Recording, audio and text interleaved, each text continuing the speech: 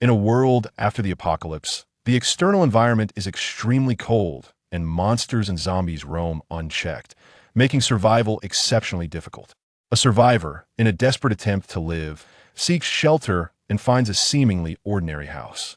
He requests to move in from the owner, who is a mysterious yet friendly person. The owner enthusiastically introduces that the house has a magical space folding feature, capable of creating an unimaginably spacious interior, and even includes a private farm that provides fresh food, like just-picked strawberries. The owner invites the survivor to taste them, showcasing the comfort of living here. Meanwhile, the owner reveals that he is not the only one living there. The other tenants are gentle and understanding women who are good at listening and communicating, offering solace to newcomers. However, when the owner mistakenly assumes that the survivor is a tomboy, the atmosphere suddenly shifts. The survivor clarifies that he is actually male, a truth that immediately changes the owner's attitude, leading to a firm rejection of his request to move in. The owner explains that the house has its unique rules and does not welcome male residents, reluctantly asking him to leave. Unbeknownst to him, this old building has become the only sanctuary in the apocalypse, a female-led refuge, its existence bringing both hope and profound reflections on survival and exclusion. Chapter 1. Have I reborn? His head was buzzing. It felt like 100 flies were holding a concert in his ear, in a death metal style. Xiao Chuyong struggled to open his eyes, and what greeted him was the swaying crystal chandelier in his uncle's house, covered in dust thicker than his skin. I say, big brother, your words are wrong. Mom loved me the most. This house should belong to me. Bullshit. Who was it that served her by the bed before she passed? It was me. Chuyong is still young and doesn't understand. If the house is under his name, it will be taken away sooner or later. Transferring it to me is the safest option. Stop arguing. In my opinion, one person per floor is the fairest. Huh? Xiao Chuyong was confused. These familiar lines, this classic scene, these nauseating faces. Didn't he die? In the first year of the apocalypse, chased down the street by living corpses, in the last moment, it was his safest uncle who stabbed him in the back to escape from the zombies. What is happening now? Is the underworld holding a team-building event, calling dead people for a struggle session? He suddenly sat up, his heart pounding wildly in his chest. He was back. He was really back. He quickly sat up and looked around. His uncle was spitting as he spoke, his second uncle was fuming and glaring, and his third aunt was drumming from the side. Everyone's face was filled with greed, their acting exaggerated like a rural stage troupe. Xiao Chuyong understood. He had returned to a week before the apocalypse broke out, on the day after his grandmother's 7th-day mourning. Before passing, his grandmother had specifically consulted a lawyer to make a will, leaving her only old building to him. She had loved him all her life, knowing her sons had their own selfish interests, worrying that he would be left with no support after losing his parents, which is why she secured the house under his name. But now, with the body barely cold, this so-called family couldn't wait to jump out and snatch this security away. In his previous life, he was a foolish sweetie, clinging to that ridiculous blood relation, deceived and coaxed by them, ultimately becoming their stepping stone along with the house. Chuyong has woken up. His aunt, with sharp eyes, immediately switched to a loving smile that made one feel uneasy. Perfect timing. We were just discussing your grandmother's house. You see, a child like you has no use for such a big house. Why not transfer it to your uncle? We can give you some money to help you marry a wife. Marry a wife? Xiao Chuyong almost laughed out loud. You people. In the previous life, you sacrificed others' wives and children to feed the living corpses to survive, and you have the nerve to mention wife? What a mouthful of nonsense. Are you preparing for an exam? Exactly. Chuyong, his uncle spoke with a serious tone, as if he were his biological parents. You're still young. The world is cruel, and we are all doing this for your own good. For my good? Xiao Chuyong finally spoke, his voice not loud, but it instantly silenced the entire living room. He slowly lifted the quilt, stood up, his height of 1.81 meters allowing him to look down at this group of elders whose average height was less than 1.7 meters. Uncle, let's not even mention that grandmother specifically made a will before she passed, clearly leaving the house to me. Let me ask you, who was it that got flooded over a decade ago, and my dad risked being swept away to carry your whole family down from the roof? His uncle's face instantly turned a shade of liver color. Second uncle, when your business lost money, who sold his own wedding house and gave you the money to keep you from jumping off a building. The second uncle's gaze began to dodge, his lips trembling, unable to speak. And you, third aunt, Xiao Qiang's gaze turned to the woman who was still trying to force a smile. Your son almost got expelled from school. It was my grandmother, using her pension, going from house to house begging. That saved his student status. Had you all forgotten? His voice grew louder, each word like a nail, fiercely driving into the hearts of these guilty individuals. Where were you when my parents died? When my grandmother was sick in the hospital? Lying there all alone, where were you? Now that my grandmother has just passed, you all swarm over like flies, smelling the scent. What? The grass hasn't grown on the grave yet, and you're eager to divide the inheritance? My parents were truly blind to save a bunch of ingrates. The entire living room fell into a deathly silence, leaving only the sound of heavy breathing from a few people. Xiao Chuyang couldn't be bothered to look at their faces, which were now filled with embarrassment and anger from being exposed. He grabbed a windbreaker from the sofa, and before anyone could react, he opened the door and walked out. Bang! A loud noise shut the noise of the whole world behind the door. The resentment accumulated over a lifetime finally found an outlet. Xiao Chuyang walked down the road, the city's hustle and bustle giving him a sense of unreal disorientation. But he knew all of this was real. He had truly returned. He was going to that place. His only home. He passed through several bustling streets and turned into a lively, yet chaotic urban village.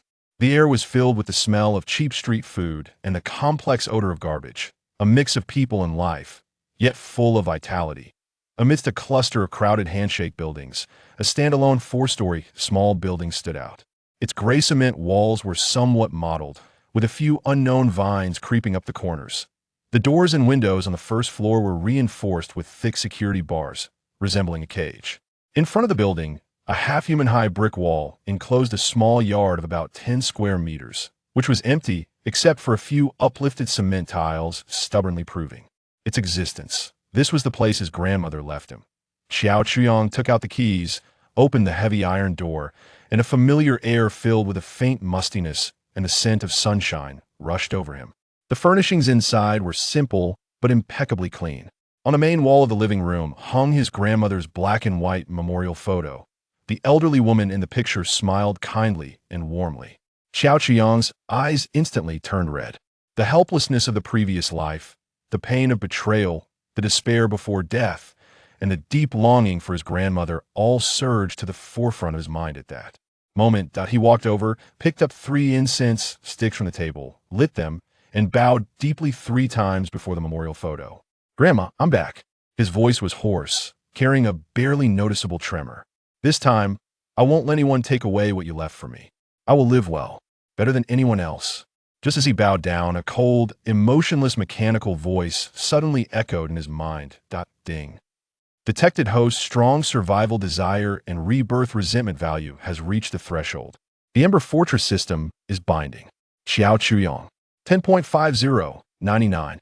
Binding successful. Welcome to use the Ember Fortress system. May you lie comfortably and live long in the apocalypse. Xiao Chuyang stood still, maintaining his bowing posture for a full 3 seconds.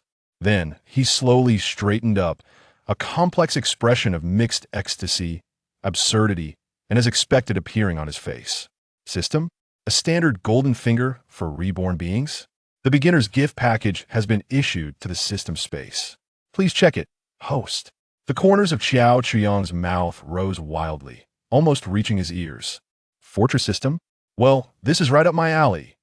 As a pragmatic believer in the lying flat philosophy, isn't his lifelong dream to create a safe haven that is impervious to weapons, with utilities and supplies piled high, and then survive until the end of time? Caring and inquiring is not as good as hitting a big fortune. With this, not to mention surviving, living until the end of time is also not a problem.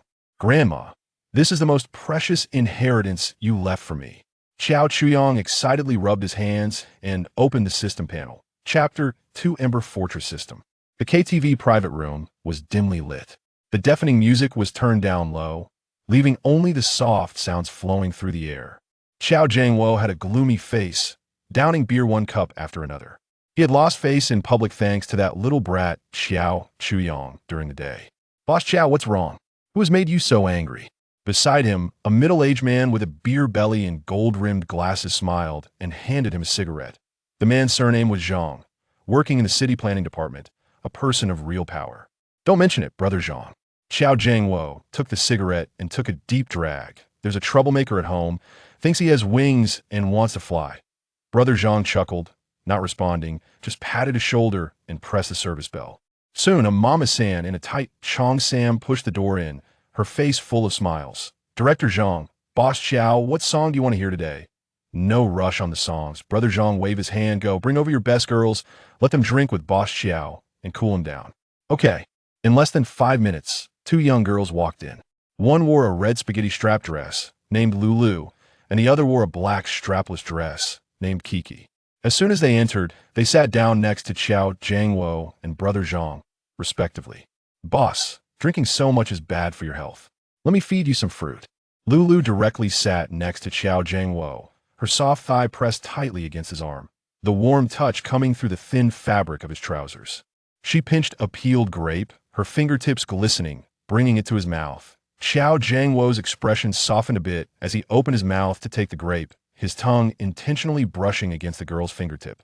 His hand naturally wrapped around Lulu's waist, rubbing on that slender waist, then slowly sliding down to the hem of her dress, feeling the astonishing elasticity. On the other side, Kiki also filled Brother Zhang's glass with wine.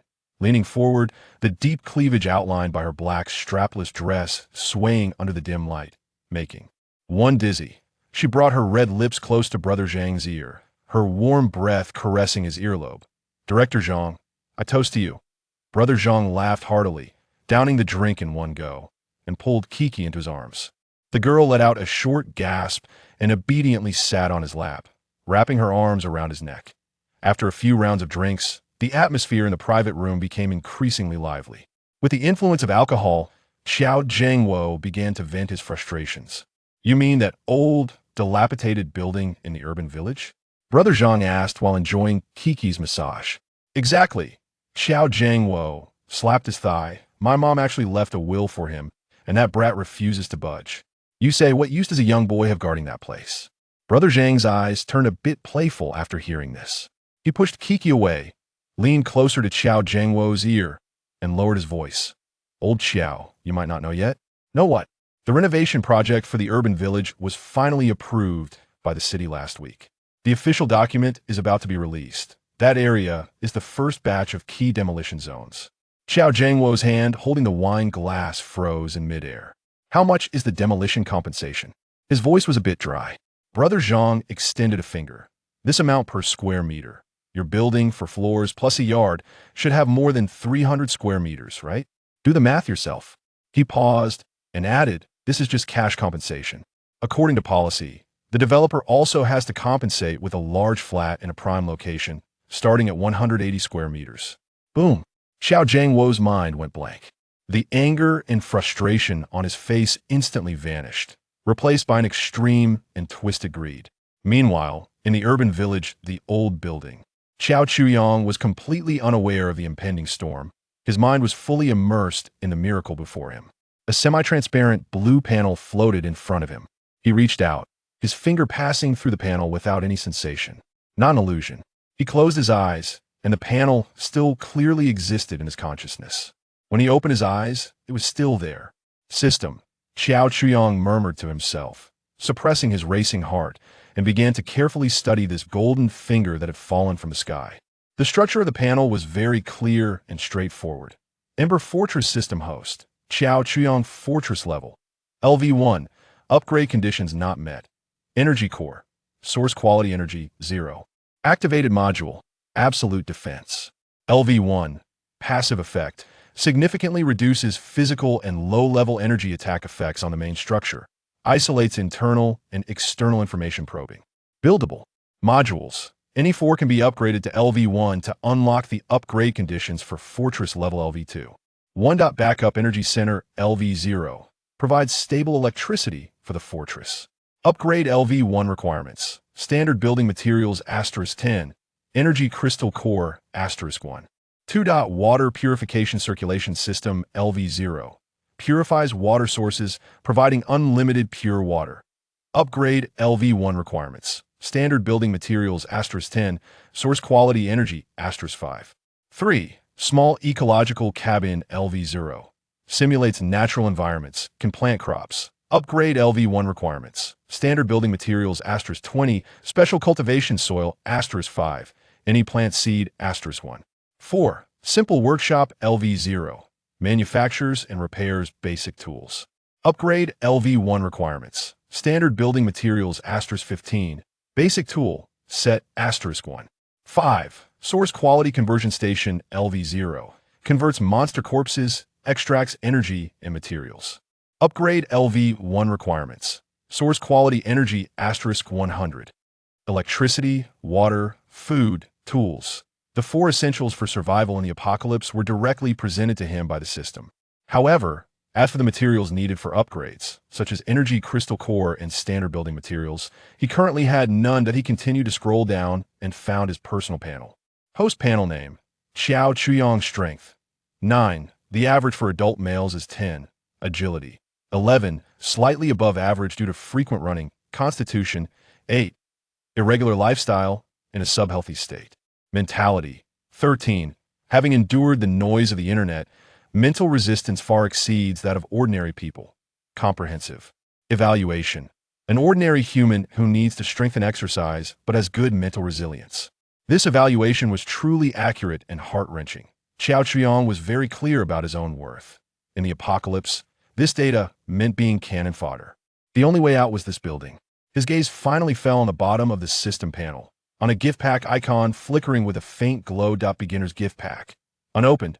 Here it comes. The benefits for the reborn, the system's welcome gift. With the excitement of scratching a lottery ticket, Xiao Chuyong focused and opened the gift pack with his mind. Congratulations. Host has obtained. Space Warehouse, LV1. Portable backpack, LV1. In the next second, 2 massive streams of information surged into his mind. Space Warehouse.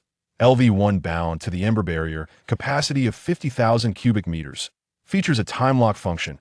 Items stored will permanently retain their original state. The host can mentally collect any ownerless or host-owned items within a 1-kilometer range into the warehouse. Portable backpack, LV1 bound to the host, capacity of 2,000 cubic meters, can move with the host, and allows mental access. A plain wooden door suddenly appeared on the blank wall of the living room. Xiao Chuyong's eyes widened in shock. 50,000 cubic meters with permanent freshness? The volume of a standard shipping container is about 68 cubic meters, so 50,000 cubic meters is equivalent to over 700 containers, and the mental collection within a 1-kilometer range. He walked to the window and looked at an abandoned 28-inch bicycle in the alley across the street, its body covered in rust. Concentrating, he locked onto the target. Collect, he silently chanted. Outside the window, that old bicycle vanished into thin air. Xiao Chuyong immediately opened the newly appeared wooden door, revealing a vast gray space, boundless, with only the broken bicycle standing lonely in the center. He shifted his focus to the portable backpack, looking at the old little stool his grandmother used for watching operas in the living room. Collect, the little stool instantly disappeared. Place, the little stool reappeared at his feet, exactly where he had taken it from. Xiao Chuyong's breath became completely erratic. He was so excited that he paced back and forth in the living room. With this, what else did he need to worry about? 1 week. He only had a week. The first global blizzard was the prelude to disaster. He had to fill this vast space before the blizzard arrived. No, he had to pack it full. Xiao Chuyong's mind raced, a grand shopping list instantly forming in his mind. Food, water, medicine, energy, tools. Everything he could think of for survival, he wanted. He took out his phone, ready to immediately enter a crazy shopping mode. He opened Alipay, then the bank app, preparing to count all his assets. When a bright red number popped up, the smile on Xiao Chuyong's face froze. Account balance, 3,452.18 yuan. This was all he had as a well-known digital evaluation blogger. The joy on Xiao Chuyong's face felt like being doused with a bucket of ice water from head to toe. Extinguishing it instantly, he looked out at the bustling city, glanced at the sign of a large supermarket in the distance, and then at the pathetic 4-digit number on his phone. What the hell? Xiao Chuyong plopped back down on the sofa, feeling like someone holding a nuclear launch button only to find out it required coins to activate. Time was only 7 days. Where was the money going to come from? Xiao Qiang's mind was racing like never before. Chapter 3. Conquering someone else's girlfriend. Double the reward? In 2 days, Xiao Qiang had visited every bank within a 10-kilometer radius. From the 4 major banks to various local commercial banks. He acted like a recently released convict eager to reintegrate into society, handing out his ID to everyone with the most sincere smile. Hello, I'd like to apply for a credit card. Limit? Of course, the higher the better. My credit is excellent. No, I'm not looking to cash out. I just want to renovate recently. After a series of operations, the results were meager. The bank's approval process was slow and cumbersome, far from solving his urgent needs. Xiao Chuyong could only turn his attention to his phone. Huaba by Xiao Cho Tuan borrowing money. 361 borrowing, thought he didn't miss a single online loan app he could think of, his fingers flying across the screen, authorizing, verifying, borrowing. His phone buzzed with notifications as a flurry of verification texts and approval notices flooded in, dense as snowflakes. After 2 days of sleeplessness, he managed to scrape together 500,000. 500,000 sounds like a lot, but for Xiao Qiang's shopping list that could fill a Walmart, this amount wouldn't even make a splash. Not enough, far from enough. Xiao Chuyong rubbed his throbbing temples, searching for several keywords on his phone map, and finally locked onto a few addresses marked finance company. It seemed he could only take the final step. He got up, ready to head out, but his stomach unceremoniously growled. He suddenly remembered he hadn't eaten in a day, so he turned into a Lanzhou noodle shop at the entrance of the alley downstairs. Boss, a big bowl of noodles, extra beef, extra spicy. Also a piece of naan, a cold dish, and a tea egg, plus a big oven-baked bun. With the steaming noodles down his throat, a warm current dispelled some of his fatigue. Just as he was slurping down the noodles, his phone rang. Caller ID, Uncle. Xiao Chuyong frowned and directly pressed to hang up. Not 3 seconds later, the phone rang again, persistent. He hung up again on the third attempt. He answered, his tone unfriendly. What's up? On the other end, his uncle Xiao Jiangwo's overly enthusiastic voice came through. Chuyong, where are you? Uncle misses you. Let's go out for a meal. Your cousin is back too. Let's have a family gathering. A meal? The weasel paying a New Year visit to the chicken. Xiao Chuyong was about to end the call with a curt get lost, but a flash of inspiration struck him. Money. Money that comes knocking at the door should not be turned away. Sure, Xiao Qiang's tone suddenly calmed, where Xiao Jiangwo clearly didn't expect him to agree so readily. He paused before giving the address. At Yulangshuan in the city center, I've booked a private room. Just come over. After hanging up, Xiao Chuyong finished the last sip of soup in his bowl and got up to settle the bill. His expression was one of uncertainty. Yulangshuan, a well-known high-end restaurant in the city, famous for Cantonese cuisine and seafood, with a per capita consumption starting in the 4 digits for a private room. At this moment, in a luxurious private room, Xiao Jiangwo's family had already been seated for quite a while. In addition to Xiao Jiangwo and his wife, there was also his cousin Xiao Lei, and beside Xiao Lei sat a flamboyantly dressed girl. Dad, are you sure the kid will come? A poor guy, does he even deserve to be in a place like this, really putting on airs, Xiao Lei said, leaning back with his legs crossed, impatiently scrolling through short videos. The sound of a loud internet celebrity song blaring from his phone. The woman beside him, Xiao Wanqing, was meticulously reapplying her lipstick with a small mirror, the bright red gloss making her lips look full and tempting. Xiao Jiangwo shot his son a glare. Shut up. What's a meal? Once we get that building, not to mention Yulangshuan, we can have a feast every day. I've done my homework. The urban village renovation project has been approved. That building will bring at least $3 million in demolition funds, and the developer will have to compensate with a large flat in a prime location. $3 million. Xiao Lei's eyes lit up, and he tossed his phone aside. And he was even more excited, covering her mouth. Really? Old Xiao, is your news reliable? Of course it's reliable. Xiao Jiangwo said proudly in a lowered voice. Brother Zhang from the Planning Bureau told me personally. The official document will be out in the next couple of days. So, we have to secure that kid today. Greed instantly sparkled in the eyes of the family. Xiao Lei was so excited that he rubbed his hands together. He leaned close to Xiao Wanqing, one hand restlessly wrapping around her slender waist, while the other hand slipped inside the side of her skirt, slowly caressing the smooth, firm inner thigh. Xiao Wanqing's body trembled, a blush creeping on her face as she shot him a reproachful glance, but did not stop him. She put down her small mirror and leaned back into Xiao Lei's arms, tracing circles on his chest with her fingers. Lei Ge, aren't we going to get rich? That bag you promised to buy me, buy it. I must buy it. Xiao Lei was stirred by her teasing, his hands becoming even bolder as he felt the incredible elasticity through the thin fabric. Why get the money? Not just the bag. I'll even get you a new car. By then, you won't even want to get out of bed every day.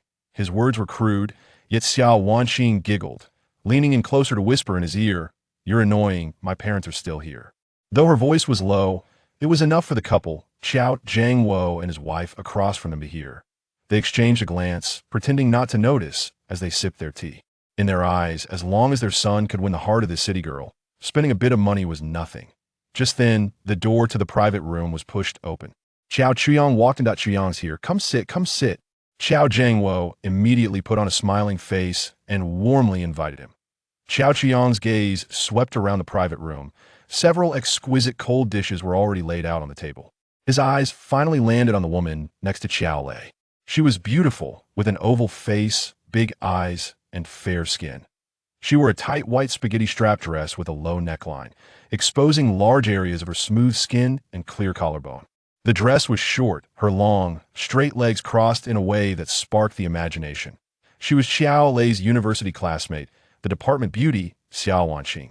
In his previous life, Xiao Chuyang had seen her a few times, and each time, her gaze towards him was filled with undisguised contempt and disdain. Of course, it was the same at this moment.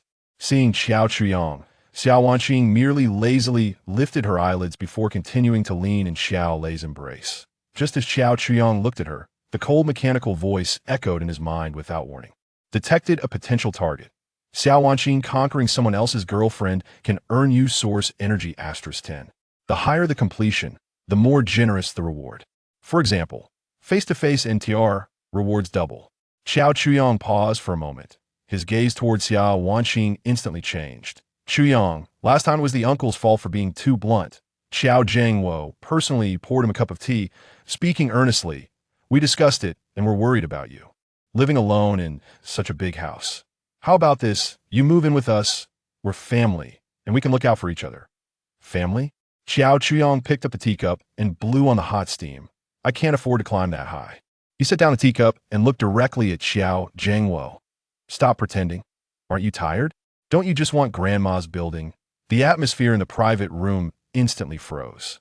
Name your price. Xiao Chuyang leaned back in his chair, lightly tapping the table with his fingers. A flat price. $5 million. Transfer it now, and I'll sign the contract. The house will be yours.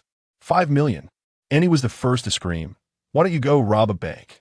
Xiao Zhangwo's face turned pale with anger, but thinking of the $3 million relocation funds and a large flat, he forced himself to suppress his rage. Chuyang, we're family. Talking about money hurts feelings. That we're not the kind of people you think we are. Not? Xiao Chuyang laughed. Then what kind of people are you? Coming to snatch the inheritance while Grandma's body is still warm? He looked at the frustrated expressions of Xiao Zhangwo and his wife, who were both angry yet dared not tear their faces, and found it dull. Enough. I can't be bothered to waste words with you. Xiao Chuyang stood up, pretending to leave. It seems there's nothing to discuss, so I'll take my leave. Enjoy your meal. Wait.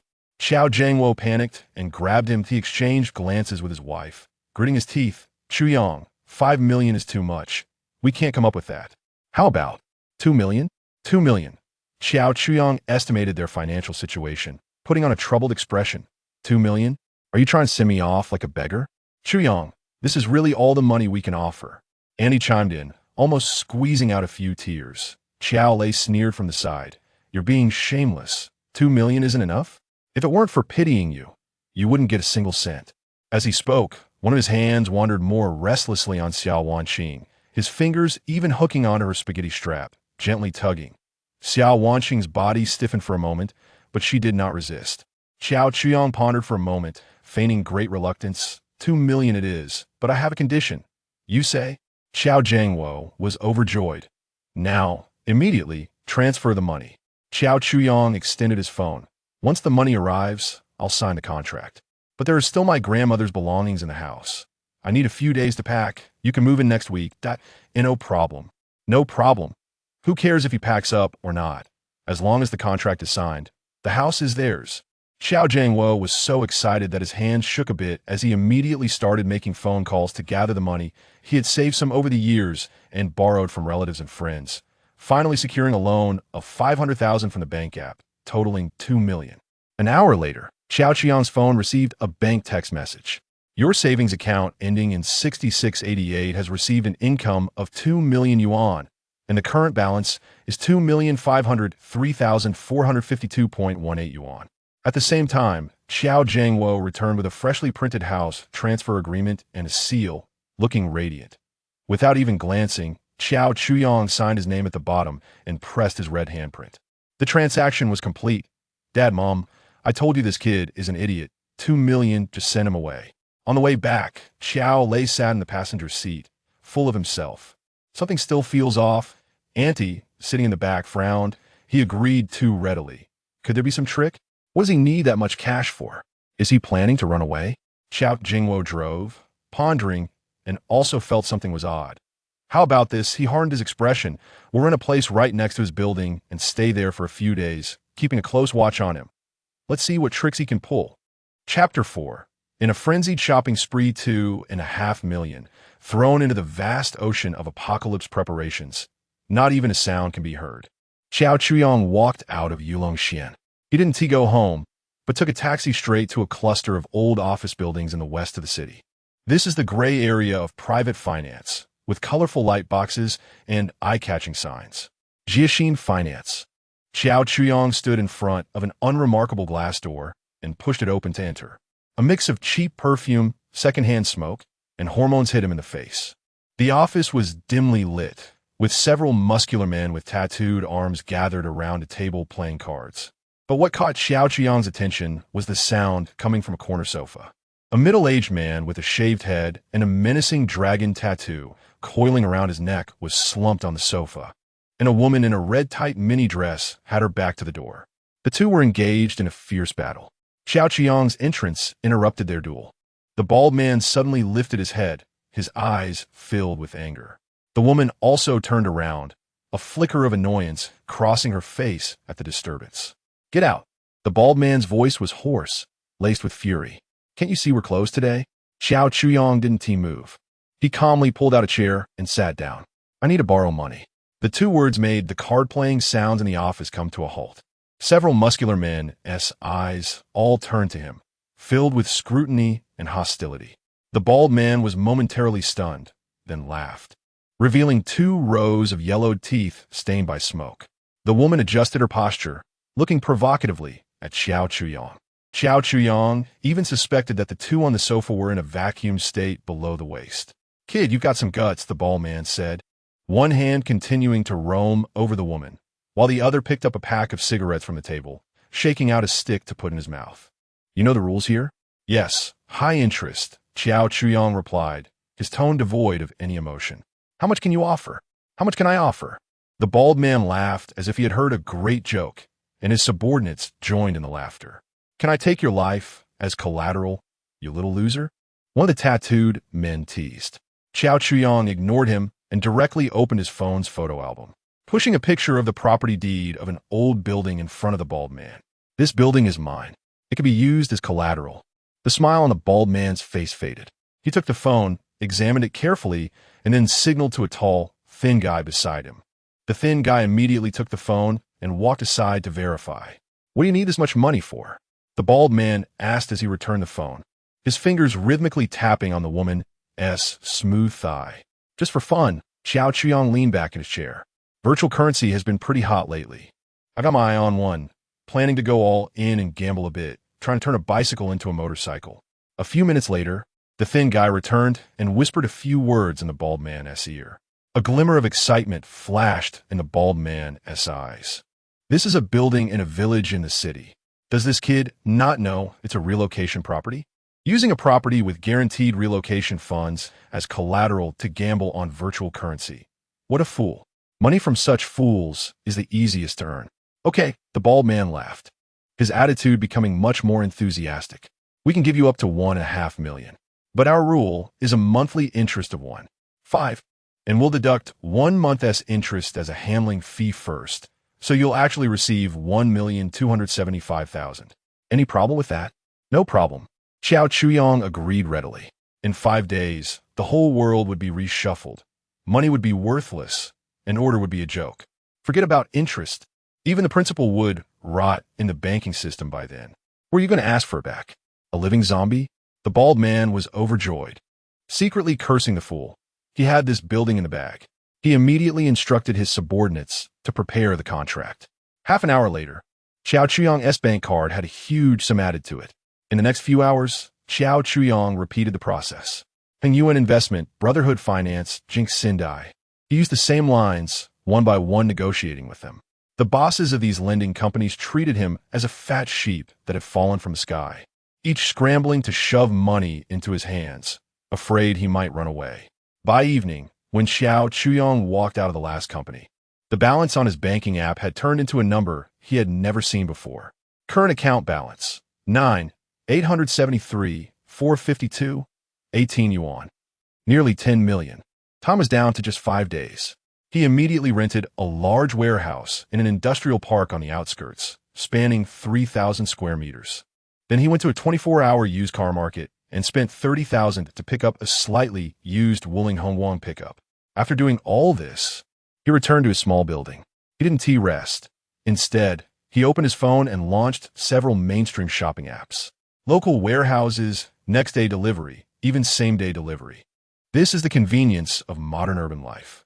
Xiao Chuyong's eyes were bloodshot, but his spirit was exceptionally high. He set the warehouse address as the default delivery address and then entered a frenzied shopping mode. On the phone screen, orders refreshed like a waterfall. The bank balance evaporated at a visible speed. Food and water were the top priority. Instant noodles, self-heating pots, compressed biscuits filled dozens of shelves. Various canned goods, luncheon meat, fermented black beans with fish, fruit cans, directly emptied several brands' online inventories. He contacted local distributors for bottled water, placing an order for 5,000 barrels. The water delivery truck from the water plant was booked for 10 trips. In the staple food section, Northeast rice, high and low gluten flour. Various cooking oils were all calculated by the ton. Salt, sugar, soy sauce, vinegar, Sichuan pepper, star anise, hot pot base. He stocked up on all kinds of condiments by the box. The frozen section was even more exaggerated. He cleared out the stock of several cold storage facilities in the local warehouse for frozen dumplings, fatty beef, lamb rolls, chicken chunks, and chicken strips.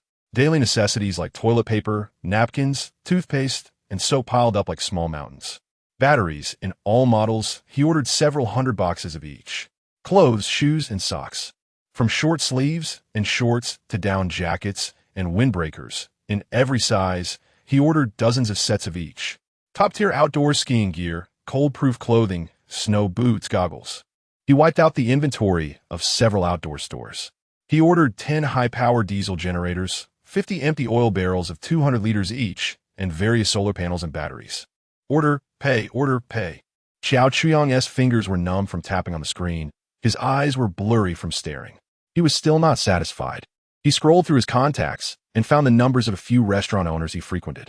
Hello, is this Boss Wong? It's Xiao Chuyong. Yes, it's me. I'd like to place a large order. 100 roast ducks to start. 50 gene of sauce beef. Pork head meat, braised chicken feet. Couple lung slices. 20 gene of each. I'll drive to pick it up tomorrow morning. He called several well-known cooked food shops, barbecue joints, and restaurants in the city, ordering enough cooked food for an enhanced squad to eat for several months. After doing all this, the sky brightened with dawn. Xiao Chuyong tossed his phone aside, collapsing onto the sofa, not wanting to move even a finger. In his 25 years of life, it was the first time he realized that spending money could also be a physically exhausting task. Buying things to the point of cramping his hands, a story no one would believe if he told it. He closed his eyes, preparing to take a short nap, but suddenly, the construction modules on the system panel flashed through his mind. Required for backup energy center LV1, standard building materials 10, energy crystal core 1. The water purification circulation system LV1 requires standard building materials 10, filter cores 5. He didn't know what energy crystal cores and filter cores were, but he was very clear about standard building materials. There were things like rebar, cement, and bricks. These things couldn't be bought online, and even if they could, the noise would be too much. Xiao Chuyong sat up, rubbed his sore neck, and looked out the window. In the distance, a high-rise building under construction appeared hazy in the morning light. If he couldn't buy it, then he could only take it. After all, in a few days, those places would all be ruins. Rather than letting the zombies benefit, he might as well benefit himself. He checked the time and decided to go to the warehouse to receive the first batch of goods and wait until evening to shop at the construction site for free. Chapter 5. Target to Conquer. Campus Bell, Su Chiao Chiao. The warehouse door of the suburban industrial park was rusty and worn. Xiao Chuyong pushed open the heavy iron door, and a musty smell that had been sealed away for a long time rushed out. He didn't care and drove the Wuling Hongguang pickup truck inside. Soon, the first red truck with Jingxi Logistics printed on it stopped at the warehouse door.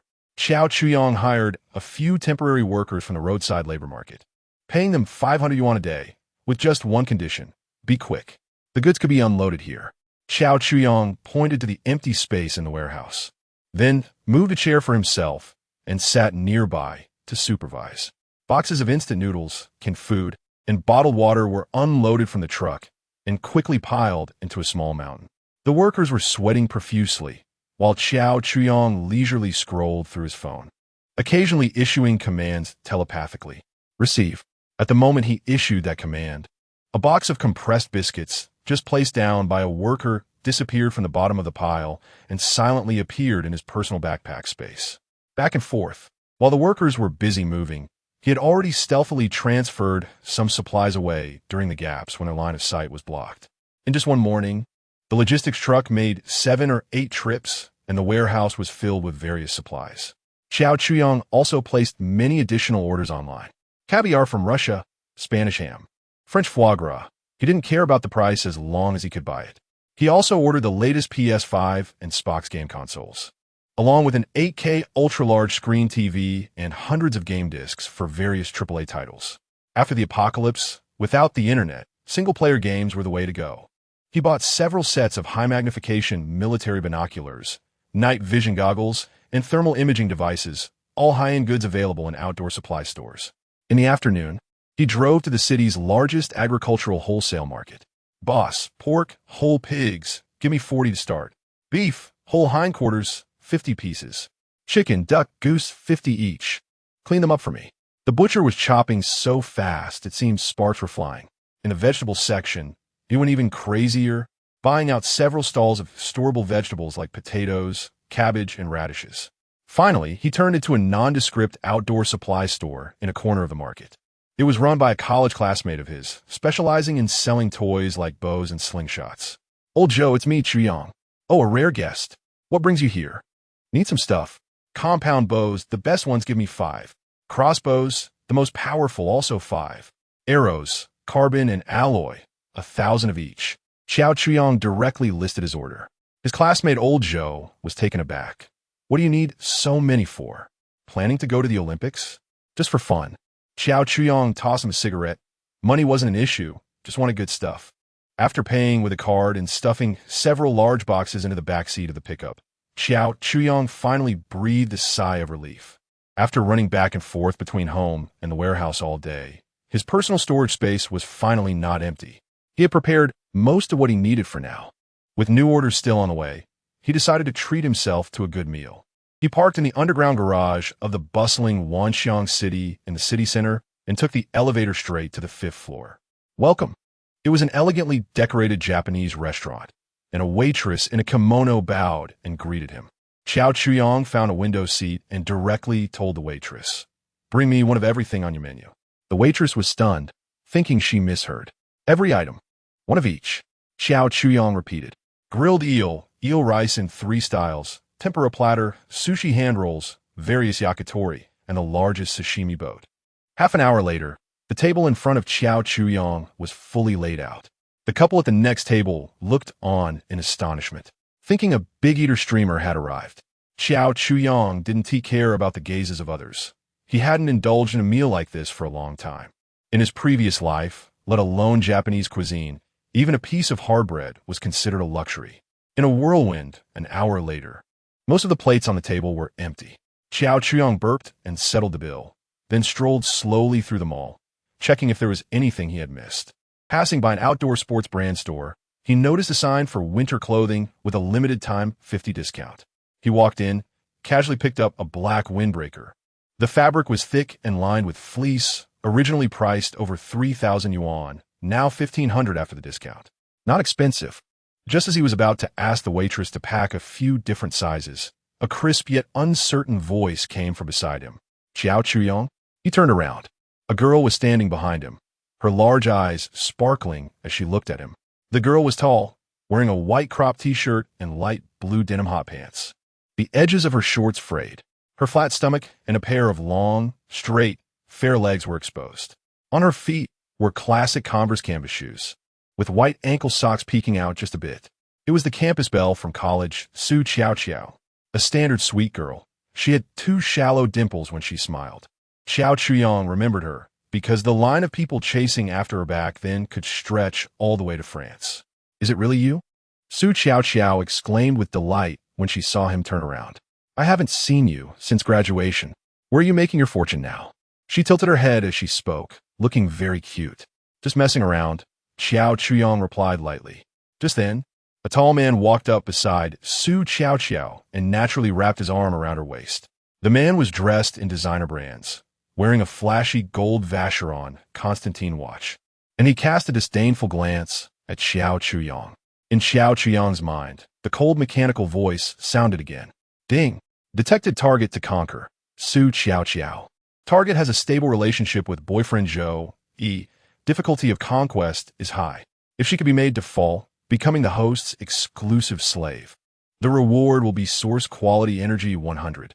Xiao Chuyong's gaze shifted between Su Xiao and her boyfriend, his expression turning somewhat playful. Xiao, is this your friend?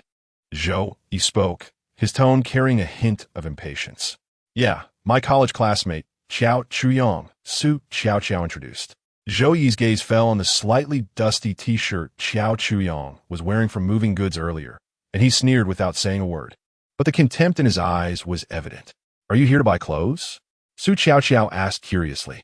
Just looking, Xiao Chuyong replied, putting the windbreaker back in its place.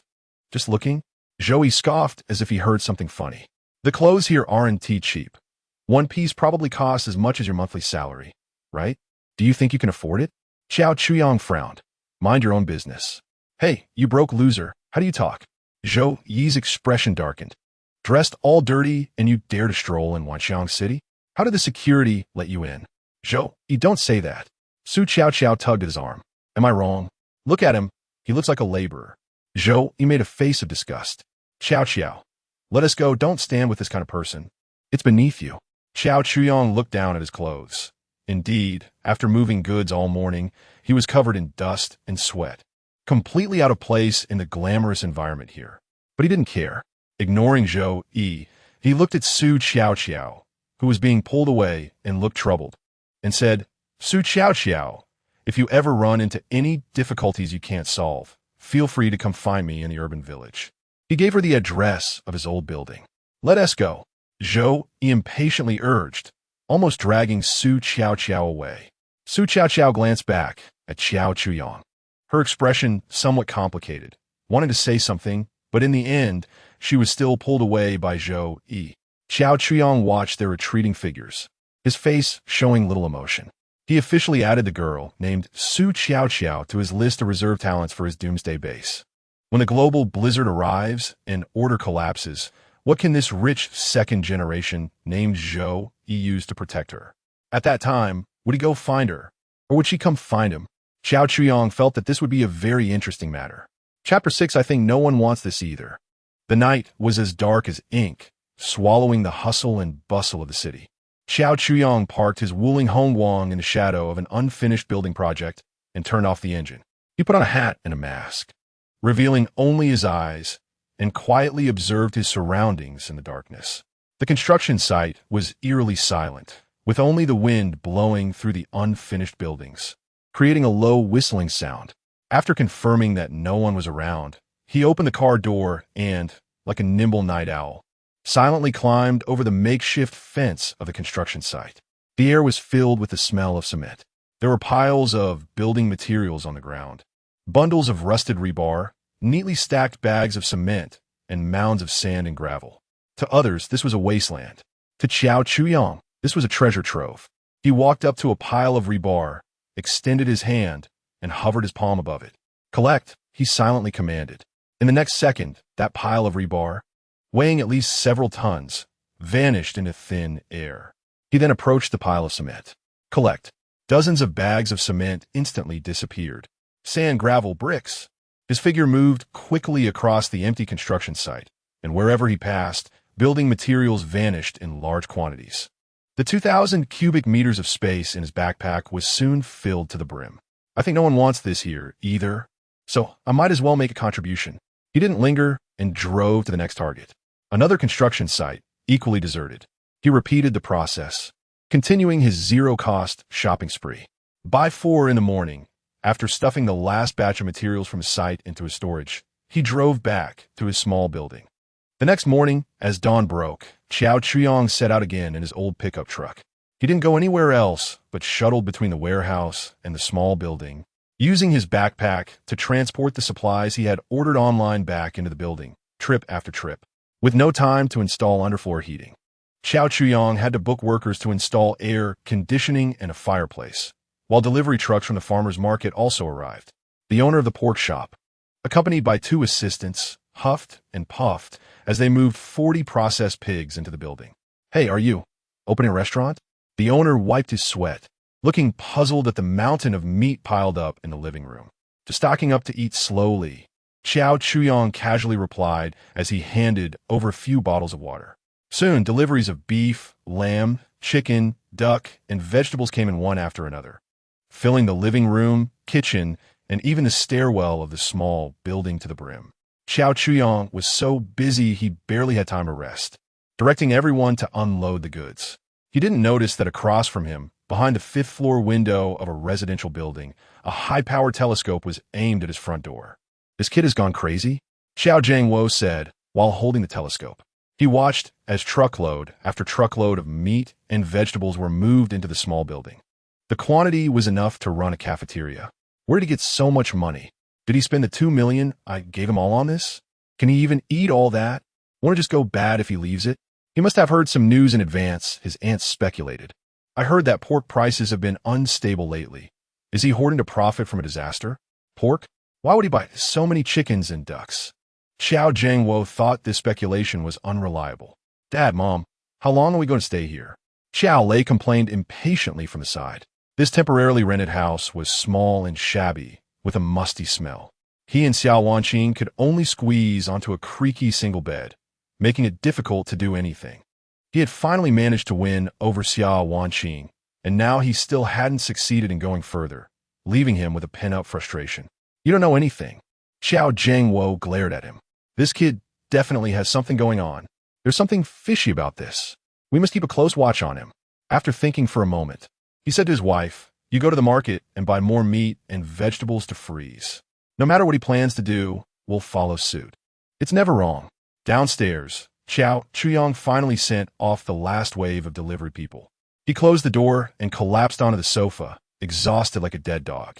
He looked at the empty living room and then sensed the mountain of supplies in the warehouse. A wave of unprecedented satisfaction surged in his heart. He immediately opened the system panel. The upgradable modules section, which had previously displayed gray options for doors, windows, and walls, was now flickering with an upgradable glow. Old iron door, LV1. Drafty window, LV1. Weak wall, LV1. He didn't hesitate and first chose the doors and windows. As for the half-person high wall in the yard, he completely ignored it.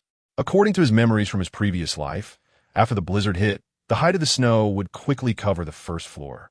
At that time, it wouldn't make any difference whether there was this wall or not. Upgrade all doors and windows. Confirm consumption of 200 kilograms of steel, 25 kilograms of glass. Upgrade all doors and windows to LV2. Confirm. As soon as he finished speaking, the whole building emitted a faint humming sound. The living room door, once an ordinary home security door, began to shimmer with a metallic luster. Its shape did not change, but the color deepened, taking on a dull metallic sheen. He walked over and knocked on it with his hand. Thud! The sound was dull and heavy, completely unlike a hollow iron door. It sounded more like knocking on a solid steel ingot. He opened the door, and the thickness surprised him. It was at least as thick as his fist. This was no longer just a door. It was akin to what you would find in a bank vault. He walked to the window, and the previously ordinary aluminum alloy window and glass also changed. The glass became thicker, displaying a very light blue color, while the outer security bars became exceptionally sturdy. With seamless joints, alloy blast-resistant door LV2 can withstand conventional caliber gunfire and small explosives.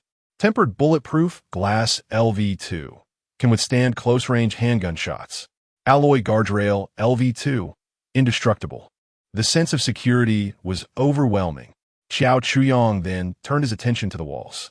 Upgrade all walls. Confirm consumption of 1,000 kilograms of steel, 5,000 kilograms of concrete. Upgrade all walls to LV2. Confirm. Another wave of stronger humming followed.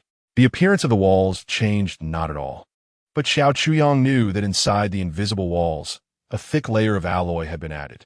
Now this building looked unremarkable from the outside, but inside, it had transformed into an indestructible steel fortress.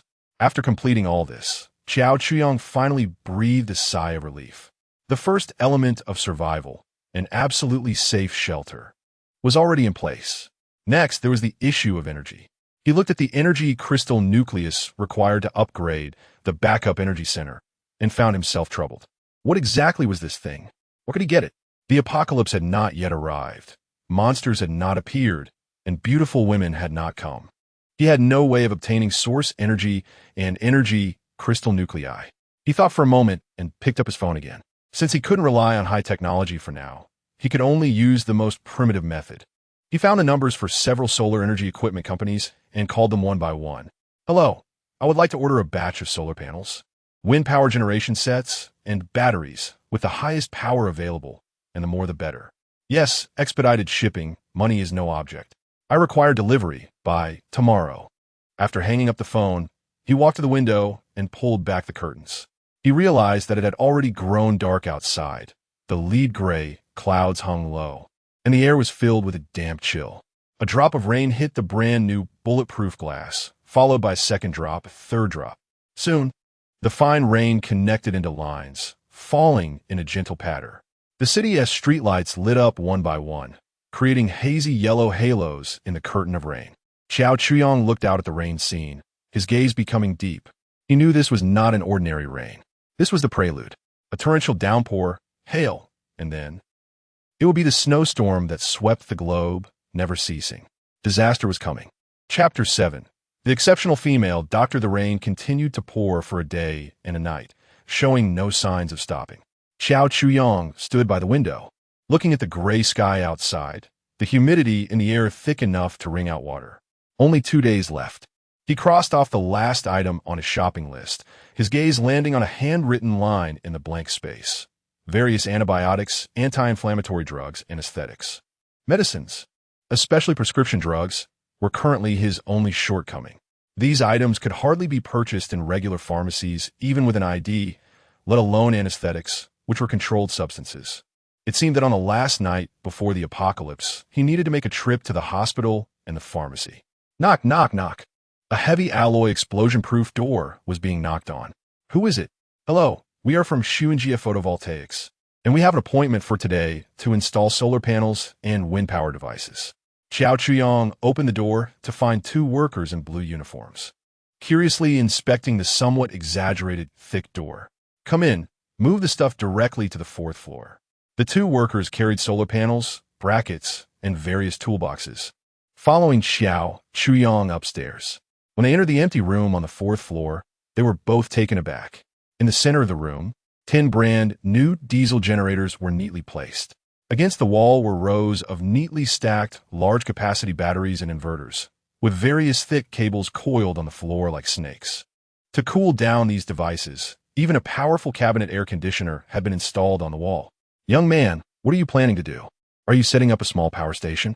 The older worker couldn't help but ask. In his 20 years of installation experience, he had never seen anything like this. Personal hobby, Xiao Chuyong pointed to the roof. Mind your own business. Hurry up, the money won't be short. He directly tossed 2 bundles of cash. "This is your pay. There will be a bonus once it's done." Seeing the money, the 2 workers immediately shut their mouths and started to work diligently. The sounds of drilling and knocking soon echoed through the building. Meanwhile, Xiao Chuyong went downstairs to organize the supplies in the space warehouse. He discovered that within the space warehouse, he could use his mind to categorize everything: food, medicines, tools, weapons, neatly arranged in different areas. The clatter from upstairs eventually caught the attention of the neighbors. A plump ant with curly hair stood outside his yard holding an umbrella, peeking in curiously. "Little Xiao, are you home?" Xiao Chuyong was signing for a delivery at the door and turned around upon hearing her voice, recognizing her as a neighbor from the adjacent building. Known for her penchant for gossip. "Is there something?" Xiao Chuyong asked in a flat tone. "Are you renovating these days? The noise is quite something." The ant's eyes darted toward the inside of the house. "I saw you brought back a lot of meat and vegetables the day before yesterday, piled up like a small mountain. Are you preparing to sell them?" As she spoke, a self-satisfied smile spread across her face. "We're all neighbors. Why not sell me some at a cheaper price? It's hard to go out and buy groceries with this rain." Xiao Chuyong looked at her expressionlessly. "Not selling. It's for my own consumption." The ant's face instantly fell, pouting as she said, "Eat? How much can you eat alone? Buying so much will just go bad. You're really lacking in human kindness, stingy." She cursed and turned to leave. Xiao Chuyong couldn't be bothered with such people. Closing the door and bringing the few delivery boxes he just received inside. The boxes contained his last purchases, several sets of professional chemical protective suits, gas masks, and some high-precision electronic components. Just as he finished putting the items away in the warehouse and was about to head upstairs to check on the installation progress of the solar panels, he caught a faint scent of sweat mixed with shampoo. Turning around, he saw a woman standing not far from his door, curiously looking at his somewhat strange little building. The woman was tall, over 1.7 meters. She wore a pure, white short-sleeve t-shirt. In the lower part was a pair of black sports shorts that barely covered her hips. Her long, straight legs were exposed to the cool air with fair, firm skin and smooth muscle lines, clearly the result of regular exercise. Her hair was tied back in a neat ponytail, with a few strands damp with sweat sticking to her full forehead. She wore no makeup, yet looked exceptionally fresh. Xiao Chuyong recognized her as a tenant from the adjacent building, seemingly a doctor. As he assessed her, the cold mechanical voice in his mind rang out again. Detected a potential target. Lin Wanxing, profession, doctor, current status of the target, in a long-distance relationship, stable feelings. Conquest task. Make her completely submit to the host. Unlocking exclusive building module medical room, LV1. Task hint. Survivors of different professions will bring different growth directions for the barrier. Please choose carefully. Cultivate with care. Xiao Chuyong's gaze changed. So that's how it is. The favorability of this system was not merely about liking, but linked to the professional skills of survivors. A doctor could unlock a medical room. What about a scientist? An engineer? A soldier? He looked at Lin Wanxing as if she were a premium piece of equipment. Lin Wanxing felt a bit uncomfortable under his gaze, but still politely nodded. Her curiosity about this neighbor piqued. For the past couple of days, during her morning runs, she had noticed people coming and going from this building, moving in all sorts of strange things, and now they were installing solar panels on the roof. "Hello. What are you?" she initiated. Xiao Chuyong came back to his senses, retracting his somewhat overt gaze, and revealed a hint of a mysterious expression. "Nothing. Just preparing for the future." He thought for a moment, stepped forward, and lowered his voice. "Beautiful lady, as a neighbor, let me give you a heads up. The weather has been unusual lately. It's best to stock up on food and water at home, especially various medicines.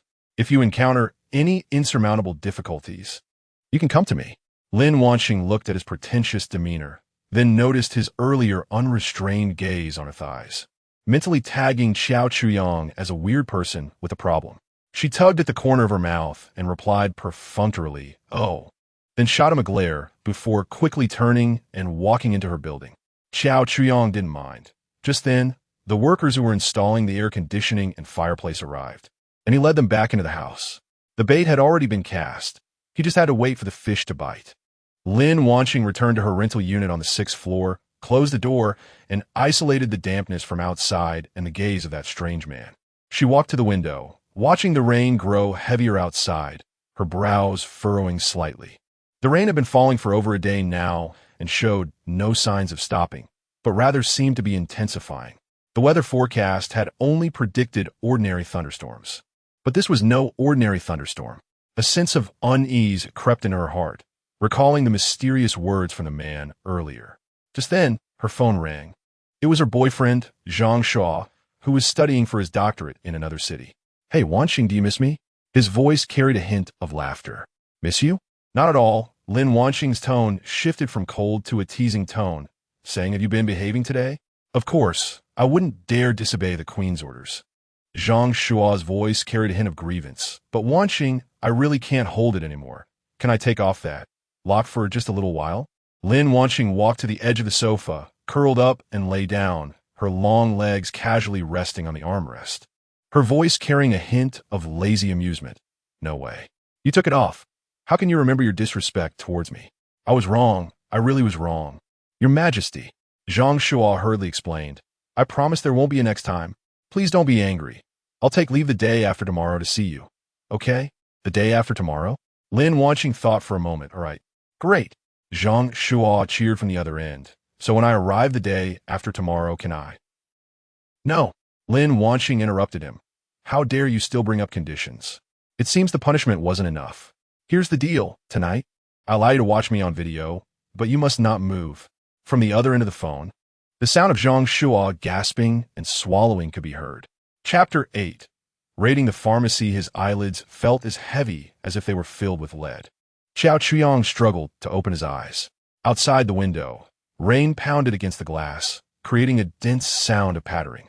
It was no longer the light drizzle of last night, but a torrential downpour. He had hardly slept all night. In the latter half of the night, he drove his somewhat old Wuling Hongguang and looted the building materials from several nearby, unfinished buildings. Before dawn, he moved the last batch of supplies back to the building and settled the wages for the temporary workers, urging them to go home quickly. Tomorrow, no. It should be said today, at midnight, the apocalypse would officially arrive. This downpour would gradually turn into a snowstorm. Not daring to delay any longer, Xiao Chuyong got up from the sofa and randomly wiped his face.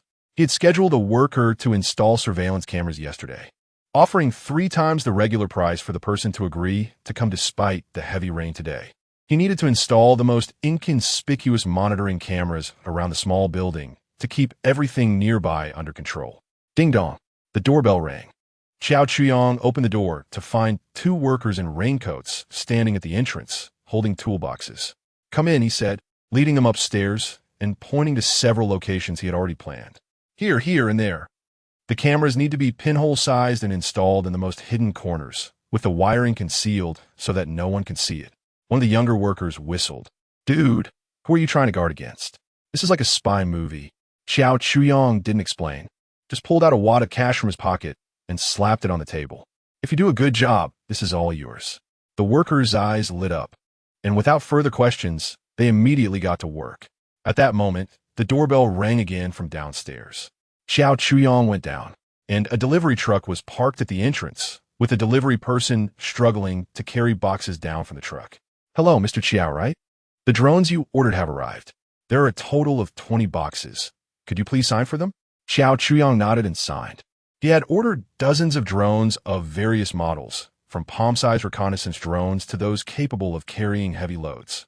He moved the boxes one by one into the house, directly transferring them into his spatial warehouse with his mind. Not far away, on the 5th floor of the opposite residential building, Xiao Zhengwo put down his binoculars, irritated as he lit a cigarette. The rain was too heavy, and the lenses were foggy, making it impossible to see what was happening outside. However, he could vaguely see several vehicles parked in front of the small building, with people continuously moving things in and out. What the hell is this kid up to? All he wanted was for Xiao Chuyong to finish dealing with his junk and leave. Xiao Zhengwo glanced back.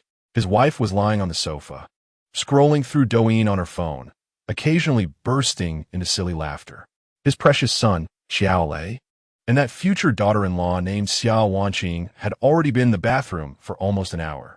Does it really take that long to take a shower? Xiao Jiangwo felt like his bladder was about to burst. He walked to the bathroom door and knocked. Xiao Lei, are you done yet? How long are you going to take?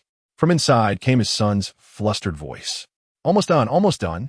Dud, I'm just giving Wan Qing a back scrub. Xiao Jiangwo was an experienced man. How could he not understand what was happening inside?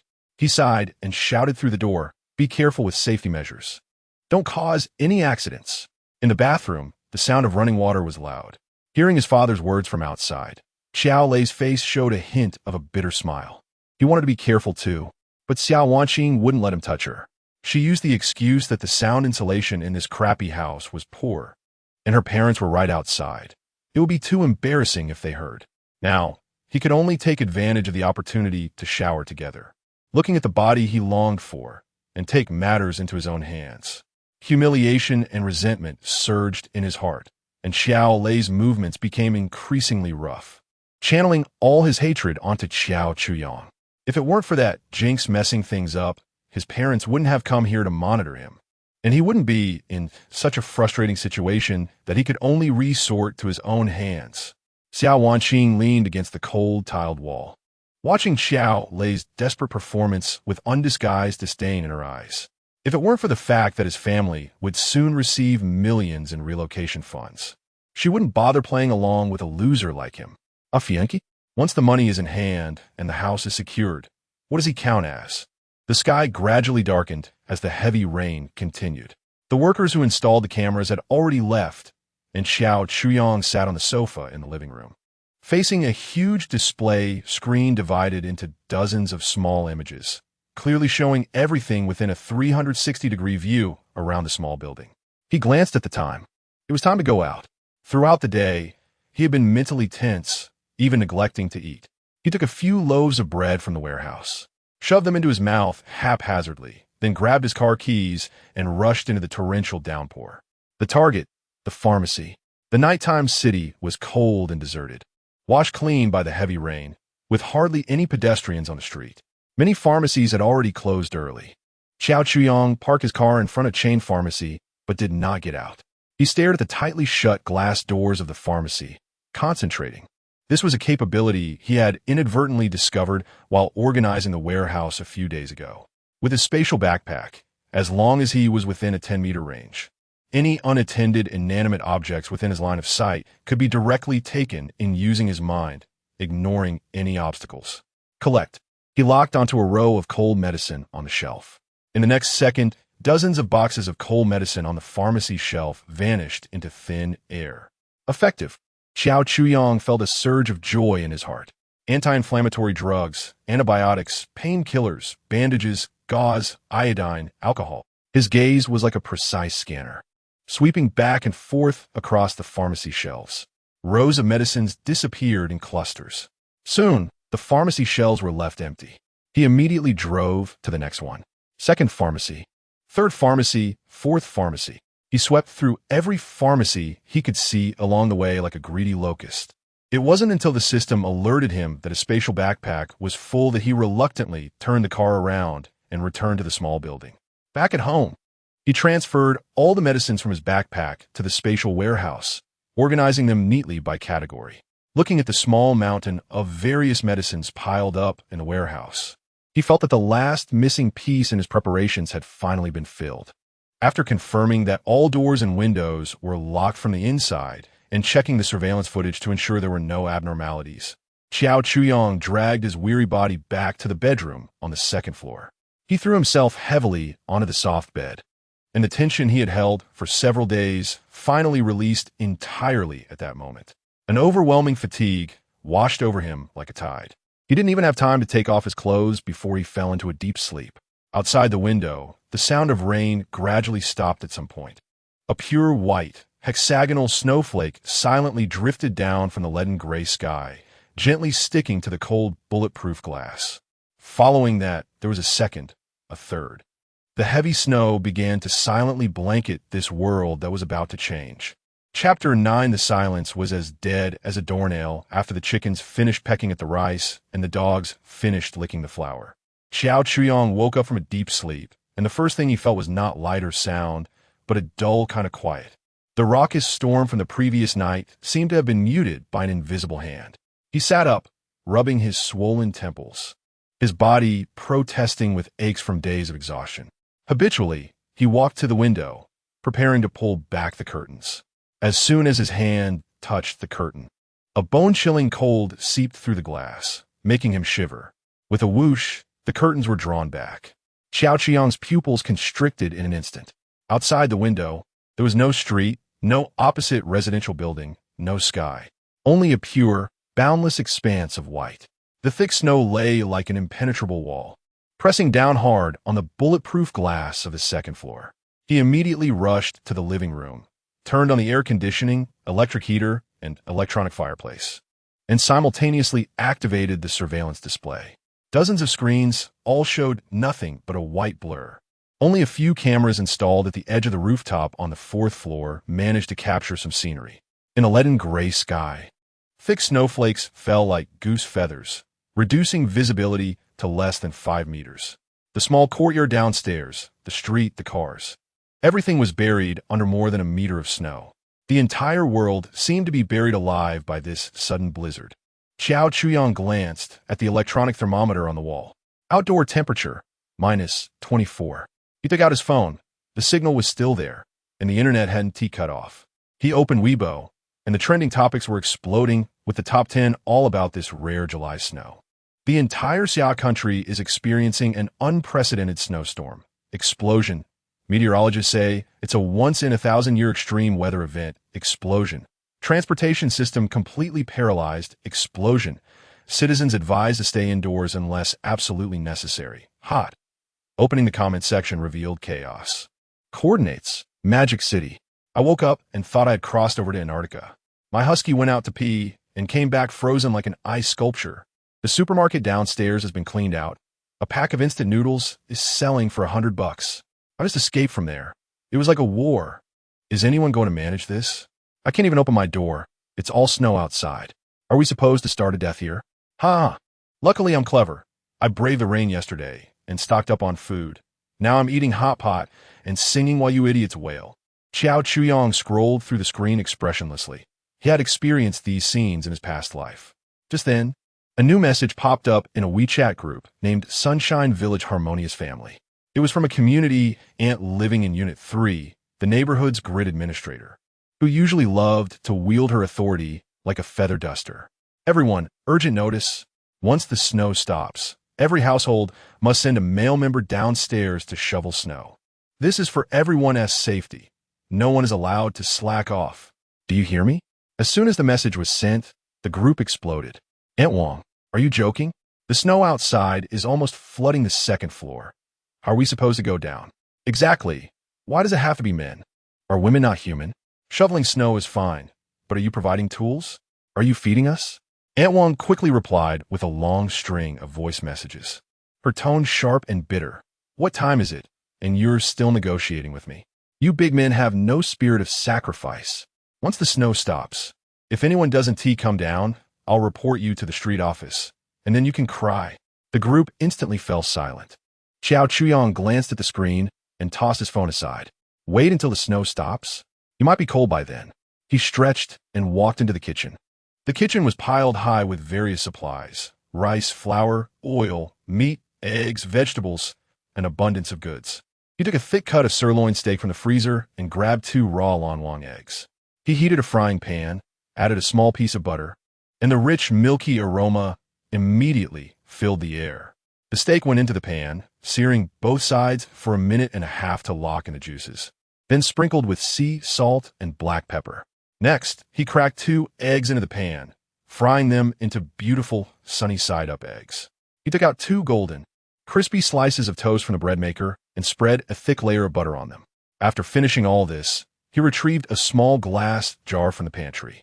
Opening the jar, he carefully scooped out a generous spoonful of shiny black caviar with a shell spoon, evenly spreading it onto the toast. Finally, he brewed himself a cup of hand-ground Blue Mountain coffee. He brought the lavish breakfast to the living room and turned on the TV. On the screen, every channel was urgently broadcasting news about the snowstorm.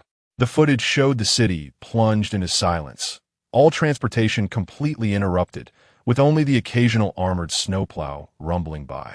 Xiao Chuyong ate the tender, juicy steak while watching the news, his face devoid of any expression. Just then his phone rang. "Caller ID, uncle." Xiao Chuyong didn't answer, leisurely cutting a small piece of steak and putting it in his mouth. The phone rang persistently, showing no signs of stopping until he picked up. "Xiao Chuyong." The voice on the other end was his uncle Xiao Jiangwo, furious. "Did you know about this snowstorm all along?" "Know what?" Xiao Chuyong took a sip of coffee, his tone flat. "Don't play dumb with me." Xiao Jiangwo was practically jumping up and down on the other end. "No wonder you went crazy buying things a few days ago. Why didn't you tell us? I'm your uncle. Are you just going to watch us get trapped here?" "Telling you?" Xiao Chuyong smiled. "And then what? Letting you move over, rightfully eat and drink my stuff, and then kick me out? That's different." Xiao Jiangwo was momentarily speechless, then shouted, "I don't care. We agreed that the house has already been sold to me. Your packing time is up. You need to get out now, immediately." "Get out?" Xiao Chuyong glanced at the thick wall of snow outside and found it somewhat amusing. He picked up his phone, took a high-definition photo of his lavish breakfast and a mountain of rice and flour bags in the background. Then he hung up the phone directly and sent the photo over. Following that, he casually typed a line of text. "Once the chickens finish pecking at the rice and the dogs finish licking the flour, I'll give you the house." Across the residential building, on the 5th floor, Xiao Jiangwo stared at the photo on his phone screen and the line of text below, shaking with anger, his face turning the color of liver. "Beast! This beast!" He slammed his phone down on the sofa, his chest heaving violently. Aunt Xiao leaned over to take a look and screamed, "Where'd he get all that food? What is that? Steak? And eggs? How dare he waste like this?" Xiao Lei also looked furious. He was cold and hungry, and the little bit of groceries they bought yesterday wouldn't last a few days. Only Xiao Wanqing had her gaze fixed on those 2 slices of toast smeared with black sauce. Her breathing quickened in an instant. As a woman who was determined to marry into a wealthy family, her research on various luxury goods even surpassed her study of her professional courses. She recognized the brand. Almas, top-grade white sturgeon caviar. She had seen it on the menu of a high-end restaurant before, a small box priced in the 5 figures. And in the photo, the jar, casually placed on the dining table by Xiao Chuyong, was clearly just opened, and looking at the quantity, it was definitely the largest package available. Had they gone mad? Even if he got 2 million, it wouldn't be possible to squander it like this. Buying this kind of thing is no different from throwing money directly into the fire. Unless, a thought that sent chills down her spine suddenly sprang up from the depths of her heart. Unless, the money is about to become worthless paper soon. Chapter 10. The Fish Bites. Xiao Wanqing stared intently at Xiao Jiangwo's phone, which lay on the sofa. The glaring photo on the screen seared into her retina like a branding iron. Her breathing quickened, her chest rising and falling erratically. He wasn't preparing for a blizzard. Xiao Wanqing's voice trembled slightly. He was preparing for the apocalypse. "What apocalypse? Are you crazy?" And he shouted back, "Have you watched too many movies?" Xiao Jiangwo also found this statement absurd, but as he looked at the mountain of supplies in the photo, his unease grew stronger. This thought sent chills down their spines. Colder than the blizzard outside. But Xiao Jiangwo still didn't want to believe it. He would rather think this was just an unprecedented extreme weather event. Nonsense. The government won't just stand by. He spoke defiantly, but his confidence was waning. The biggest problem now was the cold. The air conditioning was set to maximum, but it was of no use at all. The room was indeed as cold as an ice cellar. Although the air conditioning vent was blowing hot air, that warmth was devoured as soon as it emerged by the pervasive chill. They wrapped themselves in every blanket and sheet they could find, yet their teeth still chattered uncontrollably. My down jacket is still at home," Annie said, shivering. When they came, they only thought about surveilling Xiao Chuyong for a few days and hadn't brought any warm clothes. Xiao Jiangwo gritted his teeth, picked up his phone again, clicked on Xiao Chuyong's WeChat avatar, and his fingers quickly jabbed at the cold screen. "Chuyong, as relatives, could you send us a few warm clothes? We're freezing to death. You can't just stand by and watch, right?" The message was sent, but fell into a void. At the same time, in the Xinhua barrier in the space warehouse, Xiao Chuyong pulled back the compound bow, his arm muscles tensed as he aimed at a target painted with paint 50 meters away. Whoosh! The carbon arrow shot through the air with a sharp whistle, precisely hitting the 9-ring position. Not bad. Xiao Chuyang lowered the bow, feeling somewhat satisfied. This space warehouse was even more magical than he had imagined.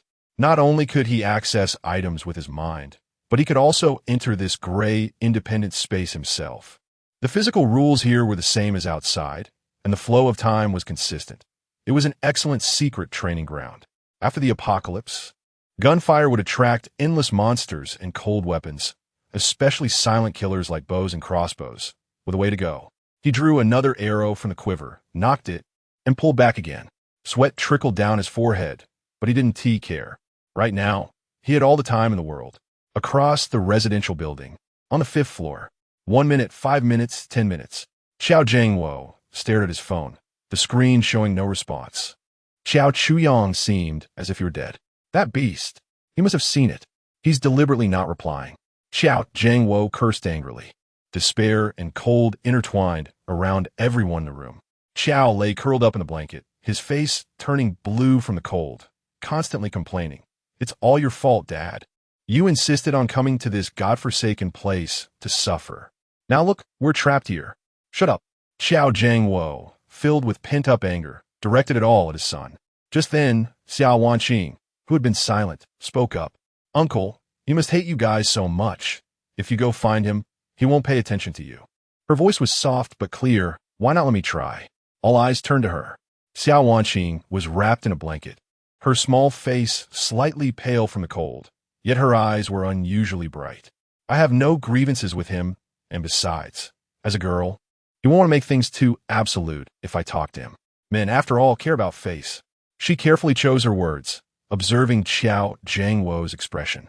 No way. Xiao Lei jumped up first to object, looking at Xiao Wanqing. Why should you go plead with him? Can't we just wait a bit longer? I don't believe this snow can fall forever. Wait. Xiao Wanqing turned back to glare at him.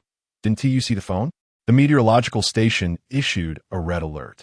The temperature will continue to drop for the next 72 hours. Do you want to wait until we freeze into popsicles? Xiao Lei shrank back under her gaze, too scared to speak again. Xiao Zhengwo looked at Xiao Wanqing, his eyes flickering. He had to admit that this future daughter-in-law made sense. Better to try saving a dead horse than to wait to die here. All right. He made up his mind. I'll give you his phone number and WeChat you. Talk to him nicely. Xiao Wanqing's heart leaped with joy, but her face showed a look of grievance and consideration for the bigger picture. Uncle, don't worry. For everyone's sake, I don't mind suffering a bit. She took Xiao Zhengwo's phone and quickly noted down Xiao Chuyang's contact information. In the urban village owner S group, chaos reigned at that moment. Sunshine Village, a harmonious family. Butcher Zhang. Aunt Wang, say something. We have no rice at home. If we don't figure something out soon, our whole family will starve. Oldly from Unit 3. Yeah, when will this snow stop? Where's the government's aid? Aunt Wang. Voice message 60s. Her sharp voice rang out in the group. Stay at home. Don't run around. The government is organizing forces. Anyone who dares to go out without permission will be responsible for any accidents. I have reported the situation to the street. Everyone hold on a little longer. Though she said this, she was also panicking inside. Just a moment ago, a young man from Unit 2 said his child had a high fever and insisted on going out to find medicine. But after just a few steps, he sank into the snow. Neighbors watched from their windows, helplessly seeing him completely covered by the heavy snow, not even a splash of water from his fall. The more Aunt Wang thought about it, the more afraid she became. The little bit of food she had at home could last at most a week. What if the snow lasted a month? Suddenly, a light bulb went off in her head. She remembered Xiao Chuyang had stocked up on a pile of food. Her eyes brightened, and she immediately started calculating. As a community grid member, I have some authority. Xiao Chuyang is just a young man. Even if he hoarded some supplies, he can't ignore the community's arrangements, right? As long as I appeal to his emotions and reason with him, and add a hat of neighborly assistance and community contribution, I'm not afraid he won't obediently hand over the supplies. This isn't extortion. It's for everyone's work, reasonable and fair. Determined. She quickly found Xiao Chuyang's WeChat and prepared to edit a heartfelt little essay. Xiao Chuyang emerged from the space warehouse, drenched in sweat, but feeling exceptionally invigorated. He walked to the third-floor bathroom, turned on the faucet, and filled the oversized massage bathtub with hot water. Steam quickly filled the entire bathroom. He stripped off his clothes and sank his weary body into the scalding water, exhaling in comfort. There was nothing more luxurious than taking a hot bath in the apocalypse. He leaned against the edge of the bathtub and casually picked up the phone lying nearby. The screen lit up with dozens of missed calls, all from Xiao Zhengwo. There were also several unread WeChat messages, also from him. Xiao Chuyang glanced at them and swiped left to delete them. Just then, a new friend request popped up. Xiao Wanqing requests to add you as a friend, additional message. Hello, I'm Xiao Lei's girlfriend, Xiao Wanqing. Xiao Chuyang looked at the name, and a knowing smile spread across his face. Couldn't he wait that long, huh? It seemed that life on the other side was even harder than he had imagined. He reached out with his damp finger and gently tapped the screen. Verified, Chapter 11, I just want young and beautiful. Verified. Almost instantly, Xiao Wanqing's message popped up. Xiao Chuyang, it's too cold outside. Uncle and Aunt can't hold on much longer. Do you have any extra warm clothes or food over there? Xiao Chuyang leaned back in the bathtub, eyes closed, enjoying the warmth of the water, typing with one hand. Yes. He casually sent over a photo of the clothes he had taken earlier. In the photo, the tags of Canada Goose, Moncler, and Arc'teryx were clearly visible, piled up like a small mountain. Xiao Wanqing stared at the brands in the photo that she had only seen in department stores, each one worth a pretty penny. Meanwhile, Xiao Chuyang casually tossed them in the corner like trash. She suppressed the shock in her heart and quickly typed, Can you send a few pieces over to us? We're freezing to death. Xiao Chuyang looked at the message and smiled. Why should I give them to you? Can't you see what the weather is like outside? The snow has buried the second floor, and I'm risking my life to deliver them to you. What if I freeze to death halfway? Xiao Wanqing was anxious. You don't have to deliver it. Let Uncle come over and get himself. That's even less possible. Xiao Chuyang replied leisurely. If your uncle comes over and takes my things empty-handed, wouldn't I be at a huge loss? That's not fair. Xiao Wanqing bit her lip. Then, what do you want? Xiao Chuyang sat up in the bathtub, water droplets sliding down his toned muscles. He glanced at the empty room and replied, The house is too messy. I need a housekeeper to clean it. We can all come over. Xiao Wanqing replied immediately. We'll help you clean, cook, anything. I only want young and beautiful ones. Xiao Wanqing's fingers trembled slightly. What do you mean? I mean it very simply. You come over and keep me company. The clothes and food, I'll give them to them right away. One person in exchange for their 3 lives and a long period of future sustenance. This deal is very cost-effective. Damn you. Xiao Lei, who had been watching with suppressed anger, couldn't hold back any longer. He snatched the phone away, his eyes red as he glared at the words on the screen. He pressed the voice button and roared with all his might. Xiao Chuyang, you bastard. What the hell are you thinking?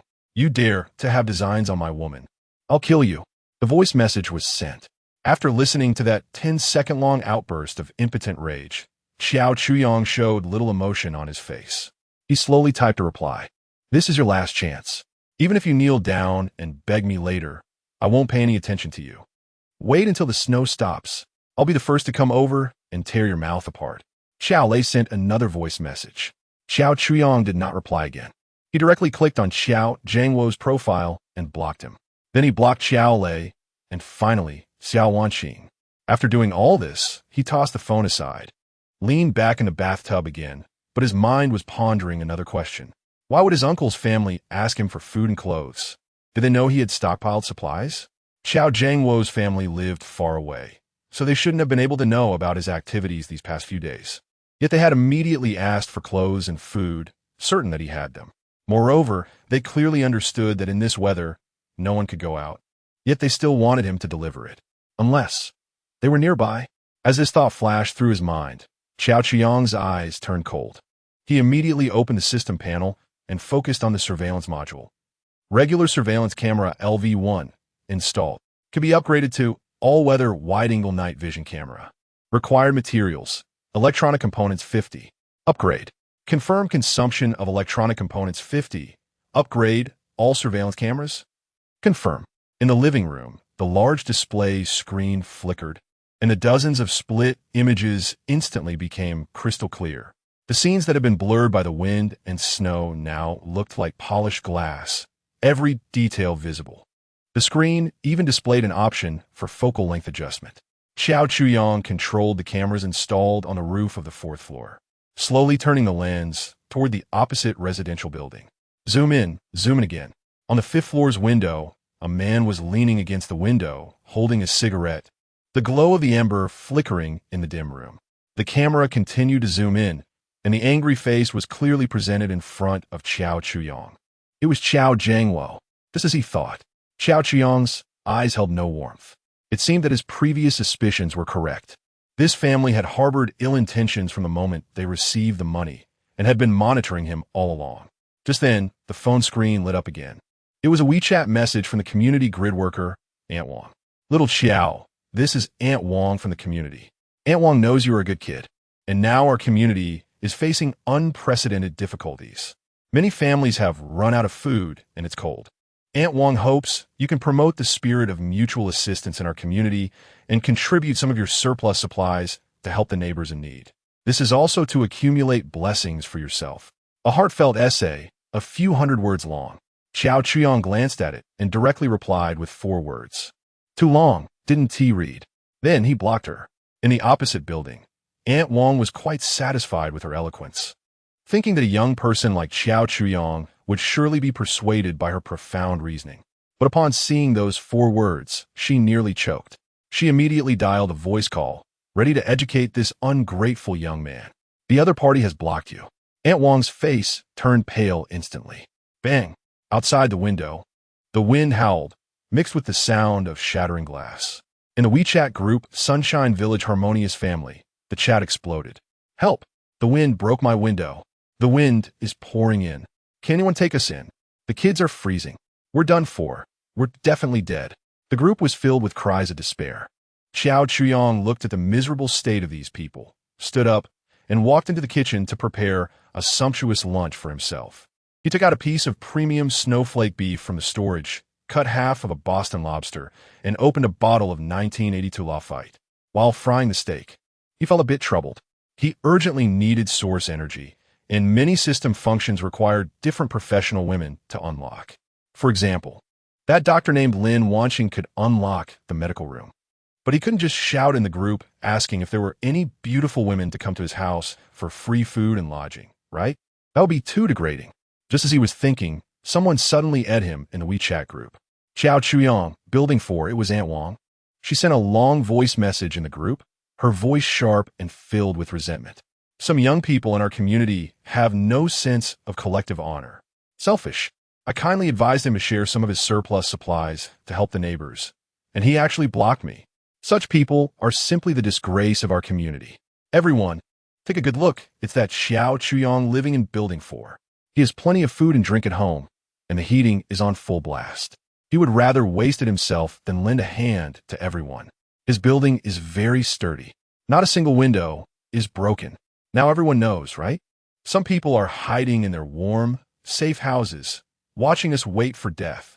Aunt Wang's words were like a bomb, exploding in the silent group chat. Chapter 12. The friend request from the beautiful doctor, a few sharp and sarcastic voice messages from Aunt Wang hit like a stone thrown into a still pond, instantly changing the atmosphere in the group. The previous complaints and cries for help disappeared, replaced by a collective, malicious excitement. Harmony Family of Sunshine Village, Unit 2. Old Li, Xiao Chuyang, Building 4. Is what Aunt Wang said true? Did you really hoard so many supplies? Unit 5. Xiao Lu, you can't be so selfish. What time is it now? Neighbors should help each other. Unit 1. Butcher Zhang, Xiao Chuyang, Building 4. Come out and talk. My son has a high fever. If you have antipyretics, hurry up and bring them to me. If you dare not to, wait until the snow stops and see how I deal with you. Exactly. Come out and apologize. Hand over the food. Aunt Wang will distribute it. Yes. Unified distribution. Why should you hog so many resources all by yourself? The group was agitated. It seemed that Xiao Chuyang hoarding supplies was not for self-preservation, but a kind of original sin. Not sharing everything immediately made him unforgivable. Xiao Chuyang leaned back in the warm bathtub, looking at the continuously scrolling messages on his phone screen, shaking his head. This is human nature. When you are weak, they bully you. When you are strong, They band together, using morality to bind you. As soon as you show a hint of weakness or retreat, they pounce on you like sharks smelling blood, gnawing you down to nothing. He dried his hands and typed on the screen slowly. Then he clicked send. A long message instantly flooded the screen, drowning out all the clamoring voices. Shut the hell up. First, I hoarded supplies with my own money. What is it to you? Did any of you contribute even a penny when I was buying supplies? Second, apologize? Hand over supplies? Who the hell are you to command me? A bunch of useless people hiding indoors, just typing away on keyboards. Third, Butcher Zhang, your son has a fever. That's your incompetence as a father, not my responsibility. Want medicine? Fine. Have your wife or daughter wash up and bring it to my door. I might consider it. I'll put it this way. If you want to live, if you want to trade supplies, bring your most precious items to exchange. Pretty women first. If you're not satisfied, you can come to me anytime. The door of my building is unlocked. Let us see if you can walk over and see whose bones are harder, yours or my fists. To those who were shouting the loudest just now, Butcher Zhang, Old Lee from Unit 2, Xiao Lu from Unit 5. Good. I've noted your names and apartment numbers. When I have time, I will visit you one by one. The entire WeChat group fell into a deathly silence. Everyone was stunned by Qiao Chuyang's brutal, savage, and unreasonable declaration, especially the last blatant threat. Like a bucket of cold water, extinguished the illusory flames that had just ignited in their hearts. They realized that this Qiao Chuyang was not the soft persimmon they could easily manipulate. After a long while, a few people cautiously bubbled up. Unit 2, Old Lee, I was just asking casually, no other meaning. Unit 5, Xiao Lu, Brother Qiao is right. I misunderstood, I apologize. Several of the loudest cowards immediately softened. But Butcher Zhang clearly couldn't swallow his anger. Butcher Zhang, you wait. If you have the guts, don't come out. Qiao Chuyang ignored him. The purpose had been achieved. He had established his authority. Just then, a dull loud bang echoed from outside amidst the howling wind, as if something had exploded in the distance. Immediately after, the lights in the entire small building flickered violently. Harmony family of Sunshine Village, 235. The power is out. Damn, the power is out. My house is out too. What is going on? Water. The water is gone too. There is no sound when I turn on the faucet. Help. No electricity, no water. How are we supposed to live? The group was instantly filled with wails, more tragic than if their parents had just died. In Xiao Chuyang's room, the lights went out for less than a second before coming back on. The backup battery seamlessly switched on, and the wind turbine on the roof spun rapidly into strong wind, converting the violent wind energy into a continuous supply of electricity, charging the battery pack. He walked into the kitchen, turned on the faucet, and clear water flowed out. The water purification system was also operating normally. He had anticipated this moment long ago. For modern urbanites, food shortages could be tolerated, but power and water outages were the last straw that broke the camel's back. This represented the last veil of modern civilization being completely torn away. The real panic was just beginning. Xiao Chuyang put down his phone, no longer paying attention to the cries of those people. He walked into the space warehouse, preparing to treat himself to a sumptuous afternoon tea to reward himself for a hard morning's work. In the warehouse, the specially designated dessert area was dazzling. On the left were French pastries, macarons, opera cake, Napoleon pastries, souffles, colorful and exquisite like works of art. On the right were Japanese sweets, sakura rice cakes, daifuku, mizu, shinjin mochi yokan, small and cute, full of zen. In the middle was a whole freezer filled with various flavors of Haagen-Dazs and Godiva ice cream. I'm in a good mood today. I'll have a pistachio eclair and a serving of tiramisu. Xiao Chuyang carefully selected, carrying 2 plates, humming a little tune as he exited the warehouse. He placed the desserts on the coffee table in the living room and brewed himself a pot of Hong Pao. The notification sound from his phone rang again. He picked it up to see that the WeChat group had gone completely crazy. 200 yuan. Who has bottled water? I'll buy a bottle. 500 yuan. I'll offer 500. Who has instant noodles? Please. I'll trade my new LV bag for 2 down jackets. Really? Who wants a trade? My husband's treasure mitai for a box of compressed biscuits. Money, luxury goods. These things that countless people coveted in peacetime became worthless in the face of survival crises. Xiao Chuyong watched these people's ridiculous struggles, shook his head, and forked a piece of tiramisu into his mouth. The rich coffee and slightly bitter cocoa powder mixed with the creamy smoothness of mascarpone cheese blossomed on his taste buds. At that moment, a new friend request popped up. The avatar was a delicate profile wearing a white coat and a mask. Lin Wanqing requests to add you as a friend. Additional message. Hello, I'm Lin Wanqing, living in the building next to yours. We've met before. It was that female doctor. A hint of amusement appeared at the corner of Xiao Chuyong's mouth. He clicked to approve. Almost at the same time, Lin Wanqing's message came through, showing that she was quite anxious. Hello, Mr. Xiao. I'm sorry to disturb you, but we have no food at home, and now with the power and water out, my boyfriend. Her message was very restrained, not like the others in the group who were wailing. Could you sell us some food and water? I can pay, or trade with something else. I'm a doctor, so if you're feeling unwell, I can help you. I also have some common medicines at home. Xiao Chuyong looked at this message and smiled. I'm in great health. I don't need a doctor. What I need is you. Chapter 13. Black stockings and white coat. Xiao Chuyong looked at the message sent by Lin Wanqing, took a piece of tiramisu and put it in his mouth. A doctor is a very useful profession, but he didn't need a doctor who was useless to him and wanted a freeload. I don't need money. In the apocalypse, money is just waste paper. I also don't lack medicine. I have much more variety than what you have at home. He slowly typed a reply. What happened to your boyfriend? Lin Wanqing's message was almost an instant reply, filled with urgency. He has a fever. He probably caught a cold from getting rained on yesterday. I have antipyretics here, but there's no food or water, so he can't take the medicine. Plus, it's too cold in the room. We don't have warm clothes. If this goes on, he will get pneumonia. Can you bring some food, water, and warm clothes over? Consider a loan once the snow stops.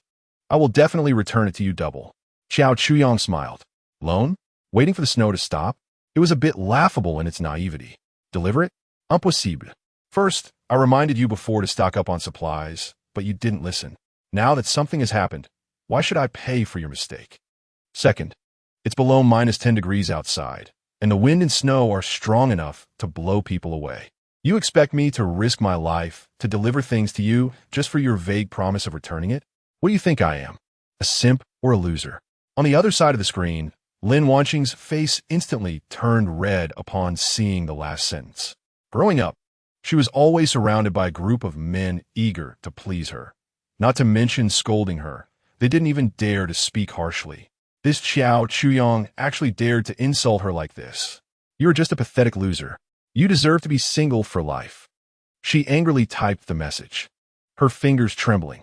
Xiao Chuyong looked at the line of text on the screen, unfazed. In no more than 2 days, you'll know who the loser really is. After sending that, he ignored her. He picked up his teacup and took a sip of the scalding Dahong Pao. The rich aroma of the tea flowed warmly down his throat into his stomach. In the neighboring building, on the 6th floor, Lin Wanqing tightly gripped her cold phone, her chest rising and falling violently. The one-bedroom apartment she rented was bone-chillingly cold. Although the window wasn't broken, a thick layer of frost had formed on the glass, and the cold wind seeped in through the gaps. She was wrapped in her only thick quilt, yet still shivering. The several power banks at home were nearly depleted, and the brightness of her phone screen had been turned down to the lowest setting. She usually worked busy hours and rented this small place because it was close to the hospital, besides a few changes of clothes and some professional books. The most abundant items in her apartment were various toys she bought online, whips, candles, chains, and various styles of collars. These were her tools for relieving stress and training her masochistic male colleagues. Food. As a single woman, she usually ordered takeout, and there were only a few packs of instant noodles for emergencies. The water barrel had less than half a barrel of water left. She tightened the quilt around her and walked into the bedroom. On the bed, her boyfriend Zhang Shuo was lying under the quilt, his lips pale and his forehead frighteningly hot. Wanqing, I'm so cold, so hungry. Zhang Shuo groaned weakly. It's okay. Just hold on a little longer. The rescue team will be here soon. Lin Wanqing sat by the bed, her voice gentle, reaching out to touch his forehead. Rescue team? By the time they arrive, we'll have starved to death. Zhang Shuo's emotions were a bit agitated, feverish, and rambling. I really regret it. If I had known it would be like this, I shouldn't have come to look for you. Staying in the dormitory at school. At least there was a cafeteria. Now we're stuck here waiting to die with you. Lin Wanxing's gentle expression instantly disappeared. She stood up, looking down at the man on the bed with cold eyes. Slap. A crisp slap echoed through the silent room. How are you speaking to me? Her voice was not loud, but carried an undeniable authority. Have you forgotten your place? You worthless thing? Zhang Shuo was stunned by the slap, his cheek burning with pain. He looked at Lin Wanxing's icy face, instinctively shrinking back, and the irritation and resentment in his eyes were instantly replaced with fear. I'm sorry, Your Majesty. I was wrong. I was rambling. He immediately apologized, his voice trembling. Watching the man who was tamed like a dog by a single slap, Lin Wanxing's annoyance and anger finally subsided somewhat. She regained that feeling of control. Just a Xiao Chuyang, what was he? She didn't believe that with her looks and figure, she couldn't get food. If it didn't work with Xiao Chuyang, were there no other men in these buildings? Those creepy men who usually lurked in the WeChat group, not daring to say a word, were all potential clients, right? At that time, all she needed to do was send a message in the group, asking for a bit of food and water and attach a couple of photos of herself in black stockings. Those men driven by lust would surely cry and shout to deliver things to her. Thinking of this, Lin Wanxing's mood improved significantly. She picked up her phone again and opened the now chaotic owners group. She searched through her album and finally selected one. In the photo, she had just finished exercising, wearing tight yoga pants, beads of sweat on her forehead, and looking at the camera with a dreamy gaze, showcasing her impressive body curve while also carrying a hint of vulnerability after exercising. This pure and alluring style was sure to spark men's imaginations. Then, she edited a piece of text. Hello everyone, I am Lin Wanxing, a doctor living in Building 6. My boyfriend and I are trapped at home.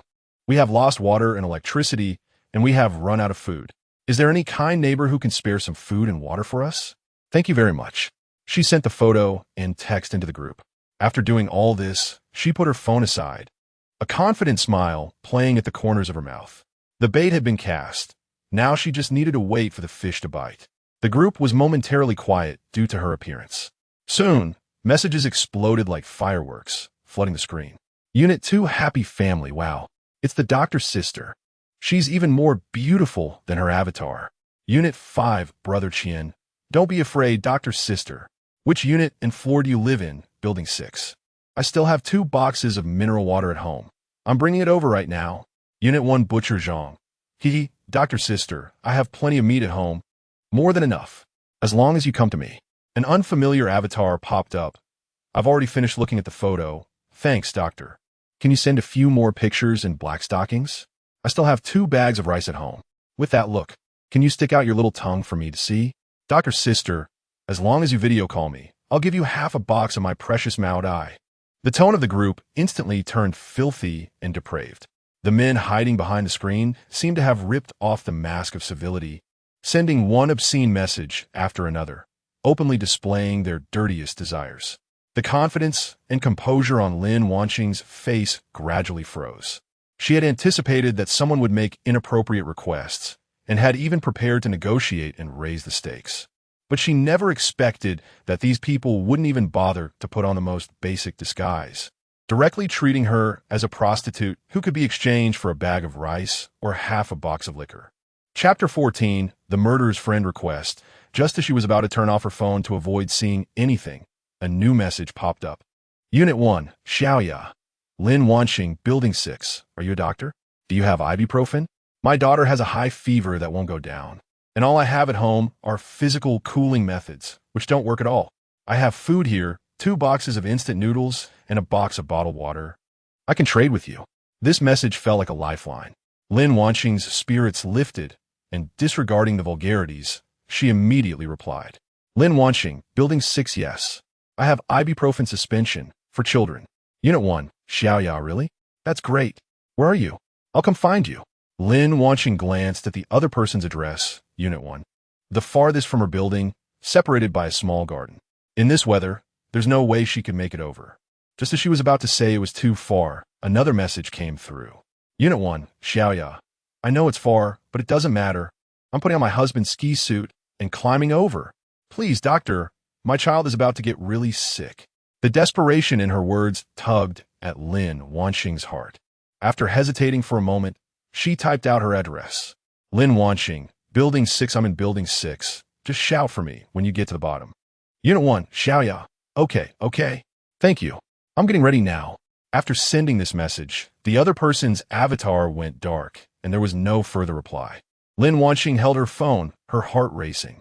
She both hoped that the woman named Xiaoya could come quickly to trade for precious food and water, and worried that she might not make it and freeze to death on the way. Time passed slowly. The wind outside grew sharper, like countless vengeful spirits wailing. Amid the wind, she thought she vaguely heard a piercing scream, short and urgent, quickly swallowed by the sound of the wind and snow. She shook her head, dismissing it as her own anxiety causing hallucinations. After waiting for another 10 minutes, there was still no movement in the group. The woman named Xiaoya seemed to have evaporated. Could it be that her phone died? Lin Wanxing tried to her in the group, but there was no response. She then opened the other person's avatar and sent a friend request. After sending the request, it too fell into silence. Just as she was about to give up, her phone vibrated. "Unit 1, Xiaoya has accepted your friend request." Lin Wanxing's heart leaped with joy, and she immediately sent a message. "Where are you?" The other party replied almost instantly. "What floor in unit do you live in?" Upon seeing this message, Lin Wanxing frowned. An indescribable sense of unease surged within her. After thinking for a moment, she cautiously replied, "Just get to the entrance of the unit. I'll bring the medicine down to you, and we can trade at the door." After sending the message, there was again no response from the other side. Lin Wanxing felt increasingly puzzled, fearing that the other party might not believe her. She specially dug out the brand new bottle of ibuprofen from the medicine cabinet and took a clear photo to send. "I really have the medicine. You don't have to worry. I see from your avatar that you're also a girl. I won't harm you. I just need a few bottles of water and a few packs of instant noodles." After sending the photo, a red low battery warning suddenly popped up at the top of her phone screen. Only 5% battery left. Lin Wanxing dared not use it any longer and had to choose to turn it off. The temperature in the room seemed to drop a few more degrees, making her shiver all over, her teeth chattering. She glanced at the sturdy solid wood dining table in the room, and a crazy thought popped in her head. Should she chop it up and start a fire in the living room to keep warm? "Wanxing," a weak voice called from the bedroom. "Zhang Shaw." Lin Wanxing sighed, wrapped herself tightly in the quilt, and walked in. Just as she was about to ask how he felt, she saw Zhang Shaw holding his phone, the light from the screen illuminating his pale face. A surge of nameless anger instantly rose to Lin Wanxing's head. "Zhang Shaw, are you out of your mind? What time is it now? Do you not know there's a power outage? I've told you so many times that your phone is a backup. It can only be used in emergencies. Are you playing with it now? Does satellite internet cost nothing?" Her voice trembled slightly from anger and cold. Zhang Shaw shrank his neck at her yelling, but his face was full of fear. He did not retort, just handed the phone over. You look at the group." Lin Wanxing took the phone in confusion. The messages in the owner's group had exploded to 99, lively as if it were New Year. She thought the government rescue team had arrived, her heart leaping with joy. But as she scrolled up through the chat history, the color drained from her face, turning as pale as Zhang Shaw's. She saw a short video of only a few seconds. The filming angle was very low, as if looking through a peephole. The image shook violently, showing a woman dressed in a thick down jacket, blood covering the back of her head, lying face down on the cold tiled floor of the hallway, motionless. Next to her lay several bottles of water and a backpack. In the video, a few gloved hands quickly reached in, snatching up the water and backpack from the ground, and then the screen went black. Below the video, the group was in an explosive discussion. What is happening? Was there a murder? Who filmed the video? The person who filmed the video soon appeared.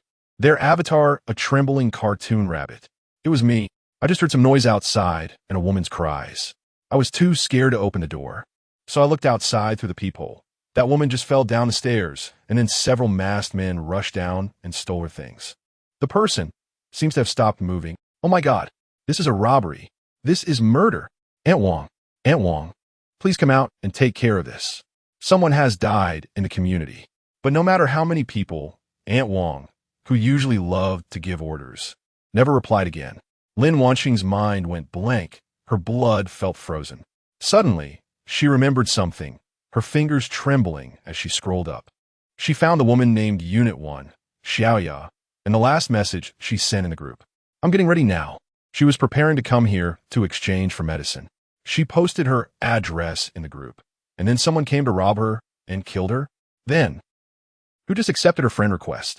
Who was the one asking her what floor and unit she lived in? Was it the murderer? He stole her phone, saw her message, and that's why he came at her? He even asked her where she lived, and she had already told him the location of Building 6.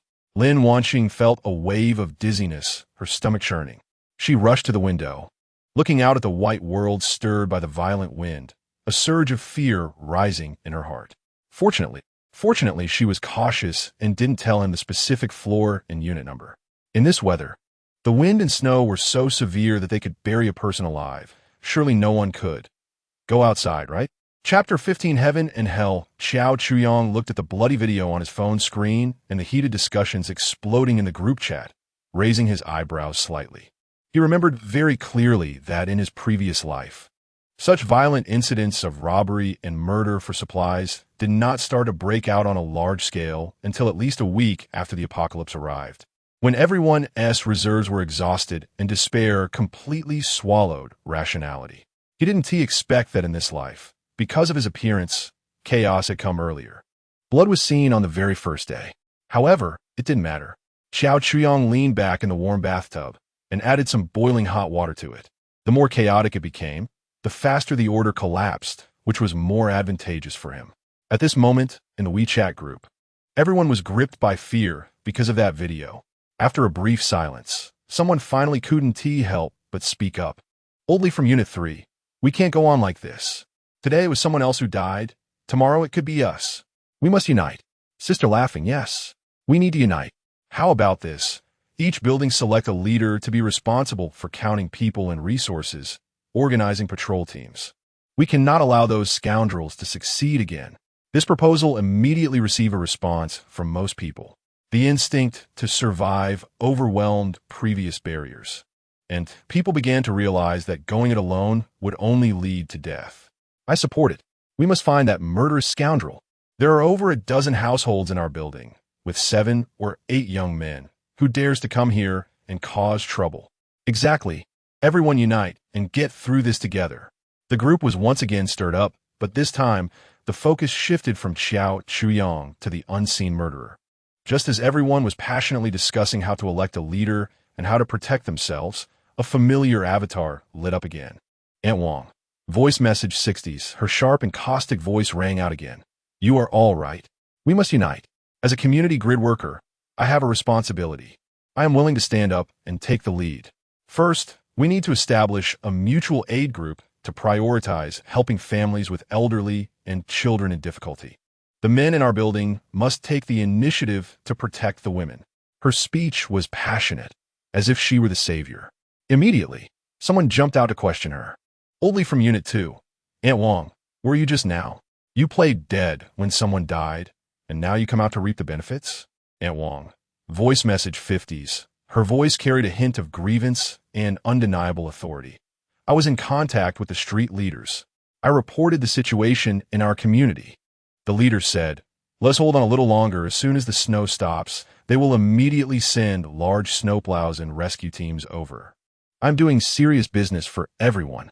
Unlike some people who can only say sarcastic things here. The government will really come? That's great.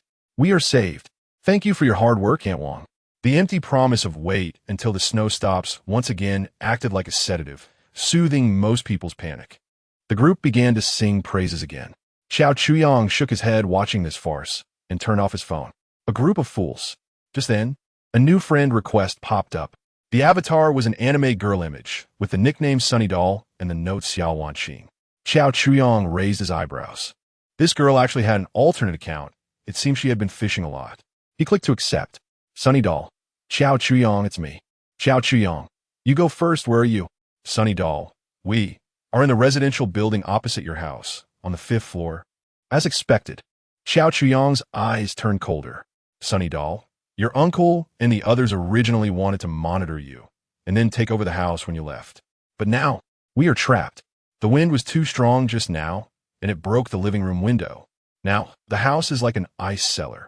We can only huddle in the bathroom. We are about to freeze to death. Sunny doll, please take us in. Just let us in. You can maybe do anything. Xiao Chuyong looked at the message, not replying immediately. He walked to the living room, took a bottle of Romani Connie from the wine cabinet, and poured himself half a glass. Only then did he leisurely pick up his phone. Xiao Chuyong, how do I know you're not lying to me? What if you're trying to trick me into opening the door and rush in to rob me? Sunny doll, I'm not. Everything I said is true. Xiao Chuyong, words are not proof. Send a photo to prove it. There was a few seconds of silence on the other end before a photo came through. In the photo, Xiao Wanqing, Xiao Lei, and uncle and aunt were all tightly wrapped in blankets, huddled in a small bathroom, the background showing white-tiled walls. Each face was marked with fear and despair. Xiao Chuyong, doesn't he look that cold, all wrapped up so tightly? On the other end, Xiao Wanqing trembled with anger upon seeing this reply. She knew exactly what Xiao Chuyong meant. This bastard just wanted to humiliate her. She glanced back. Xiao Jiangwo was shivering against the wall with his arms crossed, and was holding Xiao Lei protectively like a hen with its chicks. No one paid attention to her. Xiao Wanqing gritted her teeth. She quietly opened a small gap in the blanket wrapped around her. Then, she adjusted the angle of her phone, aimed at the mirror, and quickly pressed the shutter. Click! A new photo was sent over. The photo was taken from above, only showing her lower half. Because it was hot earlier, she was still wearing the gray pleated skirt and a black tank top she had on when she arrived. Her long legs were exposed to the air, and her skin had turned pale from the cold, even showing a layer of tiny goosebumps. Xiao Chuyong looked at the photo. A satisfied expression appeared on his face. He didn't reply with text, but took a photo of himself and sent it over. In the photo, it was him comfortably nestled on the soft leather sofa in the living room, covered with a cashmere blanket.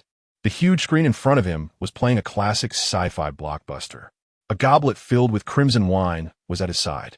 In the background, a warm electric fireplace emitted an orange glow. This photo was no different from the most cruel torture for the four people in the bathroom. Xiao Wanqing looked at the photo, her eyes filled with unmasked envy and jealousy.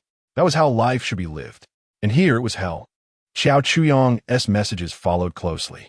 Xiao Chuyong, are you envious? Xiao Chuyong, if you are, then come over by yourself. Xiao Chuyong, you should also know that this snow might never stop. Xiao Chuyong, I have a lot of space here. Just a need of a maid to clean, warm the bed, and make the blankets. Xiao Wanqing looked at the words made on the screen, feeling her face burning. The sense of humiliation drowned her like a tide. But then, a bone-chilling cold rose from her feet, making her shiver violently. She glanced at her boyfriend Xiao Lei, who was still shivering and only complaining, then thought of the warm and comfortable environment in the building opposite like heaven. An uncontrollable thought crazily took root in her heart. Chapter 16, The Last Straw. The blizzard lasted for 3 days and nights, showing no signs of stopping. The entire world was shrouded in a desperate white.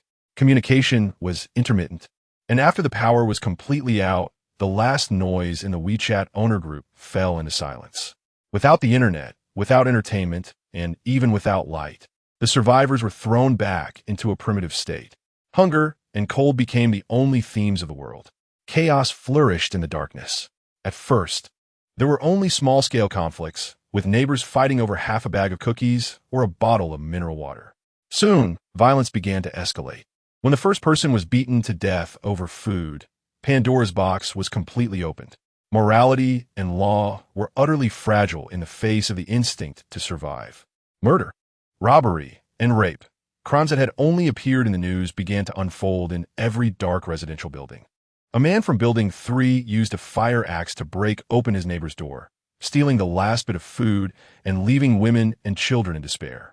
A few people from Building 1 threw a woman who tried to resist out of the window, adding a splash of glaring red to the snow. The entire urban village had become hell, and next to hell was heaven. Inside the warm barrier, it was like spring. Xiao Chuyong had just finished 2 hours of archery training and was now shirtless, wrapped in a bath towel, preparing his lunch in the open kitchen. He took out a golden, glistening roast chicken from the space warehouse, and as soon as he pulled it out, the rich aroma of spices and roasted meat instantly filled the kitchen. He placed the roast chicken on the cutting board and tore off a steaming chicken leg with his hands. The skin was crispy and fragrant, and the meat inside was tender and juicy. Paired with a can of ice-cold beer, this was his lunch for the day. In the opposite residential building, just a wall away, Xiao Jiangwo's family was experiencing true hell in a bathroom on the 5th floor. "I'm so hungry." Xiao Lei groaned weakly, his lips cracked and peeling. They'd been trapped there for 3 days. After the living room window was shattered by the howling wind, the entire house turned into an ice cellar. The 4 of them could only huddle in a windowless bathroom, wrapped in a damp blanket, barely keeping warm with body heat. The food had long been consumed, and only half a bottle of water remained. "It's all your fault." Xiao Jiangwo's wife slapped him on the back. "If you hadn't offended Chuyang with your big mouth, would we be in this situation?" "Shut up," Xiao Jiangwo growled, feeling like his lungs were about to freeze. "What's the point of talking about this now? Think of a way to survive." Xiao Wanqing shrank in the corner, silent. Over the past few days, she had seen everything. The man who once bragged about how wealthy his family was and how he would give her a good life, in the face of true desperation, was nothing but a winner. Meanwhile, Xiao Chuyang, whom they all looked down upon and she despised, was living like a king in the apocalypse. She couldn't forget the photo Xiao Chuyang sent that day. A warm fireplace, a soft sofa, and a glass of fine red wine. That was the life she wanted. She took out her phone, with only a little battery left, and looked at her chat history with Xiao Chuyang, her nails digging deep into her palm. Made. That word made her feel humiliated. But when a sharp pain twisted in her stomach and the cold seeped into her bones again, that ridiculous sense of pride was instantly crushed by the will to survive. As long as she could live, what did it matter if she became a maid? Just as she was about to send another message to Xiao Chuyang, the door to the room was kicked open from the outside. Bang! The loud noise startled everyone. At the door stood several burly men, led by Lu Ligua from the 6th floor, holding a boning knife. "Bro, what are you guys? What do you want?" Xiao Jiangwo trembled as he stood up. "What do we want?" Lu Ligua grinned. "I heard your family has food? Hand it over, and we'll share to get through this together." "There's none, really none." Xiao Jiangwo's wife cried out. "We're about to starve to death ourselves." "Search." Lu Ligua waved his hand lazily, and the men behind him rushed in, starting to ransack the place. Soon, they were disappointed. This home was cleaner than their faces. "Damn it, what a waste of time." One man spat, feeling they had come for nothing. "Bro, don't be hasty." Another man's gaze fell on Xiao Wanqing in the corner, his eyes gleaming with greed. "There's no food, but there's a pretty girl here, right?" All eyes focused on Xiao Wanqing. She was tightly wrapped in her blanket, but it still couldn't hide her alluring figure. Xiao Wanqing's face turned pale with fear, instinctively shrinking back. What do you want?" "I warn you, don't do anything reckless." Xiao Lei shouted, standing in front of Xiao Wanqing, his voice trembling. "Get out of the way." Lu Ligua kicked him aside and approached Xiao Wanqing, tapping her cheek with the back of the knife. "Hey there, you look good. How about this? Play with the brothers, and we'll spare your useless boyfriend's life. What do you say?" Xiao Lei scrambled to his feet, his face alternating between green and white at this remark. "Xiao Lei." Xiao Wanqing looked at him in despair, hoping he would stand up like a man. However, Xiao Lei only lowered his head, trembling violently. "What? Not willing?" Lu Ligua's gaze turned cold. "Then there's nothing to talk about. Brothers, let us take this kid out first, and then we can have fun with this girl." 2 men grinned as they walked towards Xiao Lei. "No." Xiao Lei was terrified. Collapsing to his knees, "Don't kill me. Don't kill me."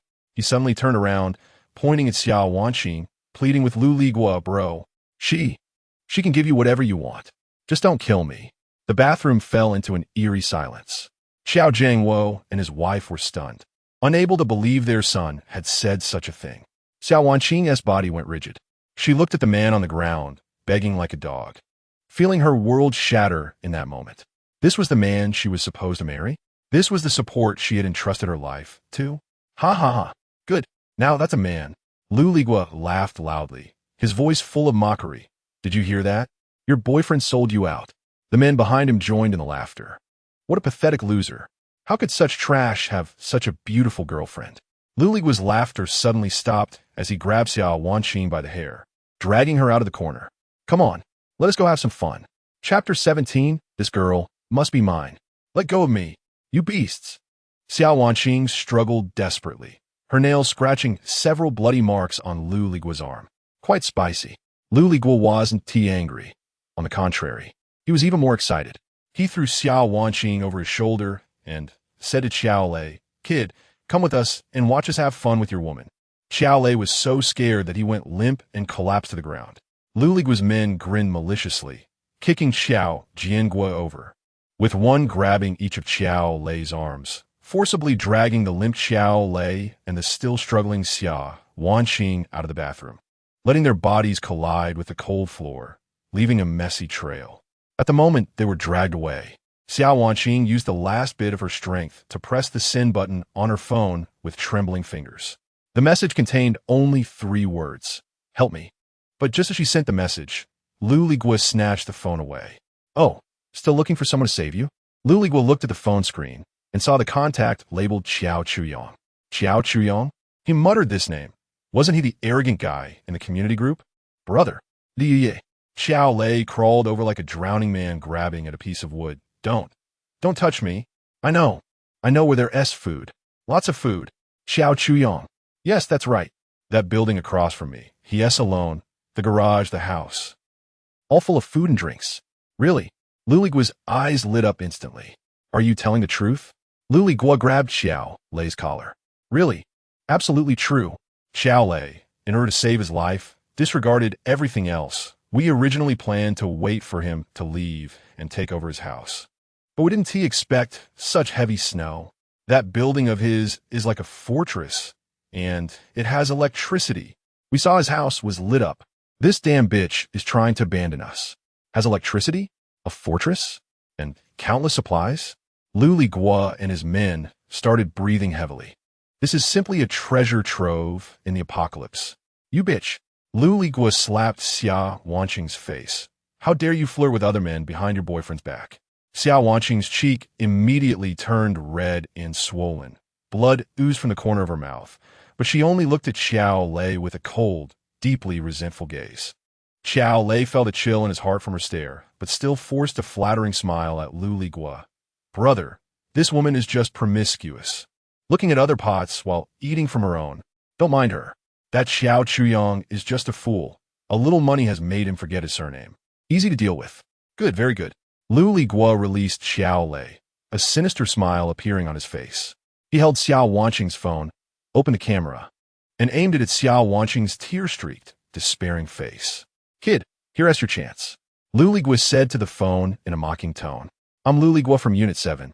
I'll give you 10 minutes. Bring all your food here. Otherwise, I'll let you watch how your little lover is played to death by us. After saying that, he sent the video and tossed Xiao Wanqing's phone aside.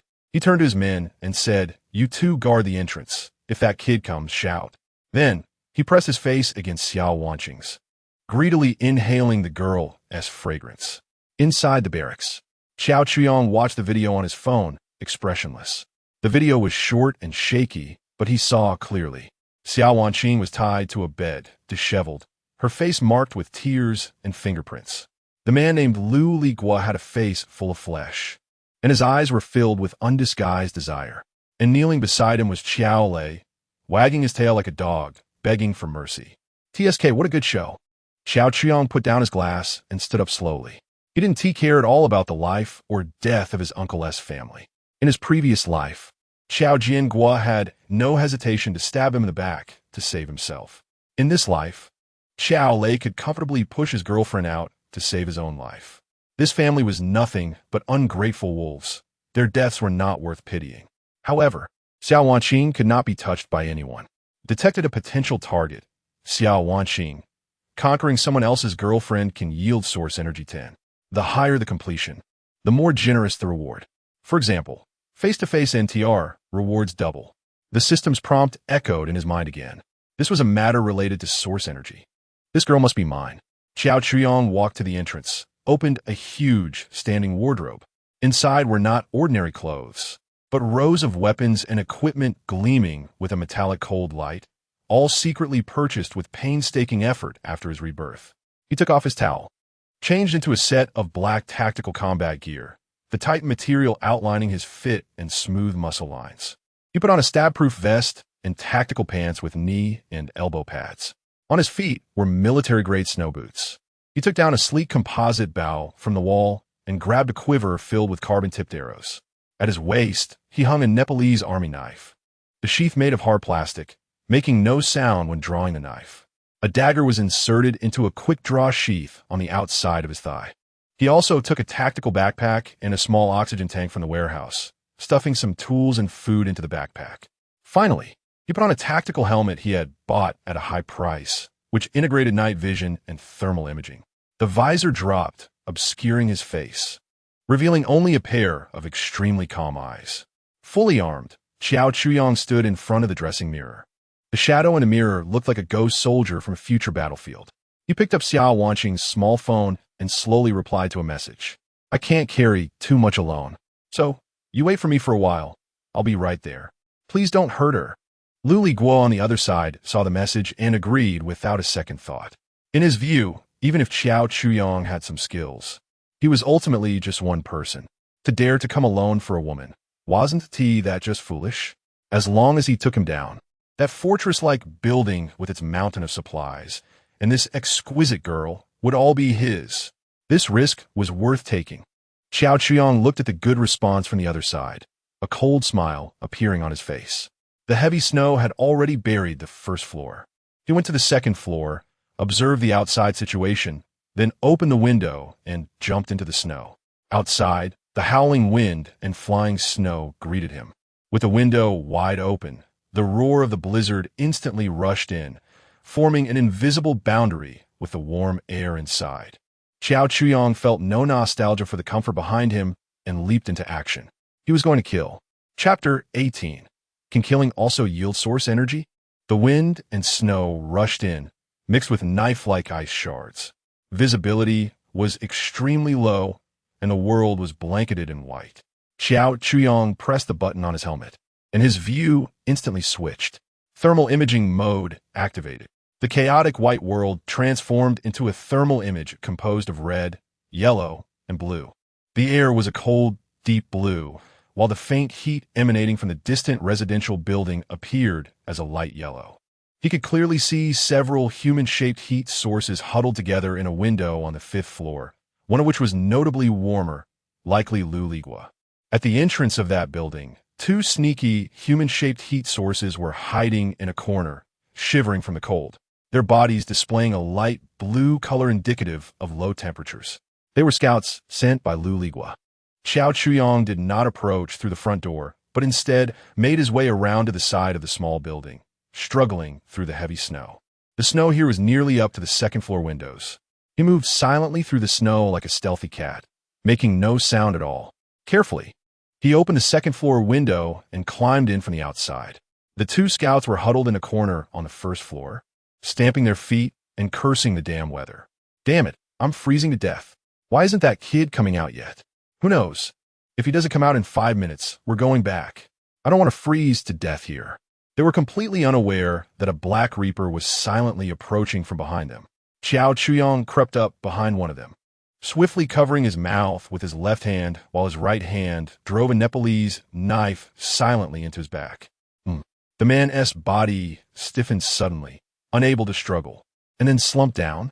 The other man heard the noise and turned around just in time to see his companion's body fall and the devil in a tactical helmet standing behind him. Terrified, he was about to scream, but Xiao Chuyang stepped forward, slicing his throat with the knife. Hiss! Blood gushed out, splattering a brilliant red flower on the ground. He clutched his neck, kneeling on the floor, his eyes filled with fear and unwillingness. It took no more than 3 seconds to deal with the 2 insignificant fish. Xiao Chuyang didn't even glance at their bodies. To him, these people were no different from zombies in the apocalypse. He had been forced to kill in his past life, so he felt no emotion. Ding! A notification sound suddenly rang in his mind. Detected host has killed humans too. Gained 2 points of source energy. Xiao Chuyang paused slightly. Killing can also yield source energy? This discovery surprised him a bit, but he quickly accepted this setting. In the apocalypse, the ugliness of humanity is more terrifying than zombies. Eliminating these scum also yields source energy. This deal is quite profitable. He dragged the two bodies to a dark corner and covered them with snow before turning to look at the dark space upstairs. Without any hesitation, Xiao Chuyong carefully made his way up. The hallway was in disarray, littered with discarded garbage and debris. He switched to night vision mode, and the darkness before him became clear. He climbed the stairs step by step. His footsteps were light, and his military boots made almost no sound on the concrete floor. 4th floor, 5th floor. He stopped at the stairway of the 5th floor. He could clearly hear a cacophony of foul language and a woman's crying coming from room 502. "Little beauty, don't cry. Brother will take good care of you. Damn, this skin is so smooth. Much better than the ladies I've played with before. Boss, you go first. We'll wait to drink soup." Xiao Chuyong's gaze turned cold. He did not choose to kick the door. Instead, he took out a homemade flashbang he had previously bought through underground channels from his tactical backpack and pulled the safety pin. Then, he approached the door of 502 and silently slipped the flashbang through the gap under the door.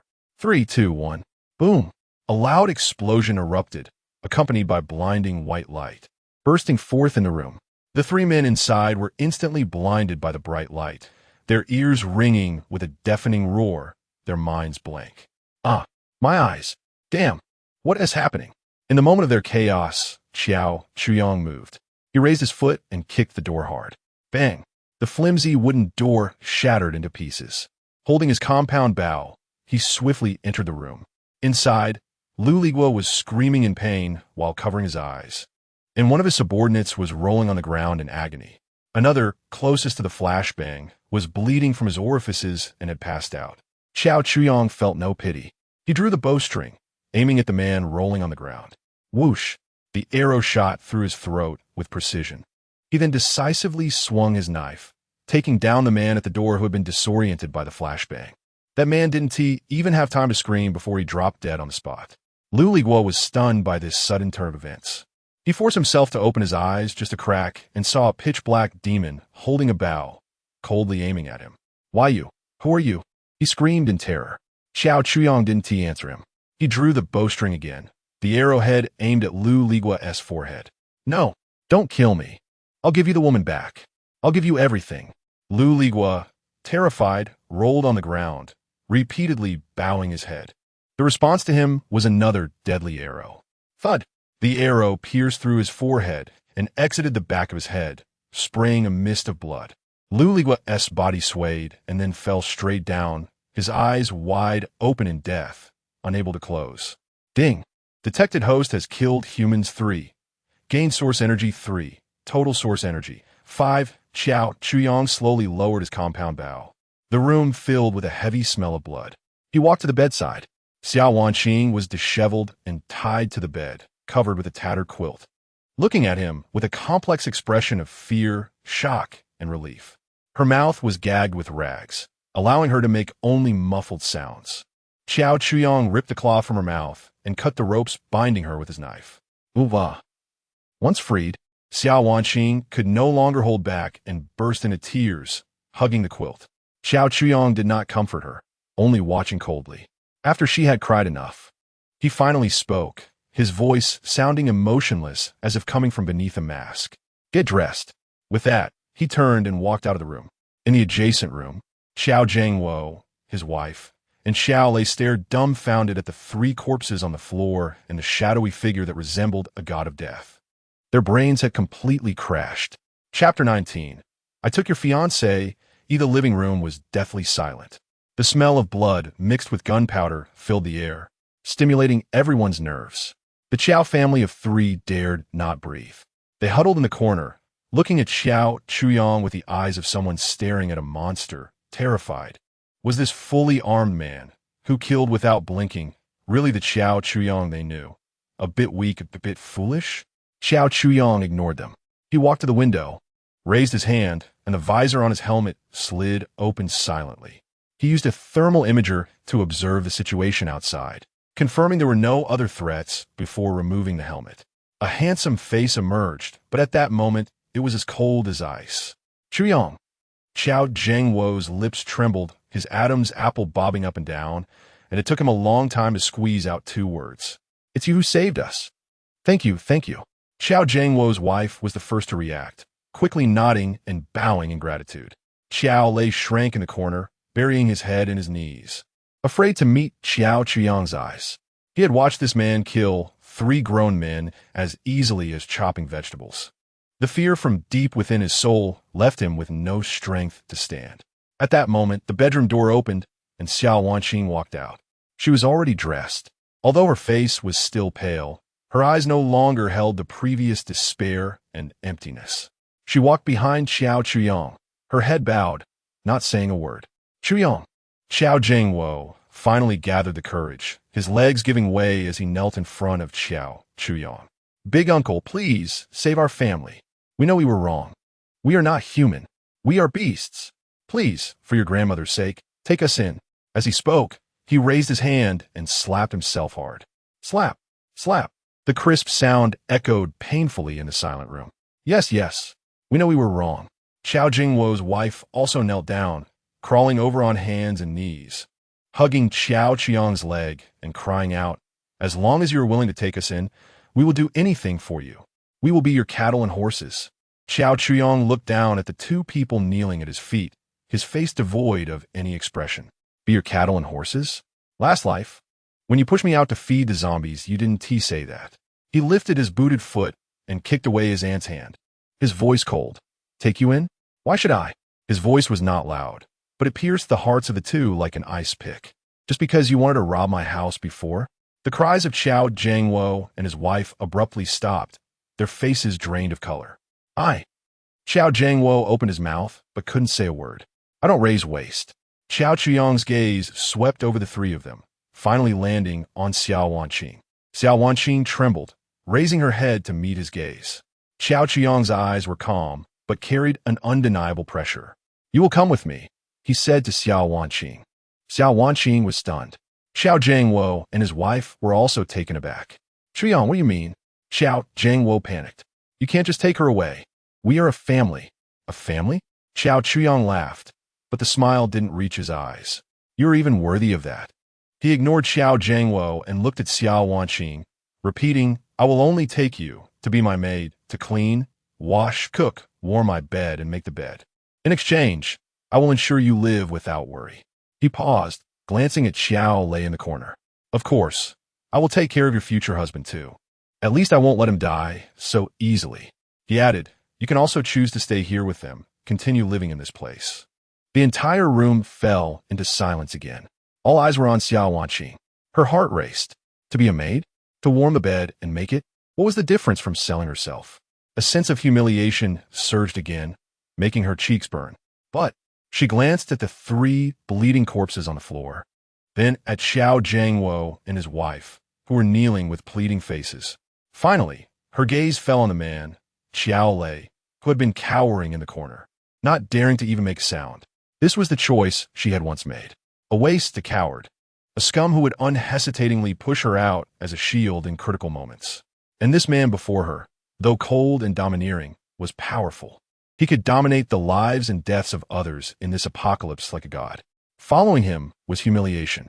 Staying behind meant death. This choice was not difficult to make at all. Xiao Wanqing took a deep breath, as if using all her strength, and slowly nodded at Xiao Chuyang. I will go with you. Wanqing, you can't go. Xiao Lei finally couldn't hold back, rushing over from the corner, trying to grab Xiao Wanqing's hand. You are my girlfriend. How can you go with him? Xiao Wanqing disgustedly shook off his hand, her voice carrying a coldness she herself didn't realize. If I don't go with him, how will you survive? Eat snow? Hearing this, Xiao Lei looked at Xiao Wanqing with grievance, tears welling in his eyes. Please, baby, I am your husband. Don't. Xiao Chuyang found this scene somewhat amusing.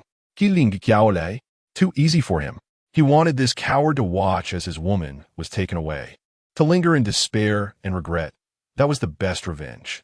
Thinking of this, he took out a few bottles of frozen mineral water from his backpack and grabbed a few packs of compressed biscuits, throwing them at Xiao Jingwo's feet. This is your food for the week. Consider it an advance salary for Xiao Wanqing. His voice carried no warmth. Make it last. Maybe you could survive until next week. As for whether there will be a next week, it depends on how well your fiancé works. After saying this, he no longer lingered and turned to walk towards the door. Xiao Wanqing bit her lip, without any hesitation, immediately following him. "Wanqing, don't go. Wanqing!" Xiao Lei cried out desperately from behind. Xiao Jiangwo and his wife then threw themselves on the ground, frantically tearing open the packs of compressed biscuits. The figures of Qiao Chuyang and Xia Wanqing disappeared into the wind and snow outside the door. In the hallway, the howling wind rushed in, stirring up the dust on the ground. Xia Wanqing, wearing only a thin vest and a short skirt, shivered from the cold as she stepped out of the door. Xiao Chuyang took out a thick military coat and a cotton hat from his spatial backpack, handing them to her. "Put this on." Xia Wanqing took it. The military coat was heavy and carried a hint of a man's scent. She clumsily put it on, wrapping her frail body in it, and finally felt some of the cold dissipate. "Walk in my footsteps. If you fall into the snow, I won't pull you out." Xiao Chuyang's voice came from ahead. She looked up at his broad back. That black combat uniform gave her an unprecedented sense of security in the dim hallway. She didn't know whether what awaited her was heaven or another hell, but she knew she had no way back. Chapter 20. After eating. It's time to work crossing the street buried under heavy snow, when Xiao Chuyang used the key card to open the heavy alloy door. Xia Wanqing felt as if she had instantaneously crossed from one world to another. Inside, warm air rushed towards her, dispelling the last traces of cold from her body. Bright lights illuminated the entire living room as if it were daytime. The air was filled with the aroma of roasted meat and a faint hint of fine red wine. Everything here was just as it appeared in the photo Qiao Chuyang had sent earlier. No, it was even more stunning than the photo. Is this really the end of the world? Xia Wanqing stood at the entrance, feeling somewhat at a loss. The cashmere carpet beneath her feet so soft that she hesitated to step down forcefully. She looked down at her dirty tank top and short skirt, her feet in soaked canvas shoes, feeling completely out of place in this immaculate environment. "Change your shoes." Xiao Chuyang's voice came. He had already changed out his combat gear and was wearing just a black t-shirt and casual pants, revealing his muscular arms. He took a pair of pink women's slippers from the shoe cabinet and tossed them at Xia Wanqing's feet. Xia Wanqing silently changed into the slippers and followed him into the living room. "First, go take a shower and wash away the smell on you." Xiao Chuyang pointed to the second floor. "The bathroom is in the master bedroom. There are clean clothes and towels inside." Xia Wanqing nodded and walked up the stairs. Pushing open the master bedroom door, she was once again stunned by the sight inside.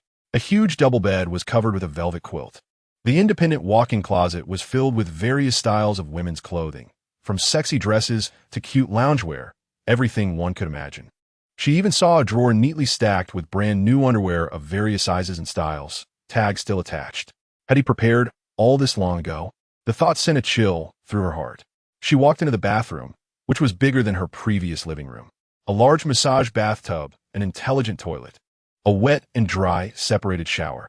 The towels hanging on the wall were made of Egyptian cotton, like those found only in five-star hotels. She turned on the shower, and the warm water washed over her, cleansing the dirt and fatigue of the past few days, as well as the humiliation and unease in her heart. Wrapped in the hot water, she felt as if she were dreaming. 3 days ago, she was still planning her future with Xiao Lei, calculating whether she could successfully marry into the Qiao family.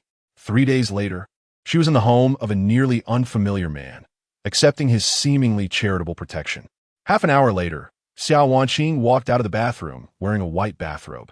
She dried her wet hair, hesitated for a moment, and then chose the most conservative long-sleeve and long-pants pajamas from the closet. When she went downstairs, Xiao Chuyang was already sitting at the dining table. On the table were 2 freshly cooked sirloin steaks, sizzling with heat, alongside a colorful vegetable salad and 2 glasses of red wine. The rich aroma of meat made her stomach growl embarrassingly. She hadn't eaten a proper meal in 3 days. Xiao Chuyang cut a piece of steak and chewed it slowly. He didn't invite Xia Wanqing to sit down, merely gestured with his eyes to the seat across from him. Xia Wanqing hesitated for a moment, but still pulled out a chair and sat down. "Eat up," Xiao Chuyang said lightly. Xia Wanqing picked up the knife and fork, her movements somewhat clumsy as she began to cut the steak. When the first bite of tender, juicy beef entered her mouth, it felt like her taste buds were exploding. Tears streamed down her face involuntarily. She couldn't tell whether the tears were from the delicious food relief for surviving, or confusion about her future fate. She ate ravenously, as if trying to make up for the hunger of the past few days. Xiao Chuyong didn't rush her. He simply watched her eat quietly. The meal ended in silence. Xiao Wanqing cleaned her plate, even using bread to soak up the last drop of gravy. "Are you full?" Xiao Chuyong put down his wine glass and wiped his mouth with a napkin. "Mm." Xiao Wanqing replied softly. "Once you're full, it's time to work." Xiao Chuyong stood up and pointed at the plates on the table. "The first lesson is to learn to be a qualified maid. Clean this place up, wash the dishes, and mop the floor." Xiao Wanqing's body stiffened. Ever since she was little, she had been treated like a princess at home. She had never done such rough work. However, she had no right to argue. She silently stood up and began to clear the plates from the table. Xiao Chuyong lounged comfortably on the sofa, turned on the TV, and started watching a movie. The large screen displayed a classic sci-fi film, with excellent surround sound that made explosions and gunfire seem as if they were happening right beside her. Xiao Wanqing, in the kitchen, awkwardly washed the dishes. The dish soap bubbles got on her hands, and as she looked at her reflection in the sink, she felt strange and pitiful. Was this the price she had to pay for choosing to survive? After cleaning the kitchen, she took a mop and started mopping the floor. The living room was large, and she was sweating profusely. Meanwhile, that man lay on the sofa, enjoying the movie and red wine, not even glancing at her. He treated her like a tool, like a true maid.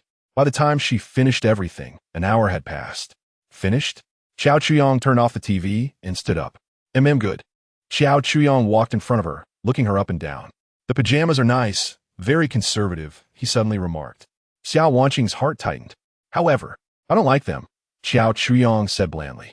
"Tomorrow, wear something I like." He picked up a beautifully packaged box from the sofa and handed it to Xiao Wanqing. "This is for you. Wear it tomorrow." Xiao Wanqing took the box, feeling its lightness in her hands. She didn't know what was inside, but she had a bad premonition. "Your room is in the guest room on the 3rd floor. Go up by yourself."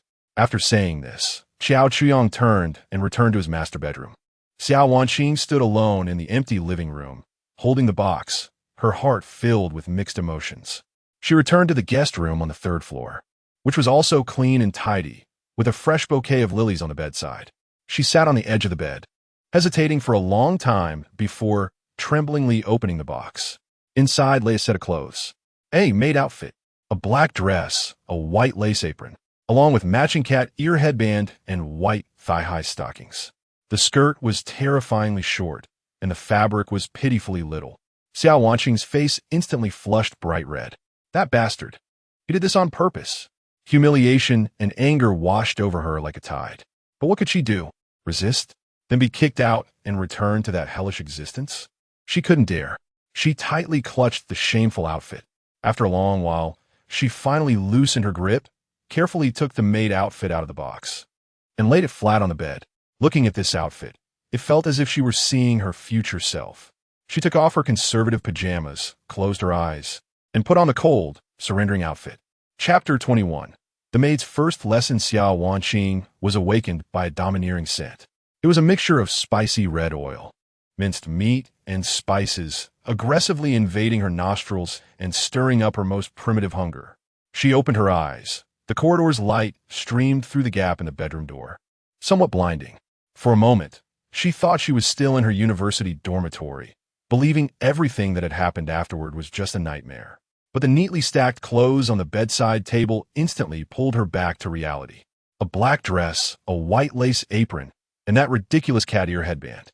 After a long hesitation, she resignedly picked up the outfit and walked into the bathroom. The cold fabric clung to her skin, making her shiver.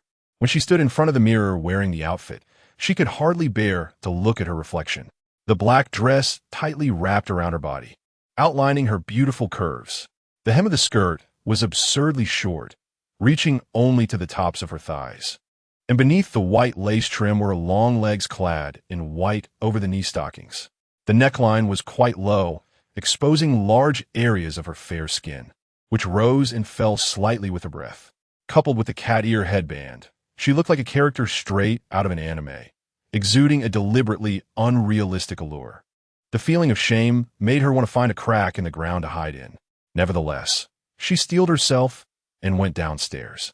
Xiao Chuyang was sitting at the dining table, leisurely eating his breakfast. It was a bowl of steaming Chongqing noodles. The red oil broth was floating with green scallions and fragrant minced meat, and the golden noodles were coated in sauce, making it mouth-watering just to look at. We took it out from the space warehouse. The noodles still maintained the temperature and texture of being freshly cooked. Hearing footsteps, Xiao Chuyang looked up. Upon seeing Xiao Wanqing's outfit, a glimmer of satisfaction flashed in his eyes, but his face remained expressionless. "Come here." He waved her over. Xiao Wanqing lowered her head, her pink slippers making a slight scraping sound on the floor as she moved to his side, nervously clutching the corner of her apron. "What do you want for breakfast?" he asked. Xiao Wanqing was taken aback. She hadn't expected Xiao Chuyang to ask her this. She thought she didn't even have the right to eat. I'm not hungry," she said softly. "Not hungry?" Xiao Chuyang raised an eyebrow, putting down his chopsticks. A maid must act like a maid. When a master asks a question, you must answer truthfully. "I'll ask you again, what do you want to eat?"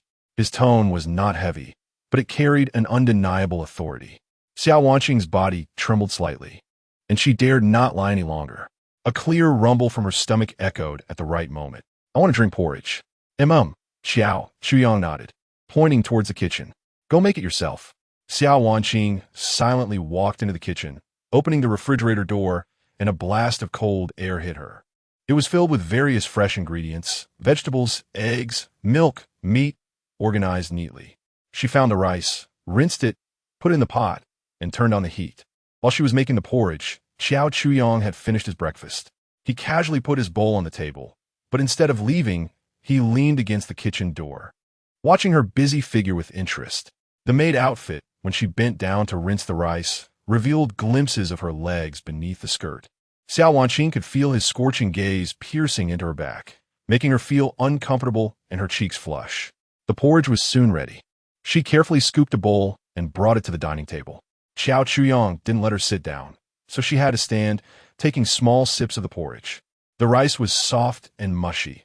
One bowl of hot porridge warmed her stomach and dispelled some of her unease. "Finished?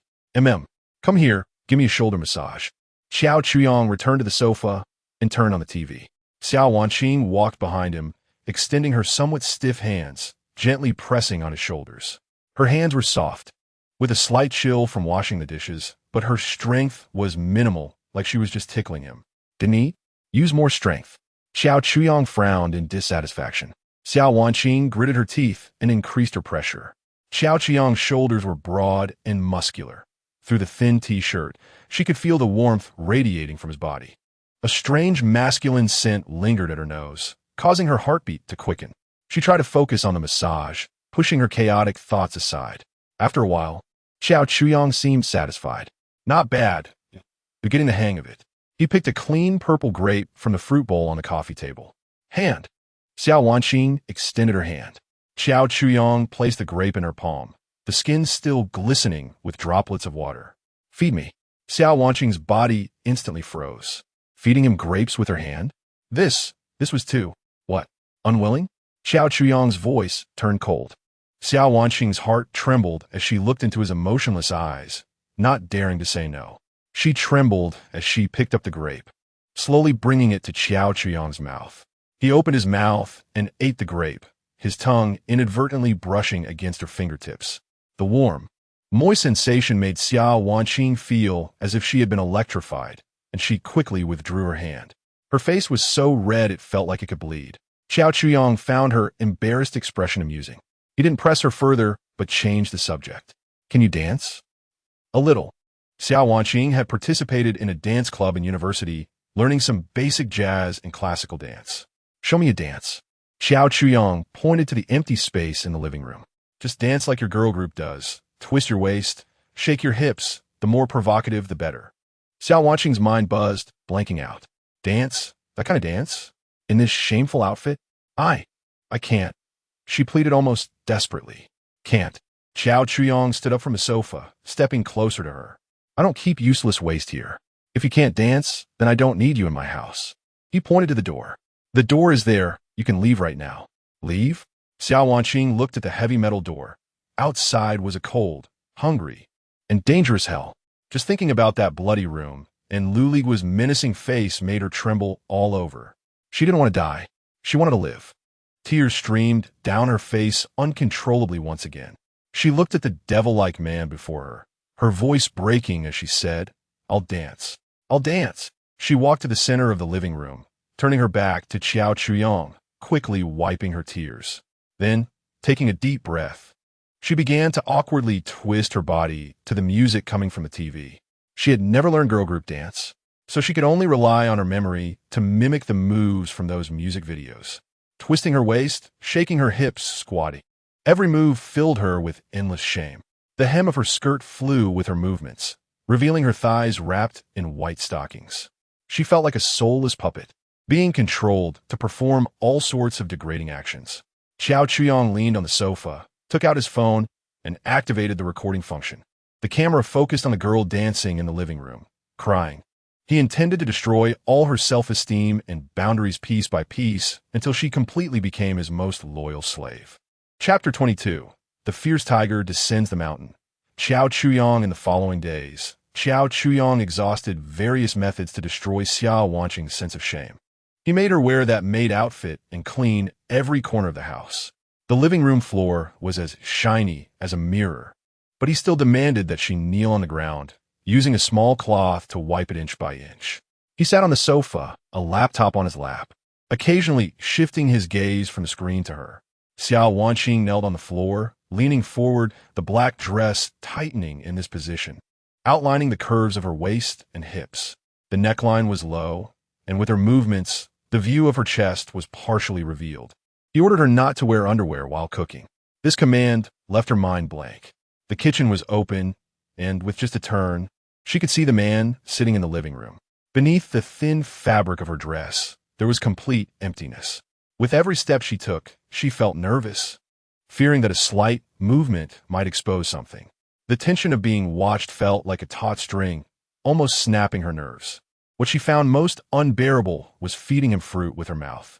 That afternoon, Qiao Chuyang leaned back on the sofa watching a movie, casually picking a glistening purple-red grape from the crystal fruit bowl on the coffee table. "Come here." Xiao Wanqing moved over, standing in front of him. "Hand." She obediently extended her hand. Qiao Chuyang didn't hand her the grape, but placed it directly in her palm. The cool grape, with droplets of water, dampened her palm. "Hold it with your mouth and feed me." Xiao Wanqing's body instantly froze. She looked at the grape, then at Qiao Chuyang's expressionless face. Her lips moved, but no sound came out. "What? Can't you understand my words?" Qiao Chuyang's tone turned cold. That icy chill made her shiver. She dared not hesitate any longer, gripping the cold grape, her fingers trembling as she slowly brought it to her lips. Qiao Chuyang opened his mouth, signaling her to lower her head to feed him the grape. Xiao Wanqing had no choice but to close her eyes, enduring the discomfort as she leaned closer to his lips. He extended his tongue, the warm tip brushing against the grape and her lips. The wet, warm sensation felt like an electric current, instantly coursing through her body. Xiao Wanqing trembled as if scalded, instinctively wanting to pull back her head. But she held it in. She saw Qiao Chuyang's eyes watching her, a hint of playful amusement in them. She forced herself to stay in place, allowing him to take the grape along with the coolness of her lips into his mouth. Only after he finished eating did she quickly pull back her head, her cheeks uncontrollably flushed. She felt her personality was being gradually stripped away and reshaped. The sense of shame still existed, but it was no longer as intense as at the beginning, because she realized as long as she obeyed this man, she could have everything she wanted: a warm room, clean hot water, and endless food. She even began to enjoy this life, no longer worried about where her next meal would come from, no longer afraid of freezing or starving to death, and no longer on edge against the thugs who might break in at any moment. Here, she was safe, and the price was merely giving up that ridiculous self-esteem. That night, after Qiao Chuyang finished working out at the gym, he returned to the living room. He was shirtless, sweat glistening on his solid chest and abs, exuding primal, wild strength. Xiao Wanqing immediately, as usual, brought over a cup of warm water, also holding a clean towel. Her maid outfit, worn down from multiple washes, still held a unique allure on her. Xiao Chuyong took the cup and drank in one go, then took the towel to wipe his sweat.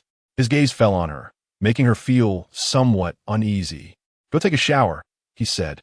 Xiao Wanqing paused for a moment, but obediently nodded and turned to walk towards the bathroom on the second floor. When she finished her shower and came out in a bathrobe, she found Xiao Chuyong leaning against the doorframe of the master bedroom, waiting for her. He had showered as well, changed into a clean black silk pajama, and his hair was still dripping with water. "Tonight, you sleep here." He pointed to the huge double bed in the master bedroom. Xiao Wanqing's heart skipped a beat. She knew that what was to come had finally arrived. She lowered her head, fingers tightly gripping the tie of her bathrobe, saying nothing and not moving. "What?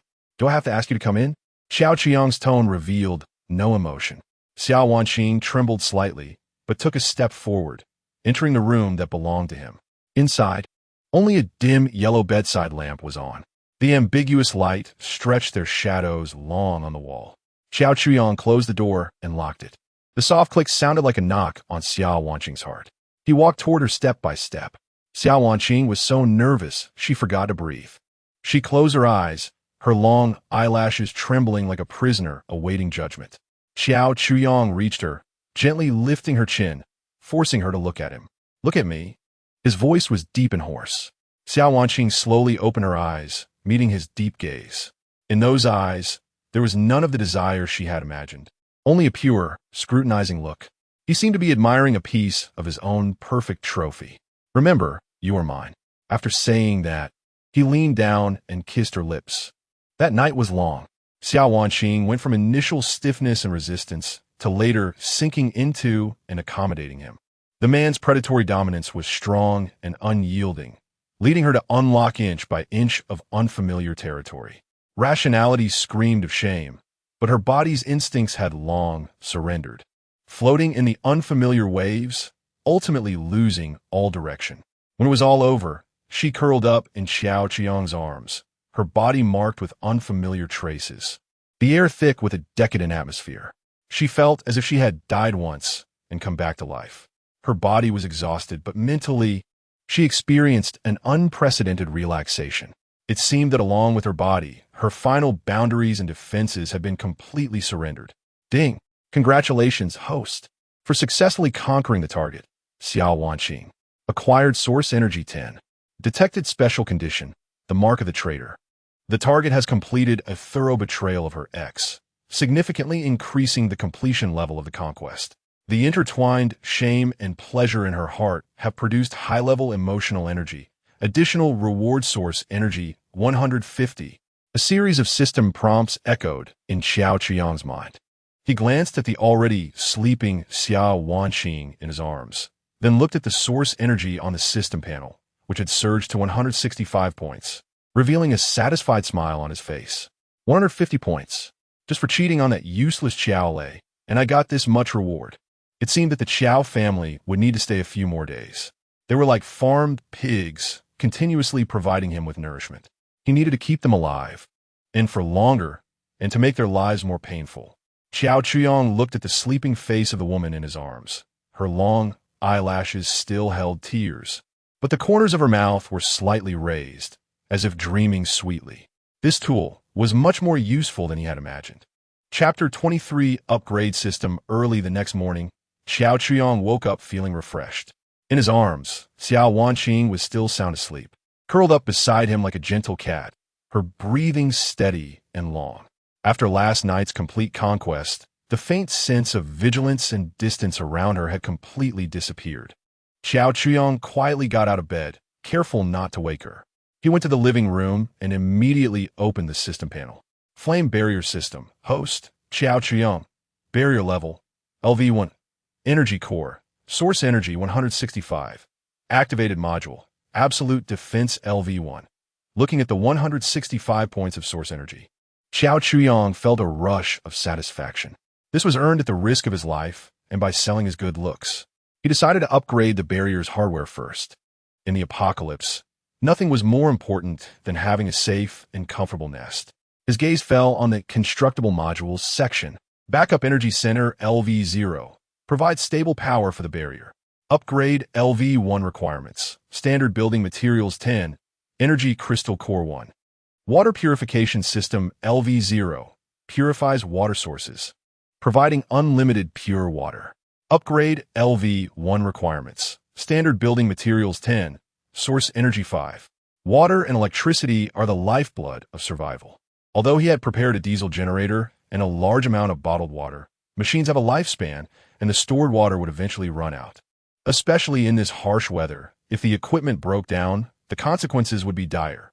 He didn't have an energy crystal core, but he had more than enough resources to upgrade the water purification system. Upgrade the water purification system to LV1, Xiao Chuyong silently thought. Confirm consumption of standard building materials 10, source energy 5, upgrade water purification system. Confirm. Upgrade started, expected duration 10 minutes. As soon as the voice fell, Xiao Chuyong felt a slight tremor throughout the small building, and a subtle buzzing resonated through the floor beneath him. He walked to the first floor storage room. The originally empty walls were undergoing an incredible transformation. A metallic texture seeped from within the walls, rapidly forming a complex set of equipment. Thick pipes automatically extended, ultimately converging into a central processor that flickered with a blue glow. The entire process was silent, filled with a cold sense of technology. 10 minutes later, all the indicator lights on the equipment changed from flashing blue to solid green. Ding!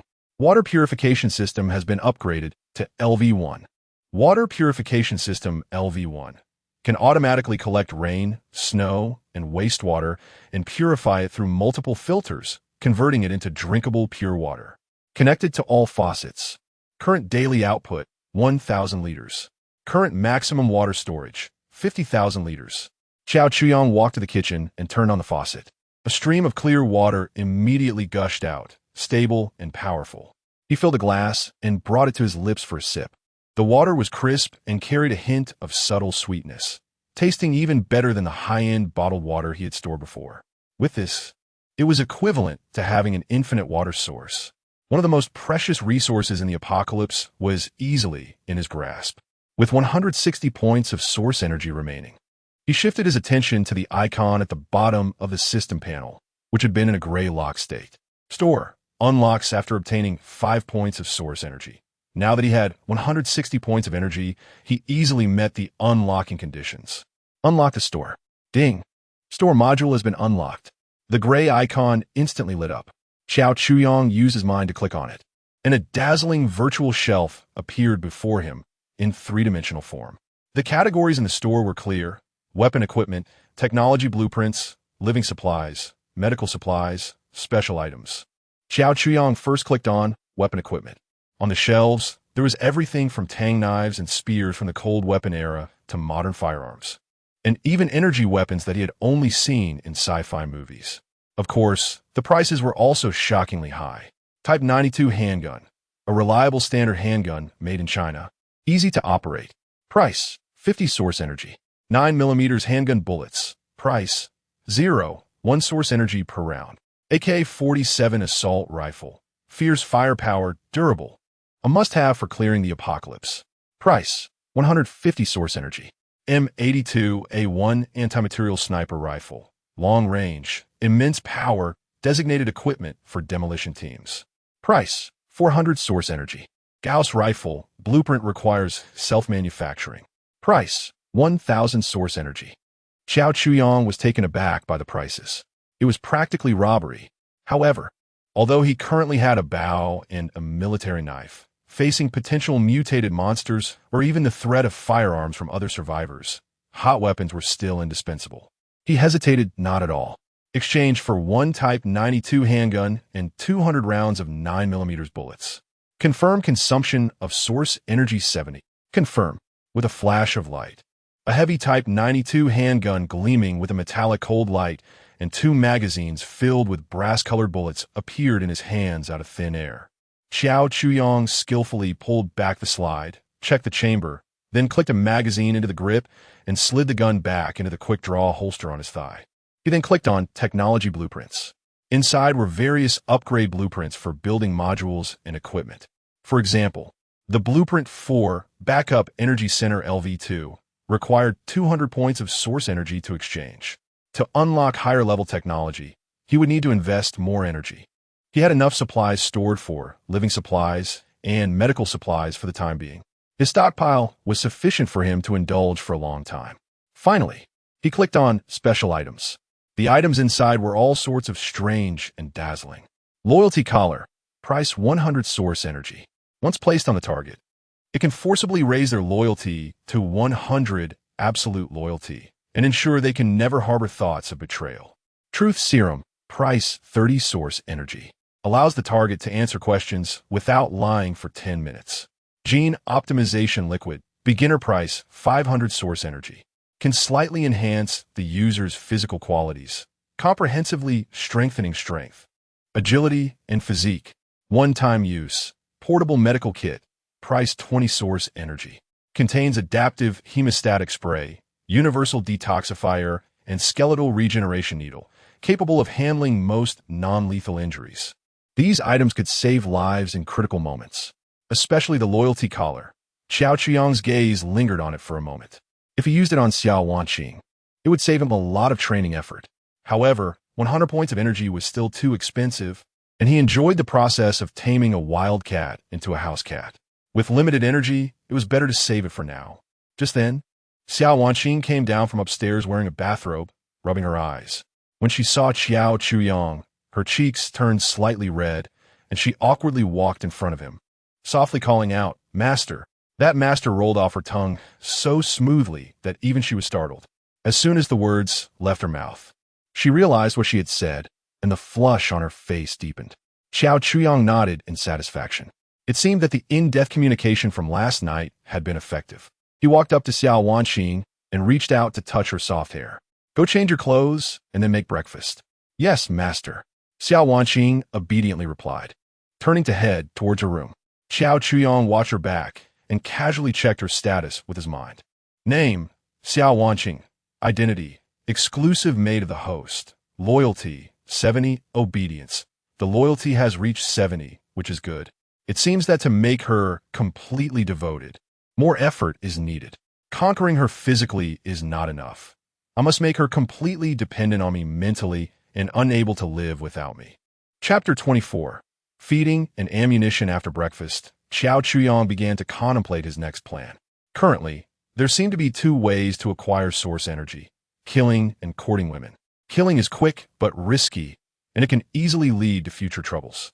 Courting women, while slower, is safer and offers substantial one-time rewards. More importantly, it can provide a continuous, albeit small, supply of energy, like with Xiao Wanqing. Last night's experience revealed a new energy growth point to him. The emotional fluctuations generated by Xiao Wanqing in extreme pleasure can also be captured by the system and converted into source energy. Although it's only a meager 5 points at a time, it adds up to a considerable income. Moreover, he discovered that relationships built through dual conquest of body and mind can significantly enhance the loyalty of the target. It seems that a proper mix of kindness and severity is the way to go. Xiao Chuyang rubbed his chin, secretly calculating. The Qiao family is a ready-made, sustainable energy farm. They can't be allowed to die.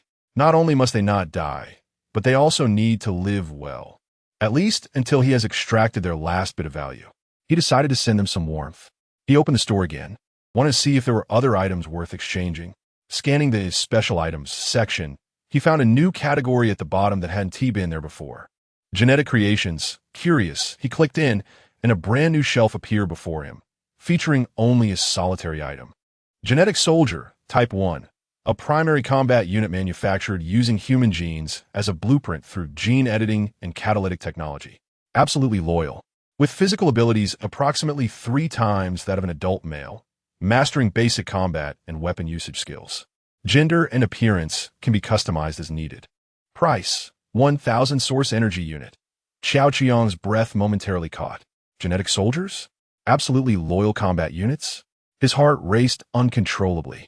If he could form an army entirely composed of genetic soldiers. He glanced at the steep price of 1,000 points of source energy. Conquering Xiao Wanqing, along with various doubling rewards, only yielded 160 points. To exchange for a genetic soldier, he would need to conquer at least 6 more high-quality targets like Xiao Wanqing. This discovery instantly elevated his original plan of enjoyment and energy acquisition to a strategic level. He closed the store, and his vision became increasingly clearer. He went to the ground floor storage room, which was filled with various supplies. He picked out some items: 10 packs of compressed biscuits, 5 cans of luncheon meat, a few bottles of vitamins, and a box of antibiotics. These items were trivial for him, but could be life-saving treasures for the Qiao family. He also found an old Nokia phone in the warehouse. This type of phone is very power efficient, lasting a week on a single charge. He charged the phone and inserted in a used SIM card. Currently, the satellite was still operational, and mobile calls were temporarily usable. This would serve as a communication tool for the Qiao family, allowing him to keep track of the farm's dynamics at any time. After doing all this, he felt it was still not enough. Since he was going to play, he might as well make it thrilling. He returned to the living room, where Xiao Wanqing was kneeling on the ground in her maid outfit, diligently cleaning the floor. She was very focused. Her long, dark hair swayed gently with her movements, and the curves beneath her short skirt were enticing, while the white stockings hugged her shapely calves, leaving clean marks on the floor. "Wanqing, come here." Xiao Chuyong beckoned her. "Yes, master." Xiao Wanqing immediately stopped her work and walked obediently to him, slightly lowering her head, not daring to meet his gaze. "Sit on my lap." Xiao Chuyong patted his thigh. Xiao Wanqing's cheeks flushed, and her breathing became somewhat rapid. After a moment of hesitation, she complied and sat sideways on him, her body stiff and not daring to move. Xiao Chuyong took out his phone and turned on the recording function. He wrapped one arm around Xiao Wanqing's soft waist, pulling her closer, while his other hand picked a fresh, juicy strawberry from the fruit plate and brought it to her mouth. "Eat it." Xiao Wanqing opened her small mouth and took in the strawberry, the cold, sweet juice bursting in her mouth. "Now feed me." His voice carried a hint of irresistible command. Xiao Wanqing's face turned even redder, fully aware of how Xiao Chuyong wanted her to feed him. She closed her eyes, her long eyelashes trembling, and slowly transferred the chewed strawberry to Xiao Chuyong's mouth with her tongue. Click! Xiao Chuyong pressed the shutter, capturing the moment. He changed angles and recorded several segments that would make any man furious. In the videos, Xiao Wanqing was as obedient as a little kitten, completely compliant with him, her eyes even reflecting a hint of dependency and infatuation that she herself was unaware of. "All right, you can continue your work." After playing around for the morning, he put away his phone, satisfied, and patted her top behind. Xiao Wanqing blushed, got off him, and continued to clean the floor, but her movements now carried an indescribable shyness, and she worked even harder. Xiao Chuyong saved the videos and photos, categorizing them into an encrypted folder. These would serve as ammunition for him to stimulate Xiao Lei and harvest source energy in the future. As noon approached, Xiao Chuyong felt somewhat hungry. "What else for lunch?" he asked Xiao Wanqing, who was still mopping the floor. Xiao Wanqing paused, thought for a moment, and quietly said, "Master, I want to make sweet and sour pork and mapo tofu, and also cook a 3-flavor soup. Is that okay?" Go ahead." Xiao Wanqing felt as if she had been granted amnesty and immediately walked into the kitchen, tying on a white lace apron and getting busy. She first took out a piece of high-quality pork tenderloin from the refrigerated cabinet, cut it into strips, coated it with starch, and fried it in hot oil until golden and crispy. Then, she prepared another pot, mixing ketchup, white vinegar, and sugar to create a sweet and sour sauce, quickly stir-frying the fried pork in it to ensure each piece was evenly coated. Next was the mapo tofu, which she blanched in salted water to remove the bean smell. In a hot pan, she sauteed minced beef, then added bean paste, fermented black beans, and chili powder, frying until the oil turned red and the aroma filled the air. Finally, she added the tofu, simmering it on low heat with broth to let the tofu fully absorb the flavors, and sprinkled some green garlic shoots and Sichuan pepper powder before serving. The 3-flavor soup included sea cucumber, shrimp, and bamboo shoots, resulting in a clear and delicious broth. Soon, the 3 dishes and 1 soup were served on the table. The sweet and sour pork was bright red. The mapo tofu was a mix of red and white. The 3-flavor soup was crystal clear, accompanied by 2 bowls of translucent white rice, filling the air with a mouth-watering aroma. Xiao Chuyong took a bite of the sweet and sour pork. It was crispy on the outside and tender on the inside, sweet and sour. Not bad, he complimented, which was a rare praise from him. Xiao Wanqing stood by, and upon hearing his praise, her face broke into a happy smile, more satisfied than if she had eaten herself. Meanwhile, in a bathroom of a nearby residential building, Xiao Jiangwo was carefully breaking a compressed biscuit into 3 pieces. Make it last. This is our share for 3 people for a day. He handed 2 pieces to his wife and son, keeping the smallest piece for himself, nibbling at it slowly. The biscuit was dry and hard to swallow. After a few bites, Xiao Lei complained, "Dad, this is too hard to eat. I want meat." "Meat? You want to eat shit." Xiao Jiangwo slapped him on the back of the head. "This is already good enough." If it weren't for Wanqing mentioning Xiao Wanqing, all 3 fell silent. They all knew that these life-saving foods were exchanged by Xiao Wanqing for something. A trace of humiliation and resentment flashed across Xiao Lei's face, but he said nothing, just lowered his head and stuffed the remaining biscuits into his mouth. Everything was ready. Xiao Chuyong put on his black combat uniform again, donned his helmet, and packed the prepared supplies and phone into a backpack. Before leaving, he glanced at Xiao Wanqing, who was washing dishes in the kitchen. "I'm going out for a while. Clean the whole house before I return. If I come back and find a speck of dust, you know the consequences." "Yes, master." Xiao Wanqing stopped her movements, turned around, and replied respectfully. Xiao Chuyong nodded and turned to walk towards the door. He did not tell her what he was going to do. The maid only needed to obey orders, not to know too much. The heavy alloy door slowly opened, and the wind and snow outside continued. Xiao Chuyong, with his backpack, walked into the vast expanse of white. He was going to fertilize his energy farm. Chapter 25. Humiliating food. The wind and snow were less intense than before, but still stung the face. Xiao Chuyong, dressed in black combat gear, walked over the thick layer of snow. He did not take the main road, but instead moved through the shadows between the buildings. Along the way, he saw many people frozen to death in the snow.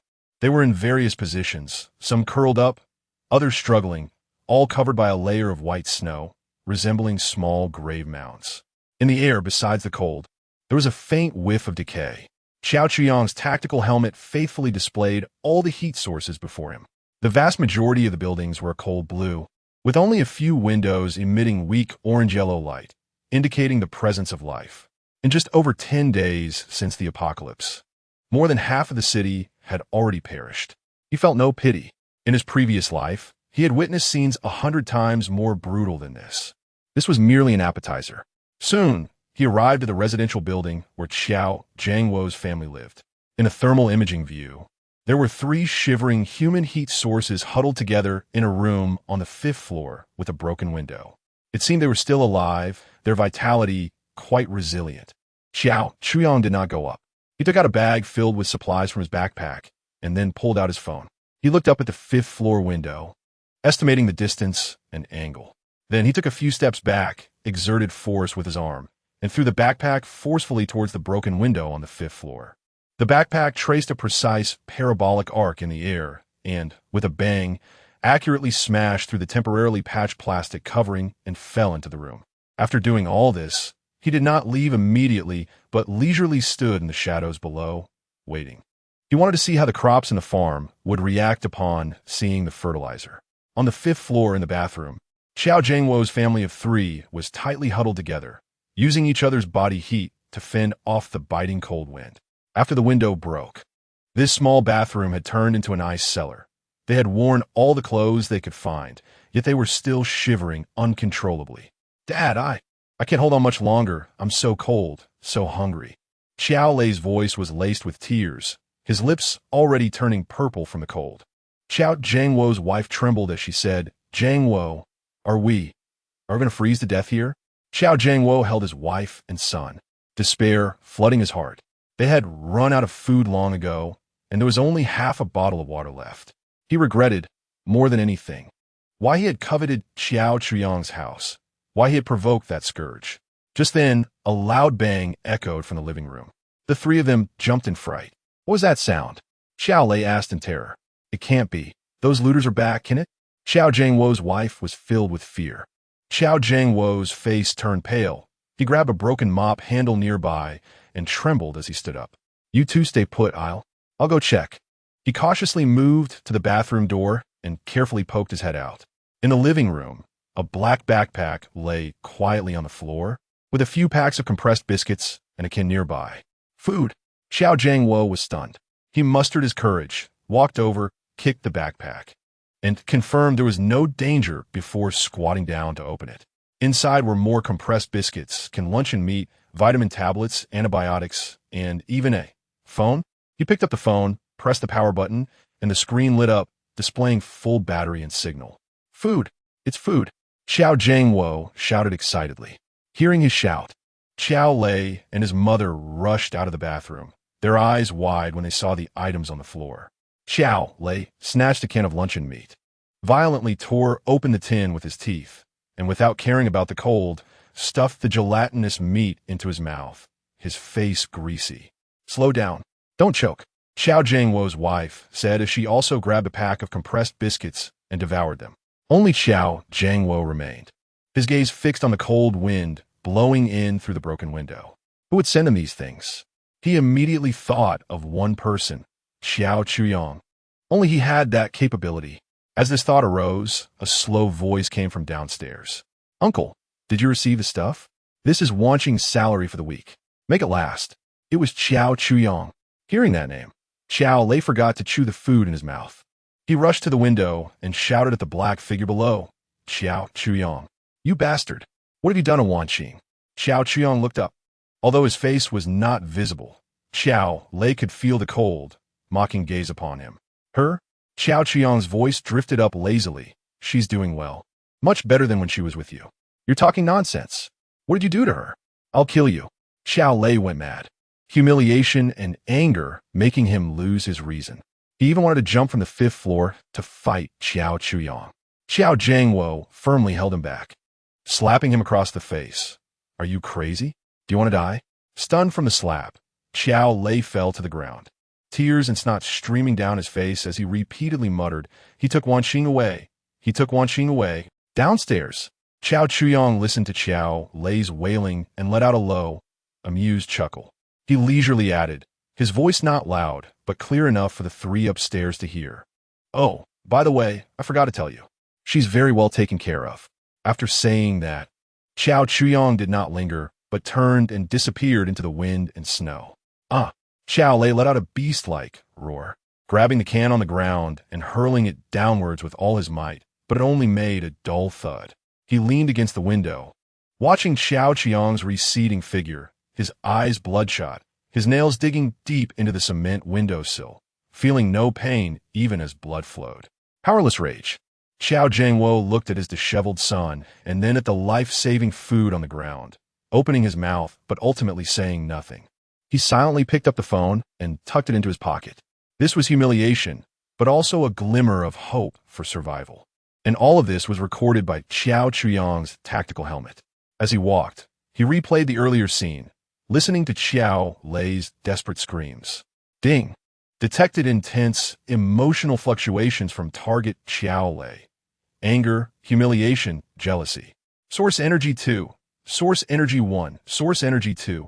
A series of prompt sounds echoed in his mind. Although each time there was only 1 or 2 points, it added up over time. The farm had begun to produce energy. Xiao Chuyong was in a good mood and decided to take a detour to check on the lives of other neighbors. Chapter 26 Regret leaving Xiao Jiangwo's house. Xiao Chuyong did not return directly to the barrier. He wandered slowly through the desolate city village like a king surveying his territory. The thermal imaging function of his tactical helmet allowed him to easily see everything in the darkness. He directed his gaze towards building number 3.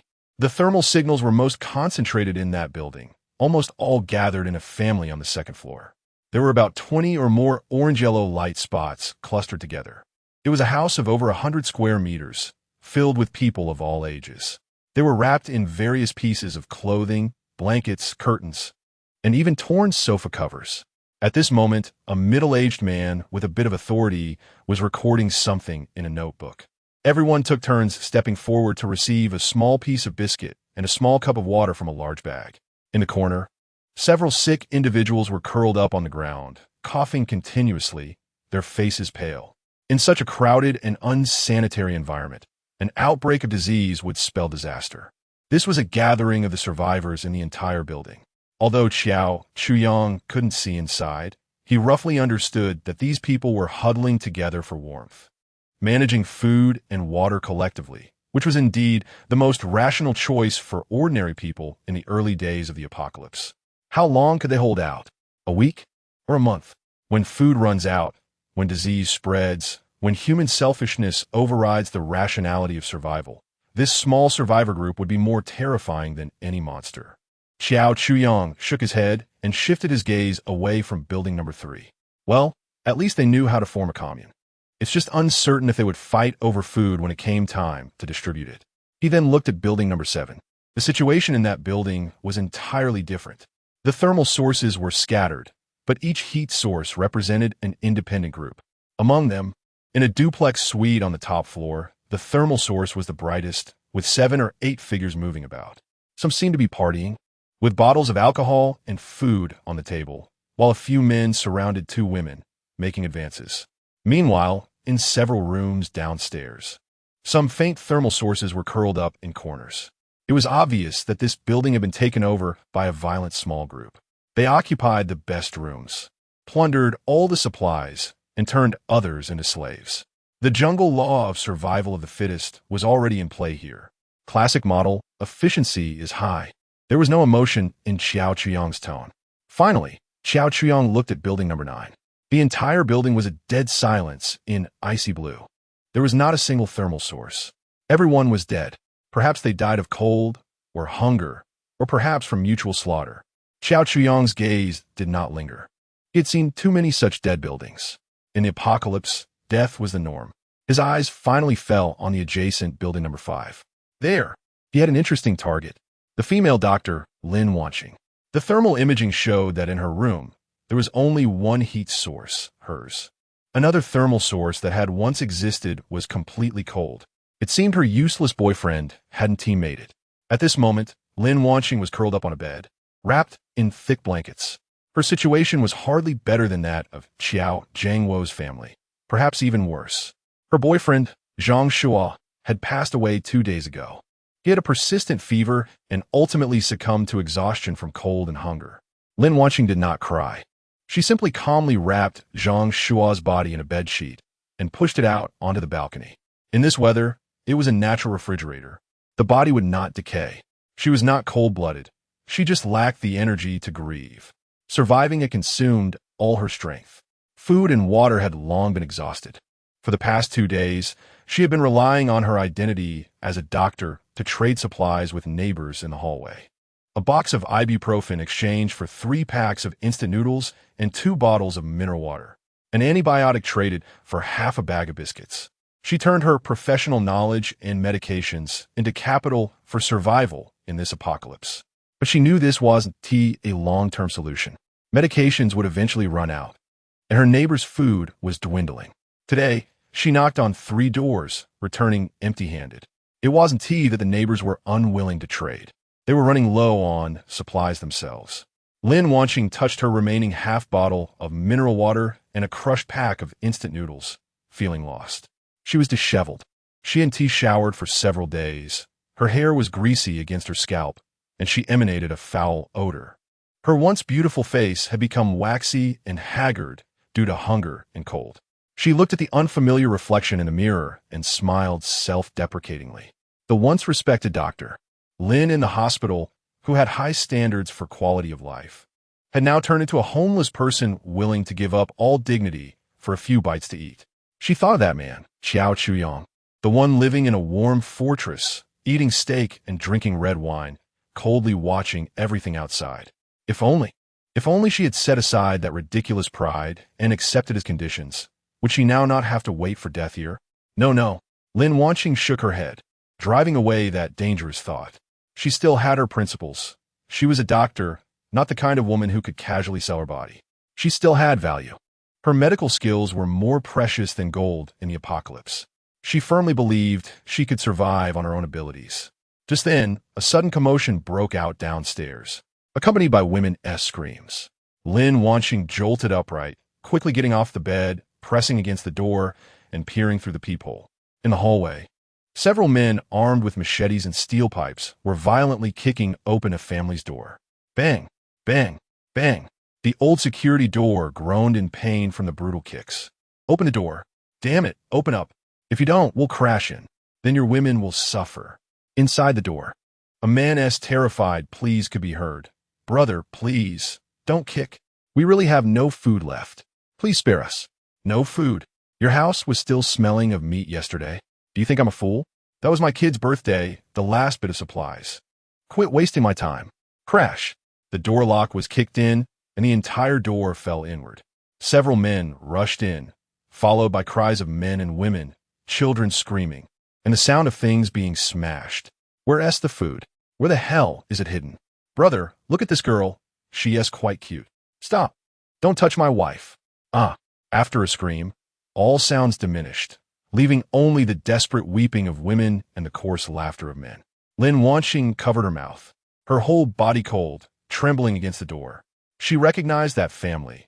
They were honest folks living on the third floor. The man was a programmer, not very talkative, always smiling when he saw people. The day before yesterday, she had traded a box of cold medicine for a pack of biscuits from their house. Now they were finished. The building she was in had also encountered a violent gang, just like building number 7. She immediately rushed back to her room, frantically using cabinets, tables, and everything movable to barricade the door. After doing all this, she collapsed onto the floor, breathing heavily.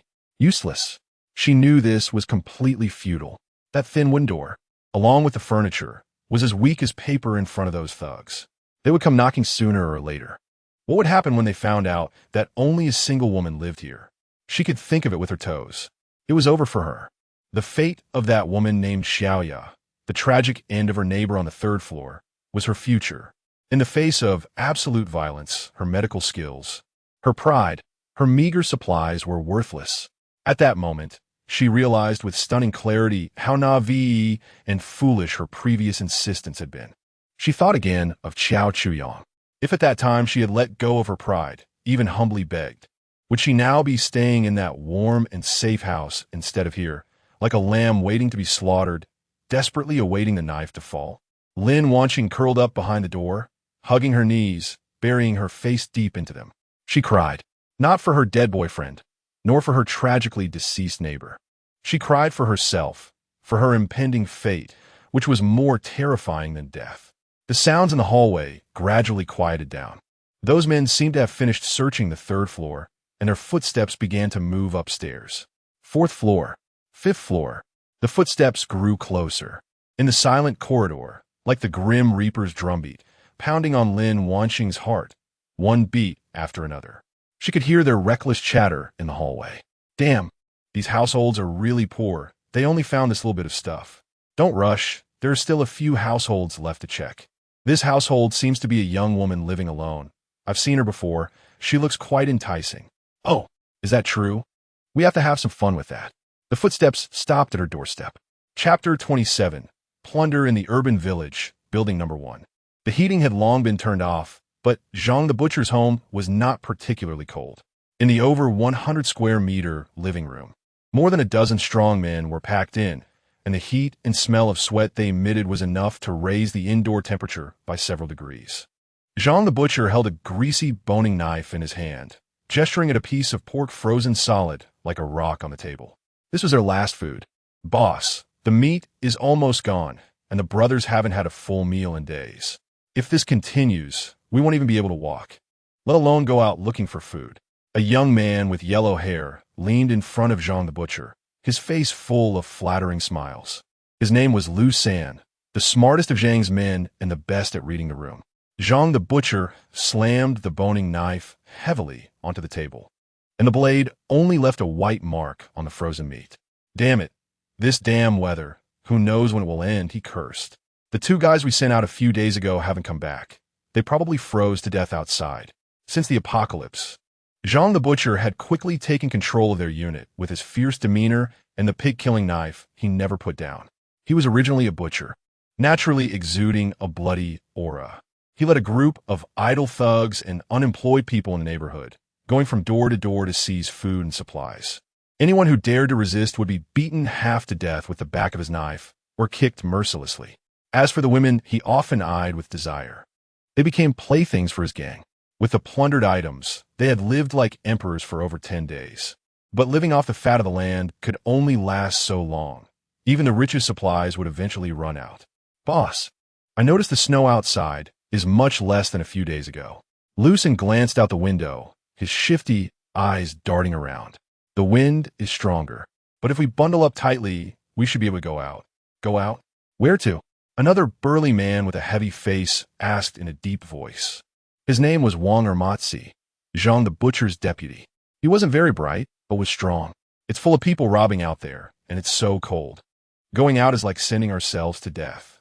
Brother Wang, we can't think like that, Lu San said, lowering his voice a bit. We've already scavenged everything in this building. Staying here is just waiting to die. I've been observing for several days, and it seems there are still many people alive in building number 5. If we go over there, we can definitely score a lot of good stuff. Building number 5? Jean the Butcher squinted his eyes, which had been squished into a slit by his fat. Yes, building number 5. Lu San's tone became excited, spitting as he spoke. I heard there's a female doctor in that building, and she's a real beauty, if we can bring her over. Hee boss. Then if any of the brothers get a headache or fever, we won't have to tough it out anymore, right? Hearing the words female doctor, all the men's breaths in the room grew heavier. Jean the Butcher's eyes instantly lit up. He was a rough man, unafraid of anything except for getting sick. In this world lacking medicine, even a small cold could take a life. A doctor was more precious than gold, especially a beautiful female doctor. That woman, would she willingly come with us? Jean the Butcher licked his greasy lips, his mind already racing. Boss, what does it matter whether she wants to or not at a time like this? Lu San grinned maliciously, revealing a mouthful of yellow teeth. We just charge in, break the men's legs, and take the women. Anyone who dares to resist gets killed on the spot. Let them know who is the boss here. Lu San's words ignited the powder keg of emotions in everyone's hearts. You're right. Damn it. Rob the food. Rob the women. I've been holding back for days. It's time to let off some steam with a woman. The men in the room were all stirred up, rolling up their sleeves, their eyes gleaming with greed and brutality.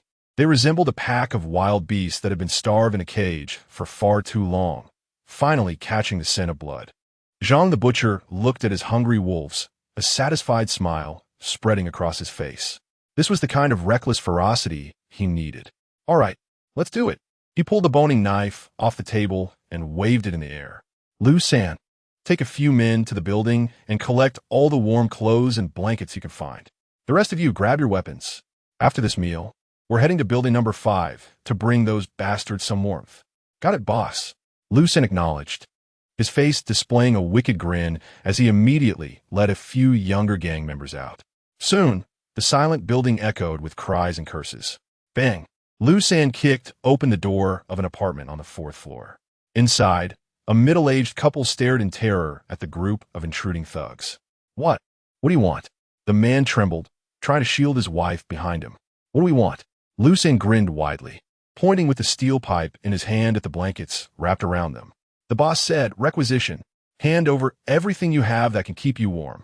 No, this is our last blanket. If we give it to you, we'll freeze to death. The woman cried, pleading, freeze to death? One of Lu San's little thugs slapped the woman across the face, knocking her to the ground. Better to freeze to death than to get killed by me. Stop talking. Get to it. Several men pounced like wolves. They violently tore the blankets and winter clothes off the couple.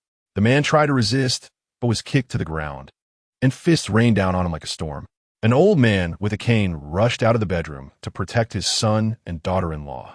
But one of the thugs kicked him behind the knees, causing him to scream as he collapsed, unable to get back up.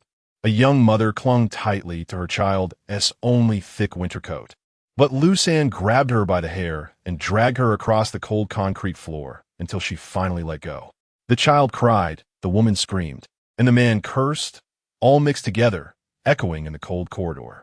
Meanwhile, Jean the Butcher was in his room, using a fire axe to chop the frozen meat into large chunks, tossing them into a big iron pot stolen from a neighbor to stew. The smell of meat quickly filled the air, drowning out the cries in the hallway and stimulating everyone's nerves. Half an hour later, a pot of steaming stew was ready. Lu San and the others returned, dragging bags of loot behind them, colorful blankets, sheets, down jackets piled high like a small mountain. The dozen men surrounded the big iron pot like starving ghosts who hadn't eaten in hundreds of years, directly using their hands to grab the meat chunks from the boiling broth, burning themselves but unwilling to let go, ravenously shoving it into their mouths. Juice dripped from their mouths onto their chests and the floor, but they didn't care. After eating their fill, everyone's faces were greasy, their eyes shining with satisfaction and a bloodthirsty glint. "Brothers, are you all full?" Zhang the butcher wiped his greasy hands on his mouth, lifting his boning knife, the blade glinting coldly in the dim light. "Full!" They all shouted in unison, shaking the roof. Did everyone bring their weapons? Yes. Machetes, steel pipes, fire axes, baseball bats. A variety of weapons were raised high, like a menacing forest of steel. "Good." Zhang the butcher waved his hand, pointing at the pile of stolen blankets by the door. "Wrap these around yourselves and let us move out. Our target is building number 5. Remember, don't let anything edible, drinkable, or wearable go, especially the women. Not a single one can be missed. Rob the food, rob the women." A group of people roared like caged beasts as they burst out of the door. They were haphazardly wrapped in colorful quilts and bed sheets stolen from their neighbors. Some wore the quilts as capes, while others had the sheets wrapped around their heads, looking both comical and fierce. This army of thugs charged into the snowstorm outside, their target set on building number 5 not far away. A bloody plunder was about to begin. Chapter 28. Did you say I bullied you? When Xiao Chuyang returned to the hearth barrier, the entire room had already been cleaned spotless by Xiao Wanqing. The floor was as shiny as new. There was not a speck of dust on the furniture, and a faint fragrance lingered in the air. Xiao Wanqing, dressed in her maid outfit, was kneeling at the door, carefully wiping the mud off the snow boots that Xiao Chuyang had taken off with a soft cloth. Hearing the sound, she looked up, revealing a well-behaved and gentle face. "Master, you're back." Her voice was soft, carrying a hint of barely noticeable affection. Xiao Chuyang responded with a sound and walked straight to the sofa in the living room to sit down. Xiao Wanqing immediately put down her work, hurried to the kitchen, and brought back a cup of perfectly warm tea. "Master, please enjoy your tea." She presented it with both hands, her eyes lowered, completely the picture of a well-trained maid. Xiao Chuyang took the teacup and took a sip. The feeling of being served by someone was indeed quite nice. He waved his hand, signaling Xiao Wanqing to step back. Xiao Wanqing bowed respectfully and returned to continue cleaning his boots, her movements meticulous. Xiao Chuyang paid her no further attention. Instead, he opened the system panel. Hearth barrier system. Host, Xiao Chuyang. Barrier level, LV1. Energy core. Source energy, 97. Activated modules. Absolute defense LV1. Water purification system LV1. Shop LV1. He had just harvested over 30 points of energy from Xiao Lei, and with the remaining points, he now had a total of 97. Still too little? Xiao Chuyang frowned. A Gene soldier required 1,000 points, and this amount was not even enough for a fraction of that. It seemed that the plan to conquer women must be prioritized. However, before that, he should upgrade the hardware facilities of the barrier. A safe lair was fundamental for survival in the apocalypse. He looked at the tech blueprints section in the shop, which had quite a few good items. Alloy door reinforcement blueprint. LV1 slightly increases door defense and adds high voltage electric net function. Price, 20 source energy. Panoramic surveillance system blueprint. LV1 upgrades existing surveillance to 360-degree high-definition monitoring with no blind spots, adding sound collection and night vision enhancement functions. Price, 30 source energy. Small automatic defense turret blueprint. LV1 can automatically identify and attack hostile targets entering the warning range. Ammunition type, 12. 7mm machine gun bullets. Price, 100 source energy. The automatic turret was too expensive and unaffordable. However, the door reinforcement and surveillance system could be managed. System, exchange alloy door reinforcement blueprint and panoramic surveillance system blueprint. Confirm consumption of 50 source energy for blueprint exchange. Confirm. Ding. Blueprint exchanged, store and warehouse. Xiao Chuyang glanced at his source energy again, now down to 47 points. He opened the constructible modules, and indeed, 2 new options had appeared. Alloy door LV1. Upgrade requirements. Standard building materials 5, source energy 10. Panoramic surveillance system LV1. Upgrade requirements. Standard building materials 2, source energy 15. The upgrade costs were not expensive. System.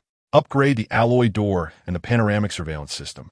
Confirm consumption of 7 standard building materials. Source energy 25 for upgrade. Confirm. Upgrade started. Estimated time 30 minutes. As soon as the words fell, a slight buzzing sound echoed through the entire building again. The thick alloy door at the entrance began to ripple with metallic waves. More metallic substances seeped through the walls, merging with the door, visibly increasing its thickness, and its surface became smoother. Around the door frame, a circle of fine electrodes slowly emerged, with blue arcs of electricity flickering intermittently. At the same time, the surveillance cameras installed at the 4 corners of the building's exterior also began to change. The originally ordinary hemispherical cameras increased in size. The lens group became more complex, and the casing was replaced with a sturdier alloy material. 30 minutes later, the upgrades were complete. Ding! Alloy door upgraded to LV1. New function.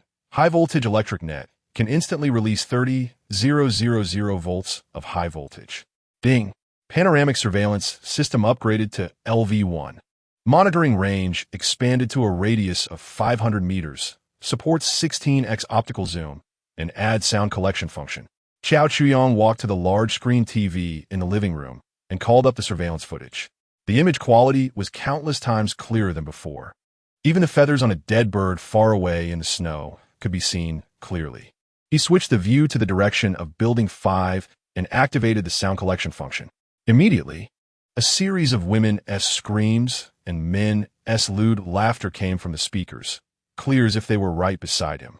"Let me go, you beasts! Hee. The little lady is quite spicy. I like it spicy. Help!" Xiao Chuyang watched the surveillance footage with a blank expression. Through the window of the apartment building, a group of men wrapped in colorful quilts were dragging several women out from the hallway, pinning them down in the snow and tearing at their clothes. It was indeed Zhang, the butcher's gang. "Quite a show," Xiao Chuyang commented. He was about to switch the footage to check the situation elsewhere when Xiao Wanqing suddenly walked up behind him. Her face bore a hint of confusion and unease. "Master." She spoke softly. "What is it?" Xiao Chuyang asked without turning around. "Just now, Xiao Lei suddenly added me as a friend." Xiao Wanqing's voice trembled slightly. "Didn't he say his phone was dead?" "I gave it to him," Xiao Chuyang replied in a flat tone, as if it were a trivial matter. Xiao Wanqing's body stiffened. She didn't understand why her master would give that man who had abandoned her a phone. What did he say? Xiao Chuyang became interested and turned to look at her. Xiao Wanqing's cheeks flushed slightly, her gaze evasive. "He kept asking me if I was doing well here, if anyone was bullying me." "Bullying?" Xiao Chuyang laughed. He stood up and walked step by step to Xiao Wanqing. Feeling his gaze, Xiao Wanqing's heart raced, and she instinctively took a step back. Xiao Chuyang grabbed her wrist and pulled her into his embrace. "Did you say I bullied you?" He leaned down, bringing his mouth close to her ear, his warm breath tickling her ear. "And no." Xiao Wanqing's body softened, her breathing quickening. "Is that so?" Xiao Chuyang's hands began to roam unrestrainedly over her body, clearly not believing her. "We need to make him believe it." He took out his phone and activated the recording function. Chapter 29 Training Master, please don't. Xiao Wanqing saw Xiao Chuyang take out his phone and immediately understood what he wanted to do. The color drained from her face, and she let out a plea like a little kitten. "Don't." Xiao Chuyang's fingers pinched her delicate chin, forcing her to lift her head and meet his gaze. "My maid, when you have a right to say no to your master's decisions." His gaze was cold, devoid of any emotion. Xiao Wanqing trembled under his stare, all thoughts of resistance instantly dissipating. She knew that in front of this man, she had no room to negotiate. Submission was her only choice. "Come on, smile," Xiao Chuyang said, pinching her cheek. "Let your ex-boyfriend see how happy you are now." Tears filled Xiao Wanqing's eyes, but she still forced a smile. "Too fake." Xiao Chuyang shook his head in dissatisfaction. He picked Xia Wanqing up and strode towards the master bedroom on the second floor. In his arms, Xia Wanqing's body was stiff, not daring to move.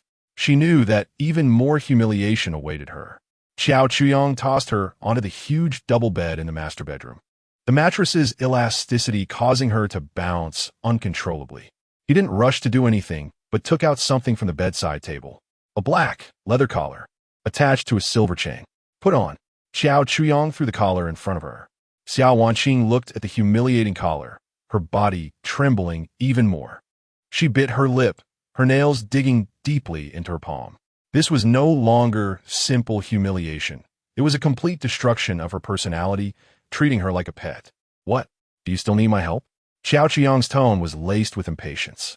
Xia Wanqing closed her eyes, tears streaming down her cheeks. Trembling, she picked up the cold collar, the icy leather sending a shiver through her. She put on herself.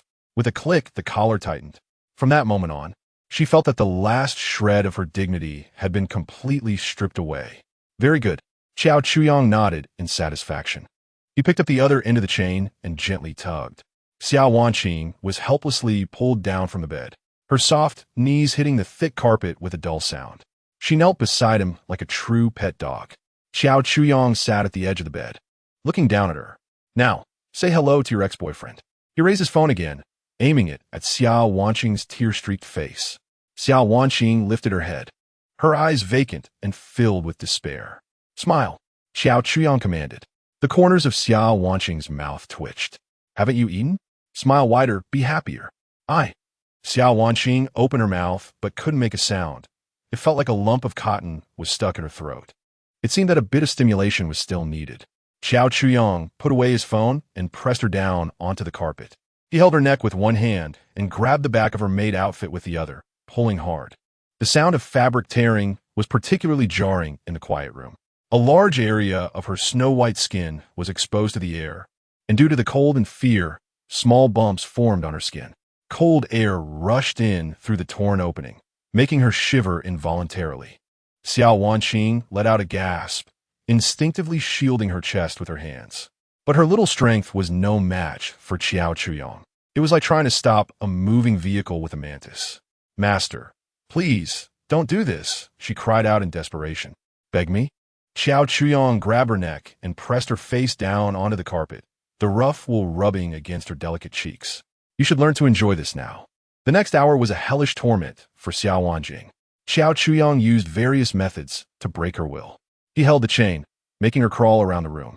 The cold chain dragged across the floor, producing a faint clinking sound, each noise striking her heart like a whip. The carpet was thick, but her knees quickly became red and sore. Let me hear you bark a couple of times. He sat on the sofa, as if watching a boring play. Xia Wanqing knelt on the ground, humiliation causing tears to blur her vision.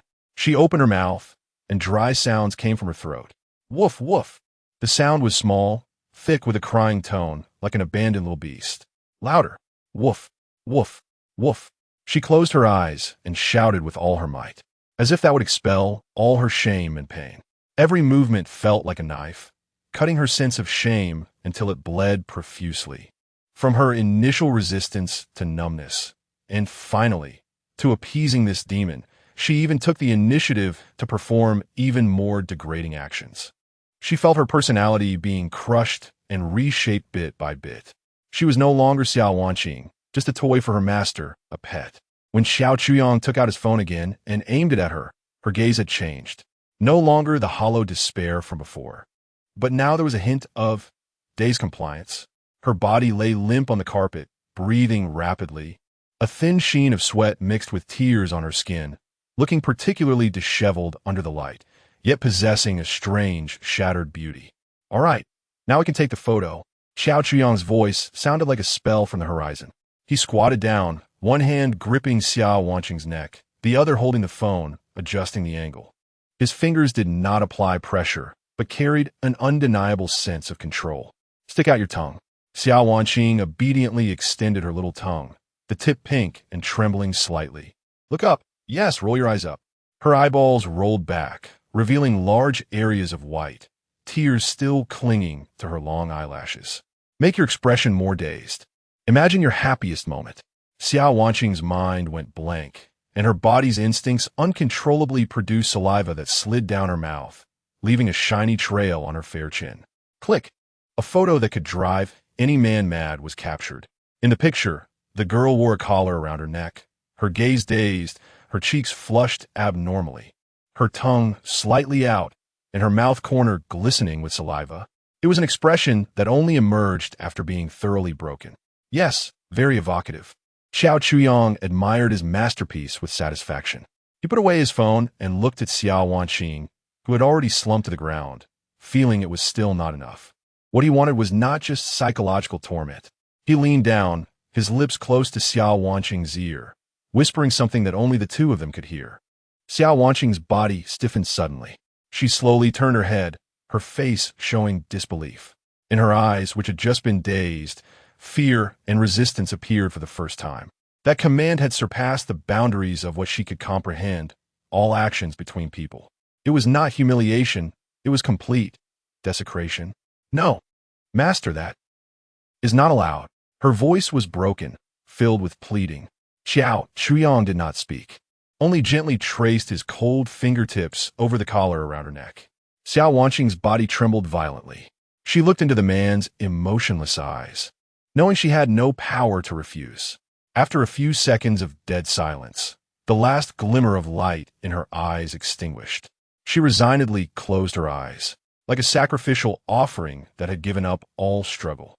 Then, she slowly assumed an even more humiliating pose with a nearly dull and stiff motion, following her master's command. Chapter 30. Ultimate Humiliation, Massive Energy. In the master bedroom, the light was dim. Xiao Chuyong sat on the edge of the bed, playing with his phone, the screen displaying the photo he had just taken. He was very satisfied. This photo was enough to break any man's psychological defenses, especially someone as pathetic as Xiao Lei. On the carpet, Xiao Wanqing curled up like a small cat drenched in a downpour, trembling all over. The experience she had just gone through had completely drained her of all her strength and dignity. Her mind was blank, filled only with endless shame and numbness. She didn't dare to look at Xiao Chuyong, nor could she bear to think about what had just happened. Come here. Xiao Chuyong's voice rang out. Xiao Wanqing's body instinctively shivered, but she still struggled to get up, crawling to his feet, her head lowered, not daring to meet his gaze. The photo was well taken. Xiao Chuyong lifted her chin with his toe. Tell me, how do you think your ex-boyfriend would react upon seeing this photo? Xiao Wanqing's lips trembled, unable to utter a word. She could imagine the rage and humiliation Xiao Lei would feel upon seeing the photo. Master, please, don't send it. She pleaded with her last bit of strength. Please. Beg me? Xiao Chuyong laughed. What do you have to offer me? His gaze brazenly swept over her nearly naked body. Xiao Wanqing instantly understood his meaning. Her face turned pale. It seems you still don't understand your identity. Xiao Chuyong's tone grew cold. A maid only needs to obey, not to question, let alone make demands. He stood up, roughly yanking Xiao Wanqing off the floor and tossing her onto the bed. Since you like begging so much, I'll let you beg enough. His body pressed down heavily on hers. No, please. Xiao Wanqing let out a desperate wail. But her resistance seemed so pale and powerless against Xiao Chuyong's absolute strength. The wind and snow outside seemed to grow stronger, yet the temperature in the room continued to rise. It was unclear how much time had passed, but when everything settled, Xiao Wanqing had completely lost consciousness. She lay quietly on the messy sheets like a broken doll, her body covered in bruises. Tears hung from her long eyelashes, and the corners of her eyes still bore traces of dried tears. Xiao Chuyong got off her and walked into the bathroom for a shower. The hot water washed over his firm body, reviving his spirit, which had become somewhat fatigued from the vigorous activity. Beep. Detected intense, emotional fluctuations from target Xiao Wanqing. Her body and mind completely conquered. Loyalty increased to 85 loyalty. Acquired 10 source energy. The prompt in his mind made Xiao Chuyong pause in his movement of drying off. Only 10 points? After all that effort, I only get 10 points? It seemed that this conventional method of conquest was still too inefficient for gaining energy. He stepped out of the bathroom, glanced at the unconscious Xiao Wanqing on the bed, then picked up his phone. He found Xiao Lei's account, and directly sent the humiliating photo over. Then, he typed a line of text. Your woman is now mine. How does it feel? Send. After doing all this, Xiao Chuyong tossed his phone aside, preparing to lie down and rest. Not long after, a series of urgent system prompts suddenly rang in his mind. Beep. Detected related character Xiao Lei, generating extremely high negative emotions. Rage. Source energy 50. Beep. Detected related character Xiao Lei, generating extremely high negative emotions. Jealousy. Source energy 50. Beep. Detected related character Xiao Lei, generating extremely high negative emotions. Humiliation. Source energy 80. Beep. Detected related character Xiao Lei, generating extremely high negative emotions. Resentment. Source energy 70. Beep. Detected related character Xiao Lei, generating extremely high negative emotions. Despair. Source energy 100. Beep. Detected special condition. The ultimate pleasure of NTR. The host's actions have dealt a devastating mental blow to the target, significantly enhancing source energy conversion efficiency. Additional reward source energy 150. In an instant, a total of 500 points of source energy surged into his energy core. Xiao Qiang's breath paused for a moment. 500 points. Just from a photo, it brought in 500 points of source energy. This is many times faster than killing people or painstakingly conquering Xiao Wanqing. Damn, even with Xiao Qiang's 2 lifetimes of experience, he couldn't help but curse. He had finally found the correct way to utilize this system. Killing? Conquering women? No, those are too slow. The fastest way to gain energy is through humiliation. By trampling on others' dignity, rubbing it in repeatedly. The more the other party suffers, the more despair they feel, the more energy he obtains. This is simply a gold mine. Excitement sparkled in Xiao Chuyang's eyes. He glanced at his energy reserves. Source energy, 609. The unprecedented feeling of fullness made every cell in his body cheer. It seems he needs to let Xiao Lei live a little longer and make his life more exciting. He looked at the sleeping Xia Wanqing on the bed, his gaze turning fiery. This tool was even more useful than he had imagined. He decided to take more such photos and videos in the future, occasionally sending them to Xiao Lei to add a bit of fun to his dull, mundane, post-apocalyptic life. In a good mood, Xiao Chuyong lifted the blanket and laid down beside Xiao Wanqing. The girl seemed to sense the warmth in her sleep and instinctively nestled into his arms. Like a small animal seeking shelter, Xiao Chuyong embraced her soft body and fell into a deep sleep. As soundly as he slept, on the other side of the screen, Xiao Lei was in immense pain. In the opposite residential building, on the 5th floor, Xiao Lei was curled up in the cold bathroom corner, holding onto the phone he had gotten from Xiao Chuyong. This was his only hope and his only spiritual support. He had sent dozens of messages to Xiao Wanqing, asking if she was doing well, if she had suffered any grievances, urging her to hang in there, promising he would come to rescue her once the snow stopped. Although those messages had sunk like stones in the ocean. Suddenly, the phone vibrated. Xiao Lei jolted, immediately lighting up the screen. Was it a reply from Xiao Wanqing? He saw a message from Xiao Chuyong, along with an image file. His heart leaped to his throat. His fingers trembled as he opened the image. The moment he saw the content of the photo, Xiao Lei's brain buzzed, blanking out. In the photo was Xiao Wanqing. She wore a black collar around her neck, her gaze dazed, her cheeks flushed abnormally, her tongue slightly protruding, and drool glistening at the corners of her mouth. It was an expression he had never seen before, one that only appeared after being thoroughly broken. This photo burned into his eyes like a red-hot iron, piercing through his heart. Immediately after, Xiao Qiang's provocative words jumped out at him. Your woman is now mine. How does it feel? His eyes turned blood red, veins on his forehead bulging like twisted earthworms. Anger, jealousy, humiliation, resentment, despair. Countless negative emotions surged like a flood, completely drowning his reason. He smashed his phone hard onto the ground, but the sturdy phone simply bounced once, the screen still lit up, the photo mocking him mercilessly. He pounded the cold wall with his fists in a frenzy. Bang, bang, bang. The dull thuds echoed in the dead silence of the bathroom. Beast! Xiao Chuyong! You beast! I want to kill you. I must kill you, he roared, cursing, tears and snot mixing together, streaming down his face. Nearby, Xiao Jiangwo and his wife were awakened by the commotion, looking at him in fear. Son, what happened? Don't scare your mom. Xiao Jiangwo snatched the phone, and when he saw the photo, he also trembled, his face turning pale. He knew it was over. Meanwhile, Xiao lay, in extreme pain and despair, felt his consciousness gradually fading. He seemed to see Xiao Wanqing smiling at him, smiling so charmingly, so unfamiliar. Then, she opened her mouth and silently said a word to him. Useless. Chapter 31. The Broken Doll. You child. Are you trying to die? Xiao Jiangwo's wife hugged her son with pain, tears streaming down the folds of her cheeks. Let him die. Yusti cleanly. Xiao Jiangwo was so angry that his chest heaved, pointing at Xiao Lei's nose and cursing, useless thing. Can't even keep your own woman. And now you know how to go crazy here. What good is it? Dad. Xiao Lei suddenly raised his head, his blood-red eyes glaring fiercely at Xiao Jiangwo. How can you still have the face to talk about me? If it weren't for your greed for his house, would we have fallen to this state today? Would Wanqing have been taken away by him? You. Xiao Jiangwo was choked by this sentence, unable to catch his breath, his old face instantly turning the color of liver. Look for yourselves. Xiao Lei seemed to go mad again, shoving the phone with a lit screen in front of his parents. Look at what your good nephew has done to Wanqing. Look.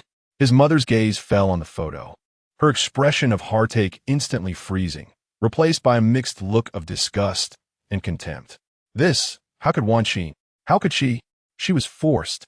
Xiao Lei shouted with all his might. It was all that beast Xiao Chuyang's doing. Enough. Xiao Jiangwo shouted sharply, the voice echoing in the cramped bathroom, tinged with fear. Stop shouting. Do you want to attract those robbers outside? His gaze lingered on the photo for a second, then his finger quickly swiped across the screen, directly choosing to delete it. Dad, what are you doing? Xiao Lei frantically tried to snatch it back. Deleted. What is the point of keeping it? Aren't you embarrassed enough? Xiao Jiangwo slapped Xiao Lei's face again, the crisp sound ringing out. Remember this. From today on, just pretend that there's no Xiao Wanqing. She has nothing to do with our family. Nothing to do with us? Xiao Lei was struck to the side, his cheek visibly swelling with redness. He laughed, the sound hoarse, worse than crying. Dad, you're really ruthless. Wanqing is your future daughter-in-law. Huh, just her? Does she deserve it? Xiao Jiangwo's wife cried out sharply from the side, her voice harsh and venomous. Shameless bitch. It's only been a few days, and she's already with another man. This kind of woman, our Xiao family can't afford. Lei, listen to your mom. Forget her. In the future, Mom will find you someone 100 times better than her. Xiao Lei looked desperately at his hysterical parents. He suddenly understood. They were not comforting him. They were just looking for a grand excuse for their own cowardice and selfishness. They didn't care about Xiao Wanqing's life or death, nor about his inner pain. What they cared about was whether they could continue to get food from that demon Xiao Chuyang and survive. In the face of survival, so-called family ties and love were as cheap as a scrap of paper. Xiao Lei's heart felt as if it had been thrown into the icy cold outside the building, gradually chilling to the bone. He no longer screamed or struggled, just sat there blankly on the cold ground, like a puppet that had all its parts pulled away, leaving only an empty shell. Seeing him finally quiet down, Xiao Jiangwo and his wife breathed a sigh of relief. They exchanged glances and together helped their dazed son back to the living room, letting him lie on a bed covered with a few pieces of worn cotton. Night deepened. The cold wind howled in through the hole in the bathroom window, making the plastic sheet rustle. The couple soon fell asleep in each other's arms due to the fright and exhaustion of the day, even snoring softly. In the darkness, Xiao Lei slowly opened his eyes. His pupils moved in the dark, like a lurking beast. He silently rolled over, his movements as light as a feather. His hand slowly reached towards his sleeping father beside him, carefully pulling out that old phone from his pocket stuffed with miscellaneous items.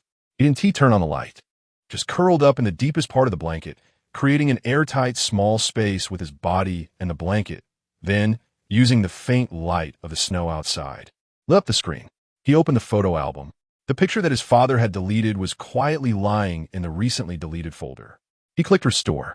The light from the screen illuminated his distorted face. He stared intently at the photo, at Xiao Wanqing's face, which was both humiliating and mesmerizing. He hated Xiao Chuyong, wishing he could skin him alive, drink his blood, eat his flesh. He also hated Xiao Wanqing, resenting her betrayal, her degradation, hating her for not choosing to die. But beneath this overwhelming hatred, a more morbid and twisted desire, like a vine, crazily grew, wrapping around his heart and choking him. Even if she had become like this, even if she was being toyed with by other men like a dog without dignity, she was still his woman. His breath gradually became heavy and hot. He began to imagine. He imagined himself as Xiao Chuyong, the high and mighty ruler. He imagined the hand in the photo that was choking Xiao Wanqing's neck was his own. He could feel that delicate skin, could feel that fragile throat pulsing slightly under his palm. He imagined that the black collar around Xiao Wanqing's neck was something he personally put on her. He could even envision the desperate expression on her face when the cold metal buckle clicked shut. He imagined that what came out of Xiao Wanqing's mouth was no longer crying and pleading, but a damp and flattering voice, calling him master over and over again. His pupils dilated in the dark, burning with a mad flame. He was no longer the coward hiding behind his parents, afraid to speak loudly. In the light of this small screen, he was a god, the king who ruled everything. Xiao Wanqing's dignity, body, and soul were all in his control. He wanted her to cry. She couldn't laugh. He wanted her to kneel. She couldn't stand. He wanted her to crawl like a dog. She had to wag her tail and stick out her tongue. In the photo, the shiny drool at the corner of Xiao Wanqing's mouth, at this moment, was no longer proof of humiliation, but the most tempting spring of sweetness in his eyes. His body became hot from these crazy thoughts. He threw off the cold blanket, one hand tightly gripping the burning phone, the light from the screen reflecting in his bloodshot eyes. The other hand, trembling with a kind of near reverence, slowly reached down to himself. The wind and snow outside seemed to grow stronger. The whimpering wind covered the suppressed, its slightly pleasurable gasps of pain coming from under the blanket.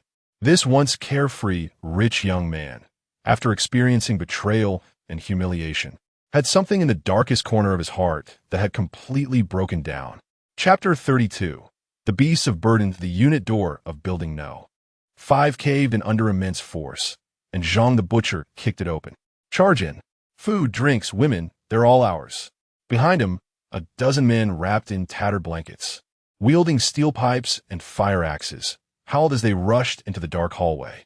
They were like a pack of starving hyenas, driven mad by hunger, following any trace of potential survivors.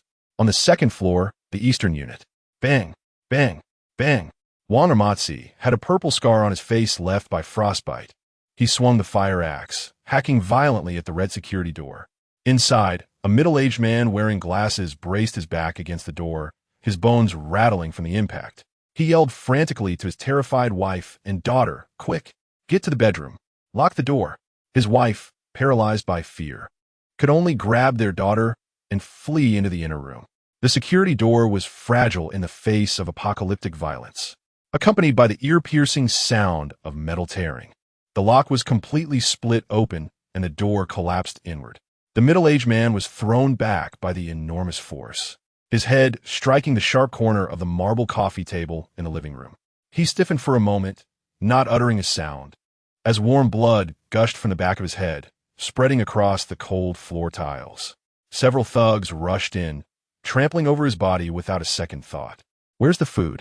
Lu San, holding a steel pipe with a pointed end, kicked aside a corpse blocking the way and shouted at the woman peeking out from the bedroom door. "Old Zhang!" The woman screamed in horror upon seeing her husband's tragic state and lunged at them in a frenzy. "I'll fight you. Get lost." Lu San impatiently kicked her to the ground. He didn't regard her at all, his gaze fixating directly on the bedroom behind her. Inside the bedroom, an 18-year-old girl huddled in the corner, clutching her knees, dressed in a pink coral fleece pajama set. Her youthful face was now streaked with tears and fear, her body trembling uncontrollably. "Oh, there's a pretty one hiding here." Lu San grinned, revealing his yellowed teeth, his greedy eyes scanning the girl up and down without concealing his desire. He stepped closer. The girl backed away step by step until her back hit the cold wall, with nowhere left to retreat. Don't come any closer. Her voice trembled, barely audible. Don't be afraid, little beauty. Big brother will take care of you. Lusan reached out and grabbed the girl's slender arm, yanking her up from the bed. Let go of me. Mom, help me. The girl screamed desperately, struggling with all her might. But her feeble strength was nothing against Lusan. The girl's mother scrambled to her feet and lunged at Lusan again, clinging tightly to his thigh and biting down. Damn it! Seeking death. Another thug charged in, swinging a baseball bat down hard onto the woman's back. A dull thud echoed. The woman let out a muffled groan, her body going limp, yet her hands still clung to Lusan's leg, her teeth embedded in his flesh. Fuck! Lusan winced in pain, his anger surging, and he raised his foot to kick the woman in the head. Once, twice, 3 times. Finally, she released her grip, collapsing to the ground, blood trickling from her forehead and staining the floor. But she did not lose consciousness. Her eyes remained fixed on her daughter. Still holding on, huh? Lusan spat, then turned to the 2 other thugs. Hold her down. The 2 men grinned as they stepped forward, lifting the woman off the ground, dragging her like a dead dog to the wall, forcing her head to face the bedroom. The woman struggled desperately, her throat emitting incoherent screams, her eyes bloodshot. Lusan brutally shoved her onto the sofa, beginning to tear at her pink pajama top. No, please. The girl's cries turned sharp and desperate. Scream. Scream louder for me. I love hearing that. Lusan let out a beastly laugh. The sound of fabric ripping was particularly jarring in the small living room. Lin Wanxing lived on the 4th floor. Every scream from below struck her nerves. She listened to the approaching footsteps, the sounds mingled with cries and maniacal laughter. Her face pale as paper. She knew her turn was coming soon. She immediately pushed the only heavy wooden dining table in the room against the door with all her strength, but it brought her no sense of security. She knew it was merely self-deception. As expected, not long after, a series of violent banging echoed at her door. Bang, bang, bang. Open the door. Hurry up and open the door. If you don't open it, I'll burn the place down. Lin Wanxing's heart sank to the bottom. She knew she couldn't escape. What to do? Just when she was enveloped by immense fear and despair, nearly choking, a thought flashed through her mind. She rushed to the living room, grabbing a handful of assorted pills and syringes from the dusty medical box. The colorful tablets and transparent ampoules were tightly clenched in her palm, the cold glass prickling her skin. Then she leaned close to the peephole and, with a trembling but steady voice, shouted to the outside, "Stop banging. I'm a doctor. If you want to live, you better not touch me." The banging outside stopped. The hallway fell into an eerie silence. After a few seconds, Zhang the butcher's coarse voice sounded again, tinged with scrutiny. "A doctor? Are you that female doctor?" "Yes, I'm a doctor," Lin Wanxing replied loudly, needing to sound confident. "The food you're eating, the water you're drinking, the hygiene is absolutely unreliable. You could easily get sick. Diarrhea, fever. In this weather, if you get a high fever, it's a dead end. Only I can save your lives." Silence fell again outside the door. Although Zhang the butcher and his men were rough, they understood the terror of falling ill. In this apocalyptic world, a small antibiotic was more precious than a gold bar. 2 of his men had already become gravely ill from eating contaminated food. "Open the door first. We'll talk inside." Zhang the butcher's voice came, carrying an undeniable command. "No." Lin Wanxing immediately refused. She couldn't let them in. "You stay outside. I'll pass the medicine through the door.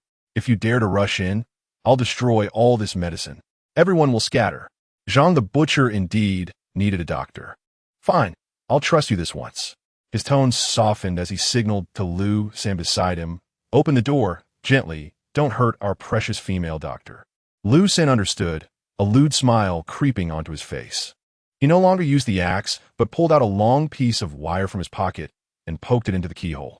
As a seasoned thief, picking this ordinary security lock was a piece of cake for him. He pressed his ear against the cold iron door, his fingers deftly working the wire. Click! A barely audible sound, the lock opened. Lin Wanxing, with the table braced against the door, was easily pushed back half a meter by several men from outside. Zhang the butcher swaggered in with his men. When he saw Lin Wanxing, his eyes lit up. Although she looked disheveled, her exquisite features and tall, proportionate figure still shone through. especially her air of intellect and calmness, so different from the sobbing women downstairs. Excited a desire to conquer in a brute like Zhang the Butcher. "You're Dr. Lin?" Zhang the Butcher licked his cracked lips, his gaze fixated on her, leering openly. Lin Wanqing felt uncomfortable under his scrutiny, her stomach churning, but she forced herself to stay calm and nodded. "Very good." Zhang the Butcher snatched the medicine from her hand and stuffed it into his own pocket, then slapped her cheek with his large palm. "From today on, you're mine. Don't worry. As long as you obediently serve me and my brothers, you will benefit." After saying that, he shouted to his subordinates, "Take her away. The rest of you, keep searching. Leave not a single hair behind." Two thugs immediately stepped forward, one on each side, gripping Lin Wanqing's arms with a strength like iron pincers. Lin Wanqing did not resist. She knew that resistance was futile and would only provoke harsher treatment. She was escorted out of the door. In the hallway, chaos reigned. Residents who had been robbed were curled up in corners crying, while others were at a loss, holding injured family members. The air was thick with the smell of blood, dust, and a foul stench of sweat. A few men were gathered at the dimly lit corner of the staircase on the second floor, smoking and laughing contentedly. At their feet lay a girl, sprawled on the cold concrete floor. Her pink nightgown had been torn into shreds, haphazardly draped over her. She had stopped crying, staring blankly at the dust-covered ceiling, her face marked with dried tear streaks. Her mother lay nearby, bloodied and motionless, uncertain if she was alive or dead. Lin Wanqing's stomach churned at the sight, nearly making her vomit. She closed her eyes, unable to look any longer. She was grateful that her identity as a doctor had temporarily preserved her innocence. But she also knew this was only temporary. The way Zhang the Butcher looked at her was no different from how he looked at the girl downstairs. Chapter 33, Strike. Inside the fire barrier. The giant screen was broadcasting the surveillance footage of Building Number 5 in real time. The high-definition quality and clear audio made everything seem incredibly real. Qiao Qiang's expression was somewhat grim as he watched the atrocities committed by Zhang the Butcher and his gang on the screen, where women were being violently dragged and assaulted. He picked up the hot cocoa beside him, the rich aroma wafting through the warm living room, creating a stark contrast with the nauseating bloodshed on the screen. In his previous life, he had witnessed scenes 100 times more brutal than this. The collapse of order always gives rise to such scum that amplifies the evils of human nature. He was no longer shocked by it, but the deep-seated disgust and hatred had never diminished. This group of fools, relying on their numbers and a bit of ruthlessness, thought of themselves as local emperors. Qiao Qiang set down his cup with a soft clink. He wasn't interested in being a savior. He was more concerned about how to quickly acquire more energy. Until he saw Lin Wanqing being dragged out of the room. The surveillance footage zoomed in on her. Despite her haggard face, greasy hair, and disheveled clothes, the inherent coldness and arrogance etched into her bones still remained, especially in the midst of the surrounding chaos and debauchery. She stood out like a stubborn white lotus in the mud. Quite interesting. Qiao Qiang's fingertips gently tapped on the armrest of the sofa, producing a rhythmic clicking sound. On the system panel, the task to strategize for Lin Wanqing was still displayed. Target: Lin Wanqing. Task reward: basic source energy 10, the higher the completion rate, the more generous the reward. Special conditions can double the reward. This woman was his next target, the second energy source he had planned. Now, these blind fools actually dared to touch what was his. A glint of cold, killing intent flashed in Qiao Qiang's eyes. He recalled that fool Zhang the Butcher, who had spoken disrespectfully to him in the chat group. He had thought he was just a clown, but now he actually dared to set his sights on Lin Wanqing, whom he had already regarded as his private possession. A farmer would never tolerate wild boars trampling his vegetable garden, let alone this wild boar that had once roared at him. The only way to deal with it was to turn it into meat on the chopping block. There was no need for calculations. That rabble armed with rusty weapons was no different from livestock waiting to be slaughtered in his eyes. And the benefits were clearly laid out before him. First, eliminate the eyesore that was Zhang the Butcher and conveniently harvest some source energy. Second, descend as a savior and completely take control of Lin Wanqing. A beautiful professional female doctor was worth far more than just providing high-level emotional energy. Xiao Chuyang had even begun to anticipate whether the special rewards triggered by rescuing Lin, launching from despair, would rival the ultimate gains he had extracted from Xiao Lei last night during the NTR experience. He had a gun, upgraded barriers, and combat experience far surpassing that of ordinary people. This hunt to clean up the trash and reap the spoils had no suspense from the very beginning. After deciding to take action, Xiao Chuyang was no longer in a hurry. He leisurely finished his hot cocoa and then opened the system store. Source energy, 609. This substantial amount gave him more confidence. He didn't look at the weapons and ammunition, but directly scrolled down to the depths of the building modules. Previously, he had too little energy to even bother looking. Now, he wanted a plan for his future. Soon, several gray, yet to be unlocked icons caught his attention. Basic farm module. The icon was a green wheat field. Small ranch module. The icon was a plump dairy cow. Aquaculture module. The icon was a fish leaping out of the water. He clicked on the details of the basic farm module. Basic farm module can open up a piece of land within the energy coverage of the barrier for the cultivation of special crops. Can purchase basic crop seeds. Unlocking requires source energy 2000. Below were a row of seed products available for preview. High-yield potato seeds. Growth period shortened by 70. Yield increased by 300. Rich in various trace elements required by the human body. Price, 10 energy per pack. Power spinach seeds. Consuming it can temporarily enhance muscle strength. Price, 50 energy per pack. Earth root tuber seeds. Species not found on Earth. Tubers can grow indefinitely. As long as the roots continue, they can produce continuously. Extremely easy to survive. Price, 200 energy per pack. Xiao Qiang's breath hitched for a moment. He then clicked on this small ranch module. Small ranch module can open up a ranch for breeding special livestock. Can purchase basic livestock offspring. Unlocking requires source energy 3000. In the preview products, besides pigs, cows, and sheep, there were also several eye-catching items. High-yield protein chicken offspring, species not found on Earth. After reaching adulthood, can lay 3 high-protein eggs daily with delicious meat. Growth cycle only 15 days. Price, 100 energy each. Armored boar offspring, species not found on Earth. Gentle temperament, wide diet, skin can be made into armor. Meat is edible. Price, 300 energy each. Xiao Chuyang leaned back on the sofa, silent for a long time. With a farm and a ranch, it was equivalent to having a self-sufficient kingdom. He could eat fresh vegetables every meal, have eggs and milk daily, and even indulge in making braised pork from the meat of armored boars. Meanwhile, those survivors outside were still fighting bloodily over a moldy biscuit. By that time, he wouldn't need to conquer anyone with force. All he needed to do was hang a sign at the gate of his castle. Hiring, food, and lodging provided. Countless people would come, crying and begging for him to take them in. Men could become his soldiers, his workers, plowing for him, herding for him, fighting for him. Women naturally had their uses as well.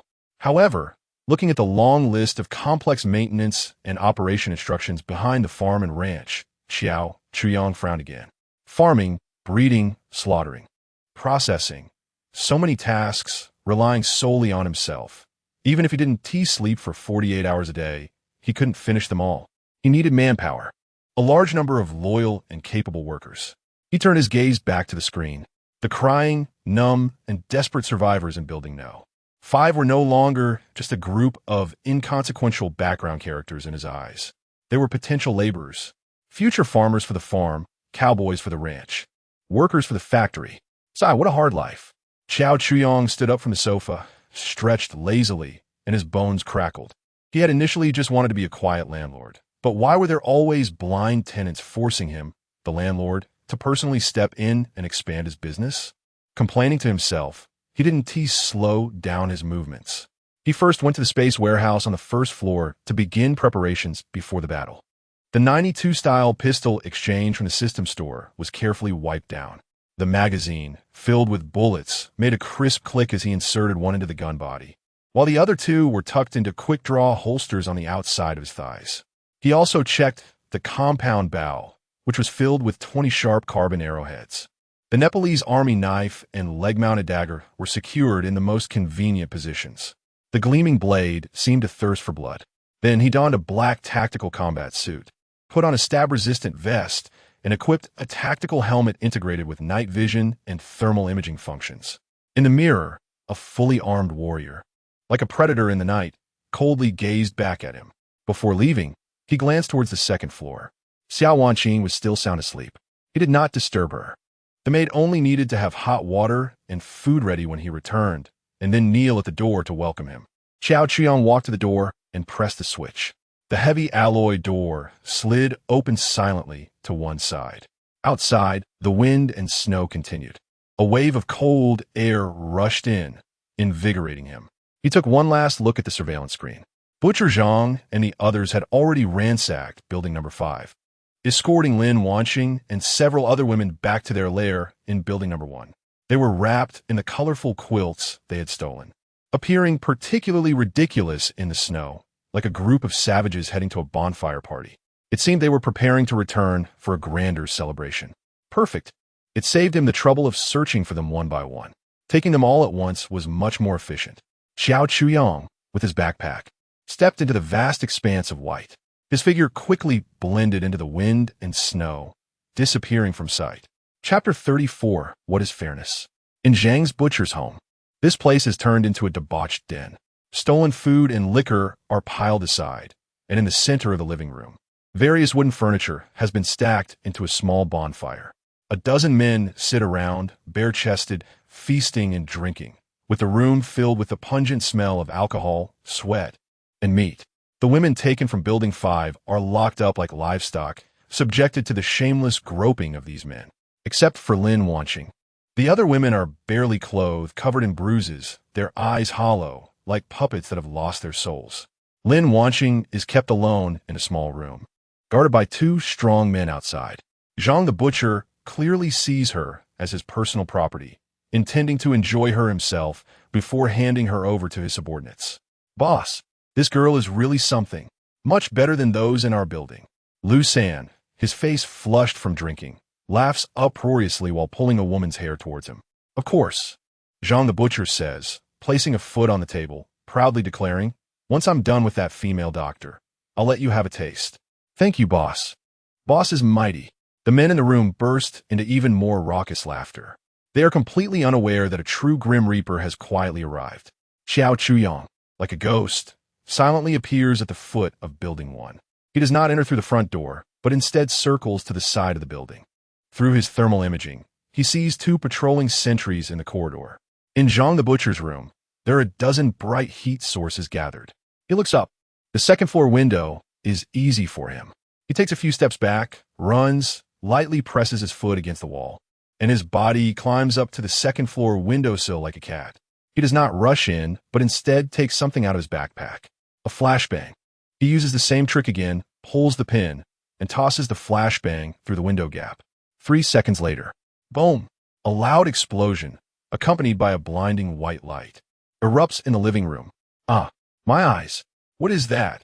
The thugs in the living room are instantly blinded by the bright light, buzzing in their ears, and fall into chaos. In that moment, Xiao Chuyang crashes through the glass and rushes in.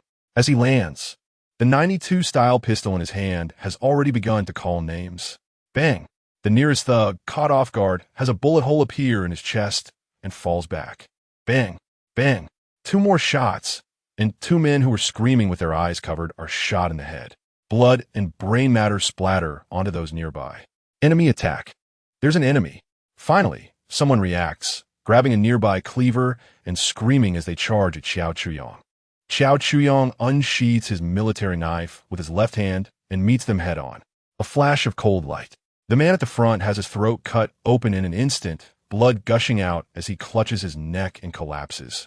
Xiao Qiang's movements do not pause. He's like a tiger charging into a flock of sheep, with each gunshot claiming a life. Those thugs who flaunted their power in front of ordinary people are no different from lambs to the slaughter in front of firearms. Zhang the butcher is half awakened from the shock of this sudden turn of events. He watches as his subordinates fall into pools of blood, his eyes filled with fear. He grabs a woman beside him, holding her in front of himself, and shouts in a fierce yet cowardly manner, "Who the hell are you? Don't come any closer. If you do, I'll kill her." Xiao Chuyang stops, looking at him coldly. Just as Zhang the butcher thinks he can intimidate Xiao Chuyang, The gun in Xiao Chuyang's hand fires. Bang! The bullet accurately penetrates the gap behind the woman, directly hitting Zhang the butcher's wrist holding the knife. Ah! Zhang the butcher screams, dropping the bone knife to the ground. Clutching his bloody wrist, he looks at Xiao Chuyang in disbelief. This devil doesn't even care about hostages. Xiao Chuyang steps closer. Don't kill me. Zhang the butcher, terrified, kneels on the ground, desperately bowing his head. Please spare my life. I'll give you all the food. The women too. Please, let me live. Xiao Chuyang stands over him, looking down coldly. I'm not interested in your things. After saying this, he raises his foot and stomps hard on Zhang the butcher's other wrist. Crack! The sound of bones shattering is clearly audible. Ah! Zhang the butcher lets out a pig-like scream. Xiao Chuyang ignores him, kicking Zhang the butcher aside, then walks to the door of the room where Lin Wanqing is held. Shooting the door lock off. Inside the room, Lin Wanqing is curled up in a corner, trembling in fear at the sound of gunfire and screams. When the door opens and she sees the fully armed figure, like a demon, at the entrance she is stunned. It's Xiao Chuyang. He has come to save her. Xiao Chuyang does not acknowledge her shock, simply coldly throwing out a command. Put on your clothes and come with me. After saying this, he turns and walks out of the room. In the living room, blood flows like a river. The surviving women and residents who ran out from other rooms look at him with a mix of awe and fear. Xiao Chuyang has dealt with Zhang the butcher and saved them. A middle-aged man, gathering his courage, steps forward, his face filled with the excitement of having survived, and deeply bows to Xiao Chuyang. Thank you. Thank you so much, hero. If it weren't for you, we would all be dead here today. Yes, yes. You are a lifesaver. Others echo, expressing their gratitude to Xiao Chuyang. Xiao Chuyang says nothing, silently walking to the pile of food, picking some unopened cans and compressed biscuits, and putting them into his backpack. He looks down on these things that have been sullied by Zhang the butcher, but in the spirit of not wasting, he takes a little. Seeing his actions, a sharp-nosed man suddenly squeezes forward, wearing a flattering smile. Hero, you see, there's so many of us. Our food has long been robbed. We are cold and hungry. You can't just stand by and watch us die. His words immediately resonate with everyone. Yes, hero. We haven't eaten for 2 days. Please, share a little food with us, even if it's just a biscuit. My child is starving. Please save him. In an instant, please arise one after another. They do not dare to approach, only looking at Xiao Chuyang with a mix of hope and fear. Xiao Chuyang continues to pack. The sharp-nosed man, seeing this, boldly continues, Hero, you're so powerful. You must have a safe place to stay, right? Our place has been destroyed. We can't stay here at all. Can you show some kindness and take us in? We can work for you. This statement is like a stone thrown into a calm lake, stirring up waves. Yes, food is temporary. Finding a safe shelter is the long-term solution. And this man is undoubtedly the biggest guarantee. The crowd's emotions instantly shift from merely begging for food to a desire for survival. Please take us with you. We can do anything. I used to be an electrician. I can fix anything. I'm strong. I can be your bodyguard. They look at Xiao Chuyang's fine equipment, at his seemingly bottomless backpack, their eyes filled with reliance on his strength and longing for a stable life. Just then, Lin Wanqing finished getting dressed and walked out of the room. She looked at the scene before her with a slight frown. Memories of her initial rejection of Xiao Chuyang flooded back, leaving her with mixed feelings. The middle-aged man who had first spoken to express his gratitude, seeing the emotions of the crowd stirred up, grew bolder. He stepped forward, adopting what he believed was a sincere posture, and earnestly said, Hero, we don't want to take advantage of you. In this world, we are all compatriots and should help each other. You have the ability, so you have the responsibility to lead us weak ones to survive, don't you? He paused, noticing Xiao Chuyang's lack of reaction, and continued. Look, there are more than 20 of us here, including the elderly and children. Even if you are powerful, you need help. We are willing to follow you and serve you. As for this food, he pointed to the pile of supplies on the ground and glanced at Xiao Chuyang's backpack. This food should be managed and distributed by you. We believe you will be fair and just, ensuring everyone gets a meal. His words were grandiose, elevating Xiao Chuyang while binding everyone to the moral cause. In an instant, everyone looked at Xiao Chuyang with hopeful eyes. as if he were the savior who could lead them out of darkness. Xiao Chuyong paused his actions and slowly turned around. His gaze swept over everyone present. The faces of those people were filled with greed, jealousy, anticipation, and entitlement. He smiled. He had saved them, yet they wanted to cling to him, making him everyone's caretaker. Xiao Chuyong raised the gun in his hand, the dark muzzle aimed at the middle-aged man who had clamored for fairness. The temperature in the living room seemed to drop to freezing point. Everyone's breath was held in suspense. The middle-aged man's face retained its righteous expression, but fine beads of cold sweat had already formed on his forehead. What do you mean by fairness? Chapter 35. The desire to survive. The muzzle of Xiao Chuyong's gun was aimed darkly at the middle-aged man who was speaking with righteous indignation. The air was thick with tension. All the noise, pleas, and hopeful expressions from the crowd came to a sudden halt at that moment.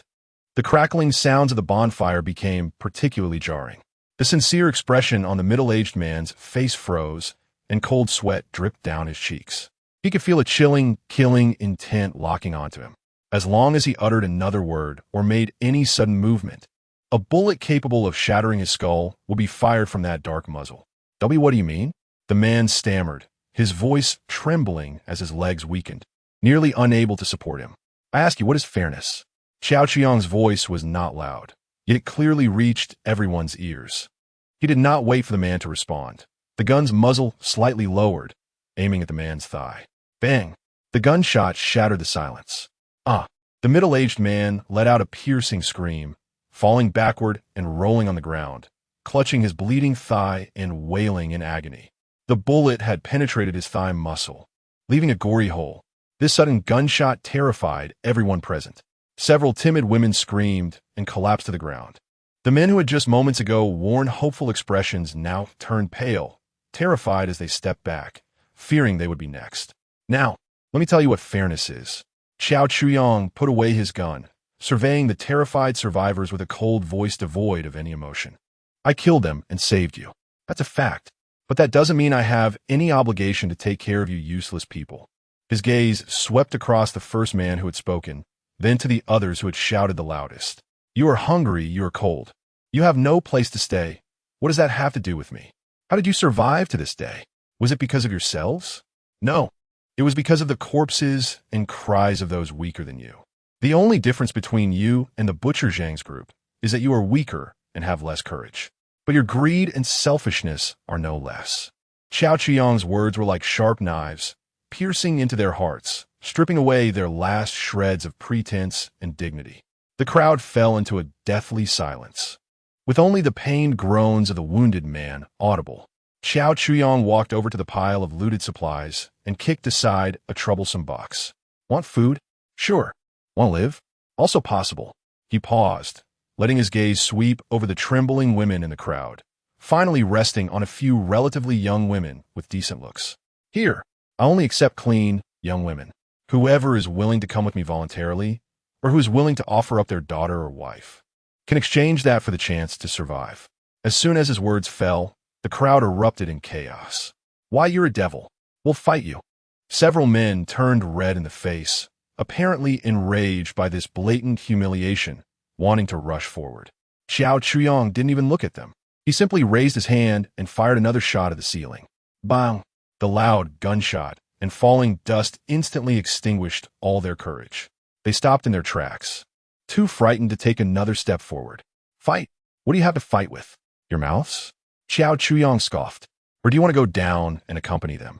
Fear once again enveloped everyone.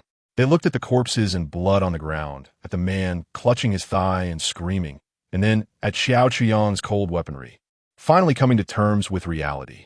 In this world, reason and dignity are worthless. The one with the hardest fist, the best weapon, sets the rules. In the crowd, a man tightly gripped the hand of a young girl beside him. The girl looked no more than 18 or 19, her face streaked with tears and fear. Another man instinctively hid his wife behind him, his eyes filled with struggle and pain. Xiao Chuyong did not urge them. He merely leaned casually against the wall, quietly watching them. He was enjoying this moment, reveling in the thrill of manipulating human nature. Just then, Lin Wanqing walked out of the room. She had changed into relatively clean clothes, Though her face still looked haggard, the intellectual aura and innate coolness of a doctor made her stand out among the disheveled survivors. She looked at the scene before her, her brow furrowing tightly. She approached Xiao Chuyang, took a deep breath, and tried to keep her voice steady. Xiao Chuyang, I know you're strong. You saved us, and we are all very grateful. But you can't do this. Oh, Xiao Chuyang raised an eyebrow, looking at her with interest. What can I do? You can't use food and safety to force them into this kind of transaction. Lin Wanqing's tone rose, trembling slightly with emotion as she declared. They are human beings, not commodities. We are all survivors. We are compatriots. You should lead us, protect us, not lead you, protect you. Xiao Chuyang laughed as if he had heard the greatest joke. Dr. Lin, have you watched too many dramas? On what basis do you think I have that responsibility? Based on your ability. Lin Wanqing gritted her teeth, looking directly into his eyes. With great power comes great responsibility. Since you have this ability, you should step up, establish a new order, and lead everyone to survive. Not be a villain taking advantage of the chaos like you are now. Her words ignited a glimmer of hope in the eyes of some nearby survivors. Yes, he is so capable. He should protect us. Establish a new order? Xiao Qiang's smile slowly faded as he stepped closer, towering over Lin Wanqing. Then let me ask you, Dr. Lin, why should I risk everything for you useless strangers? Why should I share my hard-earned supplies with you? Just because of your light-hearted morals and responsibilities? Lin Wanqing was forced to take a step back, her face pale, yet she still held her ground and said, We can work for you. We have electricians, workers here. I'm a doctor. I can treat the wounded. We can exchange our labor for your protection. Well said. Xiao Chuyang's voice turned cold. Then let me ask you again, if I take you in, you eat my food, drink my water, and live in my place. What if one day a stronger enemy appears? Will you fight alongside me? Or will you kneel down like those dogs just now and sell me out to save yourselves? Lin Wanqing's lips moved, but no words came out. She couldn't guarantee it. She had seen too much of humanity's ugliness. She had once compromised to survive herself. You see, you don't even believe it yourself. Xiao Chuyang reached out, gently lifting her chin, forcing her to look into his eyes. Dr. Lin, put away your ridiculous naivety. In this world, the only thing you can trust is yourself. He released her, stepping back, and his gaze swept over the crowd once more. My conditions remain unchanged. Now, make your choice.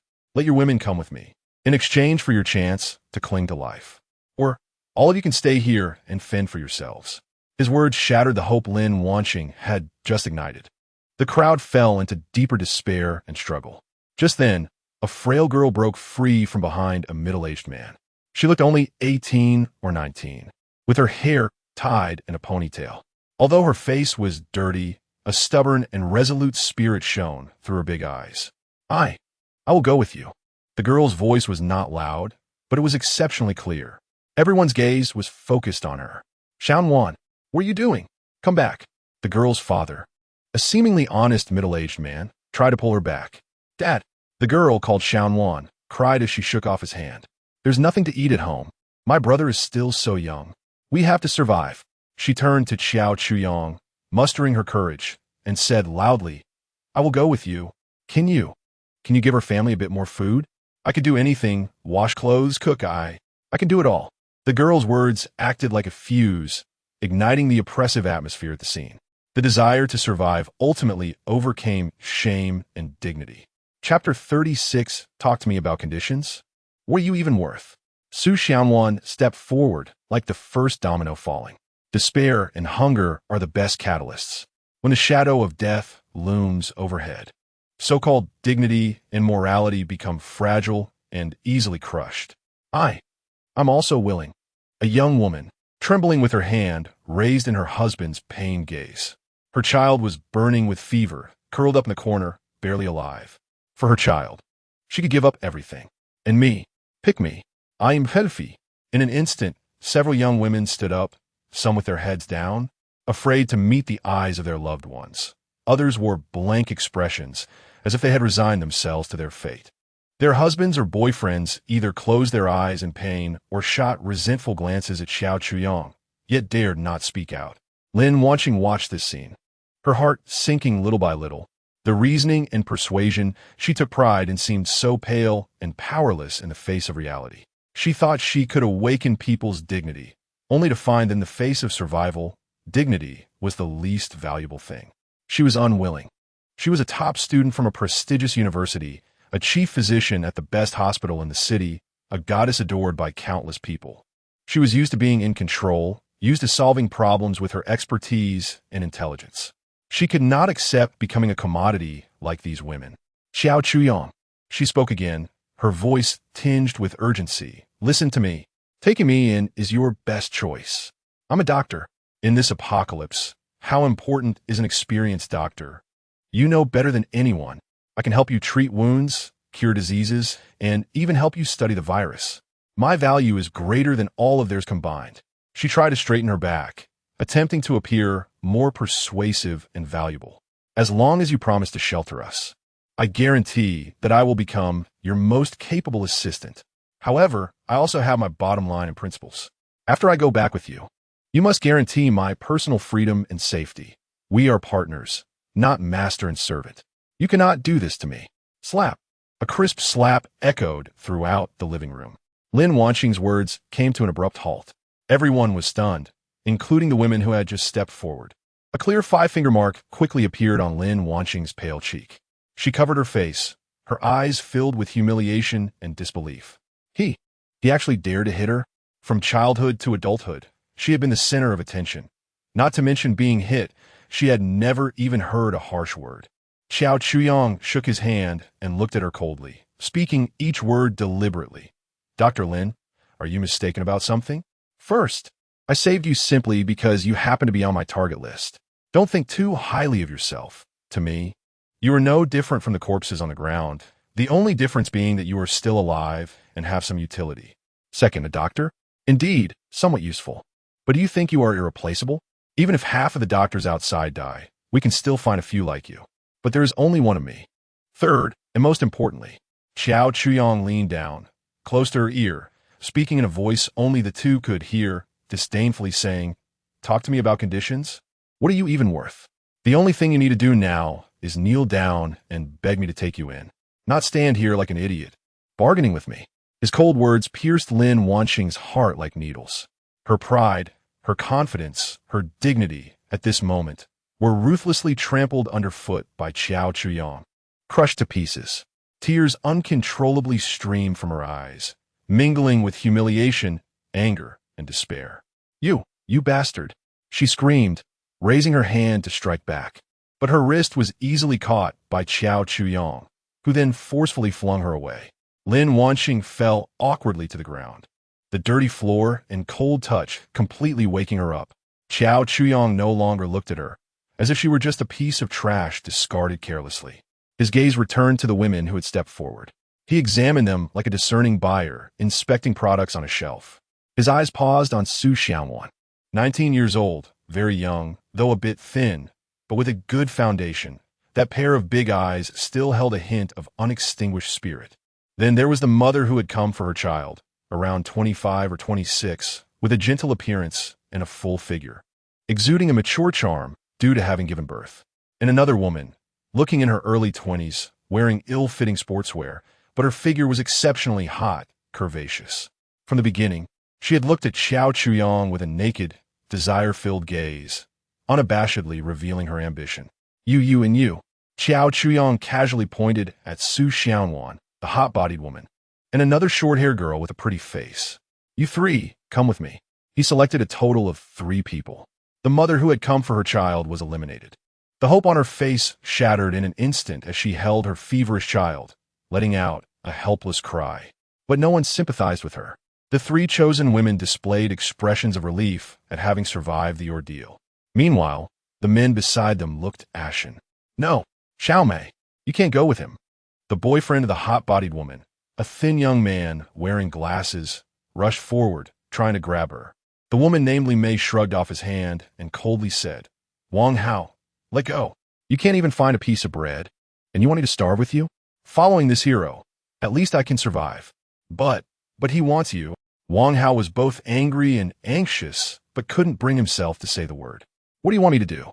Better than starving to death or being captured by those outside to be used as a toy. Li Mei looked at Xiao Chuyang, her eyes burning with desire. Becoming the woman of a hero is my honor. Xiao Chuyang found this farce amusing. He walked in front of Su Xiaowan.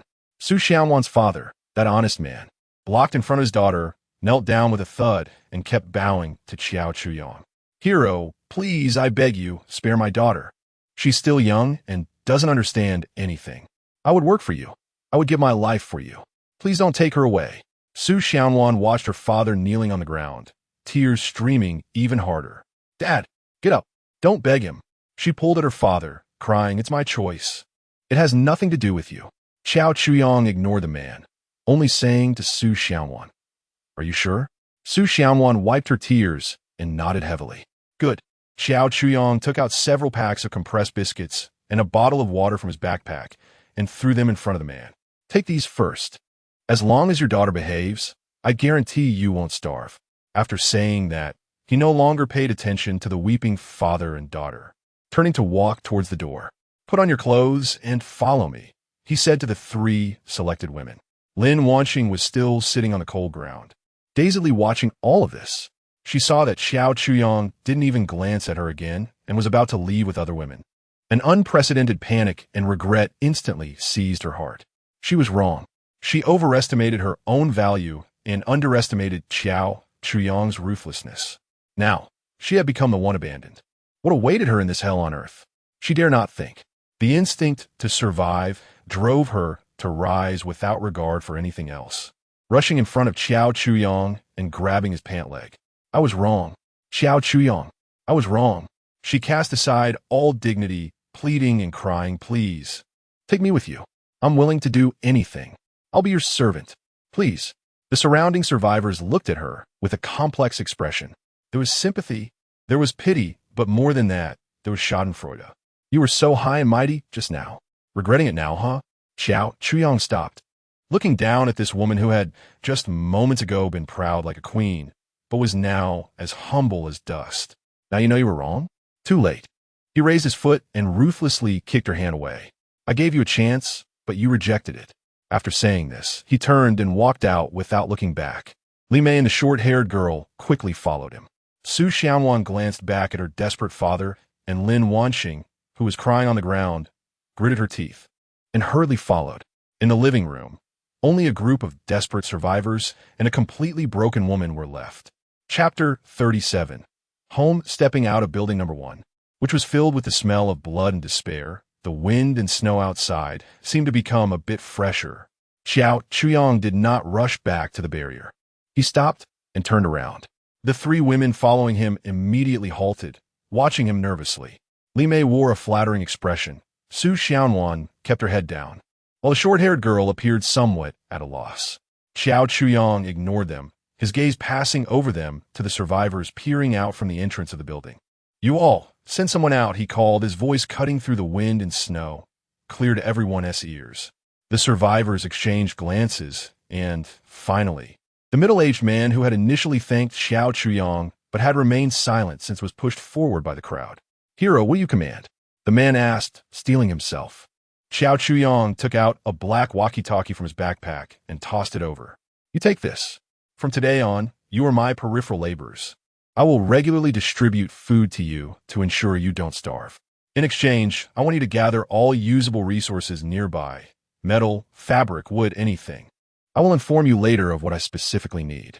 Upon hearing there would be food, the survivor's eyes lit up. Of course, you can also choose not to do it. Xiao Chuyang's voice turned cold. But let me say this first.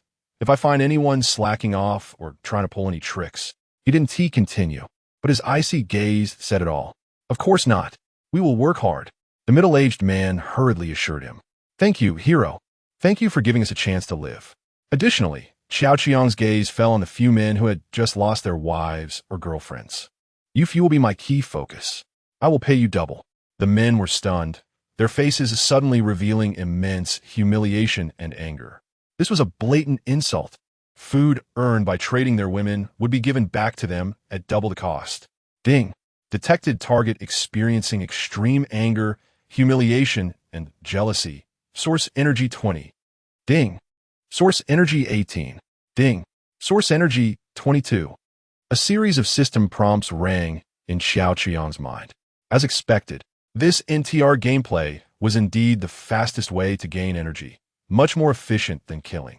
Xiao Chuyang was very satisfied. He wanted these men to live, to experience humiliation and pain every day, providing him with a continuous source of energy. A qualified farmer must not only know how to sow, but also how to keep harvesting. As for you, Xiao Chuyang's gaze finally landed on the man he had shot in the thigh, who was currently being helped by others. What is your name? I'm Wang Jian Hero. Please spare me. The man trembled in fear. Wang Jian, right? Xiao Chuyang nodded, gesturing for him to come closer. Wang Jian approached, limping, his face full of terror. Xiao Chuyang leaned down and whispered, "Since I shot you, I will compensate you. Keep an eye on those green-haired turtles. Report to me if they show any unusual behavior. If you do well, there may still be a chance to heal your leg. If you don't," Xiao Chuyang made a motion across his throat. Wang Jian's face turned pale instantly, but then a surge of joy washed over him. Not only was he not dead, but he could also receive more compensation. "Thank you, hero. Thank you. I'll be a good dog for you." He struggled to kneel despite the pain in his leg. Xiao Chuyang couldn't be bothered to look at him again. He pulled out another small walkie-talkie, along with some first aid supplies and a few energy bars. Tossing them to Wang Jian, who eagerly stuffed them into his bag. He turned and walked into the vast wind and snow with his 3 new trophies. The survivors of Building Number 1 watched their departing figures, their emotions complicated. Although they had survived, they had also become Xiao Chuyang's slaves. Among the crowd, Lin Wanxing watched as Xiao Chuyang disappeared completely into the snowstorm, finally letting out a desperate wail and collapsing to the ground. The journey back to the Ember Barrier was exceptionally difficult for the 3 women in thin clothing. The wind and snow cut against their faces like knives. The bone-chilling cold made their bodies tremble uncontrollably. Li Mei tried several times to get closer to Xiao Chuyang, to shield herself from the wind with his tall figure. But each time she was pushed back by his cold glare. Su Xianwan, the youngest and weakest, soon had purple lips and stumbled in her steps. Just as she was about to collapse into the snow, a warm military coat suddenly draped over her. Su Xianwan was stunned, looking up to see it was Xiao Chuyang, who was walking at the front. "Put it on, don't die halfway." Xiao Chuyang's voice remained cold, but the warmth from the coat brought a surge of comfort to Su Xianwan's heart. She tightened the coat around her and whispered, "Thank you." Beside her, Li Mei and the short-haired girl exchanged glances, both showing a hint of jealousy. Especially Li Mei, who bit her lip, secretly cursing Su Xianwan for playing the victim. Finally, the 4-story building, faintly visible in the snowstorm, appeared before them. When Xiao Chuyang reached the door, the heavy alloy gate slid silently to the side with a slight mechanical sound, leaving the 3 women in shock, mouths agape. Inside, warm, bright light poured out, creating a stark contrast with the icy world outside. A wave of heat, mixed with the aroma of food and fresh air, rushed towards them, making their frozen bodies feel an immediate sense of comfort. "Master, you're back." A cute figure dressed in a cat-eared maid outfit knelt at the entrance, respectfully lowering her head. It was Xiao Wanxing. She held a pair of brand-new men's slippers, waiting for Xiao Chuyang to change into them. This scene struck the 3 newcomers again. What were they seeing? A beautiful woman, dressed in such shameful clothing, kneeling like a real maid to welcome this man? Li Mei's gaze instantly turned fiery. She understood that to survive here and live well, she must please this man unreservedly. Su Xianwan, on the other hand, took a step back in fear. She thought she had only come to do some laundry and cooking, but this scene filled her with dread about her future life. The short-haired girl silently lowered her head, making it hard to discern her expression. Xiao Chuyang changed into the slippers and walked straight inside. "Bring them in, clean them up," he instructed without looking back. "Yes, master," Xiao Wanxing answered respectfully, then stood up and looked at the 3 dazed women at the door. She didn't understand where Xiao Chuyang had found 3 beautiful women again. Was she not enough to satisfy him? When she saw their dirty and disheveled appearance, a hint of concern flickered in her eyes. Once upon a time, she had been like them. "Come in, all of you." Xiao Wanxing's voice carried a hint of authority. Take off your shoes outside. Don't dirty the master's floor. The three women dared not defy her, quickly removing their wet and torn shoes and stepping in barefoot, carefully entering this place that felt like paradise to them. Warm, bright, clean, safe. The floor was as smooth as a mirror, with the raging wind and snow outside. While inside it felt like spring, the air was filled with the aroma of food that made them salivate uncontrollably. They saw the spacious and soft, genuine leather sofa, the giant screen TV that almost occupied an entire wall, and the open kitchen with its sparkling complete set of cookware and a refrigerator filled with various ingredients. Everything here exceeded their imagination. Is this really the end of the world? Why is it hell outside, but here it feels like paradise? They finally understood how fortunate they were to be chosen by this man. Chapter 38. Heaven and Slave Collars Gulyalu. An untimely sound broke the tranquility of the living room. It was Su Xiaowan's stomach growling. She hadn't had a proper meal in 2 days, and now, smelling the aroma of food in the air and seeing the fresh ingredients in the kitchen, her body's instinctive reaction was completely uncontrollable. Her face instantly flushed red, wishing she could find a crack in the ground to hide in. Li Mei and the short-haired girl, though silent, were fixated on the direction of the kitchen, their throats bobbing up and down. Qiao Chuyong sat on the sofa, seemingly oblivious, only instructing Xiao Wanqing, "Take them to wash up and change into clean clothes. I don't want to smell outside filth in my house." "Yes, master." Xiao Wanqing bowed in response, and then walked in front of the three women. "Follow me." Her tone was flat but carried an undeniable commanding tone. She first led the three to the guest bathroom on the second floor. When the bathroom door opened, revealing the spacious and bright area, the huge bathtub, the smart toilet, and the neatly arranged, unopened toiletries on the sink, the three women were once again shocked. In the apocalypse, water was more precious than gold. They hadn't bathed in almost a week and had long been emitting an unpleasant odor. Yet here, it was luxurious enough to bathe in such a large bathtub. There's hot water in the bathroom, and you can pick your own toiletries. Clean yourselves well. The master dislikes dirty things. After saying this, Xiao Wanqing took out 3 boxes from the nearby storage cabinet. "These are the clothes prepared for you. Change into them after your bath, then wait in the living room on the first floor." With that, she turned and left, leaving the three women looking at each other in the bathroom. Li Mei was the first to react. She eagerly dashed to the bathtub and turned on the faucet. As the warm water gushed out, she felt so comfortable that she almost moaned. "Oh my God, it's hot water. It really is hot water," she exclaimed excitedly. Su Xiaowan and the short-haired girl also gathered around, feeling the long-lost warmth. Soon, the three stripped off their dirty, ragged clothes, scrambling to jump into the bathtub. The warm water enveloped their bodies, washing away the dirt, while seemingly rinsing away the fatigue and fear of recent days. They felt like 3 fish returning to the water, indulging in the most luxurious happiness in the apocalypse. After bathing, they curiously opened the boxes left by Xiao Wanqing.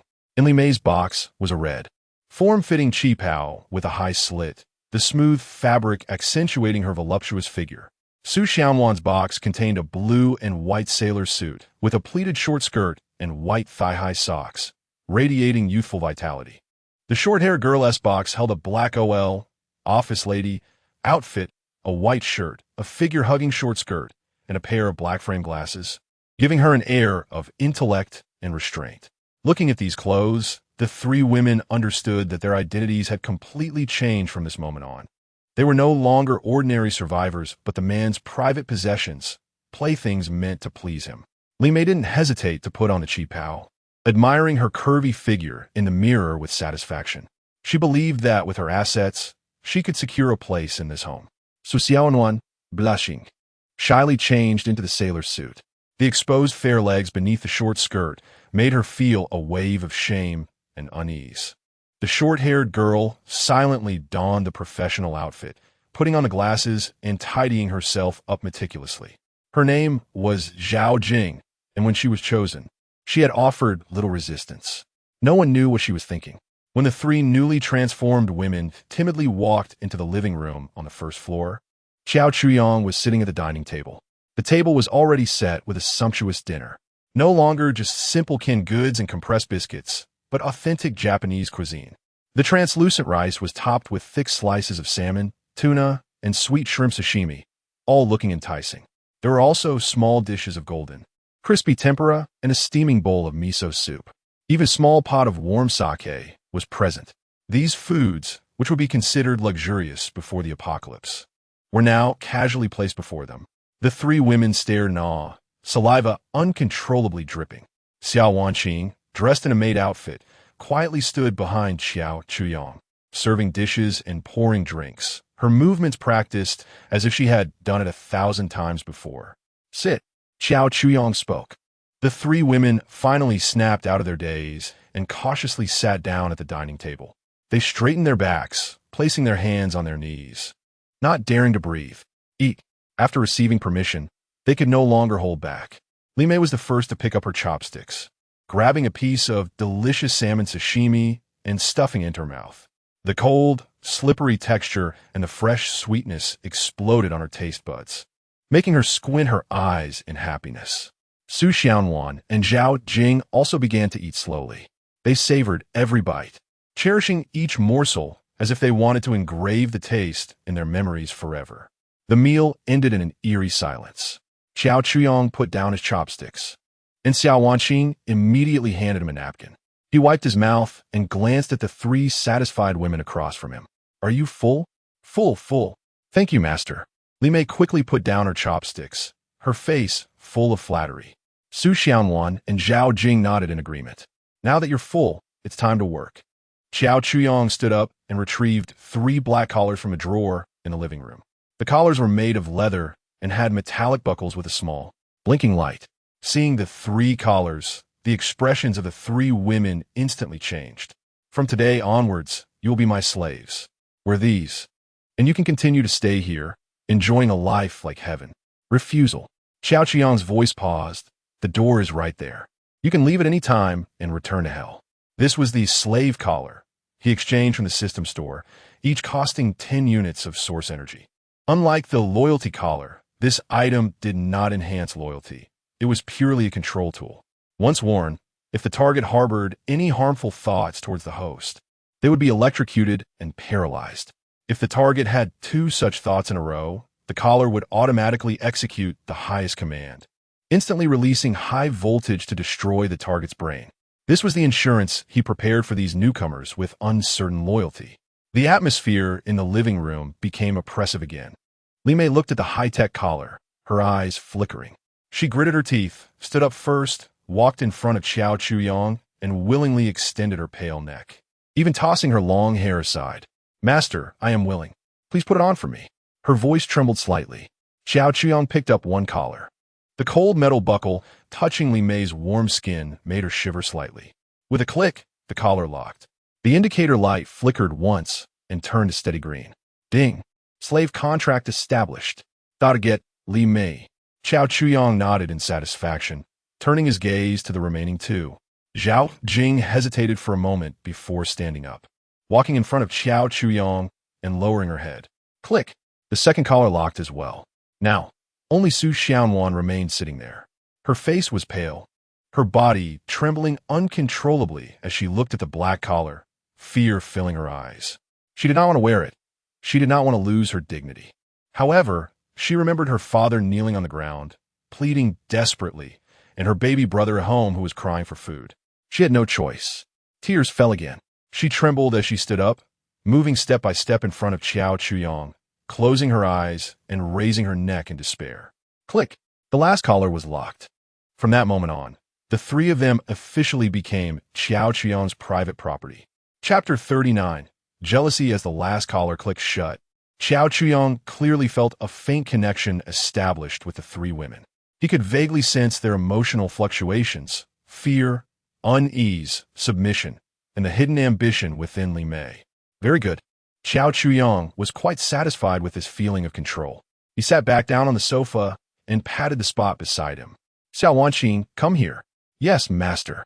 Xiao Wanqing immediately took small steps and came to his side, obediently kneeling on the carpet, resting her head on his thigh like a well-behaved cat.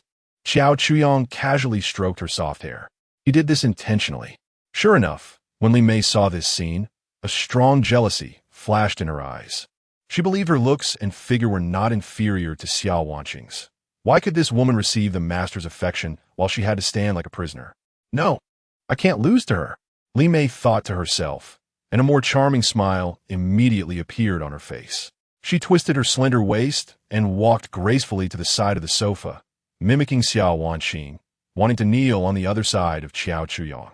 Master, let Xiao Mei serve you too. My massage skills are excellent. Her voice was sweet to the point of being cloying. However, before she could kneel down, Xiao Wanqing's cold reprimand stopped her. Stop! Xiao Wanqing raised her head, her originally gentle gaze now sharp. She looked at Li Mei and coldly said, Who allowed you to approach the master? Do you understand the rules? Li Mei was stunned. She didn't expect this seemingly submissive maid to dare reprimand her in front of the master. You, what right do you have to manage me? We're all the master's slaves. By what right? Xiao Wanqing stood up, looking down at her, exuding an air of authority only a leader could possess. By the fact that I arrived before you. By the fact that I am the first, maid personally trained by the master. In this house, aside from the master, I am the highest. You three newcomers must listen to my arrangements. She turned to Qiao Chuyang and respectfully bowed. Master, the newcomers do not understand the rules and need proper training. Please allow me to establish the rules of this household for them.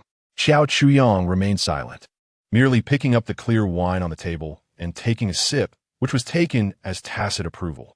He was pleased to see this scene. Competition leads to progress. Letting Xiao Wanqing manage them would save him a lot of trouble. A stable harem needs a competent manager. With the master's tacit approval, Xiao Wanqing became more confident. She walked in front of the three newcomers, put on a stern face, and began to lay down the rules. First, any command from the master must be obeyed unconditionally. No questions or hesitations are allowed. Second, without the master's permission, you are not allowed to approach within 3 meters of the master. And you must not use your filthy bodies to touch anything belonging to the master. Third, in this house, your status is that of apprentice maids. You are responsible for cleaning, laundry, cooking, and all miscellaneous tasks assigned by the master. I will supervise you, and anyone who dares to slack off or perform poorly will go hungry. Fourth, and most importantly, recognize your identity.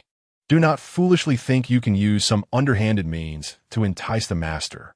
Whether you can earn the master's favor is not something you can decide. Everything depends on the master's mood and your performance. Xiao Wanqing announced the rules one by one, each one reinforcing her position as headmaid. Li Mei was so angry her teeth were clenched, but seeing Qiao Qiang's indifferent demeanor, she did not dare to lash out and could only suppress her resentment. Su Xianwan and Zhao Jing, on the other hand, lowered their heads and silently listened. For them, as long as they could eat and stay warm, doing household chores was fine. Do you all understand? Xiao Wanqing asked sternly. I understand. The three replied weakly. Speak louder. Haven't you eaten? I understand. This time, their voices were much louder. Very good. Xiao Wanqing nodded in satisfaction. Now, clean the dining table and mop the kitchen floor 3 times. I don't want to see a single hair. Yes.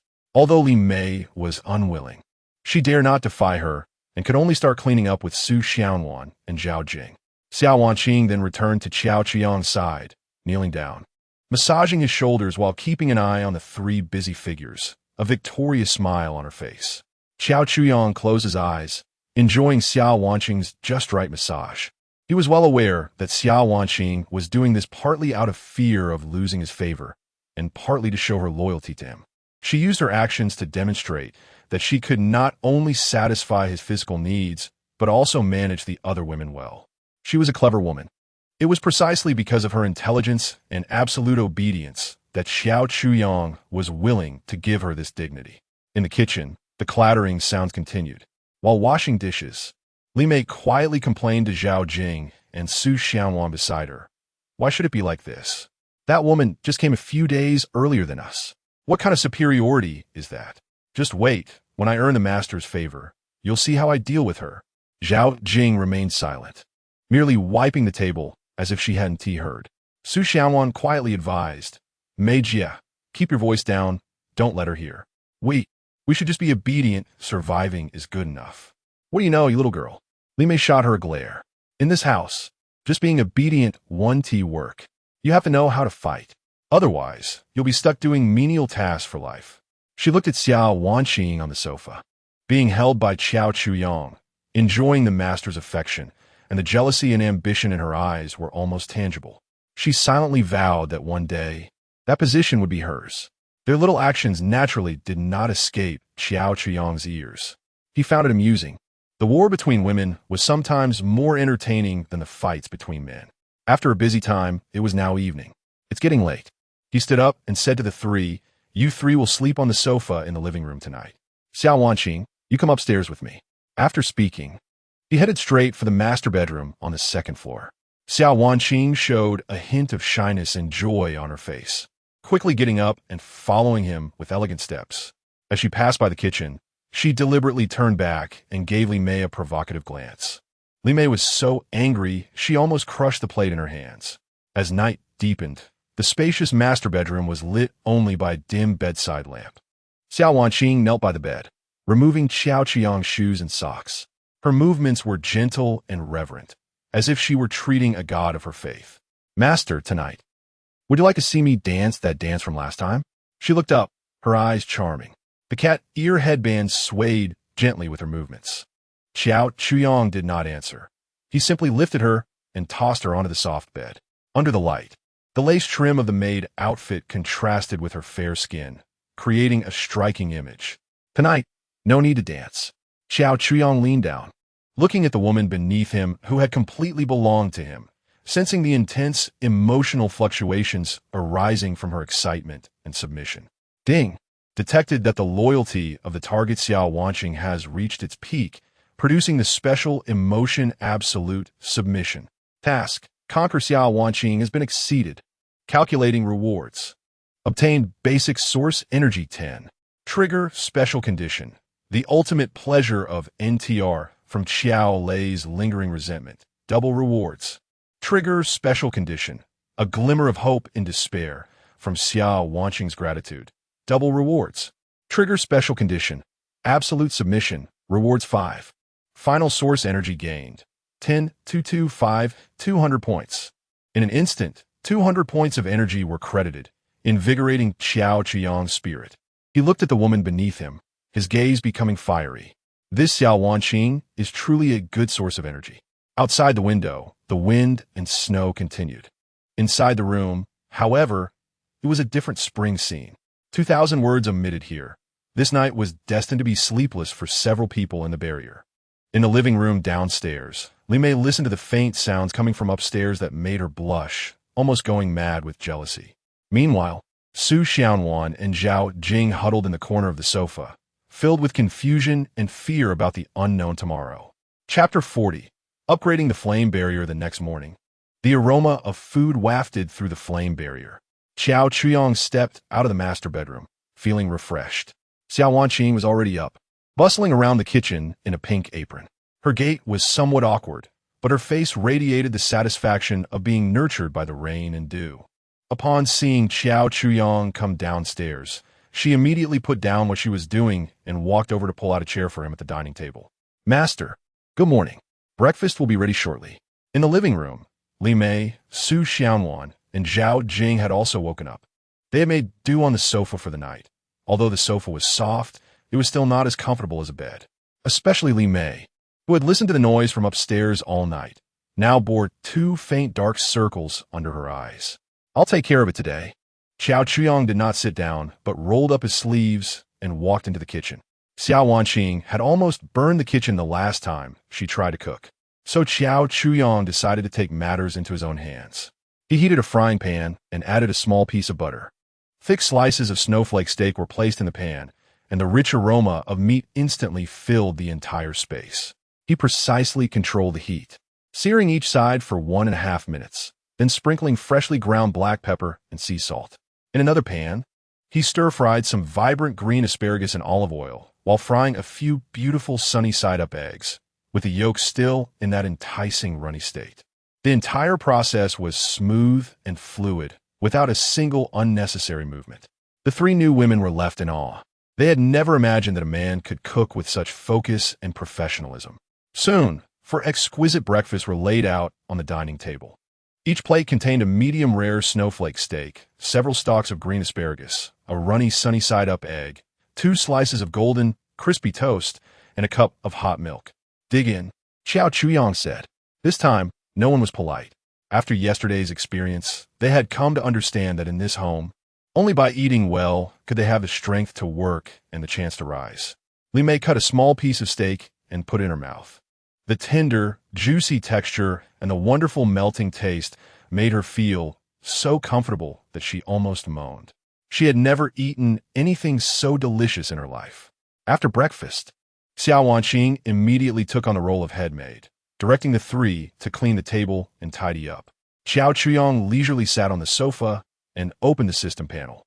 Flame barrier system, host, Xiao Chuyang barrier level, LV1 energy core, source energy 851, activated modules, absolute defense LV1, clean water circulation system LV1, shop LV1, alloy door LV1, high voltage electric grid, panoramic monitoring system LV1, 500 meters HD audio-visual monitoring. Looking at the impressive 851 points of source energy, Xiao Chuyang felt satisfied. The hard work of the past few days had not been in vain. His gaze fell on the conditions for upgrading the barrier. Flame barrier LV2 upgrade conditions. Activated functional modules 1-4. Currently, only clean water is activated.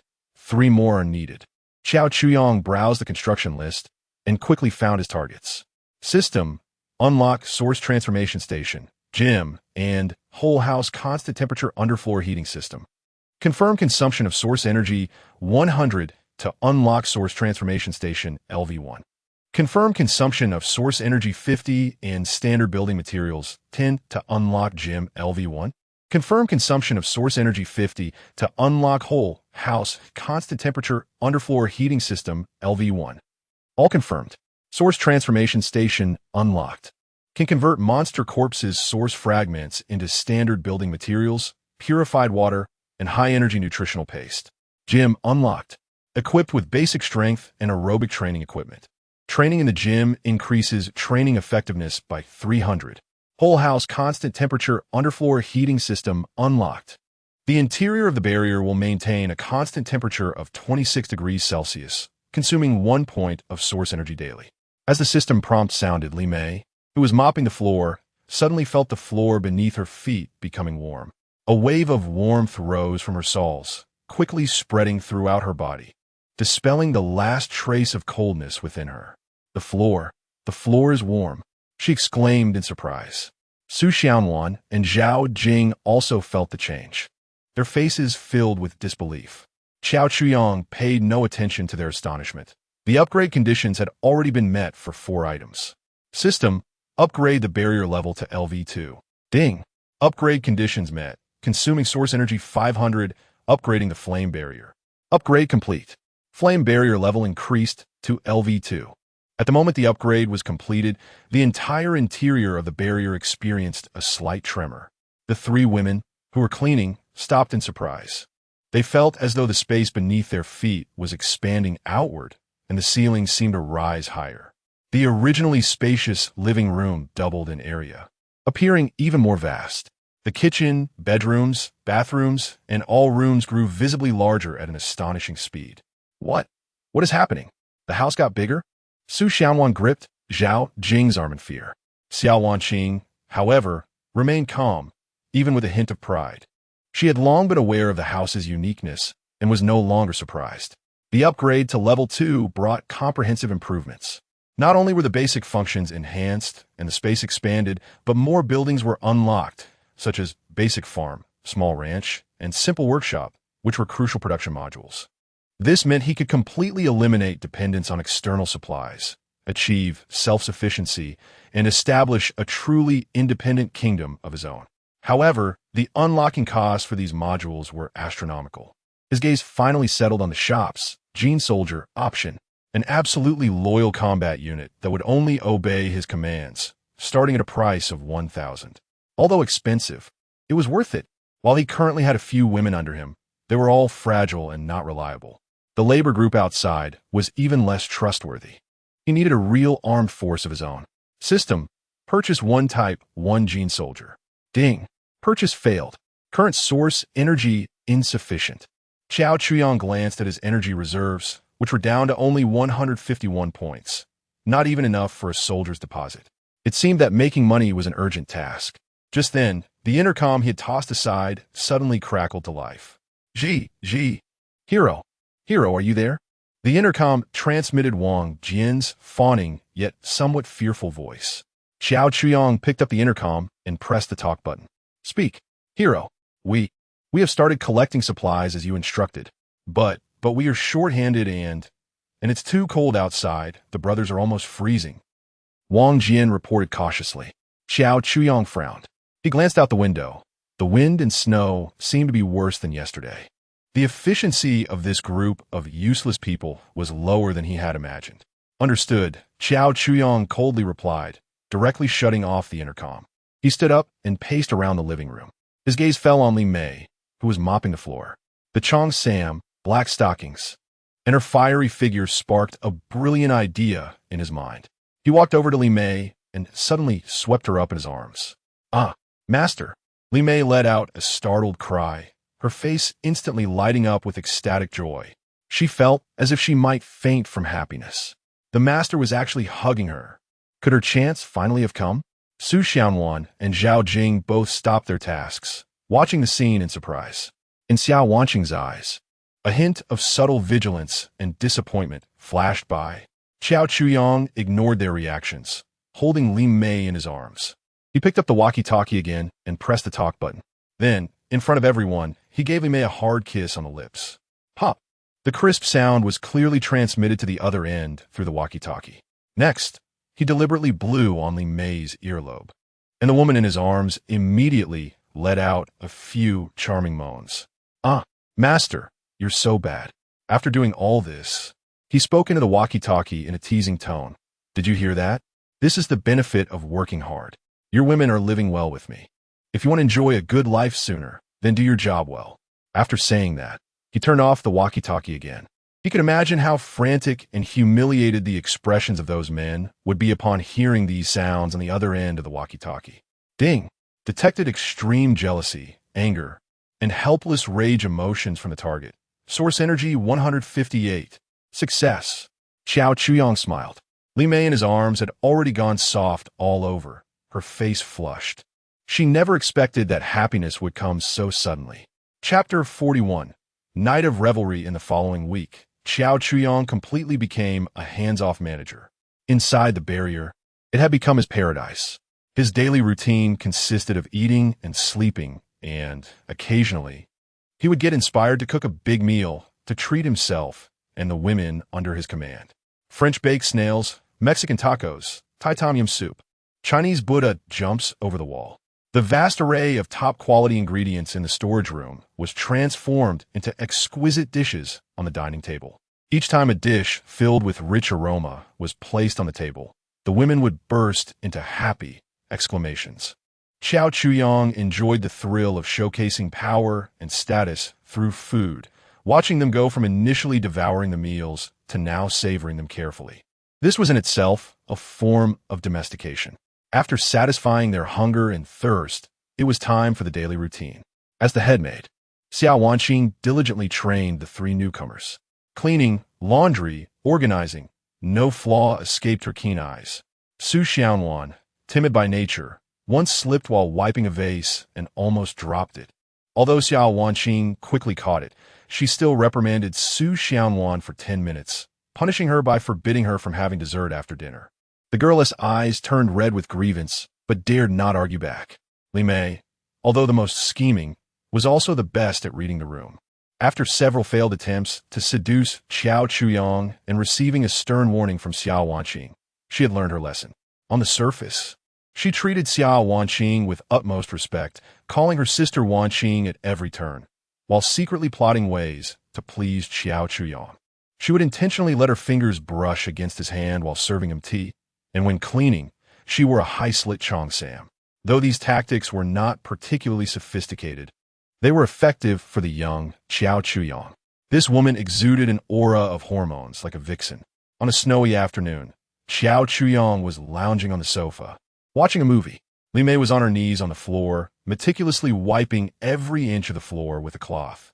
She had specially changed into black stockings today, creating an alluring sight with her movements.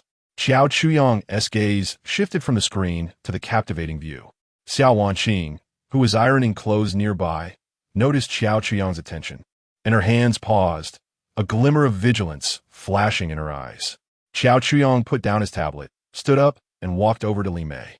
Feeling the shadow behind her, Li Mei froze, her heart racing uncontrollably. She could smell the refreshing scent of the shower gel on her master. The opportunity had come. Without turning around, her voice trembled slightly. "Master, am I blocking you?" Xiao Chuyang didn't respond. Li Mei let out a short gasp. In the living room, Su Xiaowan and Zhao Jing stopped their tasks, staring at the scene in shock. Xiao Wanqing's expression turned slightly grim. "No, don't." Although it was shameful to be watched, Li Mei only felt embarrassed for a moment before giving up her futile resistance. Detected extreme excitement in the target. Source energy 120. Detected jealousy and crisis in bystander Xiao Wanqing. Source energy 55. The victim Wang Hao, through Li Mei's association, experienced extreme humiliation and anger. Source energy 320. In an instant, he had directly gained nearly 500 points of source energy, including excitement, shame, desire for humiliation, and more. Xiao Chuyang was very pleased with this outcome. He withdrew and casually returned to the sofa, continuing to watch his movie, leaving Li Mei sprawled on the floor. Flushed and panting, she shot a victorious glance at the pale-faced Xiao Wanqing. Zhao Jing remained silent, simply turning her head away to continue wiping the bookshelf. As if nothing had happened, Su Xiaowan, on the other hand, was blushing furiously, keeping her head down and not daring to look at anyone. Of course, Xiao Chuyang did not forget about his energy farm. Every day, he would regularly contact the survivors in Building 1 through the intercom. Sometimes, late at night, he would deliberately speak clearly into the intercom, tormenting the nerves of every man in the building. Other times, he would describe the mountain delicacies and fine wines he had enjoyed that day, feigning concern by asking, "Did you find anything to eat today?" This psychological torment proved highly effective. In just a week, he had extracted over 1,000 points of source energy from those survivors. Meanwhile, the barrier itself was also an important source of energy for him. Xiao Wanqing and Li Mei were both pulling out all the stops to compete for opportunities at night. Xiao Chuyang didn't mind. After all, a person's energy was limited, and having two at once was even better, wasn't he? He enjoyed the treatment of an emperor while simultaneously reaping wave after wave of energy. A week later, his total source energy had exceeded 2,500 points. It was time to acquire 2 capable bodyguards. That night, after completing his daily routine, Xiao Chuyang satisfiedly opened the system store. Xiao Wanqing was kneeling by the bed, using a warm towel to wipe his body, while Li Mei lay like a lazy cat on his chest, gently rubbing her cheek against him. The existence of the system didn't need to be hidden from his maids. Due to the collar, even if they saw something, they couldn't tell others. He directly navigated to the purchase page for Gene Soldier, Type 1. Do you wish to spend 2,000 source energy to purchase 2 Type 1 Gene Soldiers? Yes. Purchase successful. Generating Gene Soldiers. Please choose the gender and basic appearance template of the soldiers. Huh. Xiao Chuyang was momentarily taken aback. He didn't expect to have a choice. After some thought, since they were Gene Soldiers, they should be muscular monsters, although they would be strong in combat. Having them around felt a bit degrading. Gender, female. He made his choice. After all, they were just tools. It didn't matter whether they were male or female. Choosing female would at least be more visually pleasing. Gender confirmed. Please select appearance template. Template East Asian features. Template B, West Asian features. Template C, random generation. Random. Xiao Chuyang replied casually. Template confirmed, generating. He got out of bed, and Xiao Wanqing and Li Mei immediately followed him, draping a robe over him. The 3 of them went to the living room on the first floor. In the center of the living room, amidst flickering lights, 2 human-shaped outlines formed from countless points of light appeared out of nowhere. The light quickly solidified into 2 living people. Su Xiaowan and Zhao Jing were startled awake by the commotion. Climbing up from the sofa, gazing in fear and curiosity at the miraculous scene. When the light dissipated and they saw the appearance of the two women, Xiao Qiang's face darkened. Standing before him were indeed two women. Each was about 175 meters tall, clad in the System's black tight-fitting combat suits. Their figures were undeniably impressive, tall, athletic, and exuding a sense of power. The bodies beneath the combat suits had smooth lines and well-defined muscles, clearly containing explosive strength. But their faces, the so-called random generation by the system, was excessively random. One had a square face, small eyes, a flat nose, thick lips, and dark skin, looking as goofy as a man in drag. Another outrageous one, a long face paired with high cheekbones and a hooked nose, sharp eyes, looking just like a villainous eunuch crawling out of an ancient tomb. Damn, system, do you have a grudge against me? Xiao Chuyang couldn't help but curse. With this appearance, it's not just unpleasant to look at, it could scare someone to death at night. The two genetic soldiers seemed to ignore his complaints, and after their formation was complete, they knelt on one knee in unison and said in a completely emotionless voice, "Master, genetic soldier number 01 reporting for duty. Please issue your command." "Master, genetic soldier number 02 reporting for duty. Please issue your command." This chapter was too explicit and got taken down, so it has to be like this. Chapter 42. Harvesting energy, forget it. If it looks a bit ugly, so be it. As long as the combat power isn't affected, that's fine. He walked up to number 01 and carefully examined her. The outline of her muscles was clearly visible even through the combat suit, feeling as hard as iron, filled with explosive power. Xiao Chuyang exerted a bit of strength and felt that he was not squeezing a human arm, but rather a steel bar. He shook his slightly numb fingers, feeling reassured. The strength of the Type 1 gene soldiers, verified by the system, was approximately 3 times that of a professionally trained adult male. Their speed and reaction capabilities far exceeded those of ordinary people. Moreover, they were tireless, unafraid of death, and absolutely obedient to orders. With 2 such bodyguards, even if they were to face dozens of ordinary people unarmed, it would be no different from chopping vegetables. Good. Xiao Chuyang nodded in satisfaction. He took out 2 large bags of supplies from the spatial warehouse. One bag contained food and some basic medicines for building 1, while the other was a special care package prepared for Xiao Lei. You two, one is called 01, and the other is called 02. From now on, you'll be responsible for delivering supplies. 01, you are in charge of delivering this bag to building 1. 02, you will deliver this bag to Xiao Lei in the building across from you. The specific location and task details have already been uploaded to your memory cores. Yes, Master. 01 and 02 each picked up a huge package. The weight was at least 100 pounds, but in their hands, it felt like they were carrying 2 bags of cotton effortlessly. They walked to the door, and the heavy alloy door slid open automatically. The 2 towering figures stepped into the wind and snow outside without a hint of hesitation. Meanwhile, in Building 1, the situation was worse than it had been a week ago. The air was filled with a stench of sweat, mixed with the nauseating smell of blood and excrement. The bonfire in the hallway had gone out, and the survivors were huddled in the empty room on the 2nd floor, wrapped in scavenged rags, shivering.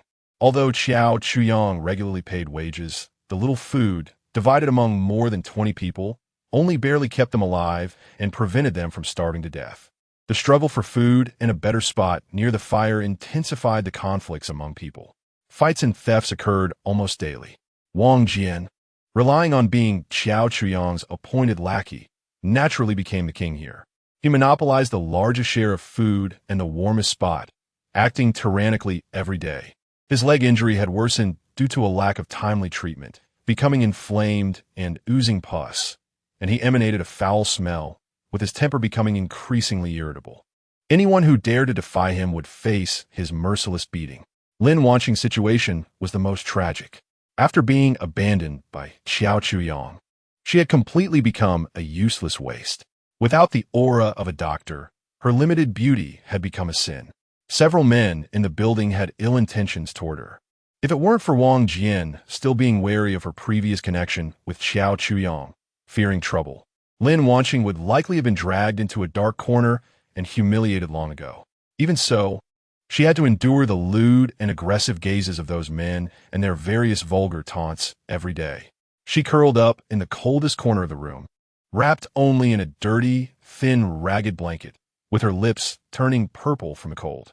She hadn't received any food for several days, feeling dizzy from hunger, her stomach burning with hunger pangs. Regret gnawed at her heart like cold, venomous snakes, day and night. She regretted why she had to show off, why she had to negotiate with that devil, talking about ridiculous principles and bottom lines. If that day she had, like Su Xianwan and the others, lowered her pride and stepped forward, would she now be in that warm house like heaven? Would she be able to eat steaming hot steak and take a warm, comfortable shower? Just as she was about to faint from hunger, a commotion suddenly broke out in the hallway. Food! Food has arrived. Hurry, go grab it. The originally lifeless crowd instantly surged toward the door like sharks smelling blood. Lin Wanxing struggled to lift her head and saw a tall, robust man she had never seen before, carrying a huge package, walking in expressionlessly. Wang Jian limped through the crowd, approaching with a fawning smile on his face. Brother, are you sent by Xiaoge? Thank you for your hard work. Number 01 didn't even glance at him, just threw the package heavily on the ground. Making a loud thud, she said in her emotionless voice, Master S orders, this is your supply for the week. Additionally, the master wants you to start collecting all the discarded car tires and batteries from the urban village starting tomorrow. I will come to retrieve them once a week. After saying that, she turned and left, her movements crisp and efficient, without a hint of excess. Wang Jian stared at the huge package, his eyes widening. He immediately lunged at it, like a wild dog protecting its food, spreading his arms and shouting at the surrounding people. Don't move. This is mine. Anyone who dares to take it, I'll kill them. The other survivors were unwilling to comply. Hunger had already overcome their fear. Why should it all be yours? This is food sent to us all by Hero Qiao. Exactly. Wang Jian, you cripple. Don't be so domineering. A man, emboldened by the crowd, reached out to grab the package, looking for death. Wang Jian's eyes flashed with malice as he pulled out a steel pipe from his waist and struck the man hard on the head. The man screamed, clutching his head as he fell to the ground, blood leaking through his fingers. This blow stunned everyone. Wang Jian waved the steel pipe. His face twisted in a grimace. Who else? Who else wants to try? The survivors shrank back, their eyes filled with anger and unwillingness. But no one dared to step forward. Wang Jian let out a triumphant sneer. Pride opened the package with the steel pipe and pulled out a loaf of bread, taking big bites out of it. As he ate, he mumbled indistinctly, You all better listen up. From today on, I'm in charge of this building. If you want to eat, you have to follow my orders and work. Anyone who dares to slack off can just wait to starve. Among the crowd, a few people exchanged glances and quietly lowered their heads. Lin Wanxing did not rush to grab it. She knew she couldn't compete with those starving men. Her gaze was fixed on the departing figure of 01 until it disappeared into the wind and snow. She sensed an inhuman aura from that woman. Her movements, her eyes, were just like those of an emotionless robot. That man. How many undisclosed trump cards does he have? How could he have such monstrous subordinates? Lin Wanxing's heart sank to the bottom. On the other side, the hawk-nosed soldier, number 02, arrived at the base of the building where Xiao Lei was located. She looked up and immediately locked onto the target room in her memory core. She did not take the stairs, but walked directly to the wall, using several inconspicuous protrusions to climb up silently like a nimble lizard. A few seconds later, she appeared outside the balcony on the 5th floor. At that moment, Xiao Lei was curled up on the sofa, staring blankly at the ceiling. His parents had gone out seeking food a few days ago and had never returned. He was the only one left in the house. He was about to go insane, his mind replaying the humiliating image of Xiao Wanqing. Suddenly, there was a loud knocking on the balcony window from the outside. Xiao Lei jumped in fright and looked over in terror. A woman with an unusual appearance stood expressionless outside the balcony, holding a large package. The voice of 02 came through the glass. The master asked me to deliver something to you. The master? Xiao Chuyong. Xiao Lei's eyes instantly turned red as he grabbed the ashtray on the table and rushed over, wanting to smash the window. Xiao Chuyong, you bastard. I'll kill you. 02 looked at him with no change in her expression. She simply raised her hand and punched the glass. Crash! The sturdy window shattered into countless pieces in an instant. Xiao Lei was frozen in place. Terrified by the powerful punch, 02 stepped through the broken hole and threw the package at his feet. It's from the master.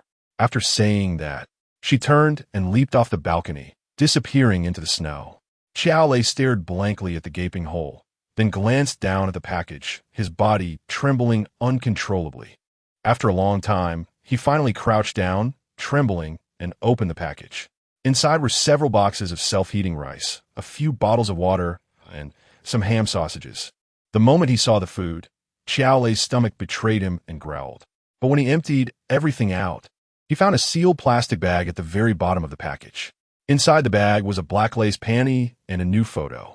In the photo, Xiao Wanqing was wearing sexy silk lingerie, kneeling on the ground, while Qiao Qiang's foot was stepping on her back. Xiao Lei's breath stopped instantly.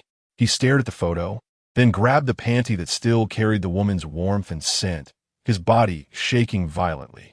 A piercing scream erupted from the room. Detected extreme humiliation, jealousy, madness, and hatred emotions from target Xiao Lei. Source energy value 450.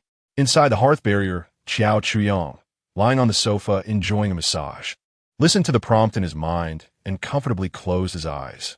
The leeks on the farm were thriving, and it was time for harvest again. Chapter 43. Mutant Mice. The night was deep, and there was no sign of the wind and snow letting up. At the other end of the urban village, in a 5-story building that was mostly buried under snow, 7 or 8 ragged men huddled around a faint fire, shivering. They were another survivor team in the area, barely managing to struggle for survival in this apocalypse due to their numbers and boldness. But now, they had reached a dead end. "Boss, we're out of food. We finished the last half bag of rice yesterday," said a scarred man weakly. The one referred to as the boss was a burly bald man. He irritably scratched his head. "Damn it. In this godforsaken weather, if we can't find food, we'll starve to death here. How about we check the supermarket again?" said the scarred face. "Last time we only searched the outskirts. There must still be stuff inside." The supermarket they mentioned was a large chain store at the entrance of the urban village.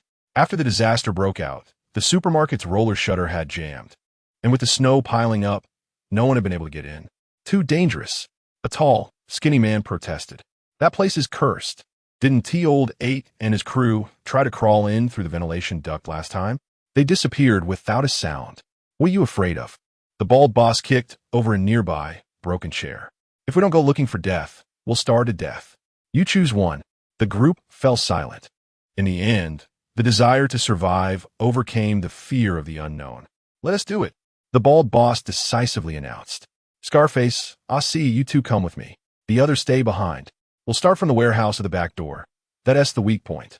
The three quickly gathered some tools, like crowbars and axes, and trudged through the snowstorm towards the supermarket. The back door of the supermarket was a small, unloading platform. The iron warehouse door was mostly blocked by snow. It took the three of them considerable effort to clear a passage. "Damn it, I'm freezing to death." Scarface rubbed his hands together, exhaling a puff of white breath. The bald boss picked up the crowbar and smashed it down on the warehouse door S-lock. Bang, bang, bang. After a few hits, the old lock broke with a snap. Together, they pulled open the heavy iron door just enough to create a gap. A foul smell, a mix of rotting food and something rancid, wafted out, making the three frown. "What is that smell?" "It stinks," Asi complained, pinching his nose. "Who cares what it smells like, as long as they're food?" The bald boss couldn't wait to turn on the flashlight and was the first to squeeze inside.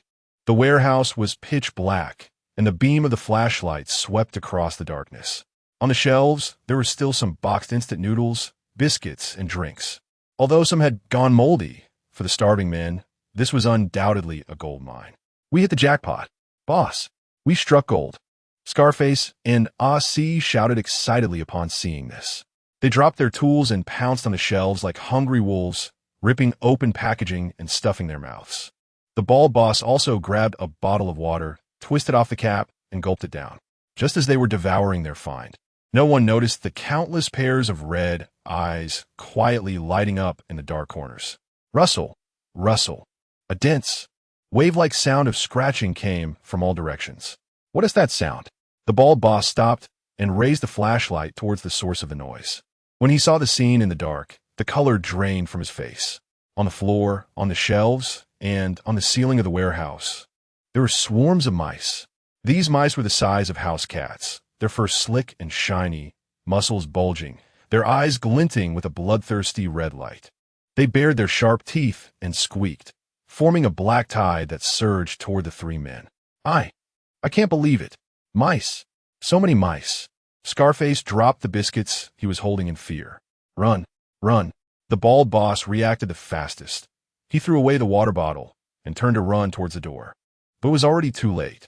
A giant mouse, the largest among them, suddenly leaped down from a shelf like a black cannonball, directly pouncing on Aussie, who was at the back. Aussie let out a piercing scream. Before he could fight back, more mice surged over him, instantly overwhelming him. The sounds of flesh being torn and bones being crushed, along with Aussie's gradually fading screams, created the most horrifying symphony in the empty warehouse. The bald boss and Scarface were terrified, scrambling towards the door. Quick, close the door. Close it. The bald boss yelled hoarsely as he ran. Just as they were about to burst out the door, Scarface slipped and fell to the ground. Several mice darted towards him like lightning, biting down on his ankle. Boss, save me, save me. Scarface screamed in terror, desperately swinging the axe at the mice. But these mutant mice had thick skin and tough flesh. The axe only left a white mark on their bodies. The bald boss glanced back and saw the black tide of mice surging toward him. He didn't dare to stay. Gritting his teeth, he used all his strength to burst out of the warehouse and slammed the iron door shut behind him. No, boss, don't close the door. Don't leave me.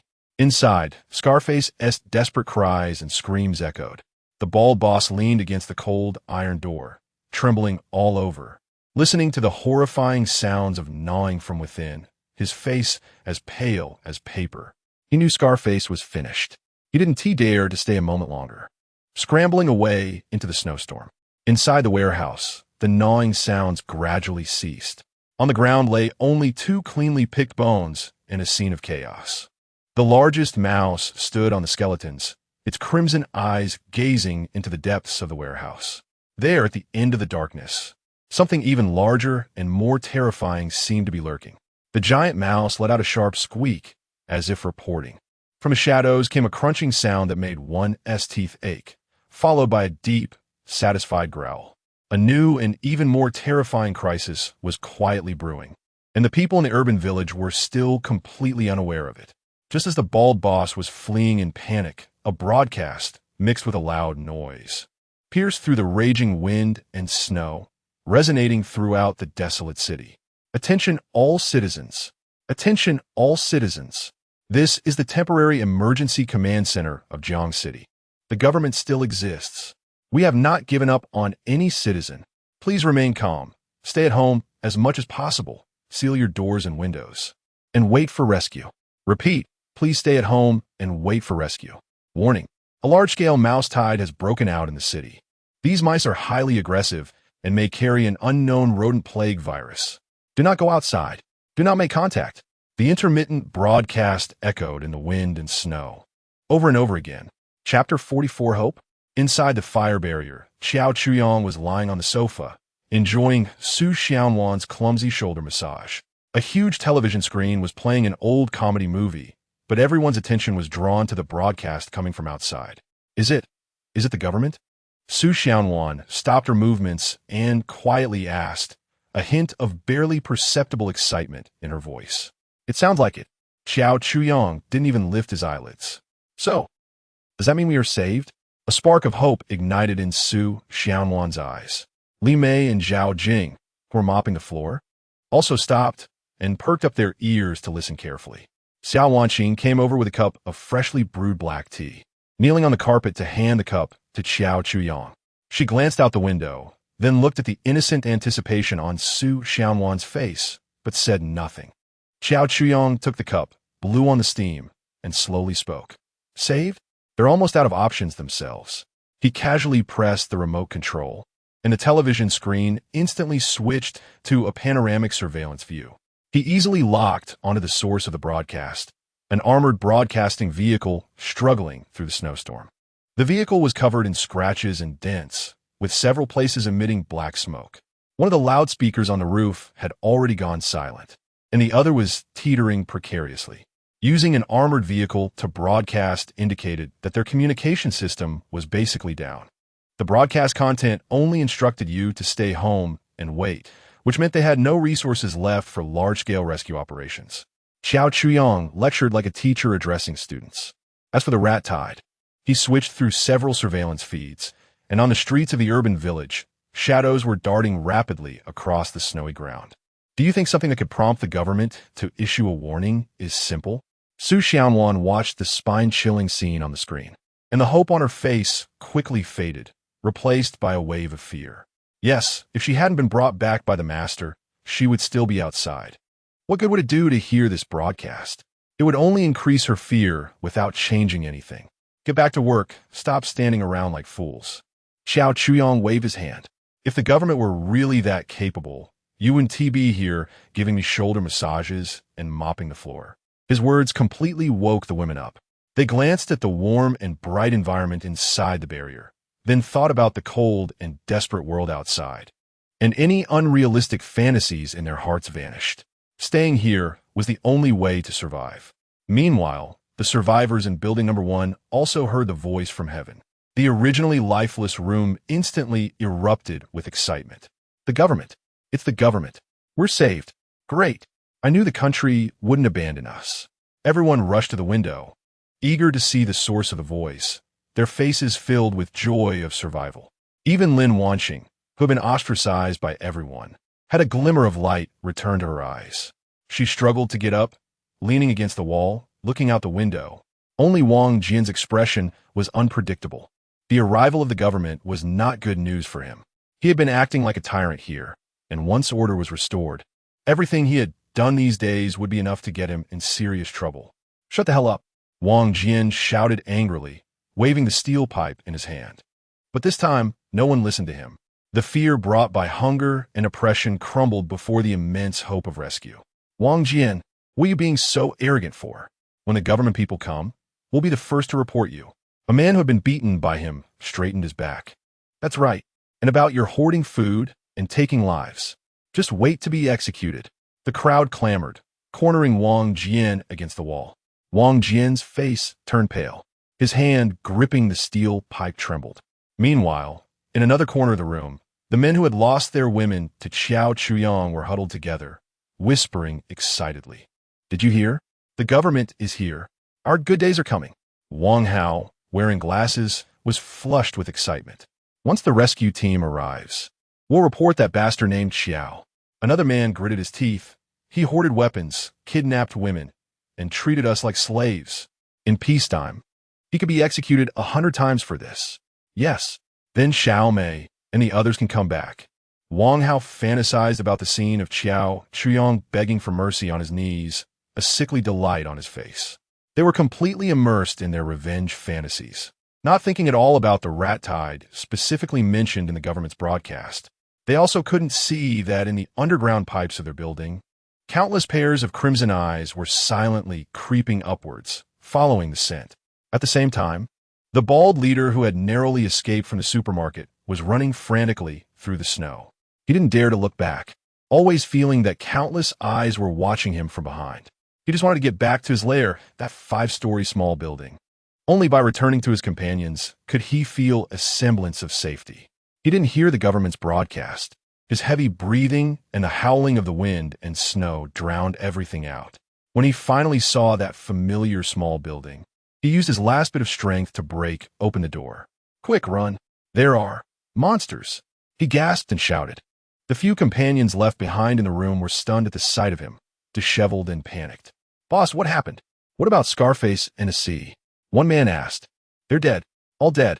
Eaten by the rats. The bald leader screamed in terror, rambling incoherently. So many rats. Hurry, they're coming. The others exchanged glances, wondering if the boss had gone mad from fear. Just then, a rustling sound came from the doorway. Everyone turned to look. They saw a massive, pitch-black rat peeking through the crack of the door. Its eyes were a terrifying blood red. Squeak! It let out a sharp cry, as if signaling. In the next second, horrifying events unfolded. All the windows, door cracks, and ventilation openings in the small building were flooded with a black tide. It was thousands upon thousands of mutated rats. They surged in from all directions, instantly filling the entire room.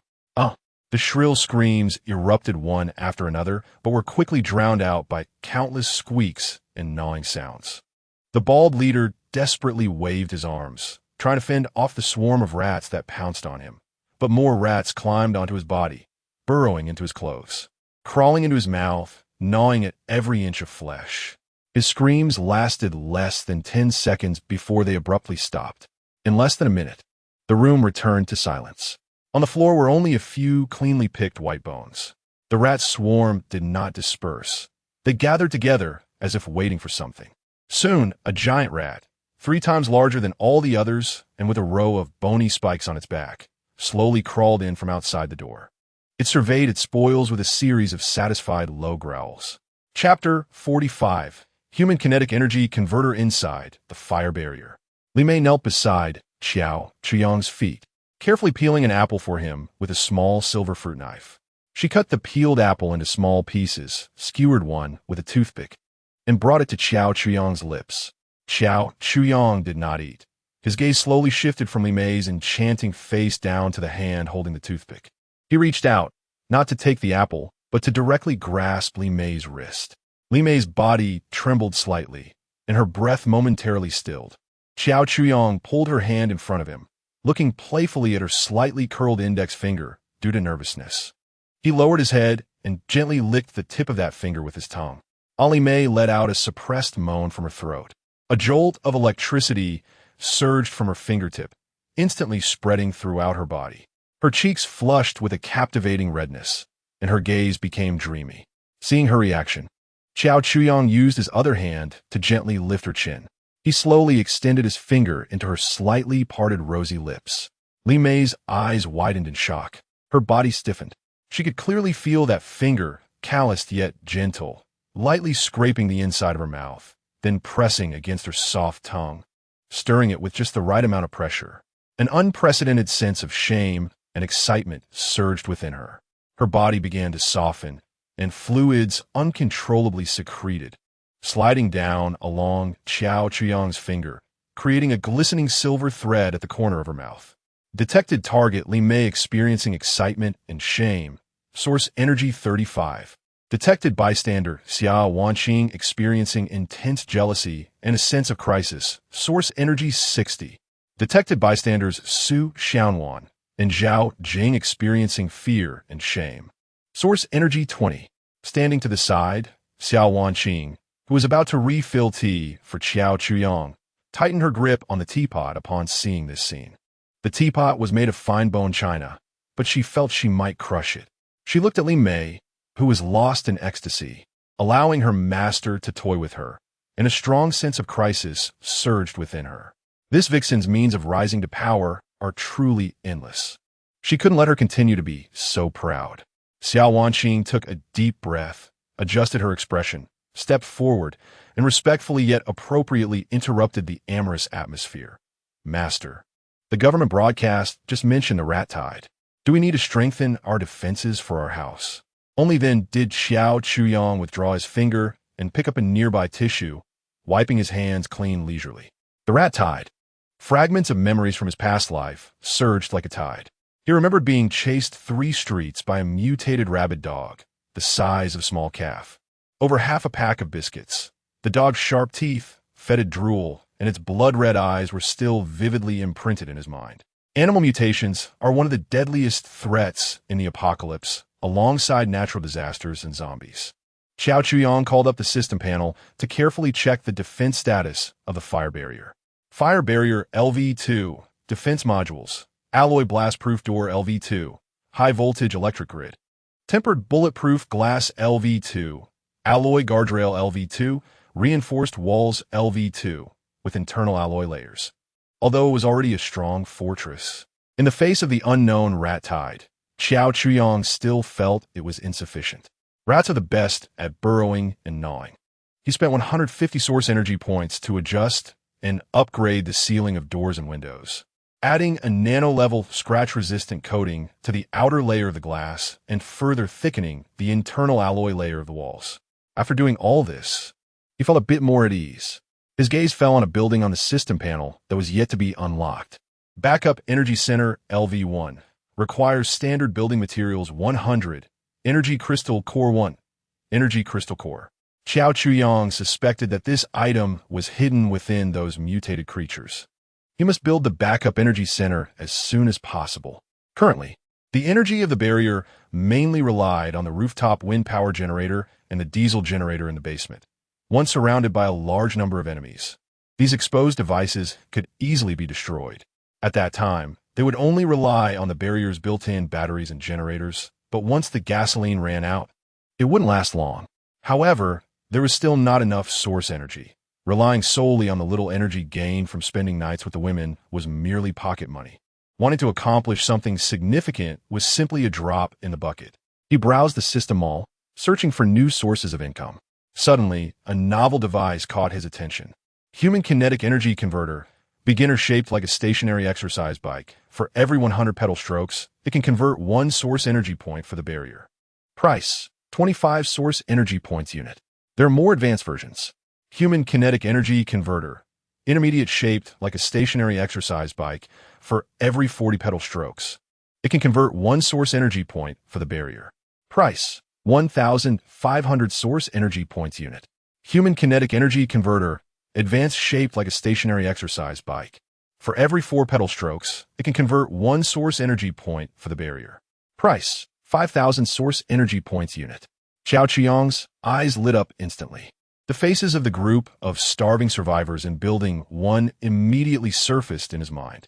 Having them gather scrap metal in the wind and snow was too inefficient and dangerous. It would be better to keep them confined and turn them into human batteries to generate power for himself. This idea was simply brilliant.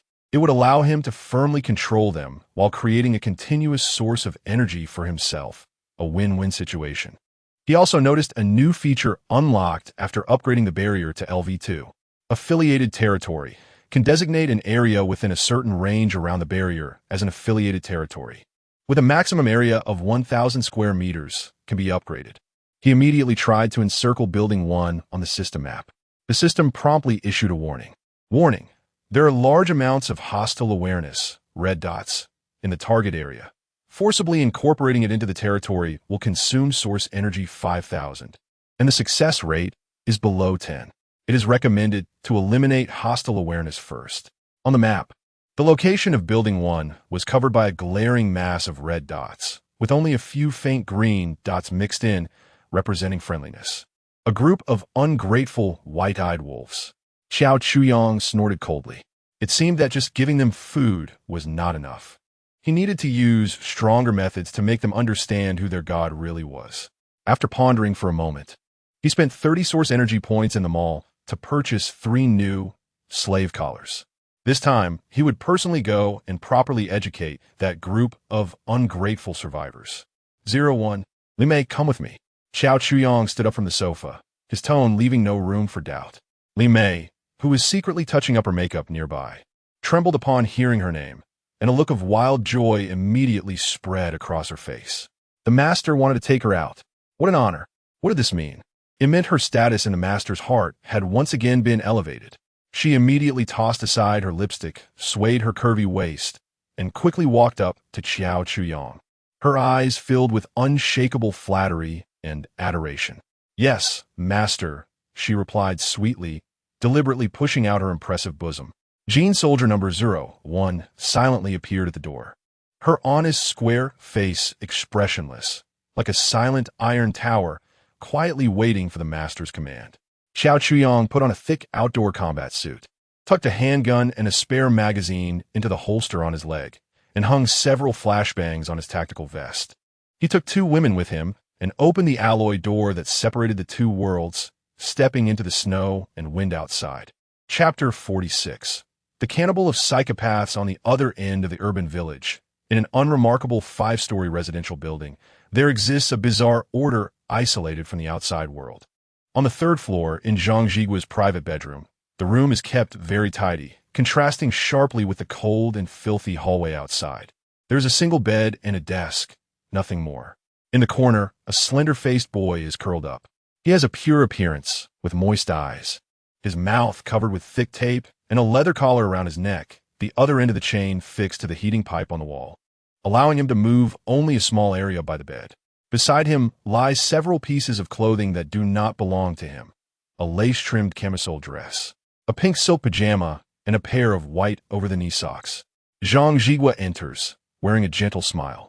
He locks the door behind him, and the calm demeanor he had outside instantly vanishes, replaced by a morbid obsession.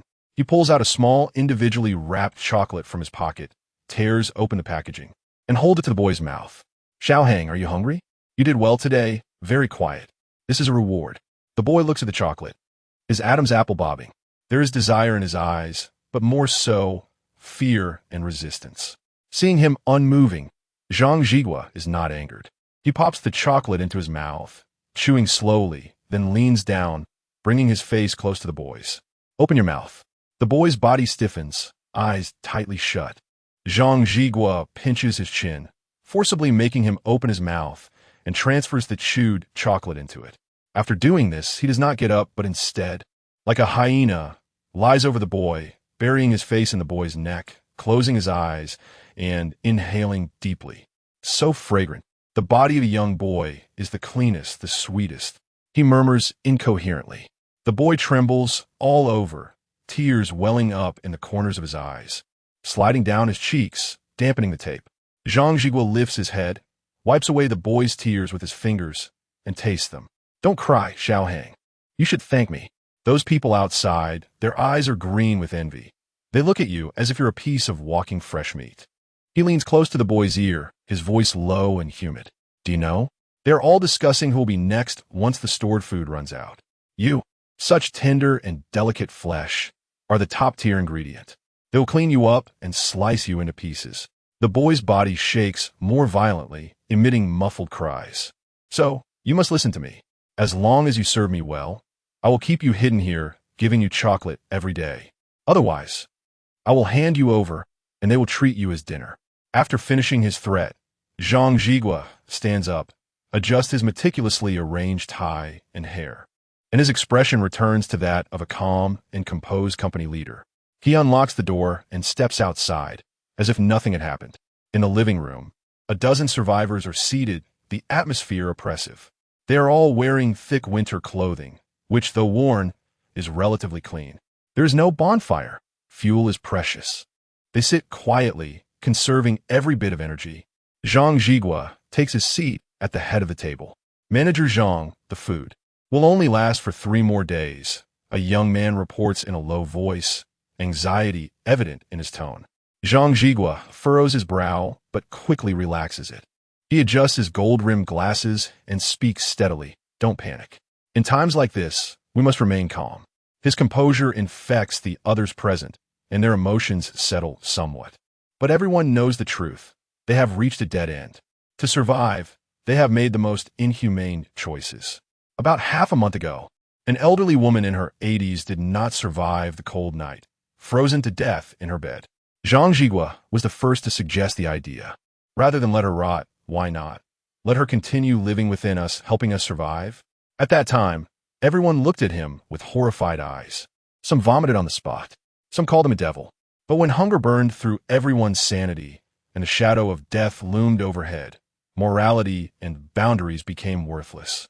The first to take action was a father. His daughter was already on the verge of death from starvation. He knelt on the ground, bowed his head 3 times toward the old woman's room, and then walked in with a knife. From the initial vomiting and resistance to later numbness, and now to calmness, they had become accustomed to it. The elderly who froze to death and the children who died of illness in the building had become their reserves for survival. In this building, the cries of children and the coughs of the elderly could no longer be heard. Only a group of numb-eyed adults, desperate to survive by any means, remained.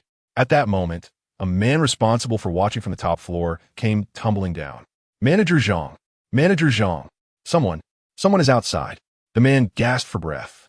his face a mix of shock and confusion. What? Zhang Jigua suddenly stood up. The other survivors also rose, their faces filled with suspicion. In such weather, who could be running around outside?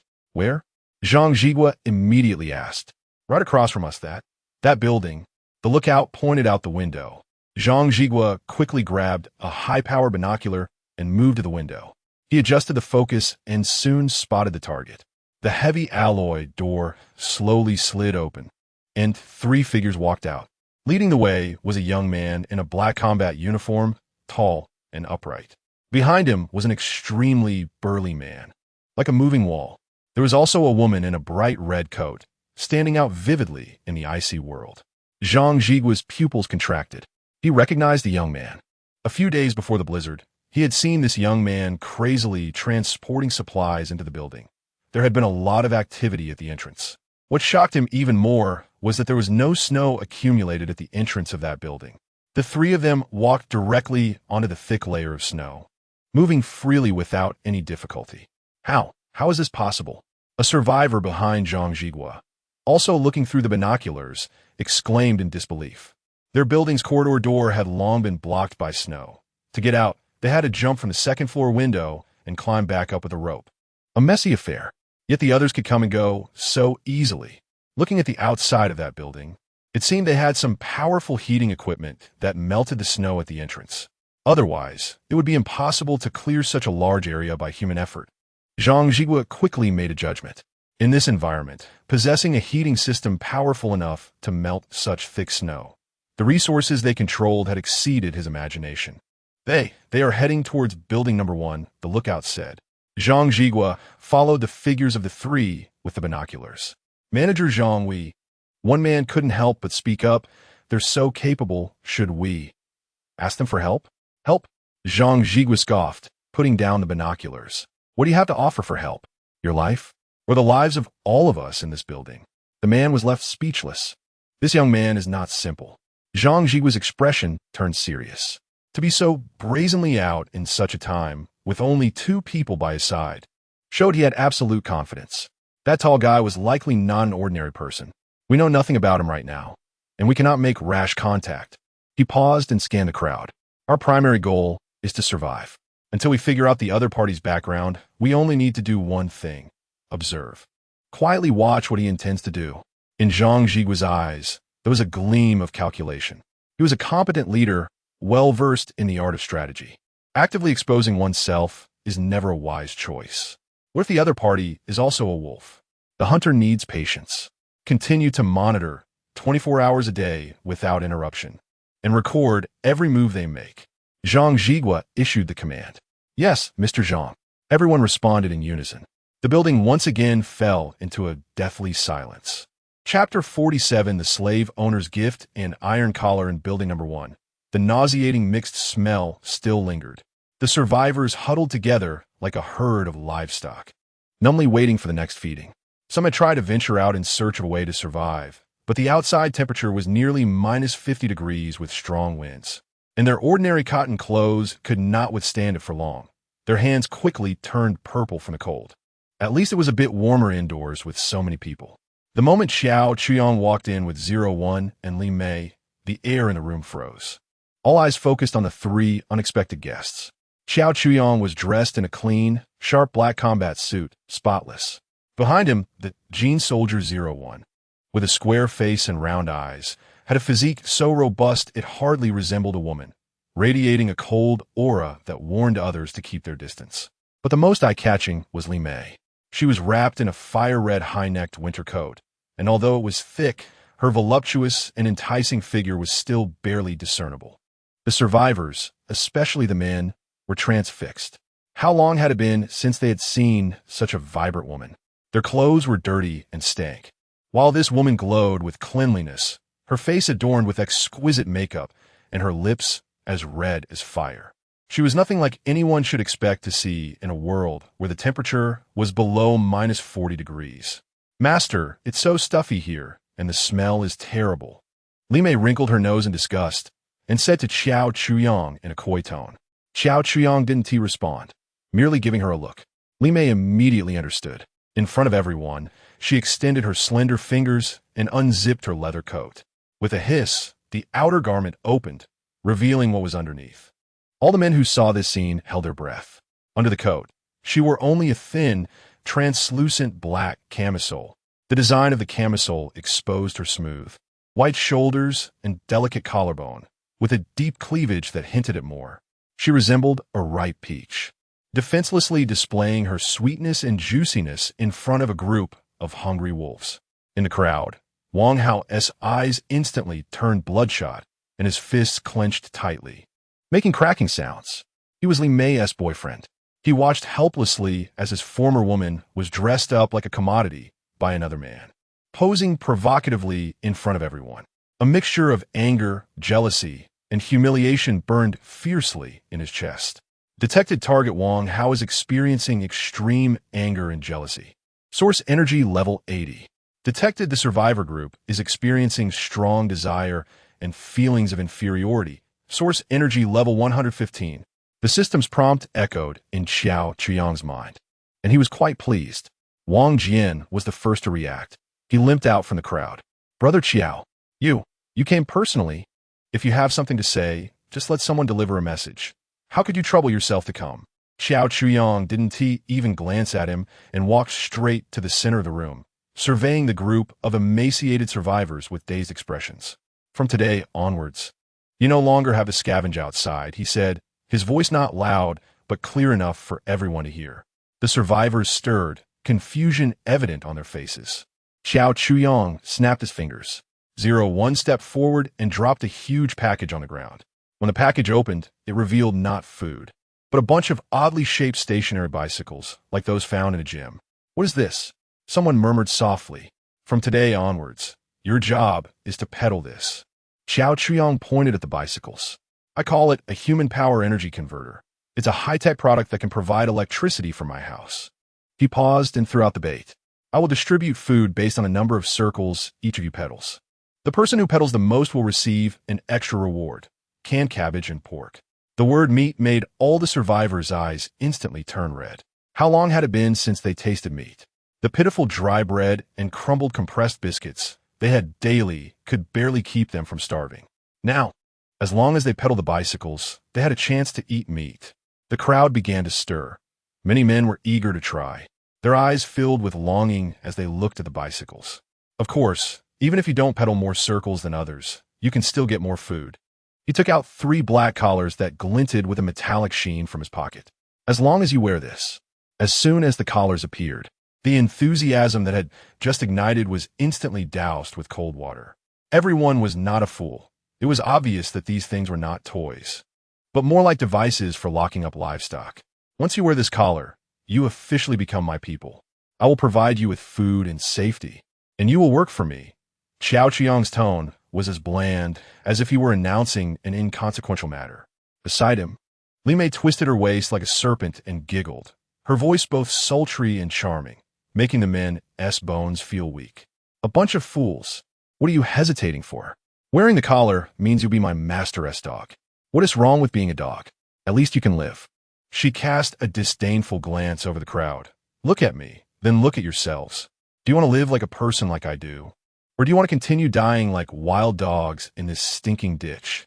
Yeah, look at her, then look at yourself. It's like heaven and hell. But wearing the collar meant completely losing dignity. In the corner, Lin Wanqing's body trembled slightly.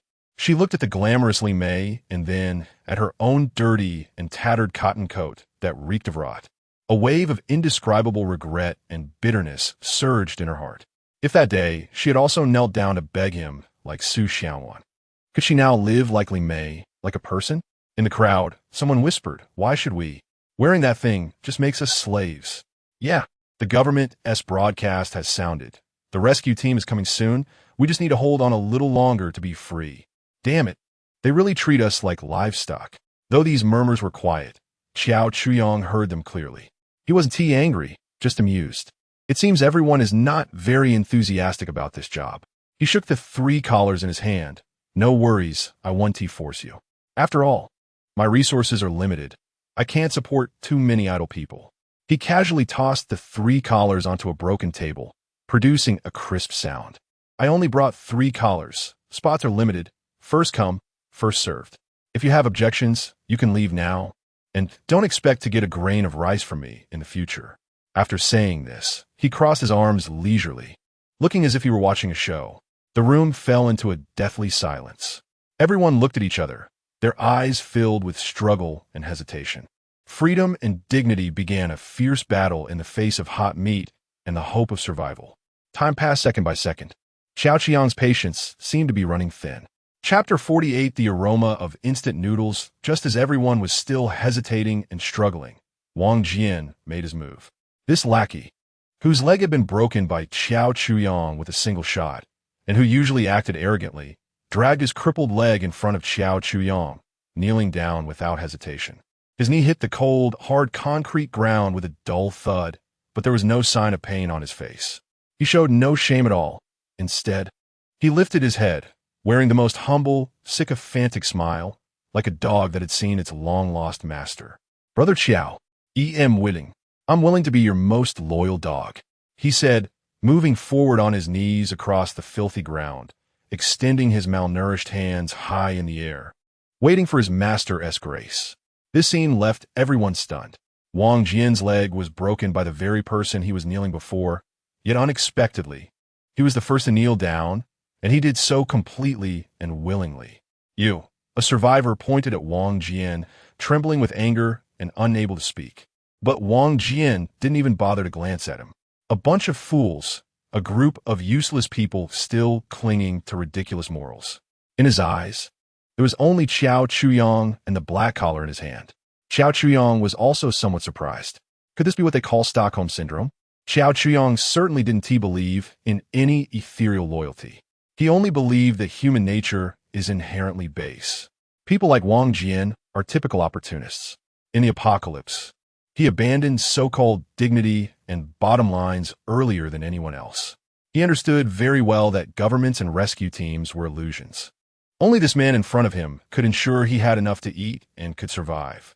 Since he couldn't resist, he might as well lie flat. What is face worth? Can it be eaten? Very good. Xiao Chuyang nodded, a hint of a playful smile on his face. He personally placed a collar around Wang Jian's neck. With a click, the cold metal pressed against his skin and through the faint connection of the collar. He could clearly feel that Wang Jian had indeed submitted to him. Wang Jian trembled all over. A surge of indescribable warmth spread from his neck throughout his body, and an extremely excited expression appeared on his face. He knew that from this moment on, he was no longer on the same level as the others. "I leave these 2 to you." Xiao Chuyang tossed the remaining 2 collars to Wang Jian. "You handle it. Find 2 obedient ones. From now on, you'll manage here. If you do well, there will be benefits for you."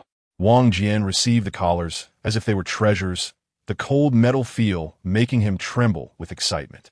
He knelt on the ground, banging his head 3 times. "Thank you, Brother Xiao. Thank you, Brother Xiao. I will definitely make sure they obey you." He stood up, holding the collars and the power granted by Xiao Chuyang, and his crippled leg seemed to hurt less. His back instantly straightened. The look in his eyes towards the other survivors was now filled with a sense of superiority. "Did you all see that? This is the opportunity." Wang Jian raised the collar and shouted, "There are now 2 spots available. Who wants to do it? Step forward." The survivors exchanged glances, their eyes darting, and still, no one was willing to be the first to stick their neck out. They despised Wang Jian's obsequiousness, yet could not ignore his current demeanor of a small man getting his way. At that moment, from the back of the crowd, a bespectacled man suddenly shouted loudly, "Don't believe him. He's treating us like slaves. The government's rescue team is coming soon. We just need to hold on a little longer to regain our freedom." At that time, demons like him who hoard weapons and enslave survivors will surely be judged. The speaker was a young man who had previously resisted Wang Jian's authority. He had seen hope for survival from the government's broadcast and had gained some courage. He thought his words would resonate with everyone. After all, who would want to be a slave? However, the response to him was not the agreement of the survivors, but the sound of a cold gunshot. Bang! The bullet did not hit the young man but grazed his scalp, embedding itself in the wall behind him, sending a spray of concrete debris flying. The young man felt a sudden heat on his head, and a warm flow ran down his cheek. He reached up to touch it, and his hand was covered in blood. His legs went weak, and he collapsed to the ground, a foul-smelling liquid quickly spreading in his pants. The entire room fell silent in an instant. Even the sound of breathing disappeared. Xiao Chuyong slowly lowered the smoking barrel of the gun and blew on it. I hate it when people interrupt me while I'm speaking. His voice was calm, yet it sent a chilling sensation through everyone present. Wang Jian immediately understood. This was the best opportunity to show his loyalty. He dragged his crippled leg and rushed to the fallen young man, raising his foot and kicking him hard in the face. "Fuck you. How dare you interrupt Brother Qiao?" Wang Jian rained kicks upon him, venting all his resentment towards the other survivors and his anger at his own impotence onto this unfortunate soul. He kicked until he was panting, and when the man was left bloodied and curled up on the ground like a dead dog, he finally stopped and spat a thick loogie on him. After doing all this, he turned around and put on his sycophantic face again, nodding and bowing to Xiao Chuyong. "Brother Qiao, don't bother with this kind of fool. It would dirty your hands." The survivors watched this scene, their stomachs churning. They looked at Wang Jian's ugly, power-abusing face filled with disdain. But at the same time, they looked at their fallen companion, who was on the brink of death, and a deeper fear gripped their hearts. It turned out that hope was such a fragile thing. The glimmer of hope brought by the government's broadcast was completely extinguished by that gunshot and Wang Jian's kicks. Xiao Chuyong found the farce somewhat boring. He glanced at the group of survivors who dared not speak up and said, "Slaves?" He pointed to the bicycle on the ground. "I provide work, you provide labor, in exchange for food. This is a transaction. You can also choose not to work. No one is stopping you. I am not obligated to support a group of freeloaders." Yes, why should they rely on being here? Wasn't it just because this man would give them a bite to eat every day? Their so-called perseverance was just a way to wait for death in a different place. Xiao Chuyong no longer paid them any mind. He felt a bit hungry. He gave 01 a glance. 01 understood and took out a silver, high-tech thermos and a bucket of braised beef instant noodles from the enormous tactical backpack behind him. Xiao Chuyong found a relatively clean, broken table and slowly tore open the packaging of the instant noodle bucket. Rip! The crisp sound of tearing was particularly jarring in the dead silence of the room. He opened the seasoning pack, vegetable pack, and sauce pack one by one, evenly sprinkling them over the noodle block. Then, he twisted open the lid of the thermos. A plume of white, scalding steam erupted from the opening. In the numbing cold of over -40 degrees, in this dilapidated building where even breathing would frost over, hot water was more precious than gold. Xiao Chuyong tilted the thermos, pouring clear, boiling hot water precisely into the instant noodle bucket. Splash! The noodle block and seasonings quickly spread out under the impact of the hot water, and a domineering, rich aroma mixed with beef sauce and spices instantly seized the throats of everyone present. Gulp! The sound of swallowing saliva rose and fell, unable to be suppressed any longer. Everyone's eyes were fixed on the bucket of noodles, their expressions revealing the most primitive and naked hunger. Braised beef noodles. How long had it been since they last smelled this flavor? That familiar, industrialized, yet incredibly tempting aroma awakened their taste memories, long dulled by hunger. Xiao Chuyong slowly pressed down the noodle cake with a fork, then covered it with the paper lid, even finding something to weigh it down. He glanced at his wristwatch, appearing patient as he waited for 3 minutes. For the others in the room, these 3 minutes felt as long as a century. The aroma permeated every corner, drilling into their nostrils, stimulating their empty stomachs, causing their stomach acids to secrete wildly, burning their rationality. They looked at Xiao Chuyong's relaxed demeanor, then at their own dirty, smelly clothes and their weak hands, rendered powerless by prolonged hunger. In the corner, Lin Wanqing bit her lip hard, almost drawing blood. She remembered the time before the apocalypse when she used to pull all-nighters and loved to boil a bucket of noodles, sometimes even extravagantly adding a marinated egg and a sausage. Back then, she thought it was junk food. Now, it seemed like a divine existence. The 3 minutes were up. Xiao Chuyong lifted the lid, and an even richer aroma rose with the steam. He picked up a handful of golden, broth-soaked curly noodles with his fork. The noodles were adorned with dehydrated scallions and a few pieces of beef. He blew on them, then slurped them into his mouth. The sound was like a heavy hammer, striking hard at everyone's hearts. He chewed with a satisfied expression on his face, then took a sip of the hot, delicious broth. This display of enjoyment made them feel even more despairing than the earlier gunshot. Wang Hao's eyes were bloodshot as he stared intensely at Xiao Chuyang, his Adam's apple bobbing up and down frantically. He felt as if he could sense the texture of the noodles sliding on his tongue and taste the salty flavor of the broth. Finally, Xiao Chuyang finished the last bite of noodles, leaving not a drop of soup behind. He let out a satisfied burp, smacking his lips in delight.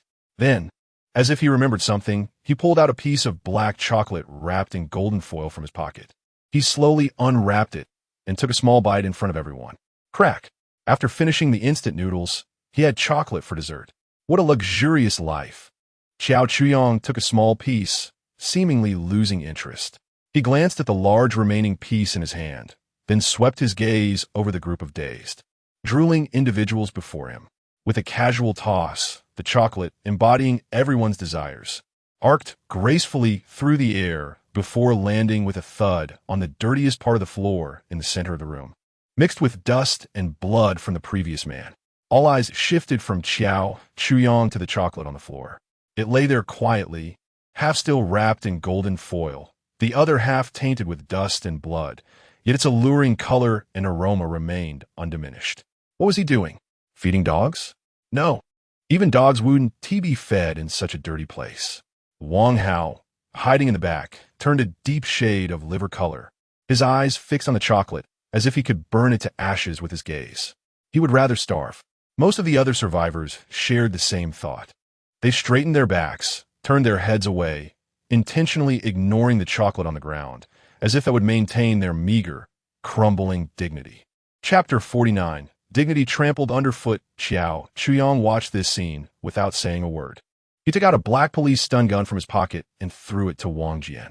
This is for your self-defense. In the future, if anyone disobeys or slacks off, you know what to do. Wang Jian caught the stun gun and felt the slight current buzzing from it, his eyes filled with excitement. Yes, Brother Xiao, I understand. He nodded eagerly, his face plastered with a fawning smile. Xiao Chuyang ignored the group of pretentious survivors, his gaze landing on a man in the crowd, Wang Hao. Since he walked in, this man had been staring at him with a gaze filled with resentment that almost seemed palpable, despite his efforts to hide it. His heaving chest and clenched white lips betrayed his inner thoughts. You, Xiao Chuyang pointed at him, come out. Wang Hao felt a chill run down his spine under Xiao Chuyang's gaze and instinctively took a step back. Come out. Xiao Chuyang's voice was not loud, but carried an undeniable command.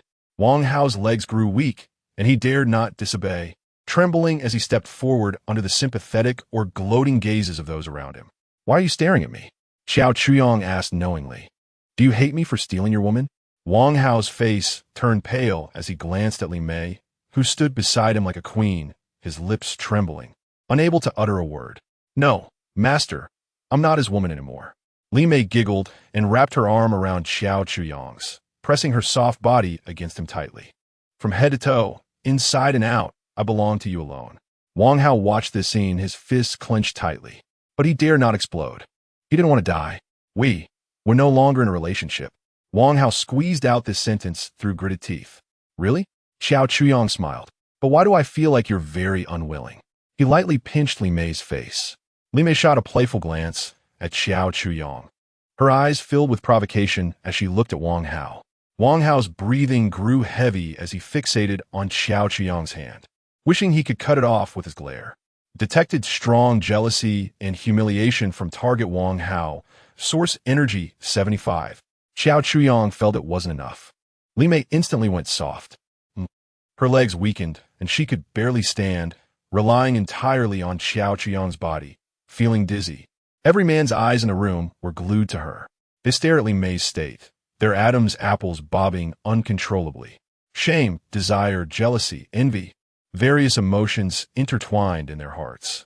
Detected strong desire and jealousy from the survivor group. Source energy 140. Detected extreme anger and impotent rage from target Wang Hao. Source energy 90. Now, do you still think she has nothing to do with you? Xiao Chuyang looked at Wang Hao, whose face had turned the color of liver, continuing to tease the woman in his arms. Li Mei's voice was like a cat's claws, scratching at every man's heart. I. Wang Hao's teeth chattered, feeling like he was about to go mad. Go. Qiao Chuyang finally stopped his actions and said to Li Mei, make him completely give up. A hint of ruthlessness flashed in Li Mei's eyes. She stepped in her high boots, twisting her waist, and walked step by step towards Wang Hao. Wang Hao looked at the woman who once obeyed him completely and was full of charm in bed, his eyes revealing a hint of pleading. Xiao O Mei. Before he could finish his sentence, Li Mei had already lifted her foot, wearing high-heeled boots, and kicked him hard in the abdomen. Bang! Wang Hao screamed in agony, clutching his stomach and collapsing to the ground like a boiled shrimp. Li Mei looked down at him from above, her eyes filled with disdain and contempt. Waste. She spat out 2 words, then lifted her foot, mercilessly stomping down with her sharp heel aimed at Wang Hao. One kick after another. Wang Hao let out a piercing scream, convulsing violently. A foul smell spread through the air. Ha ha ha. Did you see that? He peed. Wang Jian laughed uncontrollably, pointing at the convulsing Wang Hao on the ground, shouting to those around him, see? This is what happens when you don't listen to Brother Qiao. Can't even be a man. This isn't pee. Damn, how embarrassing. Waste. Truly a waste. The room fell into a dead silence, then erupted in laughter. The mocking sounds pierced Wang Hao's ears like countless steel needles. He lay on the cold ground, his body trembling from pain and humiliation. He could feel everyone's gaze cutting into him like knives. He hated Li Mei's ruthlessness even more, and he hated Qiao Chuyang, the demon who took everything from him and crushed his dignity into dust. Wang Jian's wild laughter felt like salt poured into his bloody wounds, making him acutely aware of how an ant was trampling on him. This pent-up rage ultimately transformed into a deeper resentment towards the instigator. Wang Hao lay on the ground, using his arm to shield his face. No one saw the venomous and crazed light flickering in his eyes, hidden beneath his hair. Wang Jian, Qiao Chuyang. Just wait. As long as I have a breath left, I swear I will kill you. Absolutely. Li Mei looked at the filthy puddle on the ground, wrinkling her nose in disgust. She felt like she had stepped in dog poop, utterly repulsed. She turned around, like a victorious peacock, and returned to Qiao Chuyang's side, eagerly rising on her tiptoes, wanting to offer her red lips. But Qiao Chuyang suddenly reached out and grabbed her slender neck. Li Mei's breath caught, and a look of terror appeared on her face. Qiao Chuyang's grip was strong. She felt her throat bone might be crushed. As the sensation of suffocation set in, her vision began to darken. Just when she thought she was about to die, Qiao Chuyang lowered his head and sealed her lips. This chapter was still taken down. After much hard work, about 600 words were forcibly deleted. Chapter 50. A man is not as good as a dog in front of everyone. Qiao Chuyang staged a vivid French kiss with Li Mei. Li Mei responded passionately, wrapping her arms tightly around Qiao Chuyang's neck, letting out a series of blush-inducing moans. Wang Hao knelt a few meters away, watching helplessly as his former girlfriend submitted to another man. Humiliation, anger, jealousy, various emotions intertwined, driving him almost to madness. He let out a reluctant roar of fury. Detected extreme humiliation, jealousy, and anger in the target. Source energy 85. Detected extreme fear and despair in surrounding survivors. Source energy 120. Listening to the continuous prompts echoing in his mind, Qiao Chuyang satisfiedly released Li Mei. Li Mei's cheeks were flushed, her gaze dreamy, with a glimmer of saliva at the corner of her mouth. She looked at her kneeling ex-boyfriend and said in a boastful tone, "Did you hear that? I have nothing to do with you anymore. I am now the master's dog, and if I bark, it will only be for the master. Were you?" After speaking, she provocatively wiggled her curvy hips. This scene completely shattered the man's psychological defenses. Detected extreme shame, anger, and madness in the target. Source energy 92. Qiao Chuyang was in a great mood. This trip was not in vain. He patted Wang Jian's shoulder, saying, "This is up to you now. Remember, only obedient people are qualified to ride the cart and eat. Others, whether they live or die, has nothing to do with me." He took a package from No. 01 and threw it on the ground. "This is your food. You will distribute it." After he finished speaking, he turned to leave with number 01 and Li Mei. The dead silence in the room was broken. All eyes shifted from the door to Wang Jian in the center of the room. At this moment, he was the newly appointed king of this hell. He held 2 black collars and a heavy package of food in his hands. His previously broken leg seemed to hurt less, and he stood tall. Who else? Who else wants to live? Wants to be like Brother Qiao? Wang Jian's voice was hoarse and excited as he scanned the room, enjoying the feeling of being watched by everyone. The survivors looked at each other, their eyes filled with struggle. Wang Hao's miserable appearance was still fresh in their minds, and the echo of the gunshot seemed to linger in their ears. Dignity? Freedom? In the face of a hungry stomach and the imminent threat of death, these words seemed so pale and powerless. Finally, a man as skinny as a monkey could no longer withstand the torment of hunger and trembled out. His name was Tan Hao, a vagrant who had spent his days in internet cafes before the apocalypse and could do nothing besides playing games. He hadn't eaten anything decent in days, and it felt like a fire was burning in his stomach. He looked at the food in Wang Jian's hands, and his Adam's apple bobbed violently. I wear. Tan Hao's voice was as thin as a mosquito's buzz. He didn't dare to look at the eyes of those around him, only fixating on that package of food. Wang Jian nodded in satisfaction and tossed a collar over. Tan Hao clumsily caught it without any hesitation, trembling as he fastened the collar around his neck. With the first one, there would be a second. Almost as soon as Tan Hao put on the collar, another bald man in his 40s rushed out, snatched the last collar from Wang Jian's hand, and quickly put it on, fearing someone else would take it. His name was Li Weiguo, a laid-off worker who thought more simply and realistically. What dignity could get him a bite to eat? None, but this collar could. As long as he became a dog, he might get some scraps. Wang Jian looked at his newly acquired subordinates and laughed triumphantly. He tore open the package left by Xiao Chuyang, and a rich meaty aroma instantly spread. Inside the package were thick sausages, cabbage, and pork canned food, and bags of white bread. Wang Jian picked up a sausage, tore off the red plastic wrap, and took a big bite.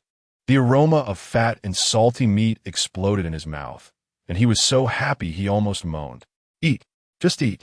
He grabbed a bunch of sausages and cans and threw them to Tan Hao and Li Weiguo. Tan Hao caught the cabbage and pork can, struggled to pry open the pull tab with his nails, and with a rip, pink meat paste emerged. He could no longer hold back. Although the food in the can was frozen solid, it didn't stop him from wolfing it down. The taste of meat and the sweetness of starch mixed together was the most delicious thing he had ever eaten. Tears streamed down his face uncontrollably, mingling with the grease at the corner of his mouth as he swallowed it all. Li Weiguo carefully tore off a piece of white bread, slowly chewing a piece of meat. He ate slowly, seemingly wanting to savor the flavor longer. The three of them devoured their food in front of everyone. The sounds of chewing and swallowing were particularly jarring in the dead room. The other survivors, like puppets under a spell, stared blankly at this scene. Their stomachs grumbled uncontrollably, and saliva dripped uncontrollably, forcing them to swallow hard. The aroma felt like an invisible hand gripping their throats, invading their minds, stirring their empty stomachs. Damn! A bunch of dog slaves. Among the crowd, a young man finally couldn't help but mutter a curse. Yeah, just for a bite to eat. They don't even want to be human anymore. Immediately, someone beside him echoed. Wang Jian heard this. He put down the sausage in his hand, and the satisfied smile on his face instantly turned grim. He walked up to the ones who had cursed the loudest, pulling out the electric shock device that Xiao Chuyang had given him from his pocket. ZZZ, what did you just say? I didn't hear clearly. Say it again. Wang Jian held the electric shock device up to the young man's face. The man turned pale with fear, retreating repeatedly, lips trembling, unable to utter a word. Wang Jian satisfiedly put away the electric shock device and pointed the half-eaten sausage at them, saying word by word, "Listen up. From today on, I make the rules here. If you want to live, you must listen to me." Just then, a woman who had been hiding in the corner suddenly charged out like she had gone mad. Her eyes were bloodshot, fixed on the piece of dark chocolate that Xiao Chuyang had carelessly discarded. Like a mother wolf spotting its prey, she lunged forward, knelt on the ground, and began to scrape away the dust, trying to shove the chocolate into her mouth. Get away! Another man rushed over from the side and kicked her aside, also wanting to snatch the chocolate. This scene ignited everyone's madness like a fuse. Mine! It's mine! Give it to me! Just a bite! Dozens of survivors completely abandoned their last shred of dignity for that dirty taste of sweetness. They wrestled with each other, shoving, scratching, and biting like a pack of wild dogs fighting over rotten meat. A man managed to grab the chocolate, but before he could shove it into his mouth, he was punched in the face by someone nearby, sending the chocolate flying. Another woman was quick to catch it, but was immediately tackled to the ground by several people.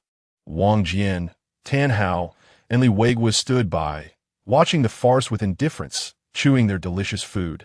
As a sickly sense of superiority surged in their hearts while observing those fighting over the trash they looked down on. In the corner, Lin Wanqing curled up, burying her face deep in her knees. She didn't dare to look, nor did she want to. The chaotic scene made her feel a wave of nausea. It was as if she could see her future. If she didn't make a choice soon, perhaps tomorrow or the day after, she too would become one of those wild dogs fighting for scraps. The farce continued for a long time, until the chocolate was nearly consumed.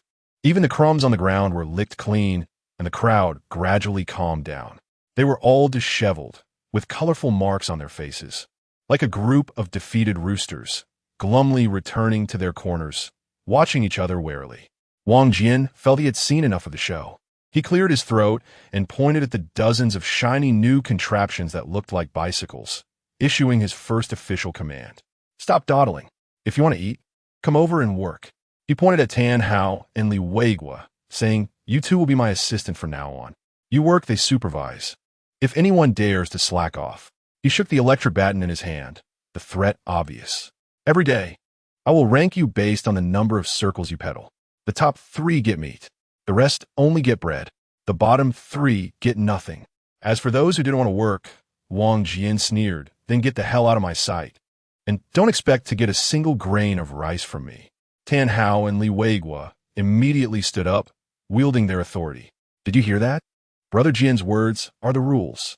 Get moving." Tan Hao waved his arms, looking very much like a second in command. Li Weiguo walked over to the bicycles and patted the seat. "This is high-tech. It can generate electricity. Working for Brother Qiao is nothing to be ashamed of. With food and meat, it's better than anything." The survivors looked at each other, though they felt resentment in their hearts. The immense temptation to survive compelled some to stand up one after another, numbly walking towards those bicycles. Wang Jian watched all this, feeling an unprecedented sense of satisfaction. He licked his greasy lips, his gaze sweeping back and forth over a few women in the crowd. Of course, he spoke slowly, his voice dripping with a hint of malice. "Pedaling is too tiring. We men should do some physical work. As for women..." He paused, enjoying the attention from everyone. "If any woman is willing to obey and make me comfortable, she wouldn't have to pedal and could eat meat every day." As he spoke, his gaze unabashedly landed on a curled-up figure in the corner, shivering. Lin Wanqing. Chapter 51. Feet under the table. As night fell, the wind and snow continued. Inside the warm and brightly lit barrier, it felt like spring. In the spacious dining room, a long solid wood dining table was filled with sumptuous dishes. Xiao Chuyong personally cooked once again, preparing an authentic Cantonese dinner. Steamed E-star grouper, the fish tender and fresh, drizzled with sizzling hot oil and top-quality soy sauce for steamed fish, filled the air with a delightful aroma. Crispy roast goose. With its golden and crispy skin, the meat rich yet not greasy, paired with sweet and sour plum sauce, was appetizing and refreshing. There were also boiled prawns, garlic vermicelli, steamed scallops, abalone sauce chicken feet, and dry-fried beef ho fun. Four women sat around the dining table, looking at this miraculous scene in the apocalypse, feeling somewhat at a loss, especially Li Mei, who had just returned from outside, looking at the table full of delicacies and then at her clean clothes. She felt as if she were dreaming. Just a few hours ago, she was in that dirty, cold, and foul-smelling place. And now, she was sitting here, about to enjoy a luxurious meal that she wouldn't have dared to indulge in even before the apocalypse. "What are you all staring at? Eat." Xiao Chuyong untied his apron, sat down in the main seat, and poured himself a glass of red wine. "Yes, master." Xiao Wanqing was the first to pick up her chopsticks, responding respectfully. The other 3 women also began to move their chopsticks, cautiously tasting the food on the table. Xiao Chuyong ate slowly, not speaking, and the only sounds in the dining room were the faint clinking of bowls and chopsticks and the sound of chewing. Under the table, his feet, clad in slippers, began to move restlessly. His toes gently reached out like a sly snake, precisely finding Xiao Wanqing's calf, which was clad in black stockings. Xiao Wanqing's body only paused imperceptibly for a moment before returning to normal. Her actions of picking up food showed no signs of disruption, and her face still held that submissive and respectful expression, as if nothing had happened. Xiao Wanqing was wearing the shortest maid outfit today, and beneath the hem was an absolute territory. The snake easily crossed the boundary. Xiao Wanqing's breathing rhythm momentarily faltered. Her fingers holding the roast goose tightened slightly, but she quickly adjusted. She placed the roast goose into Qiao Qiang's bowl, her voice soft. "Master, please try this." The snake had reached its destination. As if confirming the ownership of a territory, a faint blush appeared on Xiao Wanqing's cheeks, and her legs instinctively pressed together, yet she dared not squeeze too tightly, fearing to displease her master. Li Mei, sitting nearby, noticed the unusual blush on Xiao Wanqing's face out of the corner of her eye. A surge of strong jealousy welled up. Why? This woman had only arrived a few days earlier than her. She put down her chopsticks, wanting to make a move under the table as well, but Xiao Qiang's gaze swept over her lightly, causing her to freeze instantly, not daring to make any further movements. Xiao Qiang found Xiao Wanqing's reaction somewhat uninteresting.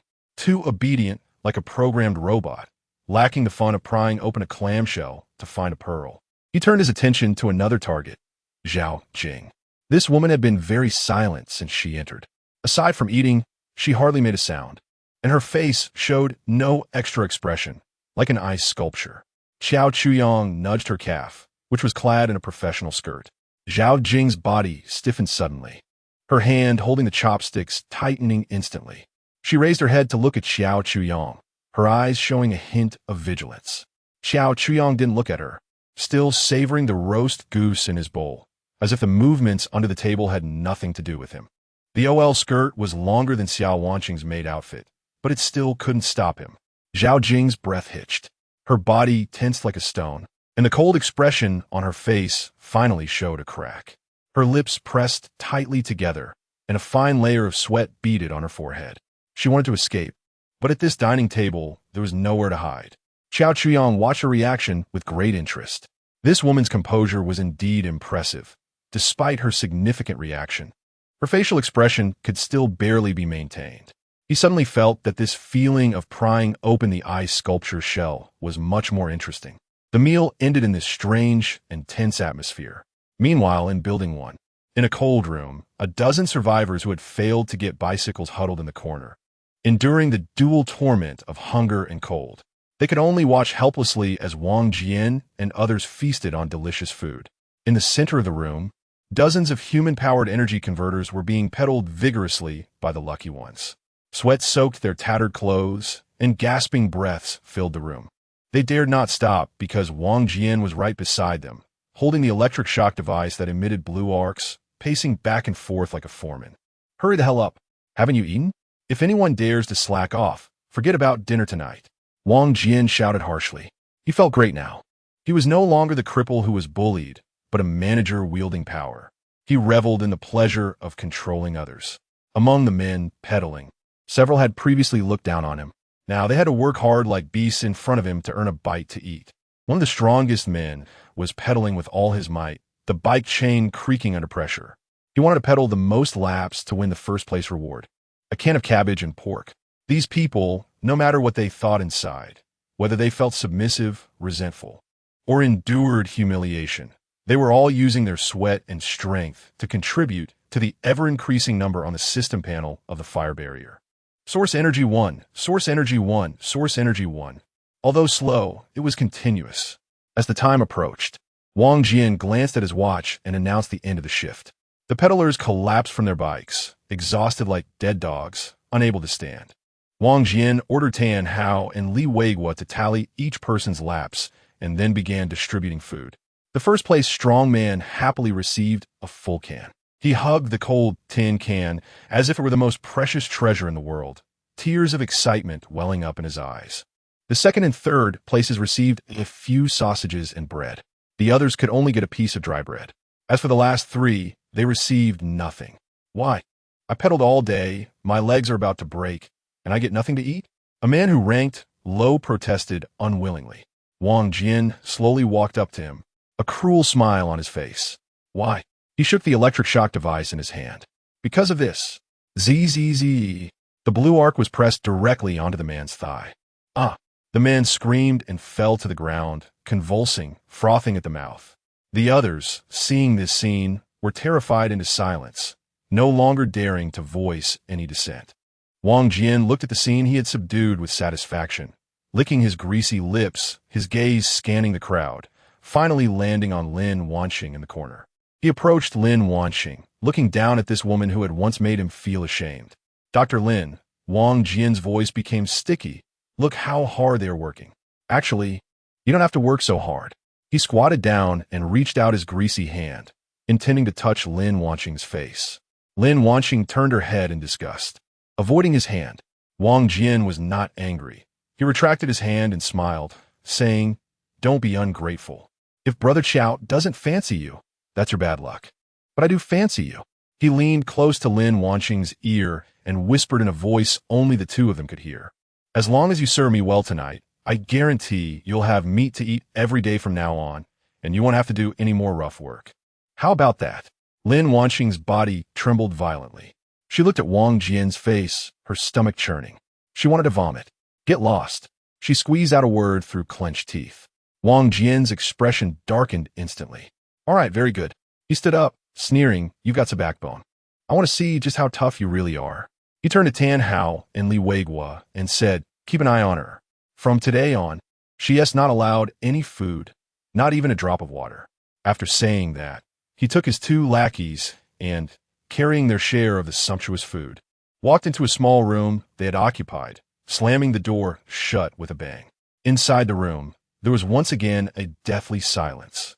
Lin Wanxing curled up in the corner, burying her face deep in her knees.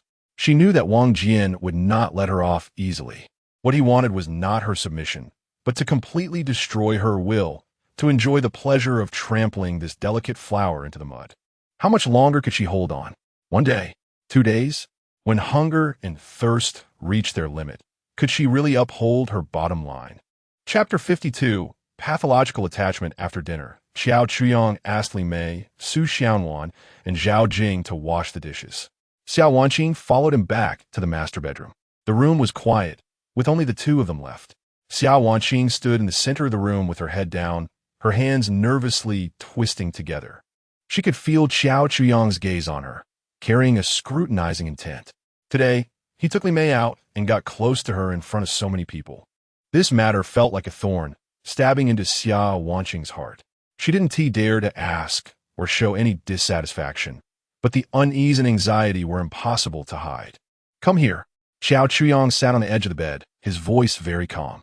Xiao Wanqing shivered slightly and obediently walked to him, stopping half a meter in front of him, still with her head down, like a prisoner awaiting judgment. Xiao Chuyong reached out, pinching her smooth chin to make her look up. On that beautiful face, a pair of eyes that always seemed calculating were now filled with nervousness and caution. "Are you unhappy that I took Li Mei out today?" Xiao Chuyong asked. "No, master." Xiao Wanqing hurriedly shook her head, her voice a bit tight. "Wanqing only feels happy from master's decisions." "Really?" Xiao Chuyong's fingers gently stroked her chin. "But why do I feel that you are very jealous of her?" Xiao Wanqing's body stiffened, her gaze evasive, not daring to meet his eyes. She thought she was hiding it well.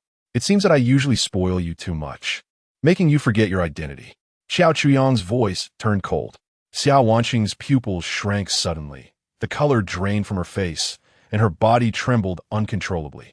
"Master, I was wrong." Wanqing was wrong.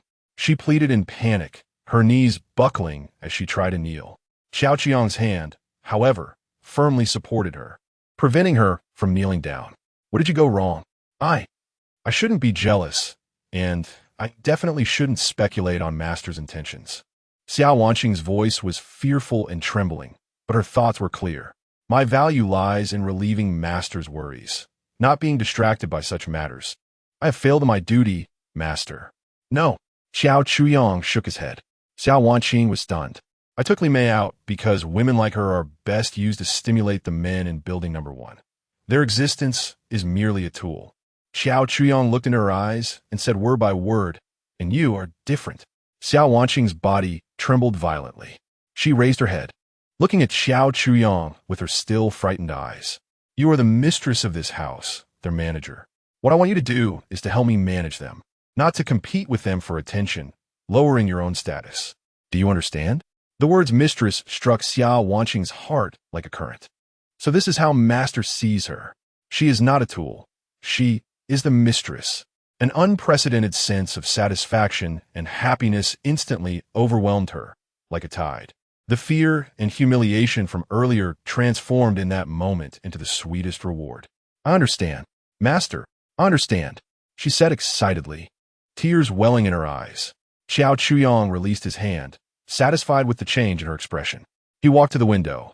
The wind and snow continued outside. Since she is the mistress, she should learn the ways of the mistress. He turned back, a hint of playfulness in his tone, for example. Preparing a late-night snack for your master? Let's try making buns tonight. Xiao Wanqing's eyes suddenly panicked. The blush on her face rapidly spread to her ears. What? You haven't made buns before? Xiao Chuyong looked at her reaction. How would I know how to make them? Xiao Wanqing's voice was as low as a mosquito's buzz, carrying a hint of sulkiness she wasn't even aware of. What if I don't do it right? The bun skin will collapse. How do you make buns?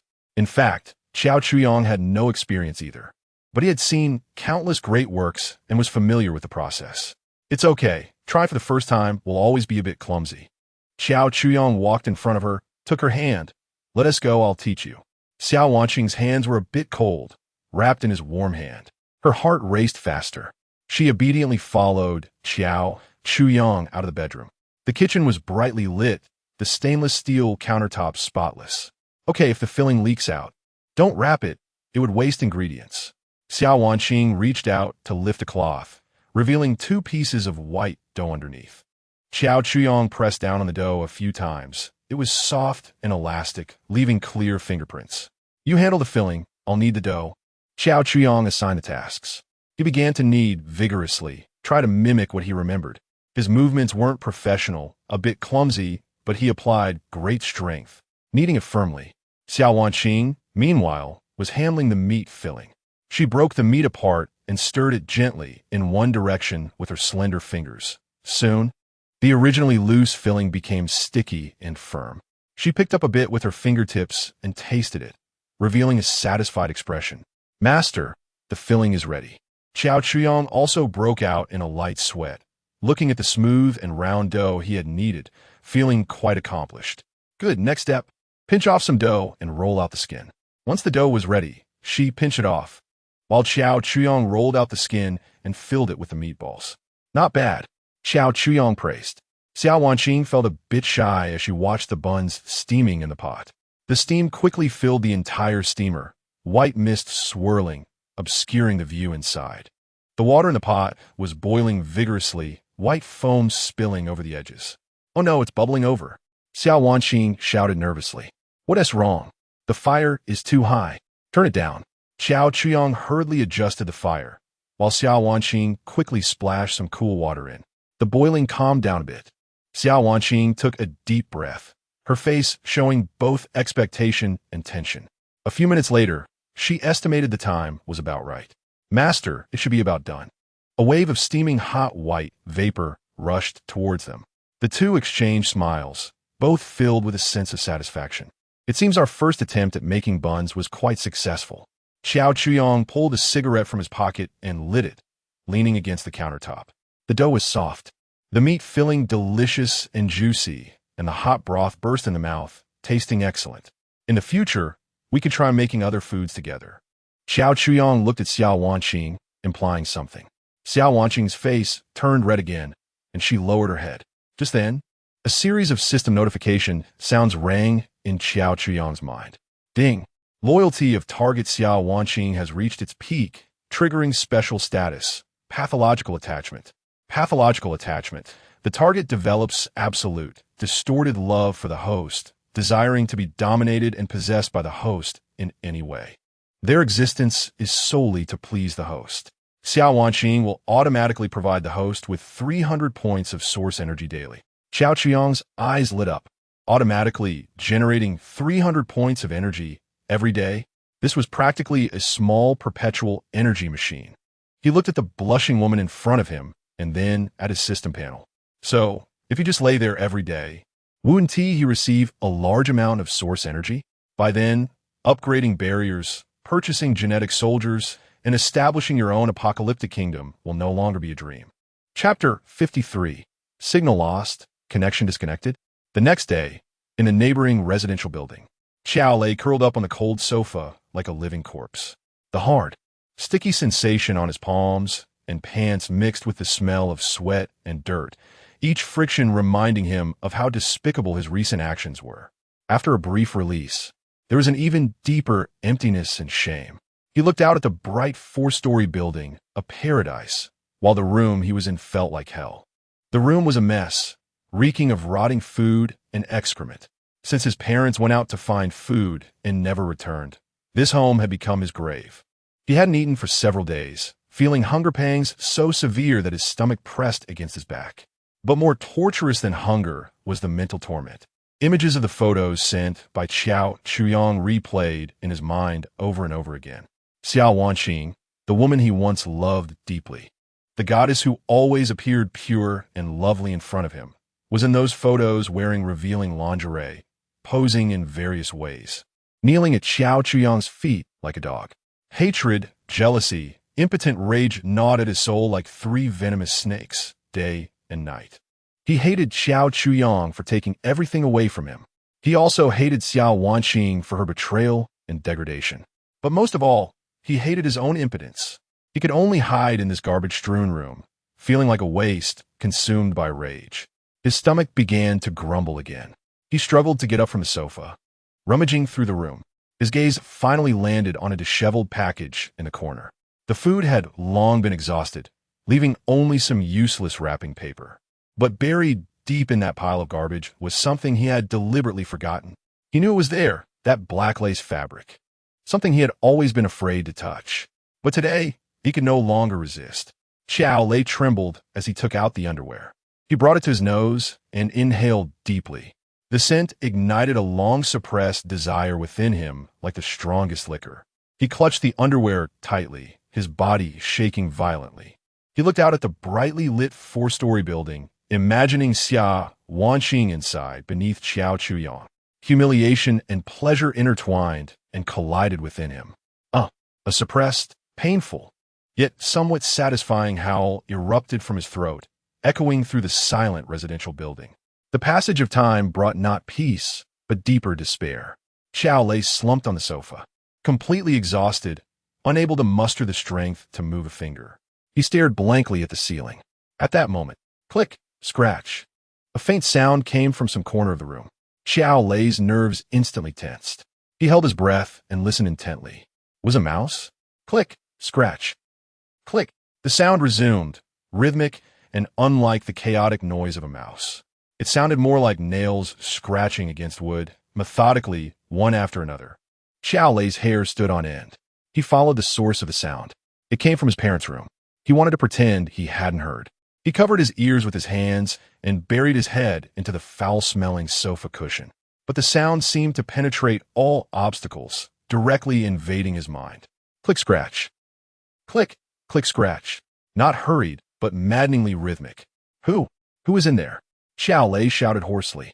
The only response was the continuous scratching sound. Was it an illusion? Was he hallucinating from hunger? No, it wasn't. The sound was too real. What if? What if his parents had returned? What if they were trapped in a room? The thought sprang up like wild grass. Although he knew it was almost impossible. For someone in a desperate situation, even the slightest glimmer of hope was enough to gamble everything. He climbed up from the sofa, feeling dizzy from sitting too long and hunger. He steadied himself against the wall for a while before shakily retrieving the key to the master bedroom from a keychain hanging on the wall. He approached the master bedroom door. Strangely, as he stood in front of the door, the scratching sound suddenly stopped. Dead silence. Xiao Lei's heart raced like a drum. He slowly inserted the key into the lock. The sound of the key scraping against the lock was particularly jarring in the stillness. Inside, it was pitch black, darker than the living room outside. How could it be this dark during the day? A cold gust of air, mixed with dust and some unknown rotten smell, blew out from the crack of the door, making him shiver. "Dad? Mom?" He tentatively called out. No response. He fumbled along the wall, trying to find the light switch, but came up empty. He remembered that the power had long been out. The only light source was a small candle he had just lit in the living room. But that weak light couldn't penetrate the thick darkness. He hesitated for a moment, but ultimately stepped inside, just as he fully entered the bedroom. Bang! The door behind him slammed shut without warning. Xiao Lei was startled, his soul nearly leaving his body. He turned around abruptly and frantically tried to twist the doorknob. It wouldn't budge. The door felt like it had been welded shut from the outside. The sound abruptly stopped. It was as if an invisible hand had seized his throat the moment he made a sound. Everything fell back into silence. Xiao Chuyong was sitting in the living room playing Mario Kart with several women. Xiao Wanqing wore a gray pleated skirt and had her hair in a ponytail. Despite her injuries, her face radiated an unprecedented happiness and satisfaction. She sat beside Xiao Chuyong, occasionally pressing her leg against his thigh, feeling the warmth of their skin. Blushing like a schoolgirl experiencing her first crush, Li Mei was using her social skills to tell jokes and liven up the atmosphere. Her gaze towards Xiao Chuyong was filled with unabashed admiration and possessiveness. Su Xianwan gradually relaxed as well, under the dual influence of food and a sense of security. A long-lost smile appeared on her face. "Master, try this," Xiao Wanqing said, holding a lychee in her mouth and offering it to Xiao Chuyong. He opened his mouth, enjoying the service of the beautiful woman. Watching this warm and harmonious scene, he recalled how Xiao Lei looked on the surveillance footage, like a ghost, neither human nor spirit. Without comparison, there is no harm. The feeling of having complete control over someone else's dignity and happiness was simply wonderful. He raised his glass in a toast to the white expanse outside, a toast to this damned apocalypse, and a toast to this new life that allowed him to do as he pleased. Just as he set the glass down, a blue data stream, visible only to him, flashed before his eyes. Warning: NTR energy source Xiao Lei, signal lost, connection disconnected. Xiao Qiang's brow furrowed slightly. Signal lost? Connection disconnected? He calmly called up the panoramic surveillance system and locked one of the images onto the window of Xiao Lei's home. In the footage, the residential building loomed like a silent giant, lurking in the wind and snow. A dead silence enveloped the darkness. Chapter 54. The ashamed Zhao Jing Xiao Chuyong was sunk into the sofa, watching his women busying themselves. Xiao Wanqing had completely taken on the role of the hostess, directing Li Mei and Su Xianwan to clean up the bottles and trash on the table. Zhao Jing, on the other hand, didn't wait for anyone to instruct her and proactively picked up a mop to start cleaning the stains on the floor. Everything appeared orderly, like a real home. However, his mind was occupied with another matter. The signal from Xiao Lei had been cut off. That endless source of high-quality negative emotions, such as jealousy, humiliation, and impotent rage, had just vanished in a thin air. Dead? Most likely. Starved to death, killed by other survivors, or by some mutated creature. At the thought of the last possibility, Xiao Chuyong's vigilance heightened. His defenses were solid as a fortress, but an unknown entity capable of silently erasing a living person hung over him like a sword, leaving him restless. He had to find an opportunity to check it out. No longer hesitating, he immediately opened the system interface. He needed to thoroughly understand whatever had taken out Xiao Lei before it became a threat. He glanced at the system balance. From yesterday to now, the laborers in building number 1 had contributed over 2,000 points of source quality energy. And with the previous surplus, the total had already exceeded 3,000 points. This wealth had come just in time. A sense of security must be firmly in his own hands. Xiao Chuyong opened the gun section of a shop. 416 Hong Kong dollars assault rifle. Fast rate of fire. High accuracy. Strong stability. Price: 150 points of source quality energy. M26 fragmentation grenade. Area damage. Price: 10 points each. He didn't hesitate. Purchase: 416 Hong Kong dollars assault rifle 3. Matching magazine 35. 56mm bullets, 5,000 rounds. Purchase M26 fragmentation grenade 20.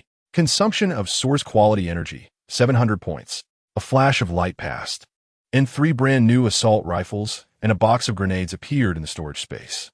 He kept one for himself, and the other 2 were naturally for Gene Soldiers number 01 and number 02. With heavy firepower, their combat effectiveness would increase exponentially. Next, he turned his attention to the surveillance system. Panoramic Surveillance System LV2. Monitoring range expanded to 1,000 meters. Added wall penetration imaging function. Upgrade requires 200 points of source quality energy. Upgrade. Ding. Upgrade complete. After completing all this, Xiao Chuyang returned his attention to the several women in front of him.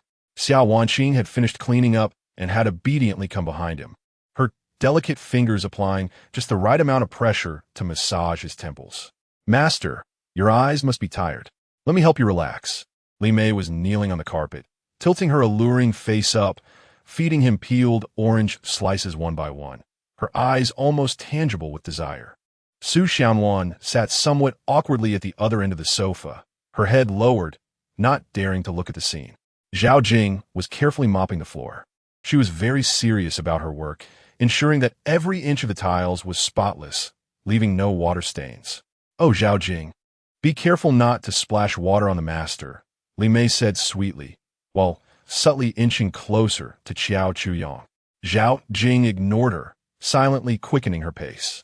Just as she mopped near the sofa, her foot unknowingly stepped on something, perhaps a spill from earlier caused by Li Mei, and the floor became exceptionally slippery.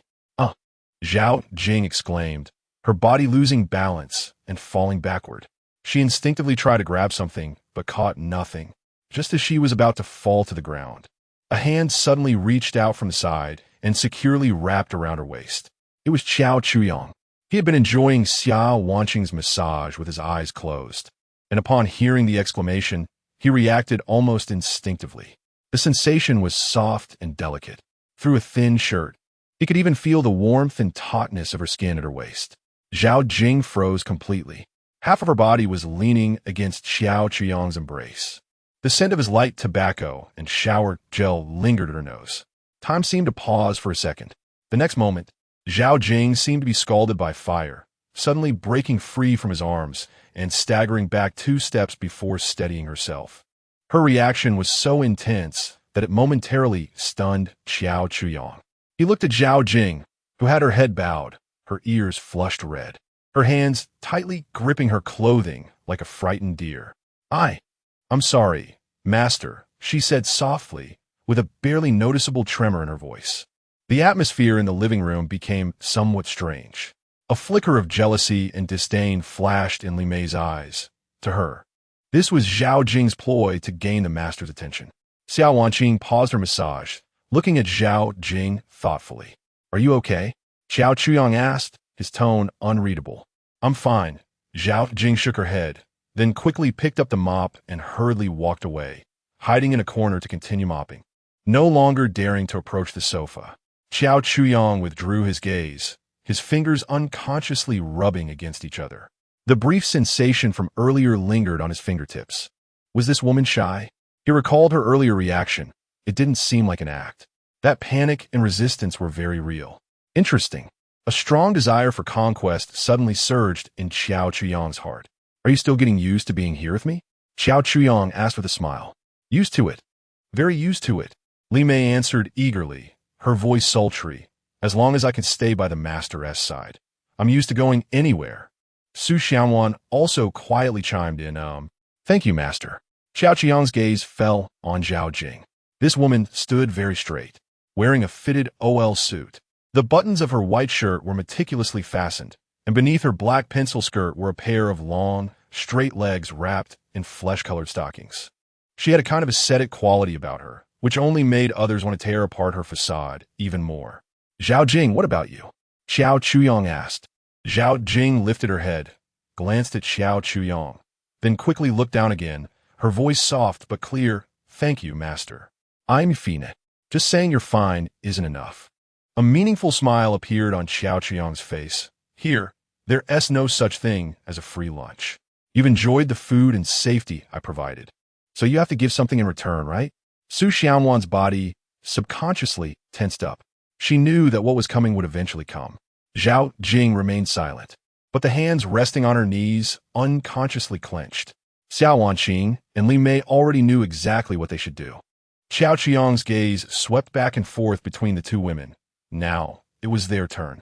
He stood up, his gaze finally resting on Zhao Jing's face.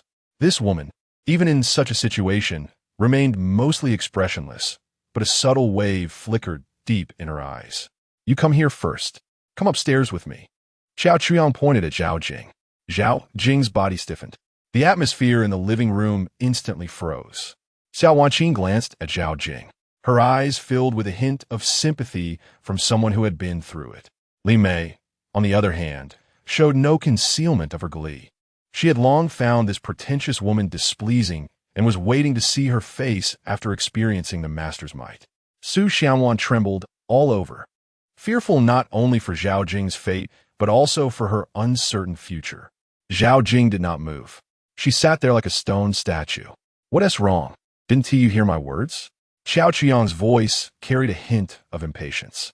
Zhao Jing slowly raised her head and looked directly into Xiao Qiang's eyes. Her voice was calm, devoid of any emotion. What can I do? There are many things you can do. Xiao Qiang approached her, looking down at her from above. For example, first learn how to please me. A sense of humiliation surged through Zhao Jing like an electric current, causing an unusual flush to rise on her cheeks. She stood up, her movements somewhat stiff, but without further hesitation, followed Xiao Chuyang toward the stairs to the second floor. Xiao Chuyang walked ahead, not looking back.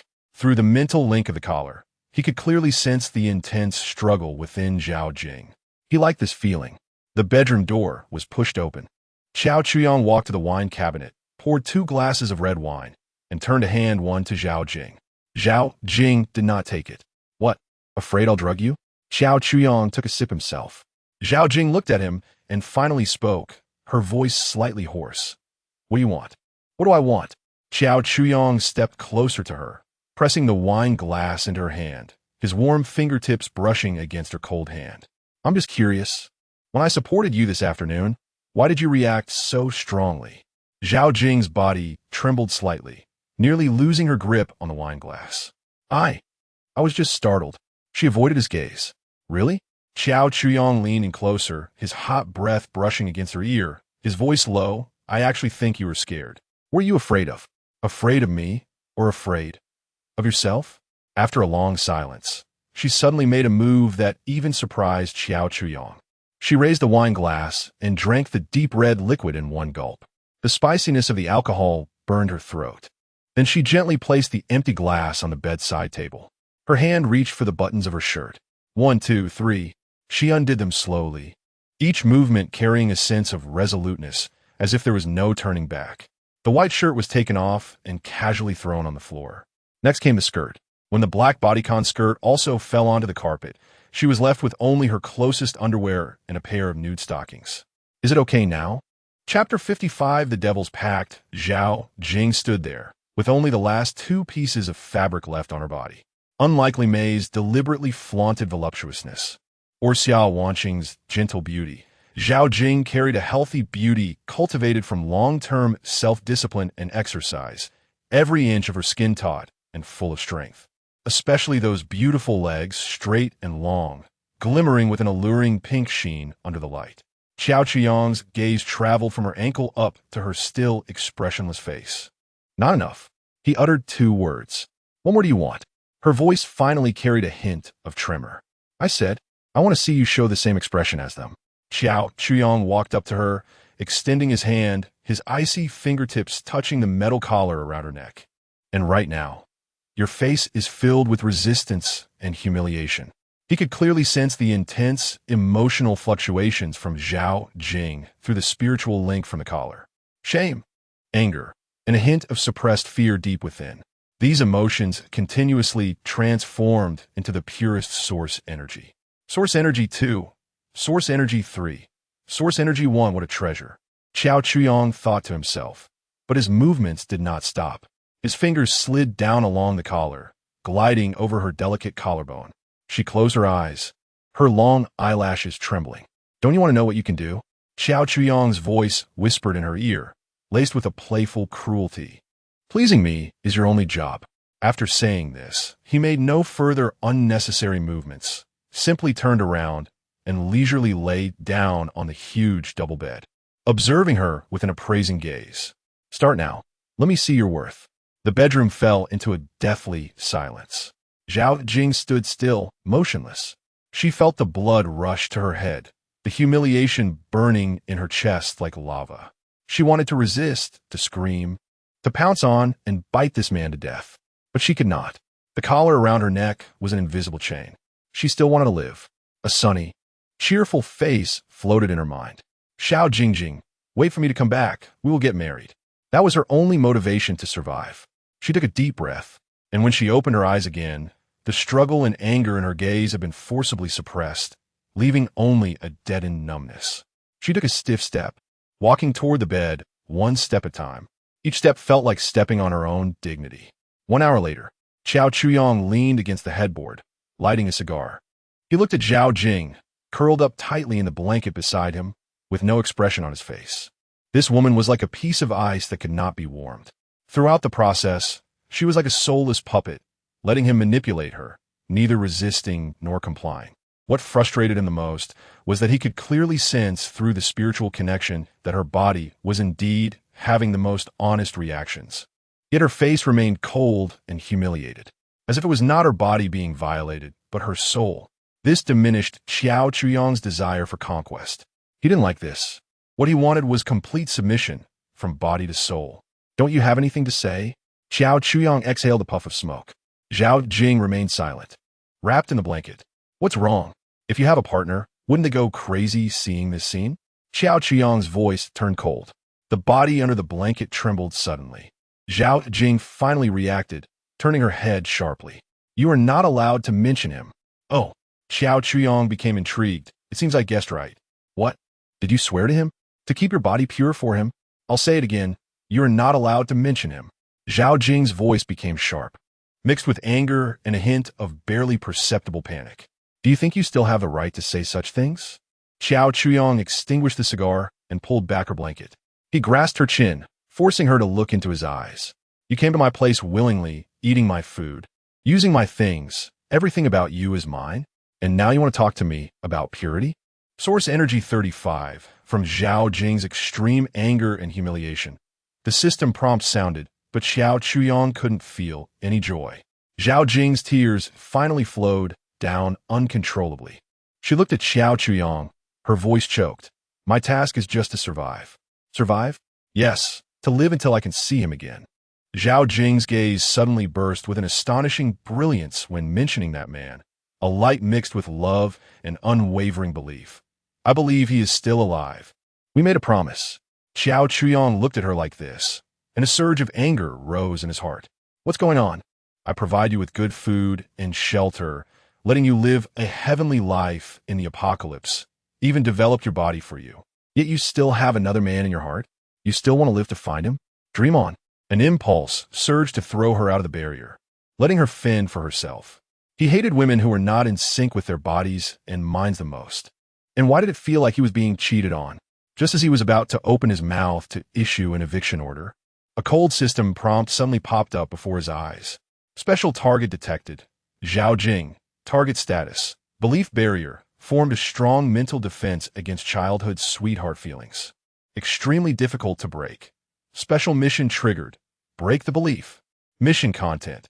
In front of Zhao Jing's childhood sweetheart, make her completely submit to the host. From body to soul. Mission rewards? The higher the completion, the more generous the rewards. Special reward. Lucky Big Wheel Lottery Chance 1. Xiao Qiang's movements came to a halt. Lucky Big Wheel? When did the system have this function? Is it added just to push the plot forward? More importantly, the system's mission description is in front of Zhao Jing's childhood sweetheart. What does this indicate? It indicates that the system determines that the man is really still alive. Otherwise, the premise of this mission would not hold. All right. You're putting up with all this just to see your lover, right?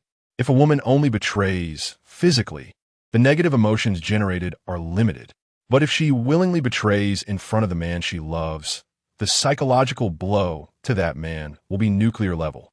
Although this is very inhumane, in the apocalypse, being a soft-hearted person won't last long. Everything must prioritize satisfying oneself. The source energy harvested then will definitely be an astronomical figure. And that big wheel, thinking of this, he loosened his grip on Zhao Jing's chin and his movements softened considerably. He even reached out to wipe away the tears on her face. This sudden change left Zhao Jing in a daze. She didn't understand how this devil, who wanted to devour her just a moment ago, suddenly became so kind. I have never seen such a resolute woman like you. I believe in you. Xiao Chuyang's voice was unexpectedly gentle. I also believe he is still alive. Zhao Jing looked at him warily. Let me make a pact with you. A sincere smile appeared on Xiao Chuyang's face. You stay here, live well. If one day you really find him and he is still alive, I can let you go. Really? Zhao Jing blurted out, her voice filled with disbelief. Of course it's true.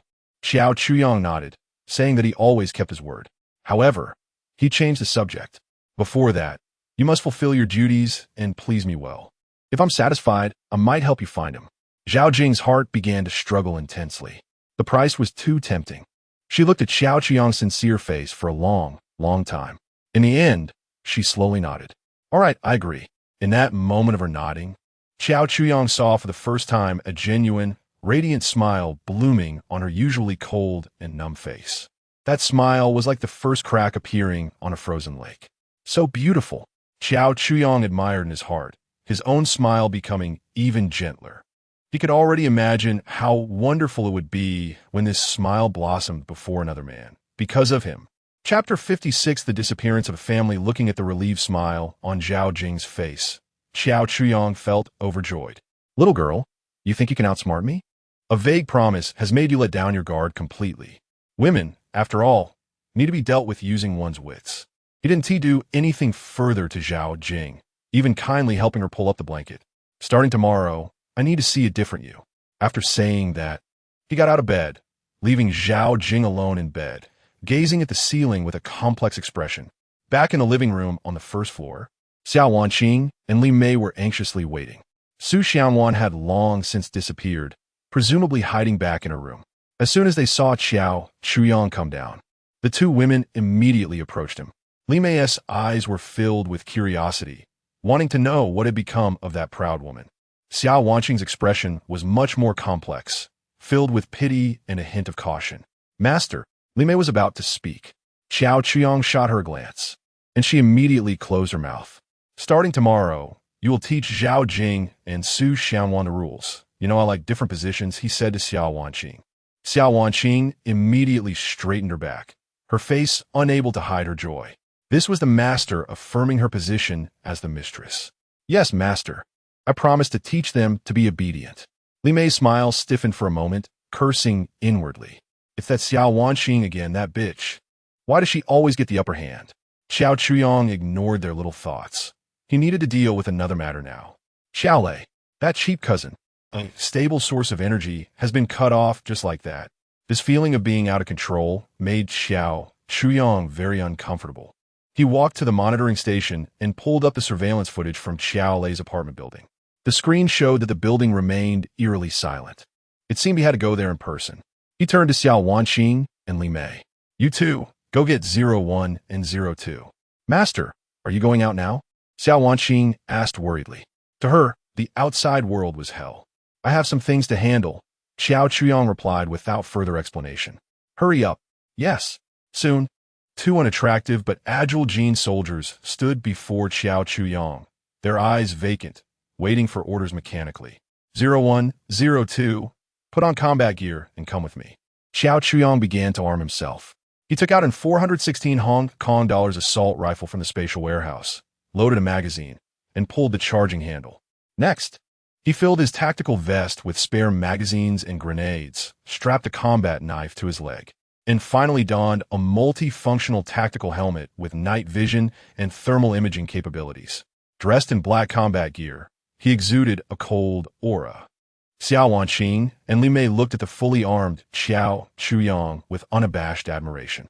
Master, please be careful. Xiao Wanqing stepped forward, tiptoeing to gently kiss Xiao Chuyang's cheek, like a wife sending her husband off to war. Seeing this, Li Mei was unwilling to be outdone. She directly hugged Xiao Chuyang's arm, using her most prized asset to rub against him, her fingertips lightly grazing the armor on his arm. Master, come back early. I still want to play a game with you. Xiao Chuyang ignored their jealousy and just patted Li Mei's bottom. Behave and watch the house.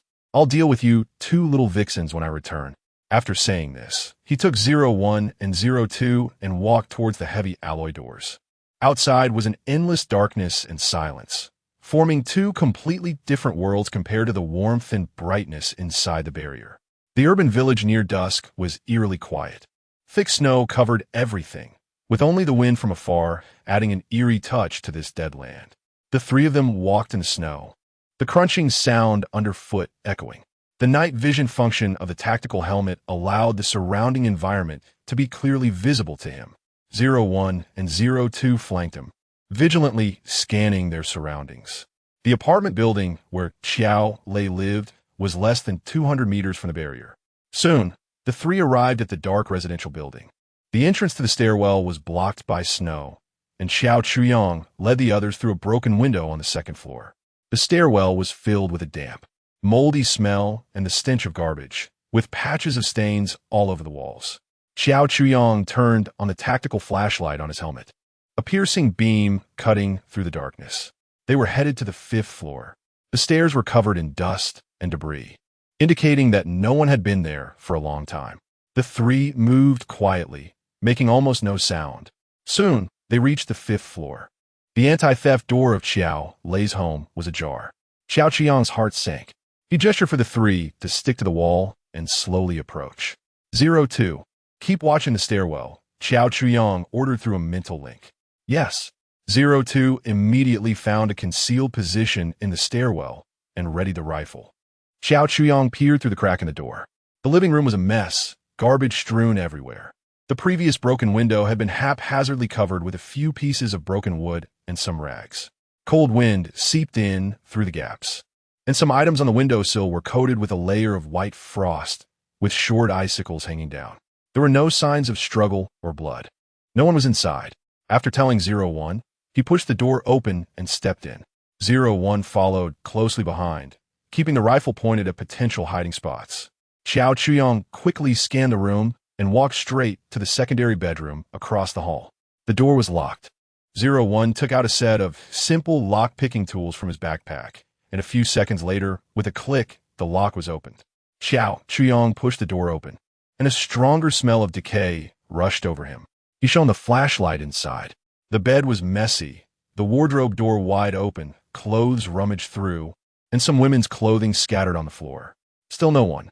Xiao Chuyang frowned. Were Qiao Jiangwo and his wife also missing? He remembered clearly that this family, being extremely fearful of death, would never go out in a snowstorm. Finally, Xiao Chuyang entered the master bedroom, Qiao Jiangwo's room. The room was littered with garbage, reeking, and a sticky stain on the sofa had dried and turned black. Xiao Qiang's gaze searched the room inch by inch. He couldn't believe that the entire family of three could just vanish in a thin air. Finally, his gaze landed on the wall of the bedroom. On the wall painted with white paint, there was a very inconspicuous, faint scratch. Chapter 57, A Bloody Lesson, Additional Update. The scratch was thin, forming an irregular curve, as if something very sharp had been carelessly dragged across the wall. If one didn't look closely, it would be easy to overlook. Xiao Chuyang stepped forward and gently touched the scratch with his finger. The sensation was cold and smooth. It was a team made by a knife. Xiao Chuyang immediately made a judgment. The marks made by a blade would have rougher edges. This was more like the claw of some creature. Images of the mutated creatures he had seen in his past life flashed through his mind. Claws were their most common weapon. Could the Qiao family have been dragged away by a mutated creature? But why was there no trace of blood or signs of struggle at the scene?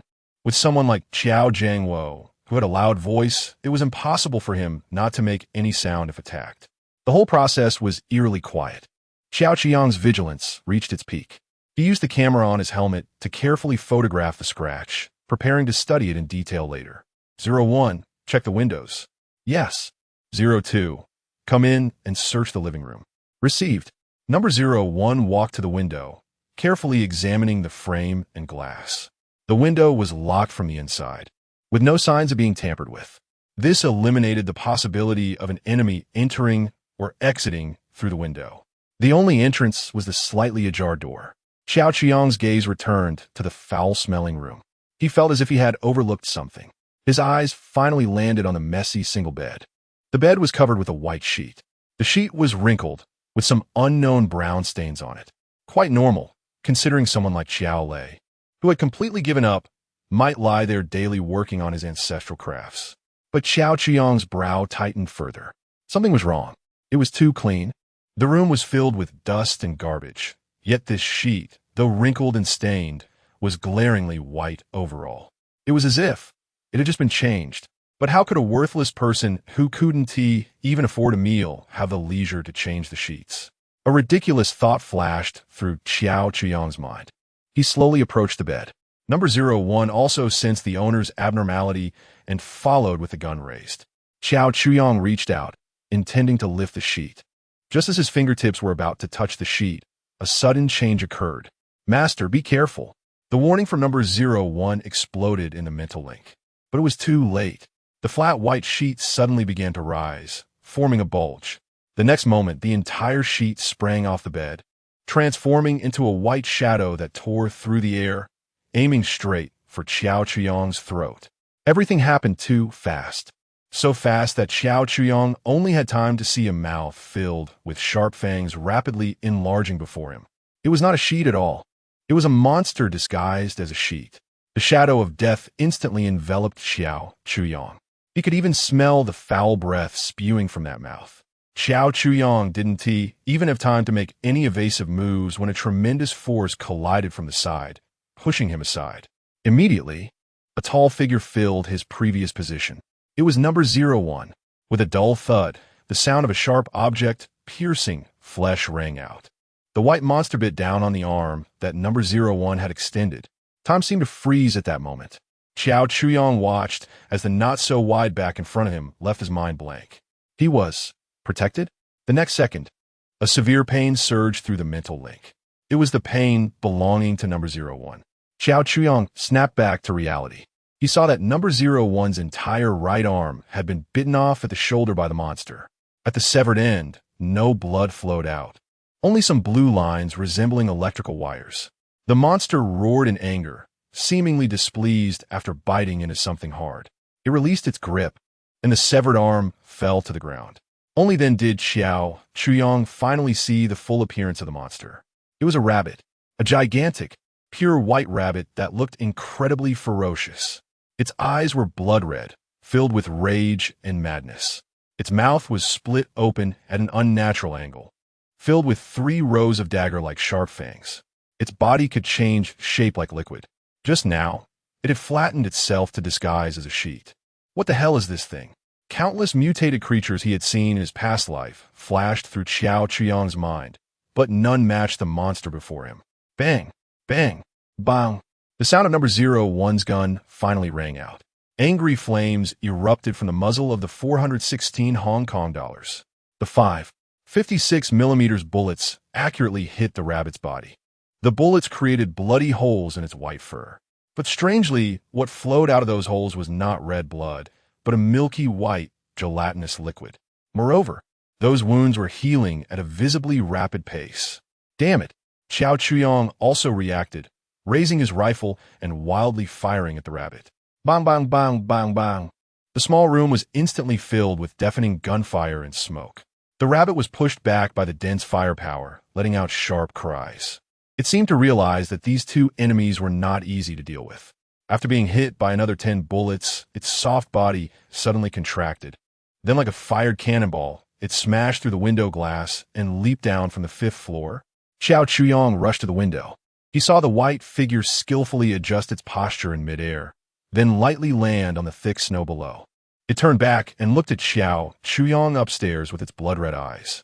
Then, its massive body began to collapse and melt, seeping into the thick snow like white wax, disappearing without a trace in an instant. The entire process was fluid and rapid to the extreme. Xiao Chuyong stood at the broken window, gripping the hot rifle, his face dark enough to drip water. He had been ambushed by a rabbit. More importantly, a brand new, terrifying species beyond his previous understanding had emerged. This world seemed to be more dangerous than he had imagined. Master, Unit 01 has sustained severe damage. The voice of Unit 02 pulled him back from a shock. Xiao Chuyong turned around to see Unit 01 kneeling on one knee. The electrical sparks at the severed arm had stopped flickering. Her ugly face still bore no expression, as if she had lost nothing more than an inconsequential part. Xiao Chuyong stepped forward, looking at her empty right shoulder, and for the first time felt a sense of fear. If it hadn't been for Unit 01 rushing over to push him away just now, then it would have been his neck that was bitten off. He had almost died. The smooth sailing experiences since his rebirth had made him unconsciously let his guard down. He thought that with his rebirth experience and powerful barrier system, he could control everything. But today, this strange rabbit had given him a bloody lesson. The apocalypse had only just begun. Any hint of arrogance or complacency could lead him to utter destruction. Let us go back. Xiao Qian's voice was cold and hoarse. Chapter 58 Gene Lock Breakthrough Potion, running back to the warm and bright ember barrier. The bone-chilling cold slowly dissipated from Xiao Qian's body. In the living room, Xiao Wanqing and Li Mei were anxiously waiting. When they saw Xiao Chuyong return safely, the worry in their hearts finally eased.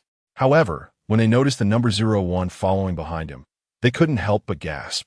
Number 01's right arm was severed at the shoulder, with the broken end exposing burnt metal cables and bionic tissue, looking extremely tragic. Master, this is... Xiao Wanqing asked worriedly. It's fine. Xiao Chuyong waved his hand. He wasn't in the mood to explain right now. He opened the system interface that only he could see and found a management option for the Gene Soldier. I typed Gene Soldier No. 01. Status. Severe damage. Right arm missing.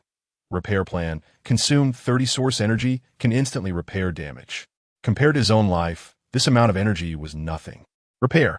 Xiao Chuyong chose to confirm without hesitation. A gentle white light enveloped number 01's body. In the astonished gazes of Xiao Wanqing and Li Mei, countless visible flesh buds and silver lines began to rapidly intertwine and grow at the empty shoulder of number 01. In less than 10 seconds, a brand new arm, identical to the previous one, grew back.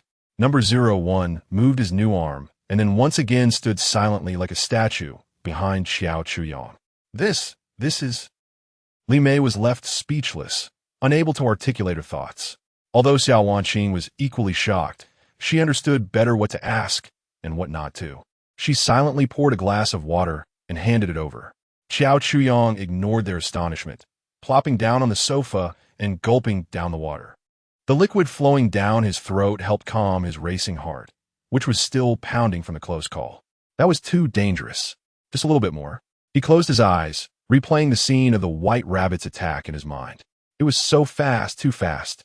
That kind of speed, that kind of disguise ability, and those terrifying fangs.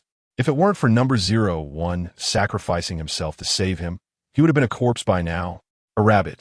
In his last life, he survived for a year in the apocalypse and had seen countless mutated creatures, mutated dogs, mutated cats, and even cockroaches the size of grinding wheels.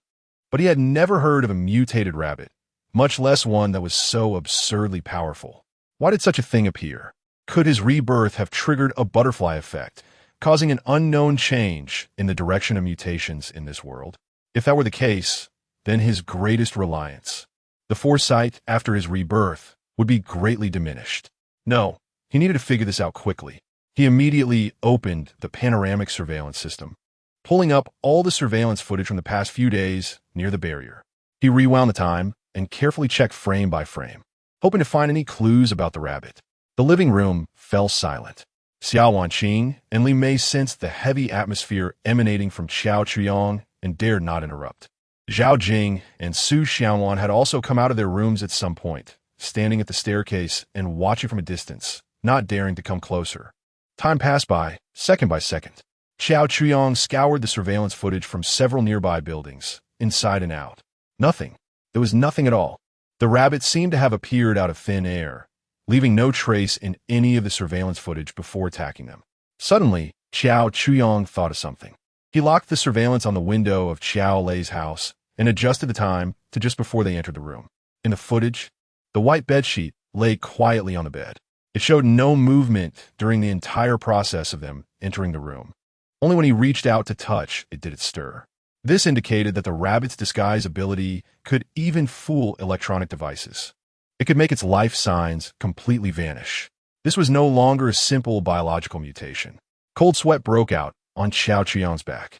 A creature with intelligence, capable of disguise and ambush, and possibly possessing some unknown abilities. The threat level was much higher than any monster he had encountered before.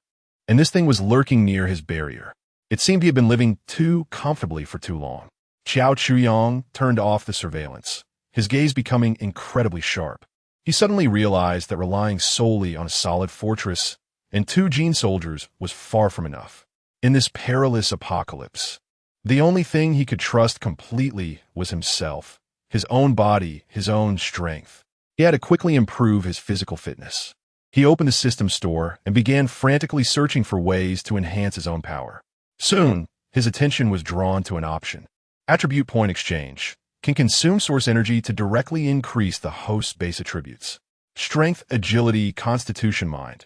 1,000 source energy 1 point. Note, once a single attribute exceeds 100 points, the energy required to increase it by 1 point will rise to 10,000 points. 1,000 points for 1? Xiao Chuyong couldn't help but curse. This is really black. His current attributes, aside from his mental strength being far beyond ordinary due to his rebirth, were at the level of an ordinary person or even subhealthy. To enhance them comprehensively, he needed a massive amount of source energy. He glanced at his energy balance. Source energy, 2451, just enough to buy 2 attribute points, a drop in the bucket. He scrolled down further. A new product appeared on the list. Gene Lock Breakthrough Potion, price 100 source energy. After taking, can temporarily break free from the human gene lock, gaining strength and speed far beyond ordinary humans for 30 seconds. Warning, after the potion's effect ends, the user has a high probability of death due to gene chain collapse. Warning, if the user's strength attribute is below 10 points, taking it will result in immediate gene collapse and death on the spot. Note, there's a very small probability that the user can permanently unlock some of the locked power, the higher the user's attributes. The higher the success rate and the lower the backlash. Xiao Chuyong stared at this description, speechless for a long time. 100 points of energy for a lottery ticket, with the grand prize being 30 seconds of superhuman ability and the consolation prize being instant death. This system was even more ruthless than he was. This thing could only be used as a last resort, a desperate gamble, and should never be relied upon as a regular method. His gaze finally landed on the module that he had unlocked before, but had never visited. Gym LV1. Equipped with a full set of professional-grade fitness equipment. Training in the gym increases training effectiveness by 300. 3 times training effectiveness. Although it wasn't as fast as directly adding points, it was free and safe. Previously, he had been busy hoarding supplies, recruiting women, and enjoying life, completely neglecting exercise. He thought that with a solid barrier and gene soldiers, he only needed to act as a commander from the back. But today, that rabbit had completely awakened him. Completely relying on others or external factors for his safety was the most foolish behavior. It seemed it was time to start working hard. Xiao Chuyong's gaze became serious. He glanced at the upgrade option for the gym. Gym LV2. Training effectiveness increased to 600. Upgrade requires 500 source energy. Upgrade. Beep. Consuming source energy, 500. The gym has been upgraded to LV2. Source energy balance, 1951. With a significant decrease in energy, Xiao Chuyong felt no regret at all. This is an investment in the future.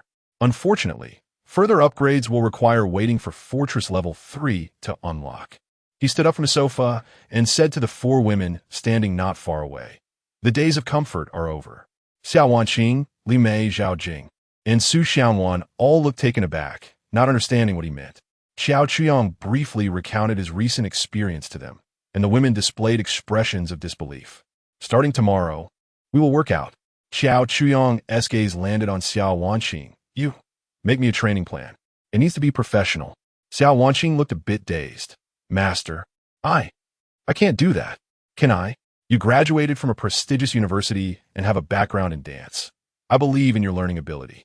I want to see a detailed schedule, including what to practice every day, how long to practice, and what to eat, all quantified. I often work out. I can help you. Zhao Jing nodded at Xia Wanqing from the staircase. Li Mei was about to act cute, but Xiao Chuyong's gaze silenced her. Very well. Then make a training plan for you four as well. I don't want you to become a burden to me in the end. Xiao Chuyong's tone was not to be questioned. The four women exchanged glances, all showing some signs of distress. Especially Li Mei, who knew her own value best. She usually only thought about how to please the master in bed, never considering working out. Master, Li Mei still wanted to struggle a bit. Xiao Chuyong waved his hand to interrupt her. Don't think that just having some strength in bed is enough. If your stamina is lacking, you'll go to building number 1 to ride bikes with that group of men. Go to building number 1? Stay with those smelly men? That would be worse than death for her. Xiao Wanqing was the first to react. She immediately bowed. Yes, master. I will research information tonight and definitely provide you with the plan by tomorrow morning. She understood that the master was not joking. The comfortable life had indeed come to an end. Chapter 59, the result of training is attribute increase of 0. 1. Li Mei's face was filled with reluctance. But she also knew that there was no room for negotiation in this matter. She could easily charm men, but asking her to work out? That was like asking for her life. She hated sweating the most. What? Do you have a problem with that? Xiao Chuyong's gaze turned cold.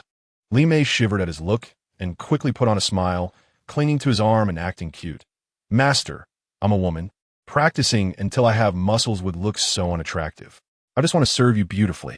Oh, you're not going to listen to me anymore? Do you want to leave? What Li Mei feared the most was losing her value and being abandoned by Xiao Chuyong. She glanced at the expressionless 01 and 02 beside her, then thought of the warm bathtub, the soft big bed, and the endless delicious food. If she got kicked out and returned to that cold, hungry world where monsters could eat her at any moment, she couldn't dare to think further. I will train. Li Mei gritted her teeth. Whatever the master wants me to do, I will do it. Xiao Chuyong nodded in satisfaction, leaning close to Li Mei's ear and whispering, if you perform well, I'll reward you with some fun tonight. Really? Li Mei's eyes lit up at his words, and she impulsively kissed Xiao Chuyong. You have to keep your word, master. Xiao Chuyong looked around. Good. It seems everyone has reached a consensus. He said to Xiao Wanqing, the plan needs to be ready by tomorrow morning. Remember, it should be tailored to each individual, as everyone's training intensity and focus are different. Yes, master. Xiao Wanqing took on the task and immediately felt the pressure and responsibility. She had to do it perfectly. All right, everyone go rest. Starting tomorrow, there will be no more sleeping in. Xiao Chuyong waved his hand, sending the women back to their rooms. He, on the other hand, fell into deep thought again. Improving physical fitness was just the first step. More importantly, it was the source energy, whether buying attribute points or unlocking higher-level modules. A massive amount of energy was needed. It seemed that relying solely on the dozen or so human batteries in building number 1, and occasionally NTRING others, was still too slow. A solution had to be found. If he killed that white rabbit, could he obtain source energy? Even killing people could yield energy. That rabbit was definitely an elite among elites. And if he could take it down, the energy gained would surely surpass that of the people in Building No. 1 pedaling the moon bicycle. But the risks were equally huge.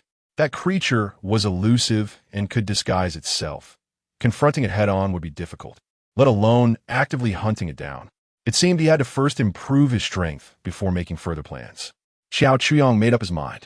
For the next period, he would focus on developing himself discreetly.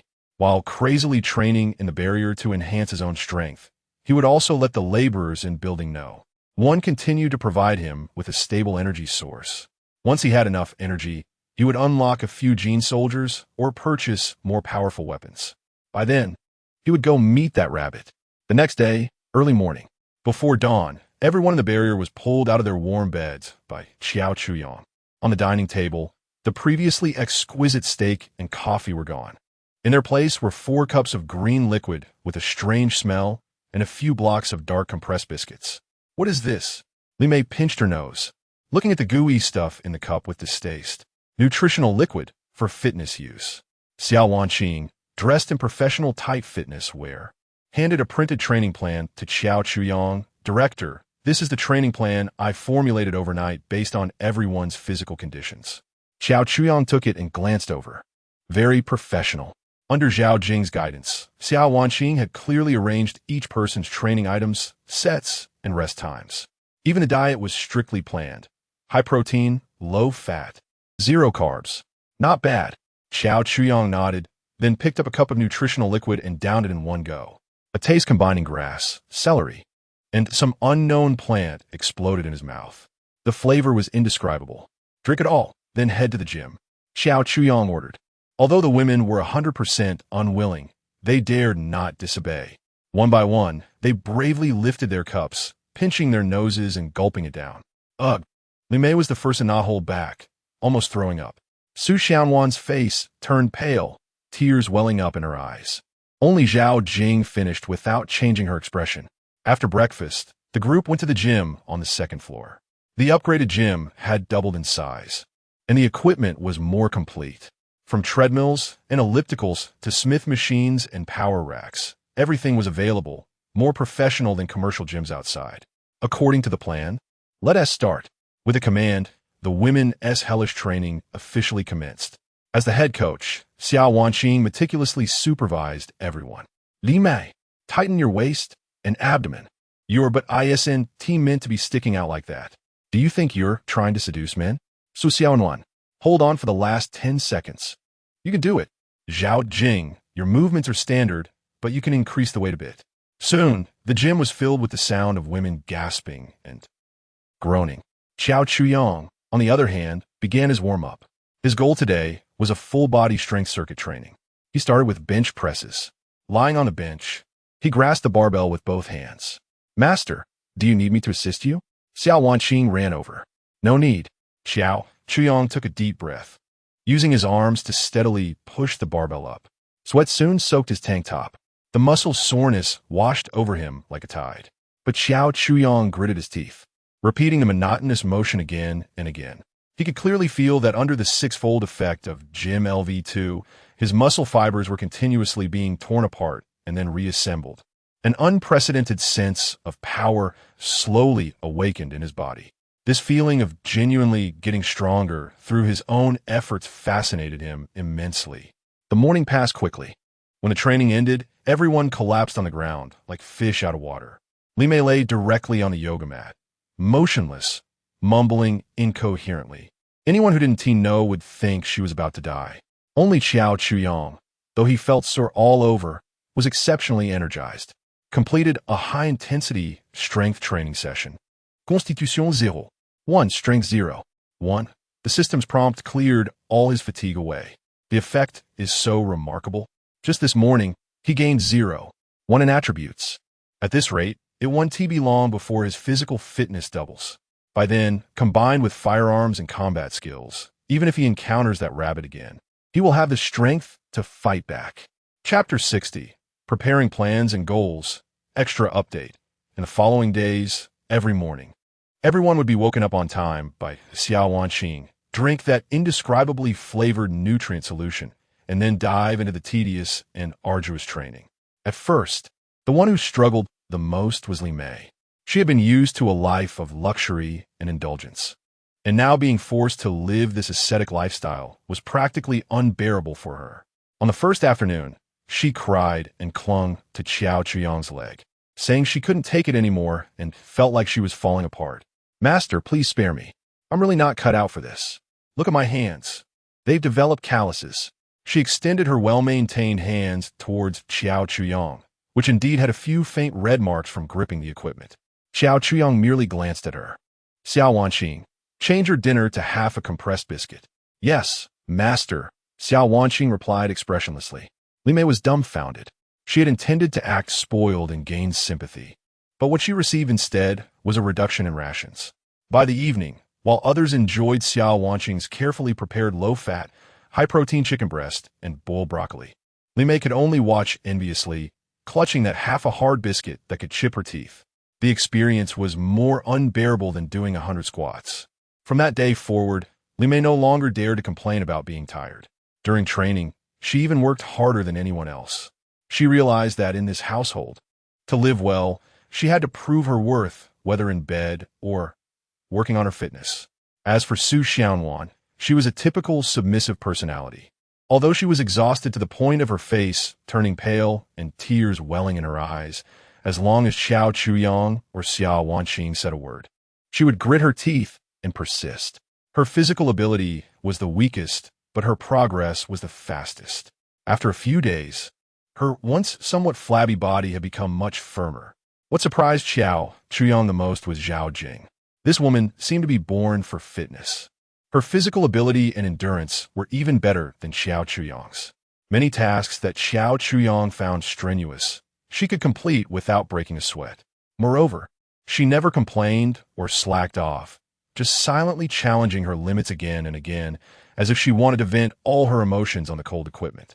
However, Xiao Chuyang did not focus all his energy on physical training.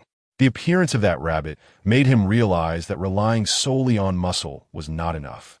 Having an indestructible shell was equally important.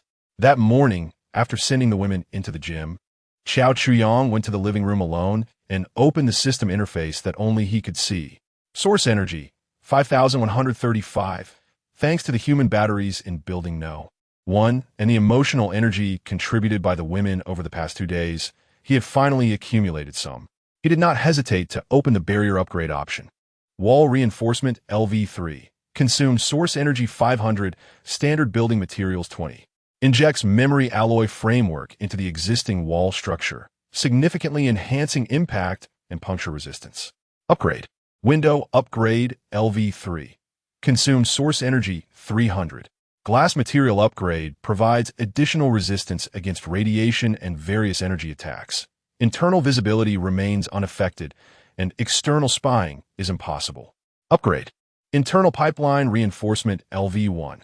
Consumes source energy 200, standard building materials 150.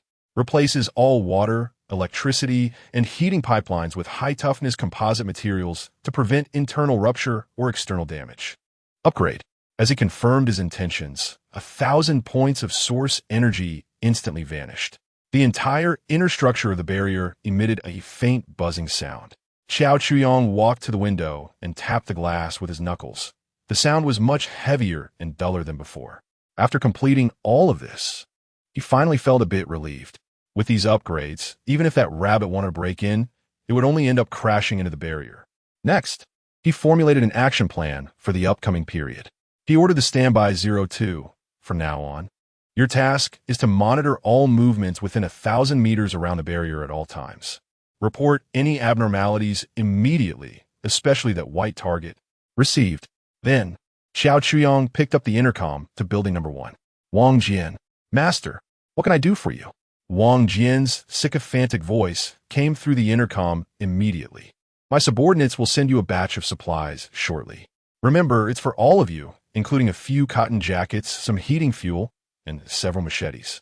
Wang Jian was momentarily stunned, then ecstatic. Thank you, Master. Thank you for your generosity. Don't get too happy too soon. Xiao Chuyang's tone turned colder. I warn you all to behave yourselves lately and not run around. A dangerous monster has appeared outside. If any of you get yourselves killed out there, don't expect me to collect your bodies. If you all die, who will pedal the cart for me? Wang Jian felt a chill in his heart and quickly assured him, Master, don't worry. We will definitely be careful. We won't cause you any trouble. There's one more thing. Xiao Chuyang continued. The female doctor is still there, right? Why, yes, Master. Rest assured, she is doing fine. Keep an eye on her. When my subordinates arrive, they will bring her back. Xiao Chuyang's tone was unquestionable. He did not want the only key to unlock the medical room to die, whether from starvation or being killed by monsters, as that would be a huge loss for him. Yes, yes, I understand, Master. Wang Jian replied repeatedly. After arranging everything, Xiao Chuyang closed the intercom and walked into the gym himself. Inside the gym, the atmosphere was already filled with tension. Li Mei was intentionally or unintentionally doing high knees and hip bridges on a yoga mat beside the bench press that Xiao Chuyang frequently used. She always wore the least amount of fabric that accentuated her figure. The scenery that swayed with her movements was enough to make any man's blood boil. Xiao Wanqing played the role of a good assistant. Not only did she have to complete her own training, but she was also responsible for supervising and guiding everyone. Upon seeing Xiao Chuyang enter, she immediately handed him a towel and a prepared functional drink. Su Xianwan, on the other hand, became a target for Li Mei's manipulation. Xianwan, look at Zhao Jing, always wearing a sour face. Who is she showing that to?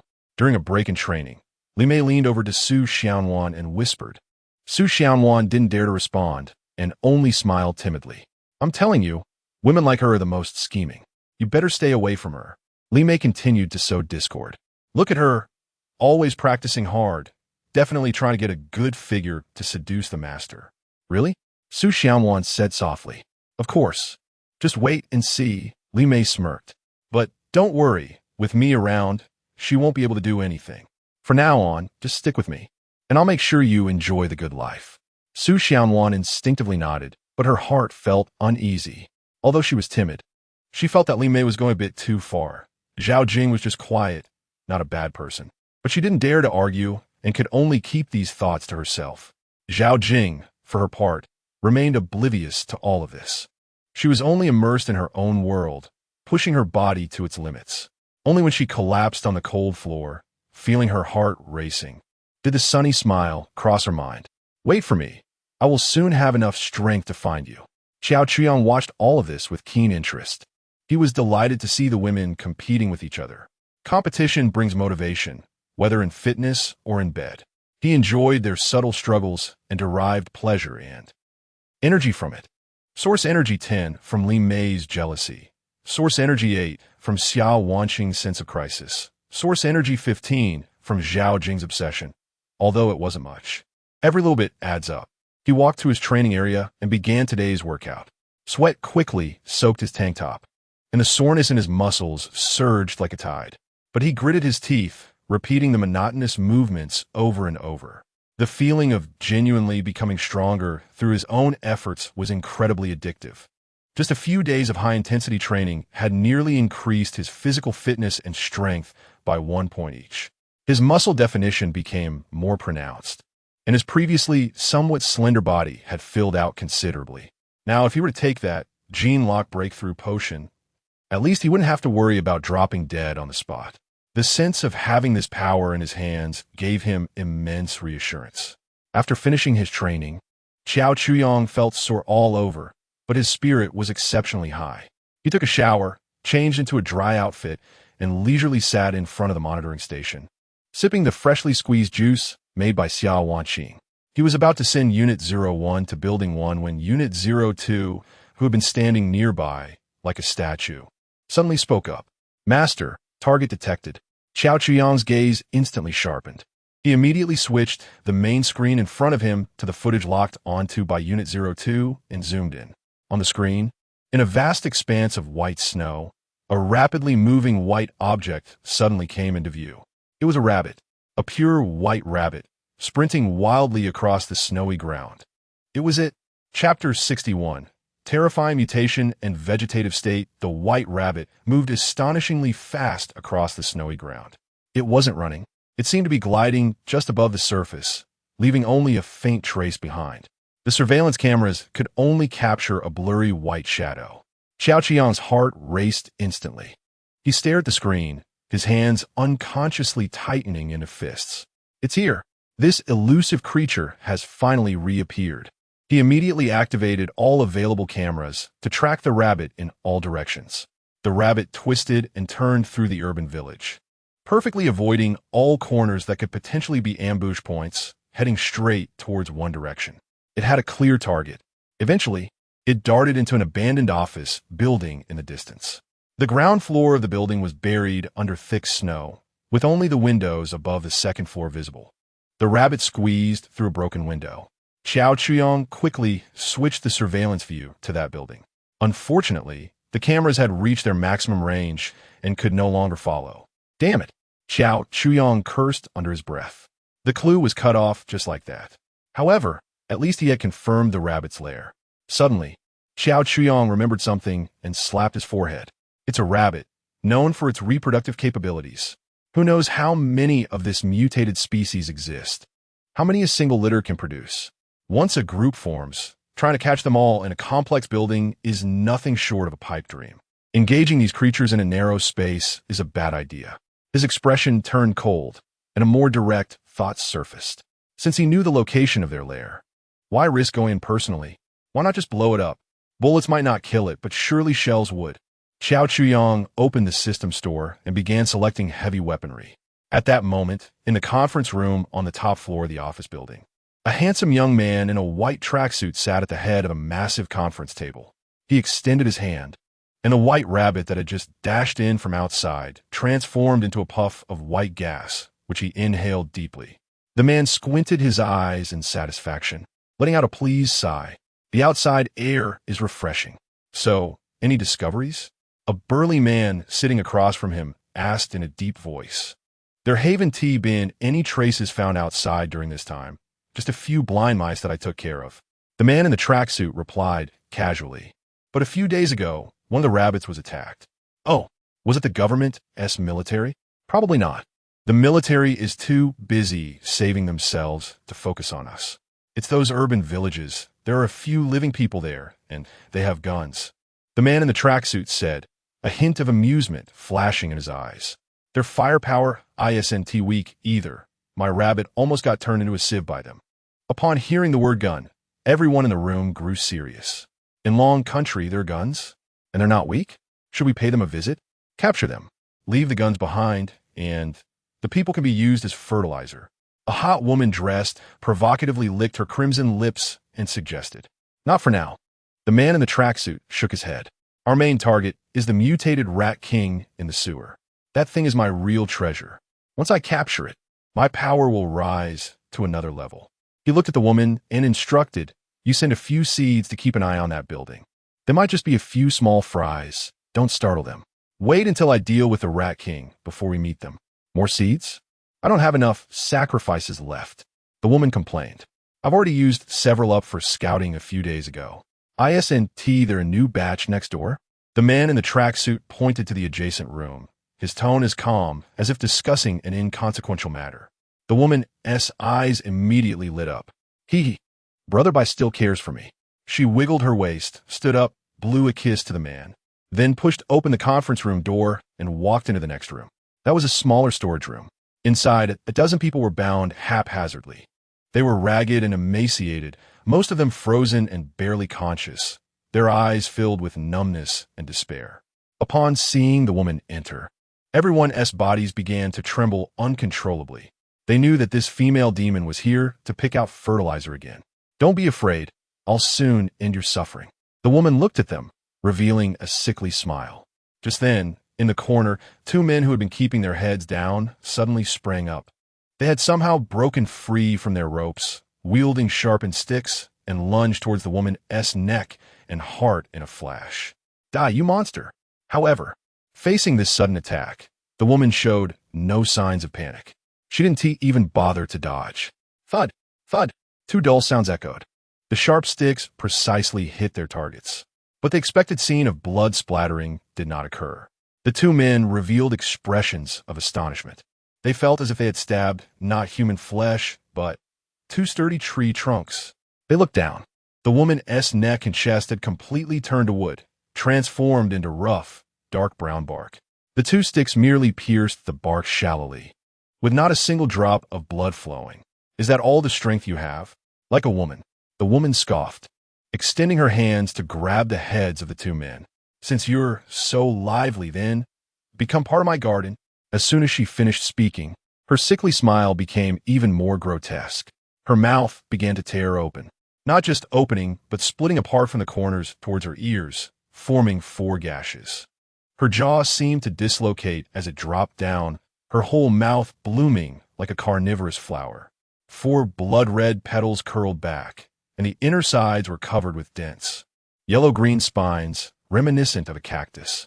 A thick, yellow-green liquid, exuding the scent of decay and sweetness, surged from the depths of her throat, rolling in her split jaws. Ugh! The two men caught in her grasp were terrified by this sight, struggling desperately but firmly held in place. The woman lowered her head and first covered the face of the man on the left with her horrifying petal mouth. Those barbed petals tightly wrapped around his mouth and nose, stifling all his screams. The yellow-green liquid was forcibly poured into his throat. Gulp, gulp. The man let out painful swallowing sounds, his body convulsing violently. The woman savored it for a few seconds, then lifted her head and aimed that disgusting mouth at the man on the right. The same process, the same nauseating feeding. After doing all this, the woman released her grip, allowing the two men to collapse to the ground. She extended her long tongue, licking the short spines on the inner side of her petals, seemingly savoring something. Crack, crack, crack. Sounds of bones fracturing and reassembling echoed from within them. Their skin began to melt like wax, then rapidly hardened again, turning into a grayish-white substance resembling fungal mycelium. On their bodies, bulging pus-filled blisters of varying sizes appeared, rapidly swelling until they burst with a pop, revealing not pus and blood, but twisted roots resembling fleshy worms, along with several colorful poisonous mushrooms. Their limbs elongated, joints twisted in reverse, transforming into forms resembling arthropods. The most terrifying aspect was their faces. Their jaws were forcibly stretched and torn apart by an internal force. A giant purple mushroom, adorned with eyeball-like spots on its cap, erupted from their throats, completely replacing their skulls. The eyeball-like spots continued to rotate, seemingly observing everything around them. Ultimately, in a matter of seconds, two living people transformed into two swaying, indescribable entities made of mycelium, roots, and flesh. They stood up, their modified limbs scraping against the ground with a harsh sound, their hollow torsos turning towards the other survivors in the room. The storeroom was deathly silent. Soon, the sounds of uncontrollable vomiting and sobbing from extreme fear rose and fell. The woman looked at her masterpiece with satisfaction, then turned her gaze to the group of survivors who were terrified to the point of losing control. Her eyes landed on a corner. There, a middle-aged couple was huddled together. It was the recently missing couple, Xiao Jiangwo and his wife. Chapitar 62, Dumi a favor. In the storage room, a woman swayed her hips and walked step by step towards Xiao Jiangwo and his wife. She reached out her fingers, painted with bright red nail polish, and lifted the chin of Xiao Chuyong's aunt. TSK, although she's a bit old and her skin is rough still, she can barely qualify as an ordinary nutrient. Please, don't kill me. I beg you, don't kill me. The aunt was scared to tears, her pants soaked and exuding a foul odor. We have food. We also know where there are places to stay, where there are more people. We can all serve you. Xiao Jiangwo shouted anxiously.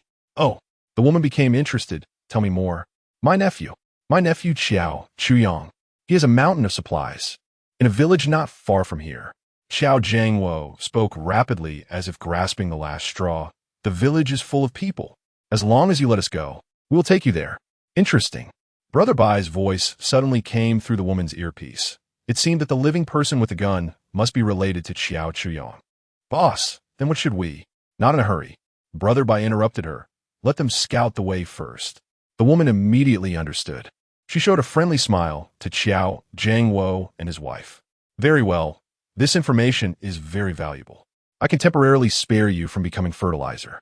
Upon hearing this, the couple's faces lit up with ecstatic expressions, continuously bowing their heads. Thank you, goddess. Thank you, goddess. But the woman's tone changed, her smile turning eerie. A death sentence can be avoided, but living crimes are hard to escape. Since you want to live so badly then. As she spoke, her hands stretched out again. This time, what emerged from her palms were two deep green seeds, still slightly pulsating. Without further ado, she directly pressed the two seeds into their mouths. The seeds melted upon entering, sliding down their throats into their stomachs. The two clutched their throats, coughing violently, their faces contorted in pain. They felt as if something was sprouting and growing in their stomachs, crazily absorbing their life force. You should thank me well. The human body is still too fragile. Wouldn't it be better to transform into plants like me, you know? Arctic willow can withstand temperatures as low as -60 degrees. The woman's voice echoed in their ears. My spores can make you fearless of the cold. Your task is to scout the village and bring back the living people, while also figuring out how many of them have weapons. Remember, don't play tricks. Your lives are now tied to me. With just a thought, the seeds in your stomach will instantly bloom and bear fruit, turning you into dried corpses. Xiao Jiangwo and his wife rolled on the ground in pain, unable to utter a word. They could clearly feel that something terrifying was happening to their bodies. Beneath their skin, it felt as if countless tiny roots were spreading. Go, my dear scouts. The woman kicked them out of the storage room. The burly man watched the two who had been kicked out and was somewhat puzzled. Just let them go like this? What if they attract the others with too much noise? The woman disdainfully adjusted her clothes. Just them? Besides, who has the time to care about our little affairs now? She leaned against the wall and lit a lady's cigarette. I heard that the soldiers from Long Country have almost all concentrated on the coast. Seems like something big happened there. Us distant relatives making a scene in this poor place, no one would even glance at us. After hearing this, the burly man finally relaxed. Xiao Chuyang was sitting in front of the monitoring station, looking at the various growth data displayed on the screen, feeling quite good. The hellish training over the past few days had shown significant results. Not only himself, even the most delicate Li Mei had visibly improved in physical fitness. At least she wouldn't be begging for mercy so quickly during the night activities. Just then, the motion sensor outside the barrier suddenly emitted a faint alarm. Master, a moving target has entered the monitoring range. The voice of number 02 sounded. Just a rabbit passed by. Could it be another one? Xiao Chuyang immediately switched the main screen to external monitoring. On the screen, two staggering figures were struggling through the thick snow. Zooming in, Xiao Chuyang raised an eyebrow.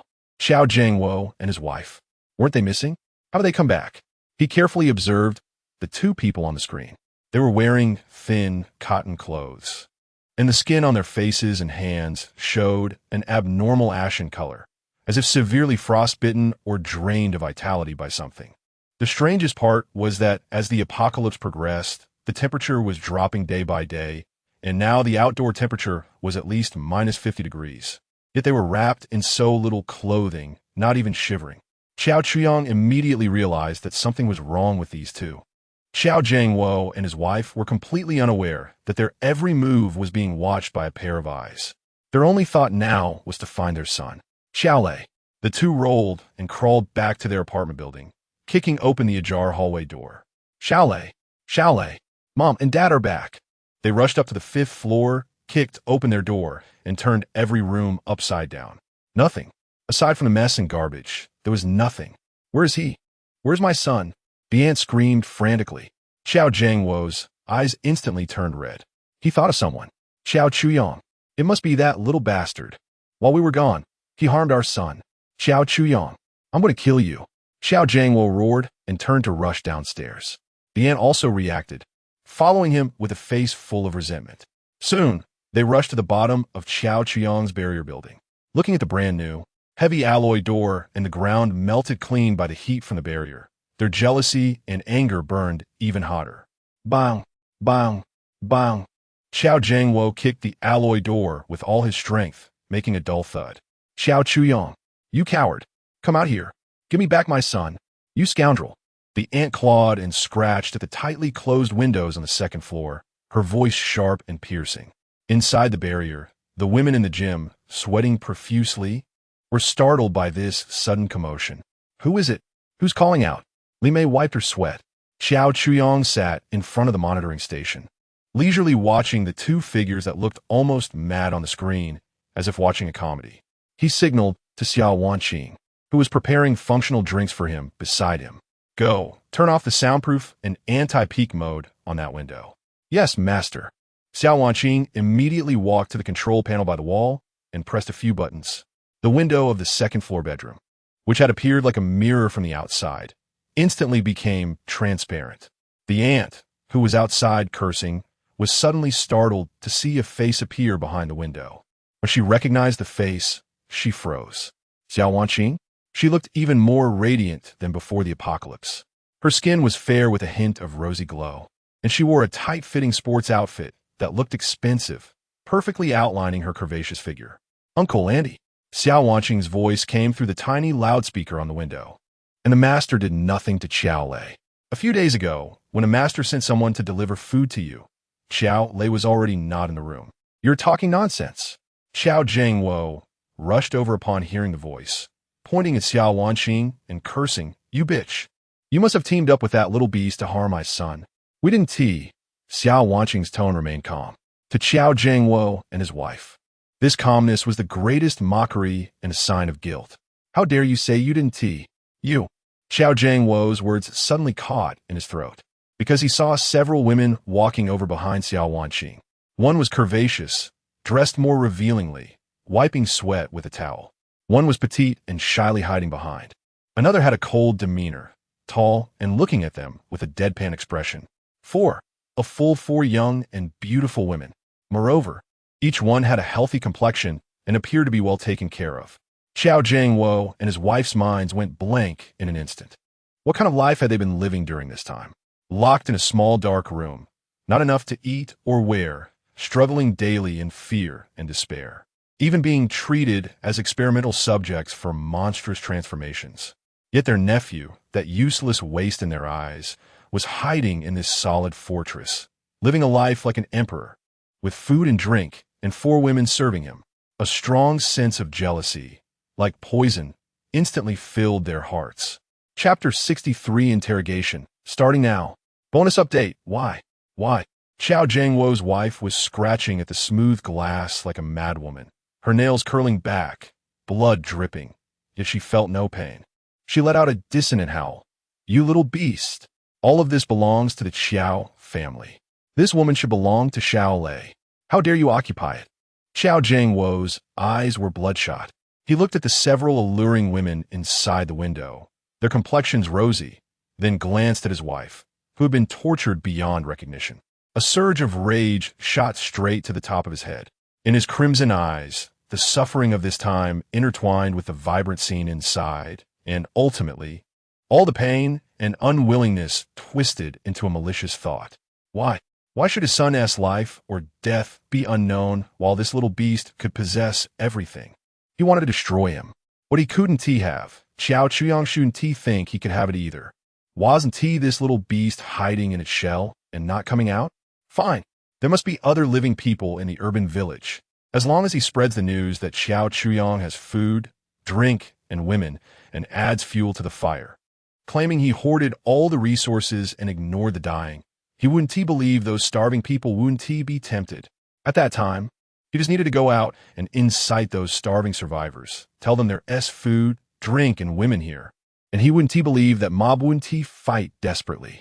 If successful, everything in this building would be his. If failed, it didn't matter. He could just trick those cannon fodder to that office building, offering them to that female demon as fertilizer, and he'd consider it a great achievement, perhaps even gaining true freedom. Once he had power, he could return and slowly concoct plans against Xiao Chuyang, that little beast. Thinking of this, a sick pleasure surged in Xiao Zhangwo's heart. "Xiao Chuyang, you wait for me. I can't kill you. There are plenty of people outside who can kill you." Xiao Zhangwo roared hysterically. Inside the barrier, Xiao Chuyang sat in front of the monitoring station, slowly sipping the functional drink handed to him by Xiao Wanqing. Do they deserve pity? Not all. From the moment in the last life when they stabbed themselves to survive and personally pushed themselves into the corpse group, they had already become irreconcilable enemies. Now they were just two mad dogs that had been used up by others and thrown back. Li Mei walked over, wiping her sweat. Her fitness outfit, made of very little fabric, was soaked through, clinging tightly to her body, outlining breathtaking curves. She glanced outside and disdainfully curled her lips. "Master, should we let number 01 go out and deal with them? They're annoying."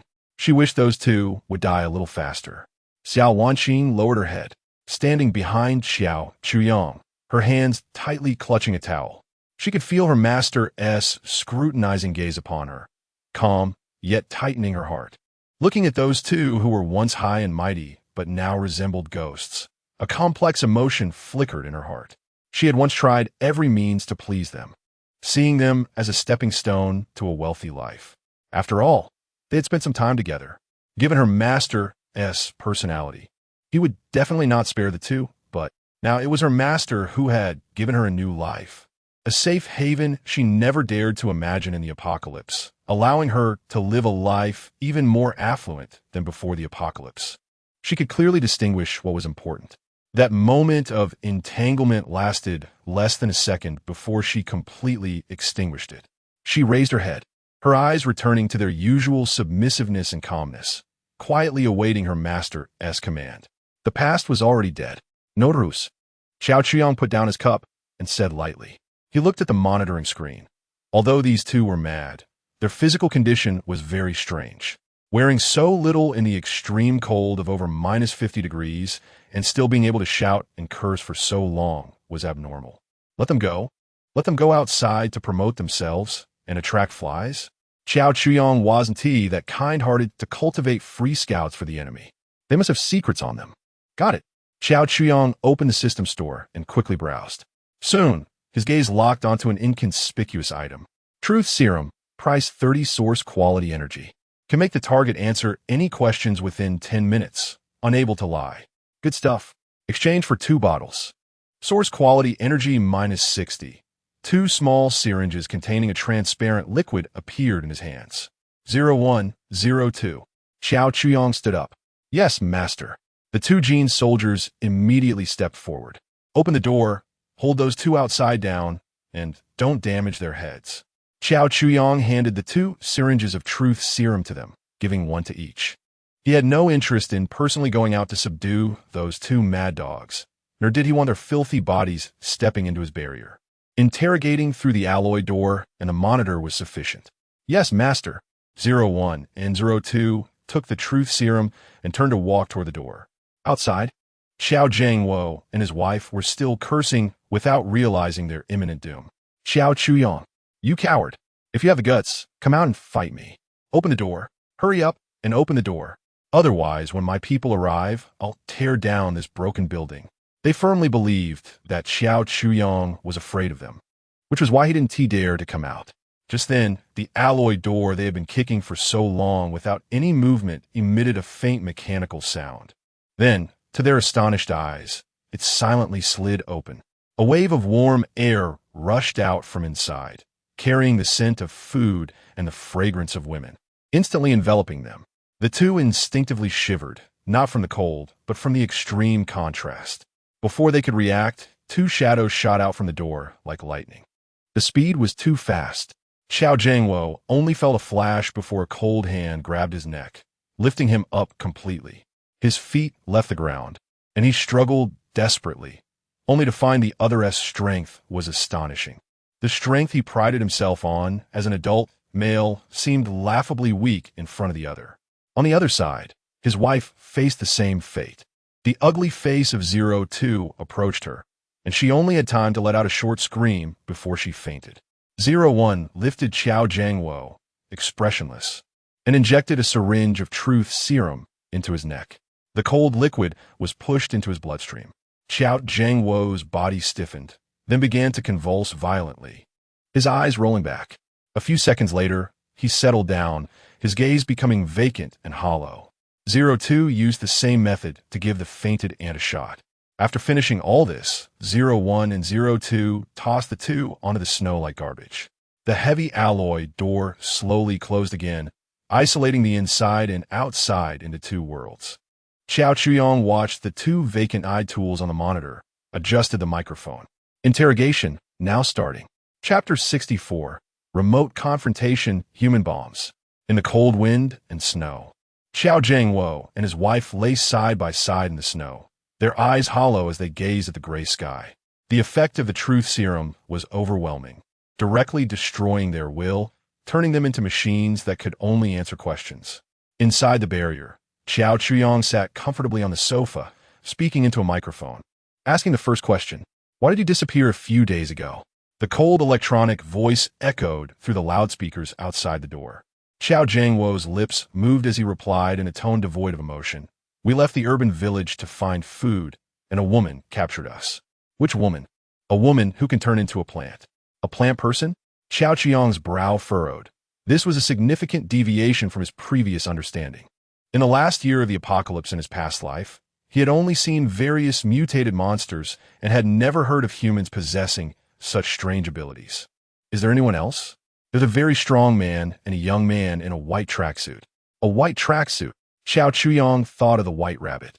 Does that man in the white tracksuit have a white rabbit? Yes. I saw it when I was captured. As expected, Xiao Chuyong's heart sank. The situation was more complicated than he had imagined. This was not just a monster, but an organized, intelligent group with supernatural abilities. He had to figure out everything about this group. Why did they let you go?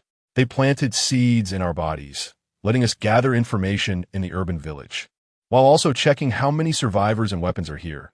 Xiao Jiangwo answered numbly. She said the person with the gun interested her. She also wanted us to get close to you and find out your background, and then to turn you into her fertilizer. What a ruthless tactic. Xiao Chuyong continued to ask, where's their base? How many people are there? What weapons do they have? In that abandoned office building over there. Besides the three of them, there are a dozen or so captured survivors. They don't have guns. Xiao Chuyong fell silent. A woman who could control plants. A man who could control strange rabbits, and a strong man with unknown abilities. This was beyond the scope of conventional weapons. Tell me, just as Xiao Chuyong was about to dig deeper for more details, an unexpected change occurred.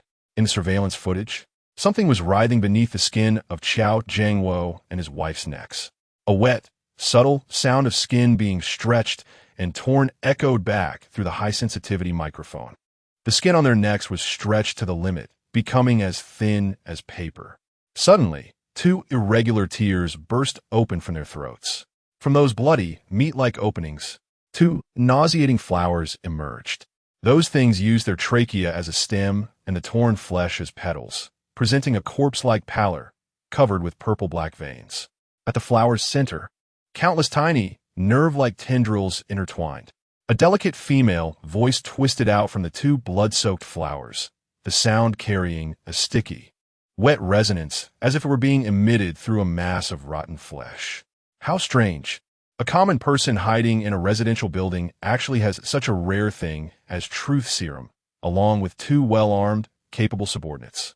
Plus, this reinforced building and the temperature here are completely different from outside. The voice paused, and the tendrils on the flesh flowers twitched violently. Did you know something in advance? Xiao Chuyong's pupils suddenly contracted. It was that plant person. The seed she planted in Xiao Jiangwo and his wife weren't just for positioning and control. They could also eavesdrop and transmit sound. She had heard all of his conversations with them. Who are you? Xiao Chuyong asked coldly into the microphone. Giggle. The female voice laughed, causing the two bloody flowers to tremble grotesquely. Who I am is not important. What matters is that I am becoming more and more interested in you. Well, once I capture you, I will slowly brainwash you, and everything will be clear. The woman's voice was filled with an undeniable dominance and possessiveness. As soon as her words fell, in the surveillance footage, Xiao Jiangwo and his wife's stomachs began to swell at a visible speed.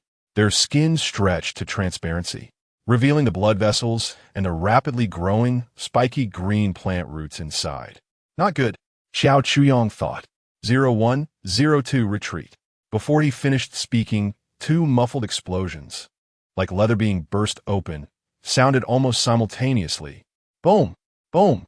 Xiao Jiangwo and his wife's bodies, like two overinflated meat balloons, exploded instantly.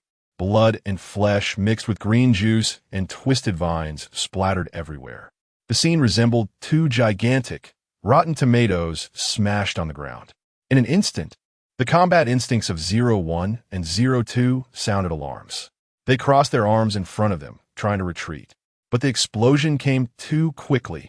Just as they assumed a defensive posture, they were violently thrown back by the shockwave, crashing hard against the alloy door behind them, producing two heavy thuds. Warning. Gene Soldier 01, torso damaged 35, left arm function lost. Warning. Gene Soldier 02, torso damaged 42, mobility module damaged. The system's alarm blared madly in Xiao Chuyong's mind. He looked at the two figures lying on the ground in the surveillance footage, his expression darkening. He had been careless. He hadn't expected the other party's methods to be so bizarre and decisive, exploding without even half a second of hesitation. Losing these two crazed dogs was not a big deal, but he almost lost two capable gene soldiers. Repair.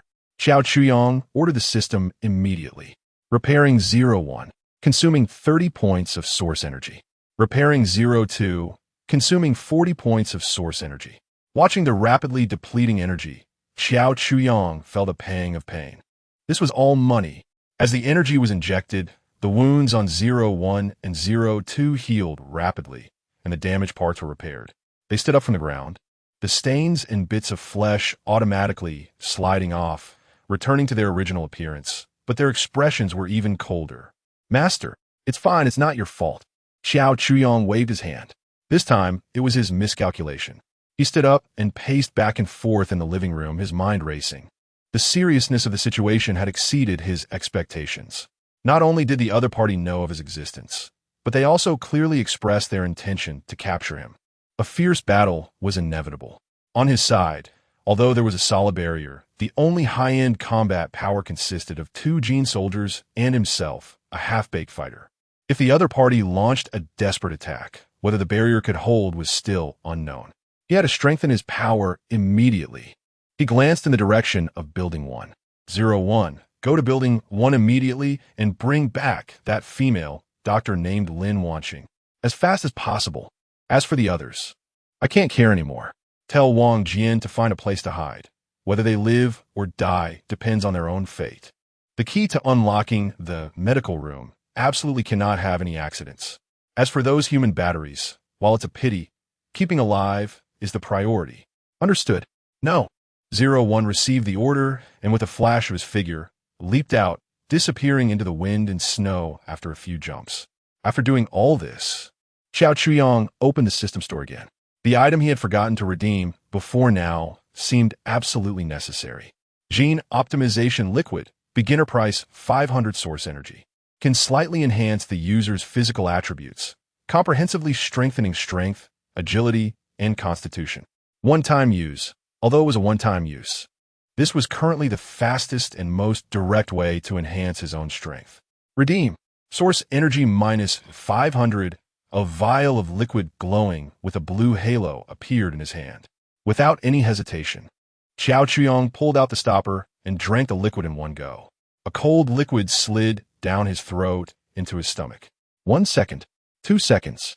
There was no feeling at all. Just when Xiao Chuyong thought he had bought a fake product, an indescribable pain suddenly erupted from deep within every cell of his body. Ugh! He let out an uncontrollable scream of pain, and the glass vial in his hand shattered on the ground with a loud crash. Chapter 65. Strength Enhancement and luring the snake out of its hole. The intense pain felt as if it were tearing his body apart from the inside out and then reassembling it. His bones were groaning, his muscles were cramping, and his blood was boiling. Ugh! Xiao Chuyong let out a muffled groan, his body going limp as he collapsed to the ground. Sweat the size of beans burst from his skin, instantly soaking his clothes. Master! The women heard the commotion and rushed out. When they saw Xiao Chuyong curled up on the ground in agony, convulsing, they were all frightened and pale. Master! What happened to you? Xiao Wanqing was the first to rush over, wanting to help him up.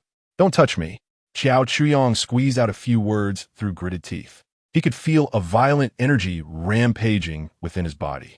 Li Mei and Su Xianwan also gathered around, anxiously pacing but not daring to approach. The intense pain came on quickly and faded just as fast.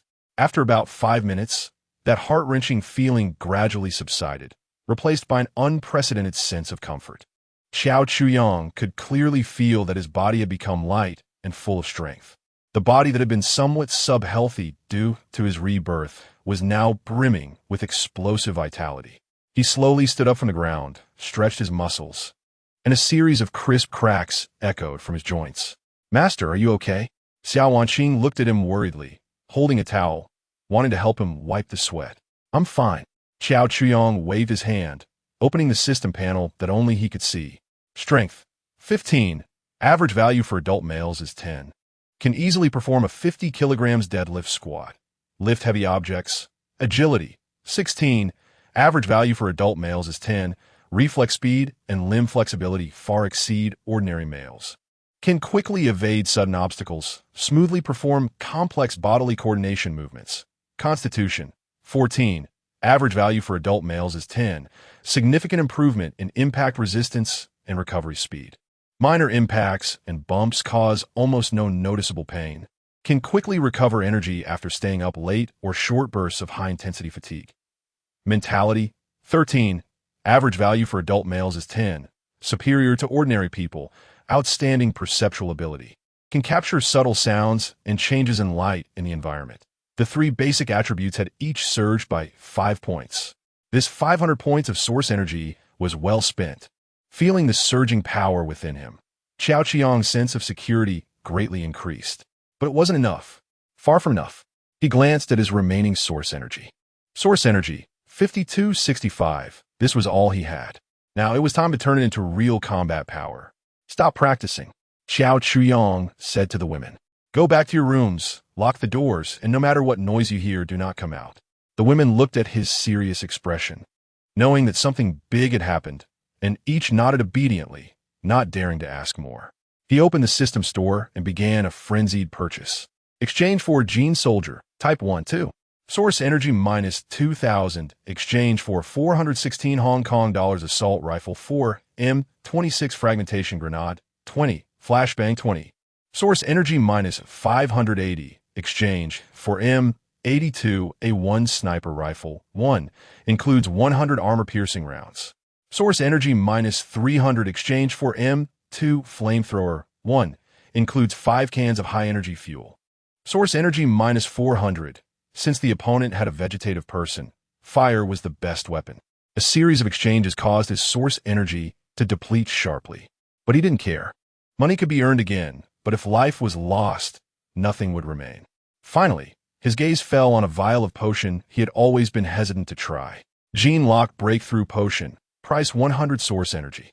Previously, his physical condition was too poor, drinking it was no different from seeking death.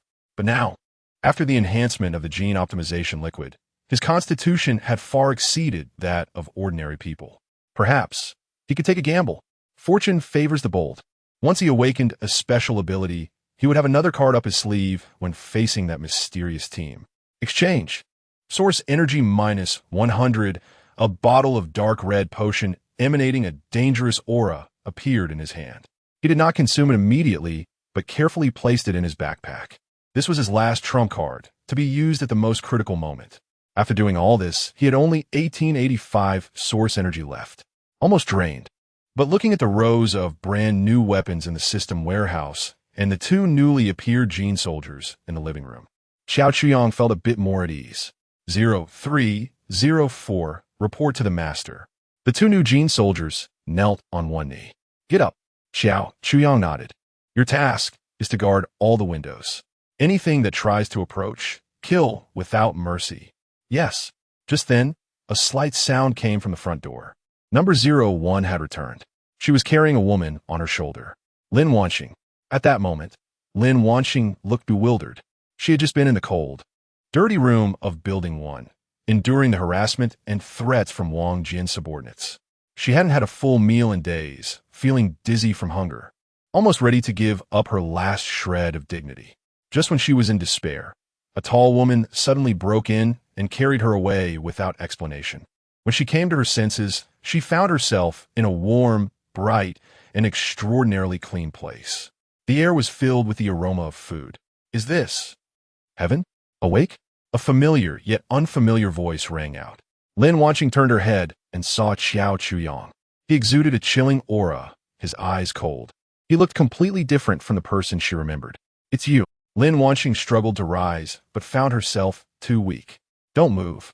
Xiao Qiang walked in front of her, holding a black metal collar. It's a slave collar. He had no time to waste talking to this woman, nor did he have time to slowly win her over. The most direct method of control was the most efficient choice. He expected Lin Wanxing to resist, to scream, to question him as she did last time with her theory of greater responsibility with greater power. However, to his surprise, Lin Wanxing merely looked at him quietly, gazing at the collar in his hand, her eyes lacking fear or anger, only showing a sense of relief. If I wear it, can I stay here forever? She asked softly, her voice trembling slightly. Xiao Qiang was taken aback. Was this woman starved to the point of madness? But this was also good, saving him the trouble of wasting words. He did not reply and directly fastened the cold collar around her warm neck. With a click, unlocking exclusive building module medical room LV1, pending construction, the system's prompt sounded. Xiao Chuyong was somewhat surprised. He hadn't expected that a collar would cause this proud female doctor to submit so easily. It seemed that hunger and despair were the best training tools. Go upstairs, find a room to stay in, and don't come out, Xiao Chuyong said to her, then ignored her. All his energy was now focused on the impending enemy. Lin Wanxing leaned against the wall, unsteadily making her way upstairs. When she saw the few women upstairs with rosy faces and full spirits, the last bit of her unwillingness disappeared. Time passed slowly. Inside the stronghold, there was a dead silence. Phrygian soldiers stood like statues, guarding their positions with their guns aimed at the pitch-black snowy night outside. Xiao Chuyong sat in front of the monitoring station, his eyes fixed on the screen, not daring to relax for a moment. He knew that the enemy could appear at any time. Finally, at 3 in the morning, the darkest hour, a figure slowly emerged from the swirling snow in the distance. Only one, a tall, burly man. He walked step by step, unhurriedly, to a clearing in front of the barrier building, then stopped. He seemed to know the position of the cameras, raised his head, and grinned at the camera, revealing a malicious sneer. In the next moment, the main screen in front of Xiao Chuyong flashed with snowflakes and instantly went black. The camera was destroyed. Immediately after, a loud voice echoed throughout the silent village. Listen up. We are the rescue team sent by the government. It's safe outside. Come out. We have food, medicine, and warm beds. Repeating it again, we're the government rescue team. What a clever way to lure the snake out of its hole. Chapter 66, Hope of the Survivors. Update. That loud voice, with an undeniable penetrating power, echoed repeatedly in the silent snowy night. We are the government rescue team. Survivors, please gather here immediately. Repeat. Inside building number 1. The crowd, which had fallen into silence due to hunger and cold, was instantly ignited by this voice. The government rescue team has arrived. We are saved. Finally saved. A frail man excitedly crawled up from the ground and rushed to the window, trying to see more clearly. In the darkness, he could only vaguely see a tall figure standing in the snow in the distance. But that was enough. Desperate people needed just a straw, even if that straw was elusive. Great. I knew the government wouldn't give up on us. Hurry, pack your things. Let us get out of here. The crowd instantly became agitated, all of them overwhelmed by this sudden good news. They forgot the biting cold outside. Their minds filled only with the words saved. However, Wang Jian's face turned pale. He tightly gripped the electric shocker in his hand and shouted at the excited crowd, "Don't move. Don't go out. Have you forgotten what Zhou S. Min said? There are monsters outside. They're S.A. killer. This is a trap." Yet, his warning seemed so pale and powerless at this moment. Wang Hao was the first to jump out, pointing at Wang Jian's nose and shouting, "Wang Jian, how much longer do you want to deceive us? The government people are here, and you still want to keep us locked up to be your slaves? Right? You're just afraid we'll leave, and then you, the lackey, will have no support. Don't listen to him. He just wants to be a tyrant." The crowd's emotions were stirred, and everyone looked at Wang Jian with anger and disdain. Wang Jian felt his position was precarious. He knew that once these people rushed out, he, the so-called manager, would be nothing. In fact, they might turn around and tear him apart. Next to him, Tan Hao's eyes flickered as he quietly took a step back, seemingly distancing himself from Wang Jian. Another survivor, Li Weiguo, who had been collared, directly walked over to Wang Hao and loudly said, "Brother Hao is right. We can't be deceived by him anymore. He is just Zhou Chuyong's dog." Li Weiguo thought he had chosen the right side and would soon regain his freedom. But as soon as he finished speaking, a blue light flashed from the collar around his neck. A powerful current instantly spread throughout his body. Li Weiguo stiffened, his eyes bulging, foam forming at his mouth, and he fell straight down, his body twitching uncontrollably. This sudden scene startled everyone. The agitated crowd fell silent instantly. Tan Hao was so scared that his legs went weak, almost kneeling on the ground. He was glad he hadn't spoken out recklessly just now. Wang Hao was also stunned, watching Li Weiguo convulsing on the ground, a chill rising in his heart. This collar. It really can electrocute people. Seeing this, Wang Jian gained some confidence, but he didn't dare to forcibly stop them any longer. He realized that the people's hearts were already scattered and could not be stopped. He quickly switched to a smiling face and pushed out the few remaining boxes of food beside him. Brothers, sisters, it's all a misunderstanding. Don't you know who I, Wang Jian, am? I'm also being forced. Since the government has sent people, it must be a great thing. Hurry up and divide this food. Eat your fill so you have the strength to hit the road. He pointed at Li Weiguo on the ground. With a look of deep sorrow, look at him. This isn't my fault, it's Joe. It's that person S setting. Whoever dares to betray will be automatically punished by the collar. I have no choice. The crowd looked at the pile of food, then at the twitching Li Weiguo on the ground, and for a moment, no one dared to move. Wang Jian gritted his teeth and said again, "Don't worry. Even though I have the electric shocker, I will never harm my brothers. At worst, I'll trade one for one. If anyone wants to kill me, I'll have to take someone down with me."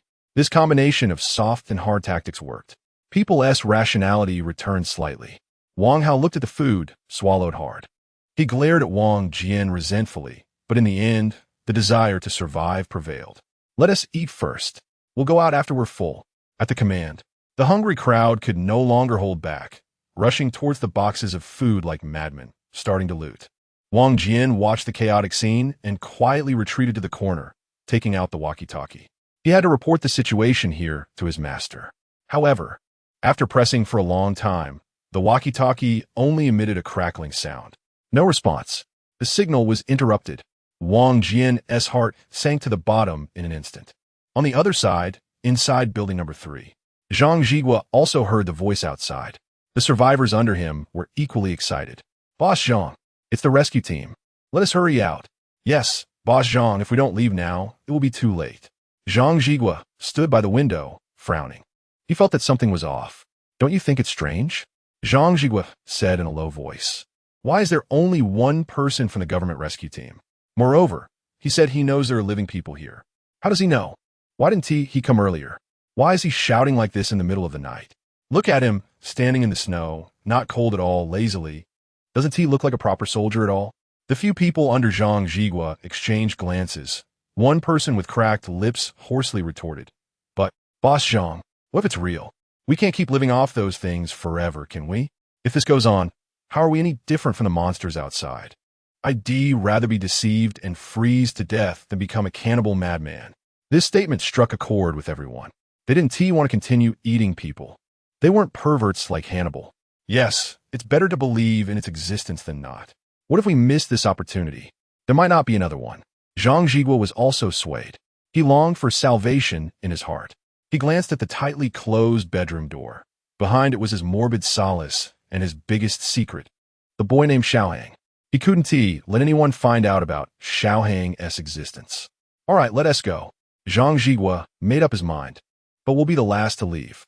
Let us see the situation first." He wanted to ensure everything was foolproof. Thus, in the urban village, survivors began to come out one after another from building to building. They were ragged and emaciated, but supported by hope. They disregarded the cold and stepped forward towards the tall figure. Wang Hao and others from building number 1, after eating their fill, also cautiously peeked out. When they saw that other people had already come out, they were all surprised. "Damn, there are actually other living people? Hurry, hurry. Don't let them take the lead." A group of people didn't care much and quickly followed. In the snowy ground, the strong man watched the crowd gathering from all directions, his grin growing wider. So many nutrients. Sister Ing will definitely be very happy. He glanced at Zhou Chuyang's dark little building, confirming that no one had come out before he spoke again, his voice tinged with urgency. "Hurry, gather here. Our slots are limited. If you're late, it will be too late." And at this moment, on the 4th floor of the barrier, the surveillance camera that had just been repaired by the source energy locked onto Nyoga's figure once again. Xiao Qiang's face showed no expression. He picked up the intercom and issued a command to 01, who was lurking on the rooftop. 01, lock onto the target. Received. Wait for my command. I want you to shoot and blow his head off. Chapter 67. Capture Xiao Chuyang and execute him. More and more people gathered in the snow. A dark mass, with no one knowing how many there were. They shivered in the biting cold. but each face was filled with the excitement of having survived and hopes for the future. A burly man stood at the front of the crowd, trying to make his expression appear friendly. He opened his arms and called out loudly, "Come, come, everyone come over here. Don't crowd, line up." His voice was powerful, giving these anxious survivors a subconscious sense of reassurance. Wang Hao squeezed to the front of the crowd, looking up at the burly man, who was a head taller than him, and shouted, "Why has the government only come now? Do you know how hard we've had it? Do you think you deserve the taxes we pay? What have you been doing all this time?" His outburst immediately resonated with everyone. "Yes, my wife and children have starved to death. If you had come a day earlier, we've been out of food for a week, eating tree bark every day. Where are your planes? Where are your tanks? Why is it just you here?" In an instant, a cacophony of complaints and cries erupted, as the survivors vented all the resentment and fear they had accumulated during this time. The muscles on the burly man's face twitched, and veins popped on his forehead. A bunch of troublesome people. So much nonsense. If it weren't to trick you back, I would crush your heads right now. How did you survive this long with such an attitude? He cursed inwardly, but could only endure and explain, "Everyone, please be quiet. Let me speak. This disaster is global, far beyond what we could have imagined. The government and military are under tremendous pressure, and our manpower is extremely tight. Being able to send me here is already the best effort." His words were half true, half false, but sufficient to calm these information-deprived survivors. Then he changed the subject, looking curiously toward Xiao Chuyang's building. "Hey, why is no one coming out of that building? Do you know if anyone inside is still alive?" He needed to extract as much information as possible about the armed man before taking action. Wang Hao seized the opportunity. He immediately pointed the finger at Xiao Chuyang. "Yes, of course there is. There's a beast inside, a devil who deserves to be killed." Wang Hao embellished how Xiao Chuyang hoarded supplies, enslaved survivors, and used collars to control others. Of course, he portrayed his girlfriend leaving with Xiao Chuyang as him forcibly taking women. Others who came out of building 1 echoed him. "That's right. That guy named Xiao Chuyang has done terrible things. He hoarded who knows how much food, living luxuriously while watching us starve. He even beat us. Government comrades, you must help us. Capture him and execute him." As the burly man listened to these accusations, his eyes lit up. Interesting. A young man has so many supplies and armed subordinates, and even collars to control people. It seems Brother Bai was right. This guy is definitely not simple. He asked a few more questions, trying to indirectly understand Xiao Chuyang's actual strength. How many subordinates does he have?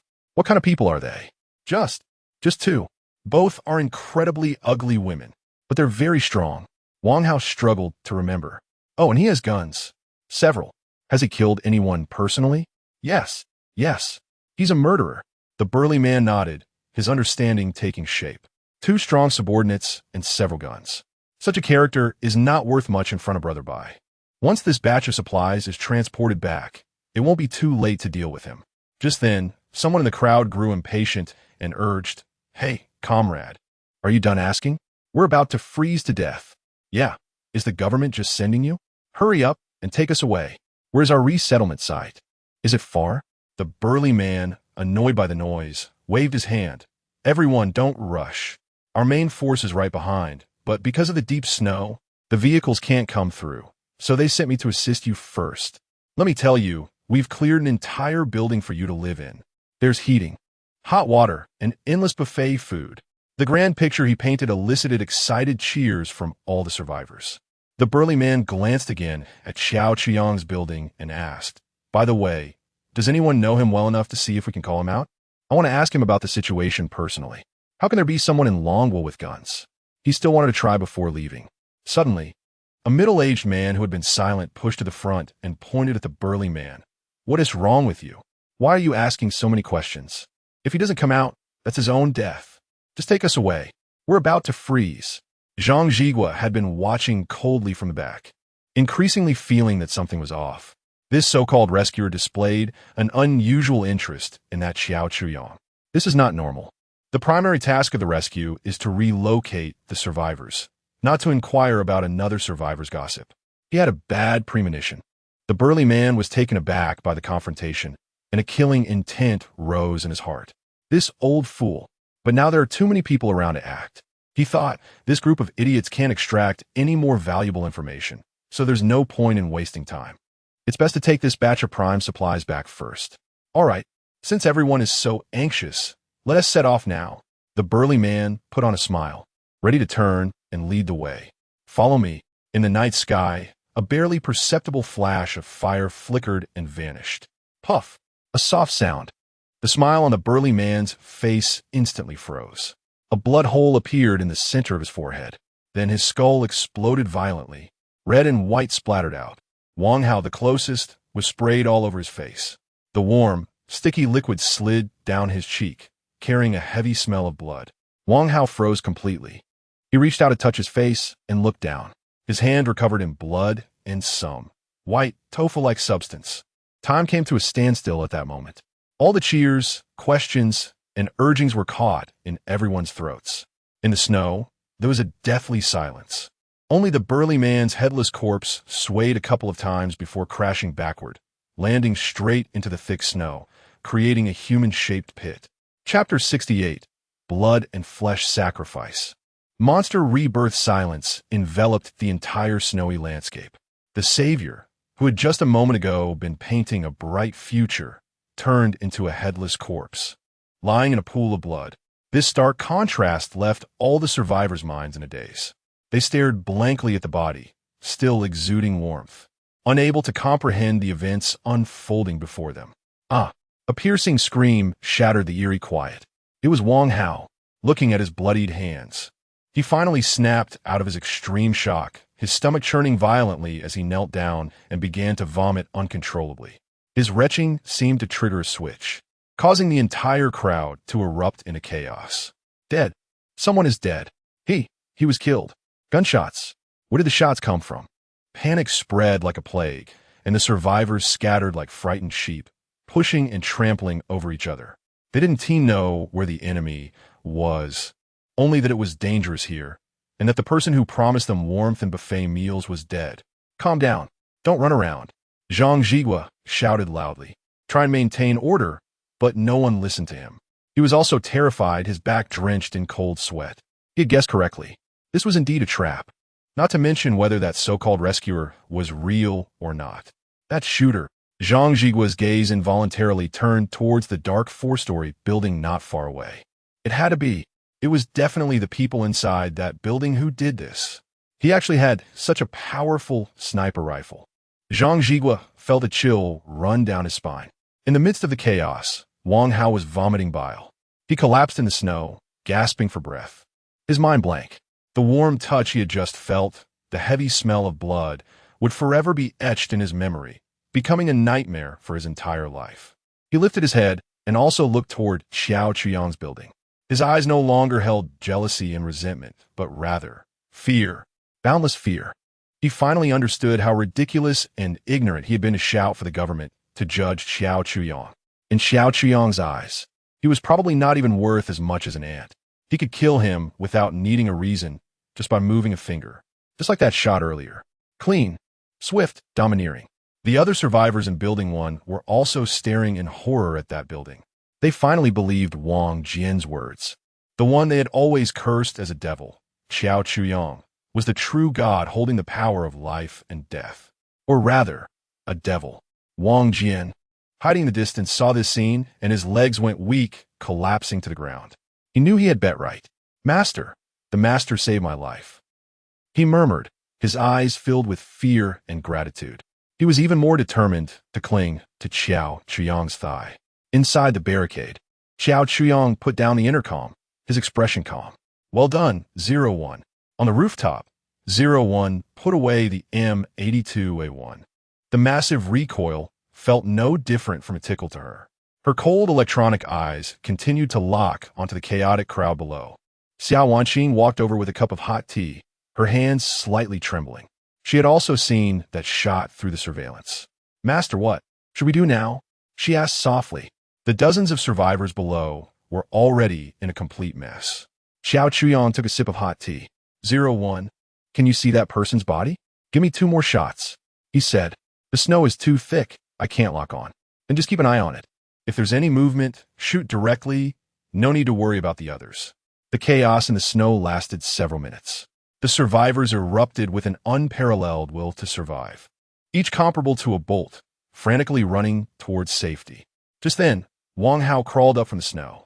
He wiped the blood from his face, his eyes filled with despair. He wanted to live. He shouted with all his might towards that building, "Brother Qiao, Master Qiao, we were wrong. Please save us." His shout immediately reminded the others who were fleeing. Would that calamity have heard the passionate denunciation just now? "Master Qiao, we know we were wrong. Please show mercy and spare us. We are willing to be your slaves." In an instant, pleas for mercy and cries echoed. Those who had previously cursed Xiao Chuyang as a devil now changed their tune, considering him their only lifeline. As they wagged their tails in begging, a vague, wet, bubbling voice came from the position of the headless corpse.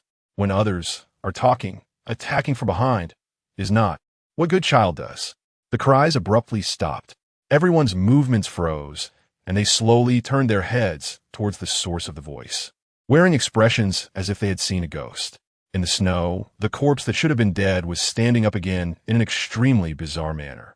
Its head, or rather, the remaining small piece of its head, was being pulled by several flesh tendons extending from its neck, swaying like a broken puppet's head. Half of the skull was missing, and grayish-white brain matter mixed with blood and snowflakes was smeared across its face. Only the lower half of its face was somewhat intact. That mouth continued to open and close, repeating the earlier words. This scene was more shocking to the intellect than any monster in a horror movie. Ugh! Several survivors with poor psychological resilience vomited again on the spot. Inside the barricade, Xiao Qiang's gaze instantly turned cold. Without any hesitation, he directly ordered into the microphone. 01. Continue firing, destroy it. Don't let it speak again. Received. On the rooftop, 01 showed no emotional fluctuations. Her cold gun muzzle once again aimed at the swaying figure. Bang! Bang! Bang! The roar of the M82A1 once again tore through the night sky. Large-caliber armor-piercing rounds struck the corpse's chest and abdomen one after another with devastating energy. Each bullet exploded a massive blood hole in its body, with internal organs and shattered bones flying backward, even staining the snow behind it red. However, that mangled body merely swayed. It even emitted a low, hollow laugh that seemed to leak from the hole in its chest. Hee! Hey, hey, hey! Under the terrified gaze of everyone, it moved. Its broken body suddenly lunged forward, aiming directly at the dumbfounded Wang Hao, who was closest to it. Wang Hao watched helplessly as that half-rotted face loomed larger in front of him, smelling the intense stench of blood and decay, unable to even scream. The corpse, like a pile of boneless rotten meat, directly covered Wang Hao's body. A bizarre scene unfolded. The blood and flesh tissue on the corpse seemed to lose the support of skeletal structure in an instant, like a puddle of mud actively flowing toward Wang Hao. Those blood and flesh fibers and fascia tissues came to life like countless tiny blood-colored worms, crazily crawling up Wang Hao's pant legs and collar, drilling in, tightly wrapping him from head to toe. A layer formed rapidly, composed of blood, flesh, fascia, and bone fragments, creating a deep red blood cocoon. Wang Hao's entire being transformed into a massive, still slightly pulsating blood-colored cocoon. Open fire. Xiao Qiang's voice carried a hint of seriousness. Bang! Bang! 2 more shots. The bullet accurately hit the blood cocoon. But this time, the expected explosion did not occur. The bullet struck the surface of the blood cocoon, like a stone thrown into a viscous mud pit, only stirring up a small ripple before disappearing without a trace. The surface of the blood cocoon left not even a scratch. What is this? Xiao Chuyang frowned. At that moment, the enormous blood cocoon began to undulate in reverse. The flesh on the surface quickly receded, converging towards a central point, gathering together. It was like a reverse shot in a movie. In less than 3 seconds, all the flesh vanished. A tall, completely naked man stood in its place. It was the muscular man. He was completely clean, not a trace of blood on him. His skin displayed a healthy bronze color, and his bulging muscles were filled with explosive power.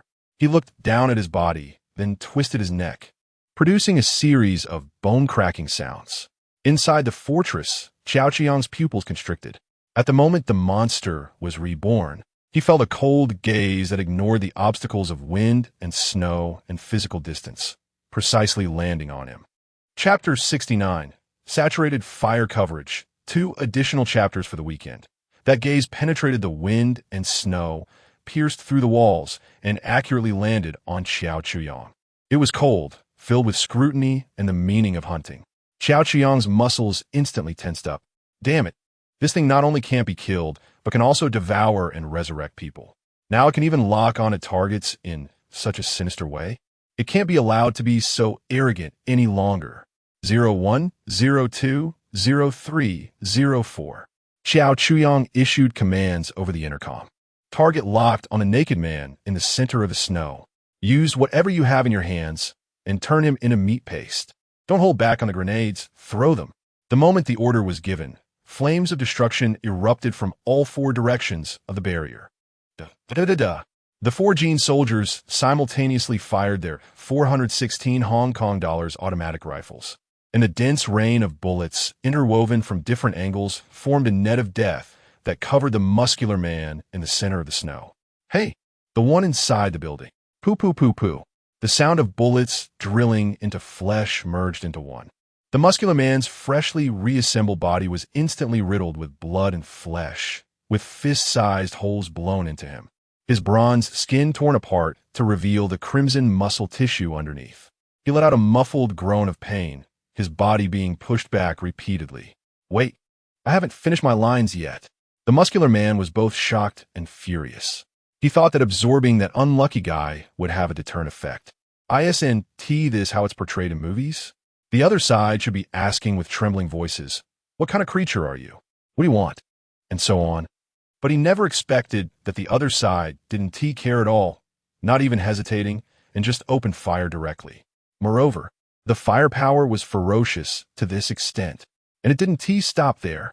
2 shadows were thrown out from the second-floor windows of the barrier, drawing parabolas in the air and landing precisely on either side of his body. What the hell? Not good. It's grenades. Boom, boom.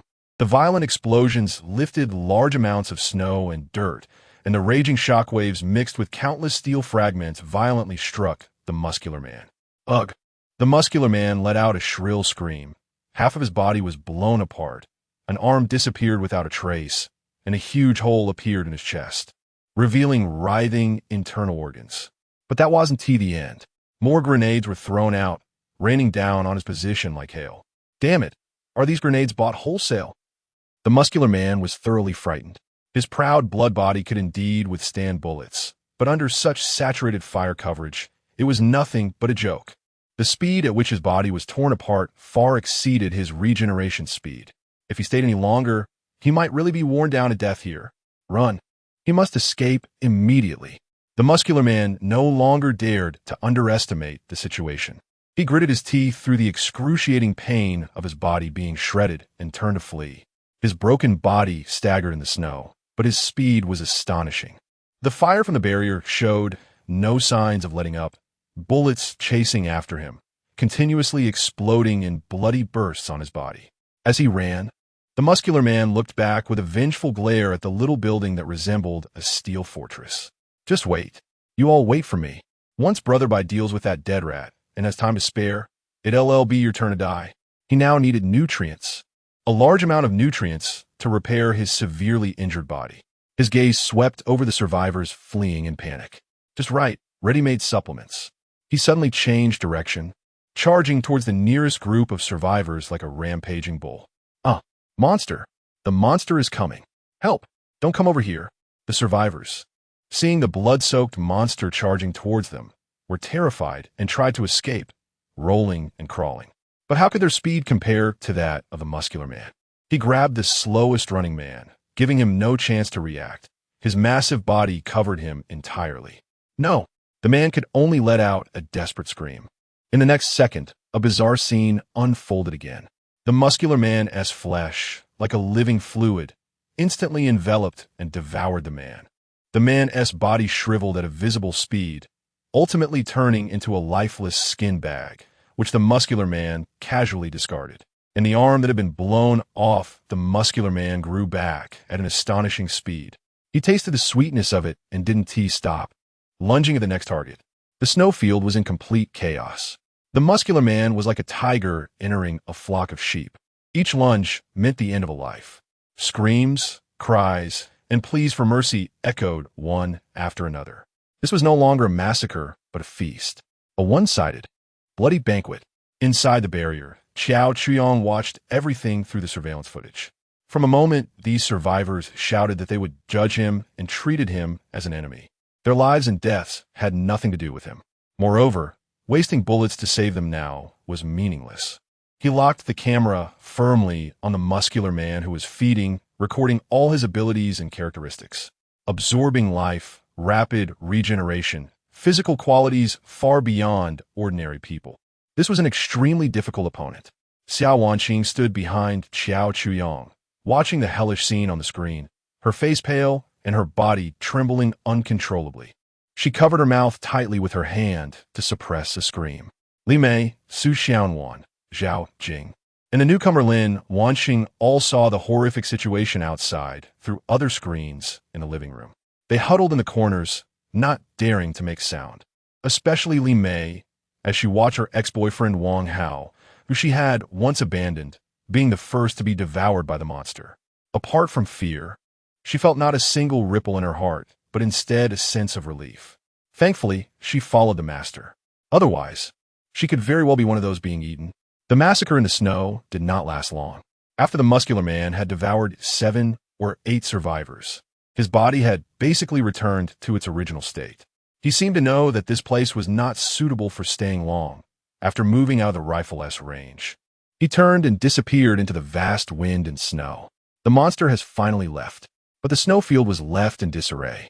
Dozens of shriveled corpses drained of life, and chunks of flesh lay scattered in the blood-red snow like discarded ragdolls. The remaining survivors who had managed to run far sat limply on the ground, their eyes hollow, as if all their spirit had been sucked away. Their worldview had been completely overturned and shattered in just a few short minutes. The savior was fake. The monster was real. Death was so easy. A massive fear and despair loomed over every survivor's heart. Chapter 70, A Deal with the Tiger, bonus update. After the monster left, the survivors were like puppets with their spines pulled out, some slumped down, some knelt, and some lay flat in the snow, motionless. The bloody and brutal scene they had just witnessed had completely shattered their last psychological defenses.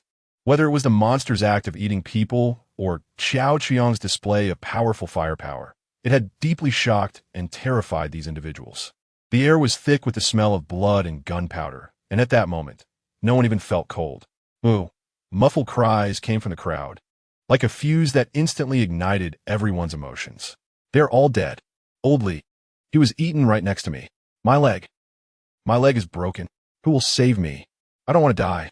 I don't want to die. Desperate howls and cries echoed all around. Some people completely collapsed mentally, started to run aimlessly in the snow, making incoherent screams, eventually falling into the thick snow and never moving again. More people, under the overwhelming fear, wanted to escape this hell. Run. Run fast. The farther away the better. That monster will come back. Staying here is just waiting to die. Some survivors struggled to get up from the snow, desperately fleeing in all directions. However, in knee-deep snow and temperatures below -50 degrees, running was no different from suicide. Zhang Jigua and a few of his men did not move. They gathered together, watching the chaotic crowd, each face filled with horror and dread. Zhang, Boss Zhang, what on earth was that thing? A young man asked with a trembling voice, his teeth chattering. Zhang Jigua instinctively rubbed his numb fingers, but his gaze was like a nail, firmly fixed on the window of the 4-story building. His lips moved silently, calculating something. Run? Where to run?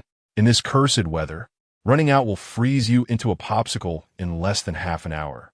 Moreover, that indestructible monster, who knows when it will return? What if the outside is full of monsters like it?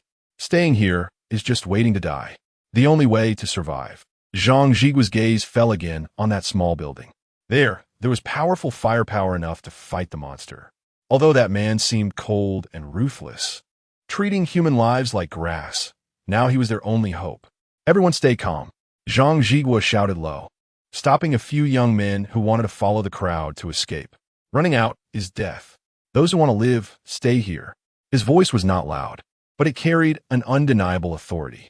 A few young men were subdued by him and stopped. Boss Zhang, what should we do? Stay here and wait for that monster to come back and eat us all? Yes, Boss Zhang, it's too scary. That's not even a human. Zhang Jigua took a deep breath of the cold air, making his mind clearer. He looked at the fearful faces of his men and said solemnly, right now, we only have one choice. He raised his hand and pointed to Qiao Chuyang's barrier. We go plead with him. Plead with him? One of his subordinates was stunned. Boss, that guy. I isn't he a good person either, right? Didn't you hear how many people were dissatisfied with him just now? God knows what that person has done, and he just watched so many people get eaten without helping. He will save us. He won't save us. Zhang Jigua shook his head, his eyes unusually firm, but he needs us. Needs us? Exactly. Zhang Jigua began to analyze. Think about it. Why did that monster come? And why did it leave? Clearly, its target is the people in that building. It suffered a loss this time, and will definitely come back for revenge. The person in the building, although powerful, is alone or with just a few people. He needs eyes, needs cannon fodder, needs a buffer zone, and we are the best candidates. A few subordinates were taken aback. Cannon fodder? We're going to be cannon fodder? A young man said tremblingly. Isn't that the same as dying? If everyone scatters and runs, they will just die faster. Coming together still has a chance. If we can pay a small price for a chance to live, I don't see any problems with that. But, will he agree?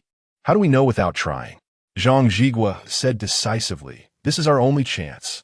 Either we gamble and go talk to him, or we end up like those fools, running out to freeze to death or being treated as snacks by the monster. After the speech, everyone fell silent. Yes, is there any other choice now? All right, Boss Zhang, we'll listen to you. You say what to do, we'll do it, right? Fighting that monster is death. Running out is also death. Might as well take a gamble. Seeing that their spirits had stabilized, Zhang Jigua nodded. He adjusted his stiff clothes and alone walked step by step towards Qiao Chuyang's building. He didn't get too close, stopping 50 meters away from the reinforced door. He raised both hands high, signaling that he had no hostility. Inside the barrier, Qiao Chuyang watched the middle-aged man walking alone and stopping at a safe distance through the surveillance. His eyebrows raised slightly. Interesting. While everyone else was terrified, only crying and running, someone could remain calm and dare to approach. Friends in the building. Zhang Jigua's voice came through the loudspeaker. His voice was slightly hoarse but steady. My name is Zhang Jigua. I think we can talk. Qiao Chuyang remained silent, just quietly watching him. Seeing that there was no response from inside, Zhang Jigua was not in a hurry and continued. We all saw it. That thing just now is not human at all. It can't be killed and can eat people to recover. It suffered a loss this time and will definitely come back for revenge. Your target is that monster, right? We ordinary people, if we run separately, it's a dead end. Instead of being eaten one by one as snacks, it's better to concentrate our strength and fight back. I'm not here to ask you to take us in. Zhang Jigua shifted his tone, speaking sincerely. I know you are very cautious, and we are not qualified to live in your sturdy building. What I mean is, we cooperate.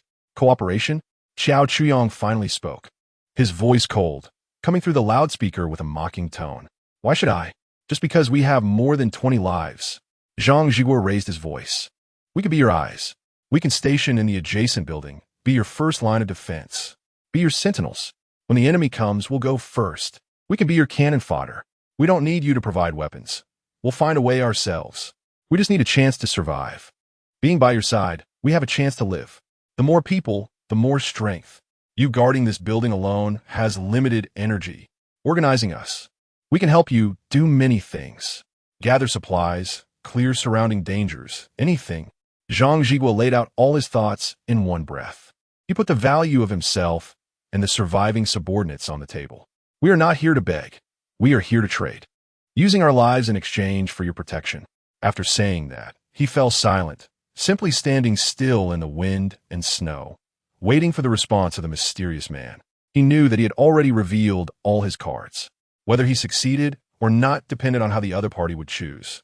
The cold wind howled, whipping up the snow on the ground and hitting his face, stinging painfully. His heart also rose to his throat. Chapter 71, The Quiet Establishment of a New Order Inside the Barrier. Xiao Chuyong sat in front of the monitoring station, his fingers unconsciously tapping on the smooth tabletop. On the screen, the man stood alone in the wind and snow, his figure slender but standing straight. This guy has something. In that hellish scene, just now, the vast majority of people were scared out of their wits, their minds filled only with thoughts of escape and wailing. Yet, this Zhang Jigua managed to suppress his fear in the shortest time possible, calmly analyzing the only way out and daring to come over to negotiate. He didn't kneel to beg for mercy, nor did he resort to moral coercion, but directly presented his value. This was a very clever deal. Xiao Chuyong admitted he was persuaded. Deep down, he was a lazy person. If he had to manage dozens of survivors who were like startled birds, calming their emotions one by one, assigning tasks, and dealing with conflicts, just the thought of it was exhausting. What he needed was an agent, a foreman who could handle all the dirty and tiring work for him. And this Zhang Jigua seemed to be the most suitable candidate. More importantly, Xiao Chuyong was currently short on manpower, or rather, he was in dire need of a power source. He glanced at the system panel. Source energy, 1275. This number made his eyelids twitch.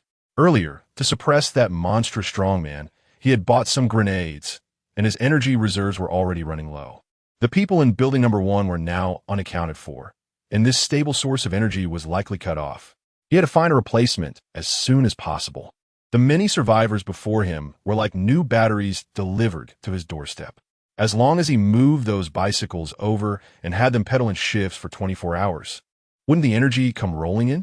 As for the system's affiliated territory function, although it could completely bring external areas under control, the energy consumption to activate it was too high. Right now, he simply couldn't afford it. However, that didn't prevent him from gathering people first. The verbal agreement, in the face of absolute force, also held binding power. Consider it a free trial period to see how much value this Zhang Jigua could bring him. This was a risk-free deal. Having figured all this out, Xiao Chuyong no longer hesitated and pressed the call button. Okay. The cold words were transmitted through the loudspeaker. In the snow, Zhang Jigua, who had been tense all over, suddenly relaxed after hearing these 2 words, his legs turning weak as he almost knelt down in the snow. He bet right. He used all his strength to keep himself composed. Suppressing the elation in his heart, he loudly asked towards the small building. Thank you, sir. So, where should we go? That building across from you. Xiao Chuyong's gaze fell on the building where his uncle once lived. You clean it up yourselves. From now on, that will be your base. Yes, we understand.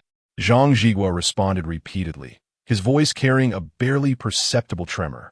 But don't celebrate too early. Xiao Chuyong's tone showed no signs of softening. The condition for living there is that all of you must obey my orders. I don't want to see any disobedience. My rules are simple. Those who don't listen will meet the same fate as the corpses on the ground. Understood. We will absolutely obey your arrangements. Zhang Jigua's heart tightened, and he immediately bowed to assure. He clearly understood he was making a deal with a fierce tiger. But to survive, to provide that person with a safe corner, he had no choice. Good. Xiao Chuyong cut off the call and no longer paid attention to the people outside. He turned around and issued new orders to the waiting Jin soldiers. 02. Yes, master. Go to building number 1 now. Find Wang Jian. Bring all the people still alive there to the neighboring building. Also, all the human kinetic energy converters I left there, not a single one should be missing. Move them all over. Yes, master. 02 received the order without any hesitation and turned to walk toward the alloy door. 01. Yes, master.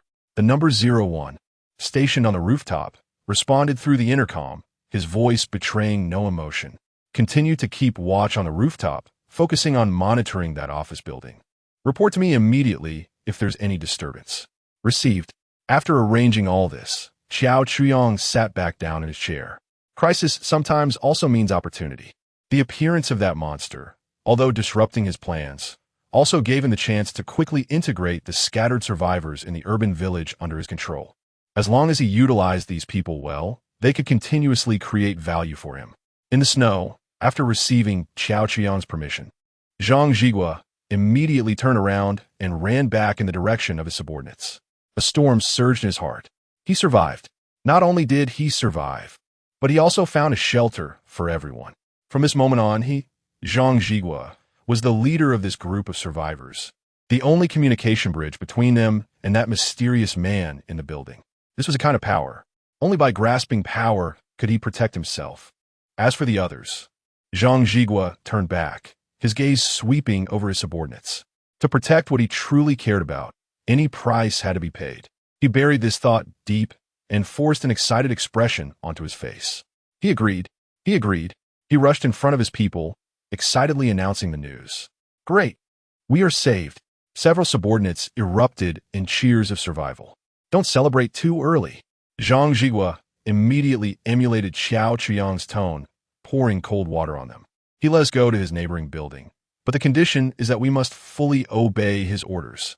From now on, our lives belong to him. The smiles on everyone's faces froze for a moment, but quickly turned into resignation. Compared to being eaten alive by the monster, being a subordinate to a normal human didn't seem so hard to accept. Boss Zhang, we will listen to you. A young man was the first to express his support. Yes, Boss Zhang, whatever you say, we will do.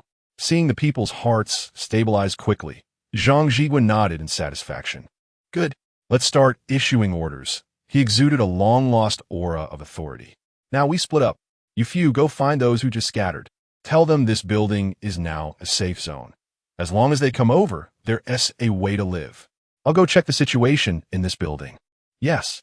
Several subordinates received their orders and immediately ran off in different directions, calling out to those survivors who had fled in despair. Zhang Jigua, along with the remaining people, trudged toward the building designated by Xiao Chuyang, stepping through the snow. The night was deep, and a new order surrounding the fire barrier was quietly being established on this blood-stained snow. Meanwhile, the creator of all this, Xiao Chuyang, was sitting inside the warm barrier. He watched the monitoring footage of the survivors running and shouting in the snow, being gathered again by Zhang Jigua's men. In the apocalypse, human life was the least valuable thing. Only those who could create value had the right to survive. Chapter 72. Zhang Jigua's secret. Zhang Jigua, accompanied by several trusted subordinates, trudged through the snow to the building designated by Xiao Chuyang. This had once been the home of Xiao Chuyang's uncle, Xiao Jiangwo. The hallway door was buried under a thick layer of snow, and several deep footprints were visible on the wall, indicating that someone had vented their anger here before. Without wasting any time, Zhang Jigua pointed to a broken window. A young and strong subordinate climbed in first, quickly helping the others inside. As they stepped into the hallway, a pungent smell of rotting garbage hit them, making a few young men gag. However, Zhang Jigua did not even furrow his brow. His weathered face showed no expression in the dimly lit corridor. The hallway was a mess, littered with leftover food wrappers, darkened fruit peels, and various unidentified filth. On the walls, several long-dried bloodstains wound down like ugly centipedes. Be careful. Zhang Jigua's voice was particularly steady in the empty hallway. Pair up and search from the bottom up, floor by floor. Watch your safety and keep quiet. See if there are any living people in the building or other things. Yes, Zhang Zong. The trusted subordinates tightened their grip on their makeshift weapons made from steel pipes and kitchen knives, pairing up cautiously to begin their search.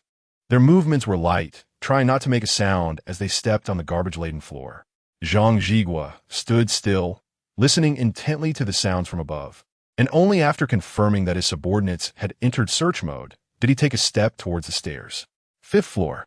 The door to room 502 was slightly ajar, the lock violently damaged, with wood chips scattered everywhere.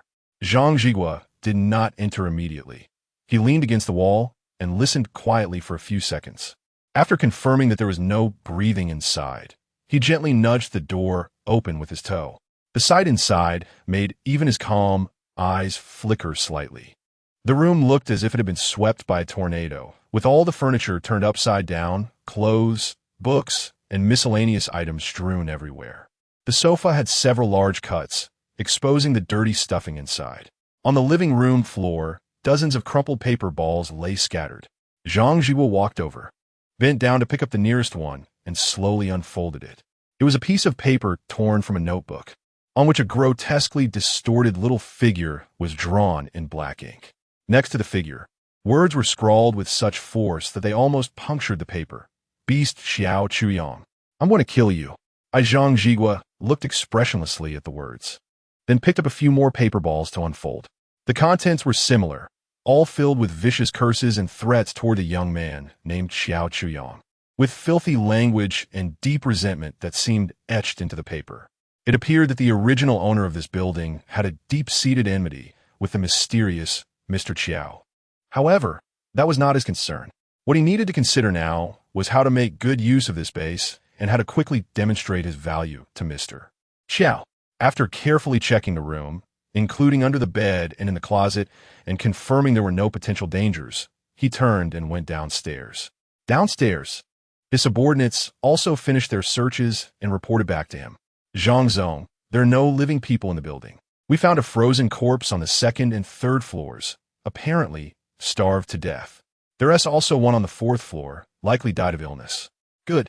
Zhang Jigua nodded. Dispose of the bodies and drag them outside.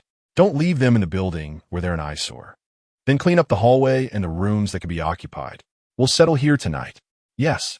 Driven by the immense threat of death and a strong desire to survive, these survivors worked with astonishing efficiency. They did not complain or moan. They silently and swiftly executed orders. Soon, several stiff corpses were dragged outside and buried under thick snow. The garbage in the hallway was also cleaned up and piled in a corner. While they were busy, the subordinates Zhang Jigua had sent to contact other survivors gradually returned with people. Those survivors who had scattered in despair, upon hearing that this place had become a safe zone and that it was protected by the mysterious powerhouse who could shoot monsters' heads off with one shot, rushed over without hesitation, dragging their weary bodies along. In less than an hour, over 20 survivors gathered in the dilapidated building. People huddled together in the relatively clean hallway for warmth. Although they were cold and hungry, there was finally a glimmer of life in everyone's eyes. They had survived. At least they no longer had to wait like headless flies to be eaten by monsters in the freezing cold. Zhang Jigua looked at the emaciated survivors with numb expressions and knew in his heart that this was just the beginning. He needed more people. He called over a few of his most trusted subordinates, took them to an empty stairwell corner, and whispered, "You guys, work hard and continue to look for people. Spread the news that we VE established a safe zone here. Tell those who are still hiding that as long as they're willing to come over and obey management, there's a way to survive." But Zhang Zong, a young man named Li Yong, asked worriedly, "We're running low on food ourselves. How can we share food with them? The more people there are, the greater the consumption." Zhang Jigua glanced out the window at the building standing like a black beast in the wind and snow and lowered his voice. "Don't worry, there will be food. That gentleman is not a stingy person. Since he is willing to take us in, it means we need to work for him. As long as we can work, there will definitely be food." He paused, his gaze sweeping over his subordinates. "What we need to do now is to gather people quickly and set this up. The more people we have, the greater our value. In front of that gentleman, our words will carry more weight. Do you understand?" The subordinates seemed to understand but trusted Zhang Jigua unconditionally. "Go, and before dawn, I hope to see more people standing here." "Yes." The subordinates took their orders and disappeared again into the vast wind and snow. Zhang Jigua watched their figures and exhaled a long breath of white mist. He knew he was taking a risky step, betting everyone's fate on that capricious young man. But he had no other choice. After arranging the security and patrol tasks in the building, he told the others he was going to inspect the surrounding environment to ensure safety. Then, he quietly left the fragile base that had just been established. He did not go far, but skillfully avoided everyone's sight. Circling back to the third building where he had been before, he crept back to his room and pushed open the bedroom door. A familiar smell, mixed with sweat and the unique scent of youth, immediately enveloped him. In the dark, a frail figure curled up at the foot of the bed trembled suddenly like a startled small beast upon hearing the door open. It was Xiao Hang. "Don't be afraid, it's me." Zhang Jigua's voice shed all its hardness and authority in the darkness, becoming exceptionally gentle. He walked to the bedside, sat down slowly, and reached out to caress the boy's cold cheek. "Xiao Hang, I found a safe place. From now on, We won't have to live in fear anymore." He spoke softly, as if soothing a rare treasure. The boy said nothing, only buried his head deeper, his body shaking even more violently. "I know you're scared. It's okay." Zhang Jiguo leaned down, getting close to the boy's ear, and spoke in a tone that was almost a whisper. Only the two of them could hear. "I will protect you forever. I will always protect you." As he spoke, he reached out his rough fingers, almost greedily caressing the boy's thin facial contours. The boy stiffened all over, as if struck by an electric current, his body trembling even more. Zhang Jiguo enjoyed this feeling, especially in this damn apocalypse. Xiaohang's presence was his only comfort, the last line of defense that kept him sane and allowed him to play the role of the calm leader. Soon, we will have endless food, warm beds, and no one will disturb us anymore. Zhang Jiguo held the shivering boy tightly in his arms. His cold lips pressed against the boy's forehead, leaving a kiss that declared his possession. "I will find you lots of delicious chocolate. Eat as much as you want." Chapter 73. Master Qiao is a living bodhisattva descending to the mortal realm. Additional update. Jean Soldier number 02 moved silently through the thick snow, her tall figure making no sound at all. She quickly reached building number 1. The remaining survivors were all huddled on the second floor, using tables, chairs, benches, and various debris to block the staircase, their faces ashen and their eyes hollow. Wang Jian slumped in a corner, the electric shock device in his hand long out of power and dropped to the side. He simply stared blankly at the ground, his lips pale. Next to him, Tan Hao had curled into a ball, his body trembling uncontrollably, when the tall, ugly silhouette of number 02 appeared silently at the staircase. A sharp-eyed woman was the first to see her. The woman's pupils instantly dilated, and she let out a choking sound, as if her throat had been squeezed. She raised her hand to point at the staircase, but couldn't utter a word. The others followed her gaze. "Ah!" A piercing scream shattered the stillness of the hallway. "A monster! Another one is here. It's over. We're really going to die this time." The survivors felt as if a bucket of ice-cold water had been poured over them from head to toe. The fleeting sense of survival from the recent massacre was instantly crushed. They desperately retreated, pushing against each other, forming a mass, with many collapsing to the ground. Crying out loud, Wang Jian was also startled by this sudden turn of events. He abruptly looked up, saw the figure clearly, and his face turned pale. But the next moment, the fear on his face transformed into extreme astonishment, followed by unbelievable joy. This face, this unforgettable, ugly face, isn't this one of the master's subordinates? Wang Jian felt like a drowning person grasping a lifeline. He scrambled to his feet and rushed toward the staircase.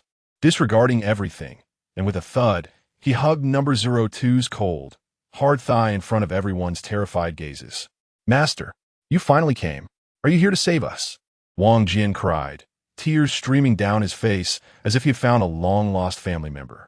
Number 02 looked down, her cold electronic eyes scanning the man at her feet, but there was no emotional fluctuation. She lifted her leg. Bang! Wang Jian was kicked away, rolling twice on the ground before crashing against the wall and coming to a stop. This kick stunned everyone. Wang Jian clutched his painfully aching chest, but felt no anger. Only joy as he struggled to get up. Just as everyone was filled with doubt, number 02 spoke up. "The master has ordered that all survivors immediately relocate to the safe zone next to the fortress. That will become the new stronghold, and the master will provide shelter and food." The entire hallway fell silent, so quiet that one could hear the snowflakes landing on the windows. Everyone was stunned, staring blankly at number 02, seriously doubting whether they were hallucinating due to excessive fear. Shelter? Food? That person, after they had just gathered to denounce him, actually had not abandoned them? "And master, is what you said true?" A slightly bolder man asked, trembling. Number 02 did not answer, only calmly scanned him with her cold electronic eyes. There was neither affirmation nor denial in her gaze. Wang Jian got up from the ground, not bothering to brush off the dust on him. He straightened his chest, his face filled with ecstatic expression. He knew he had made the biggest gamble of his life. And he won. "It's real. It must be real." He shouted at the group behind him, who were still in a daze, I knew it. I knew the great Master Wu Ti abandoned us. You don't understand. Master Chiao has a sharp tongue, but a kind heart. His shout was like a spark thrown into a pot of cold oil, igniting the crowd instantly. The enormous surprise surged like a flash flood, instantly collapsing their already fragile psychological defenses. Heavens, we are saved? Master Chiao. Is he really willing to take us in? Woo-woo. That's great. I said, following Master Chiao, we would definitely have meat to eat. Who the hell said Master Chiao was a devil? I see Master Chiao as a living bodhisattva descending to the mortal realm. Yes, compared to that man-eating monster from earlier, Master Chiao is simply our reborn parents. The crowd's emotions surged from the depths of despair to the peaks of ecstasy. Their brains could no longer engage in normal logical thinking. After experiencing extreme fear and despair, this sudden hope made them subconsciously find the most reasonable explanation for all of Qiao Chuyang's previously cold actions. Yes, just moments ago, they were cursing him behind his back, blaming him, even wanting the government to judge him. But in the blink of an eye, he put aside past grievances and was going to provide them with shelter and food. What a broad-mindedness! What courage! In an instant, Qiao Chuyang's image in their hearts transformed from a cold-hearted devil to a profound yet compassionate savior. All the previous resentment and dissatisfaction turned into deep guilt and gratitude at that moment. I just cursed Master Chiao, a woman said softly, her face burning. Who hasn't tea? Someone nearby immediately echoed. I even joined that fool Wang Hao in making a ruckus. I'm really not a good person. Master Chiao has a great heart, and doesn't he hold us small people accountable?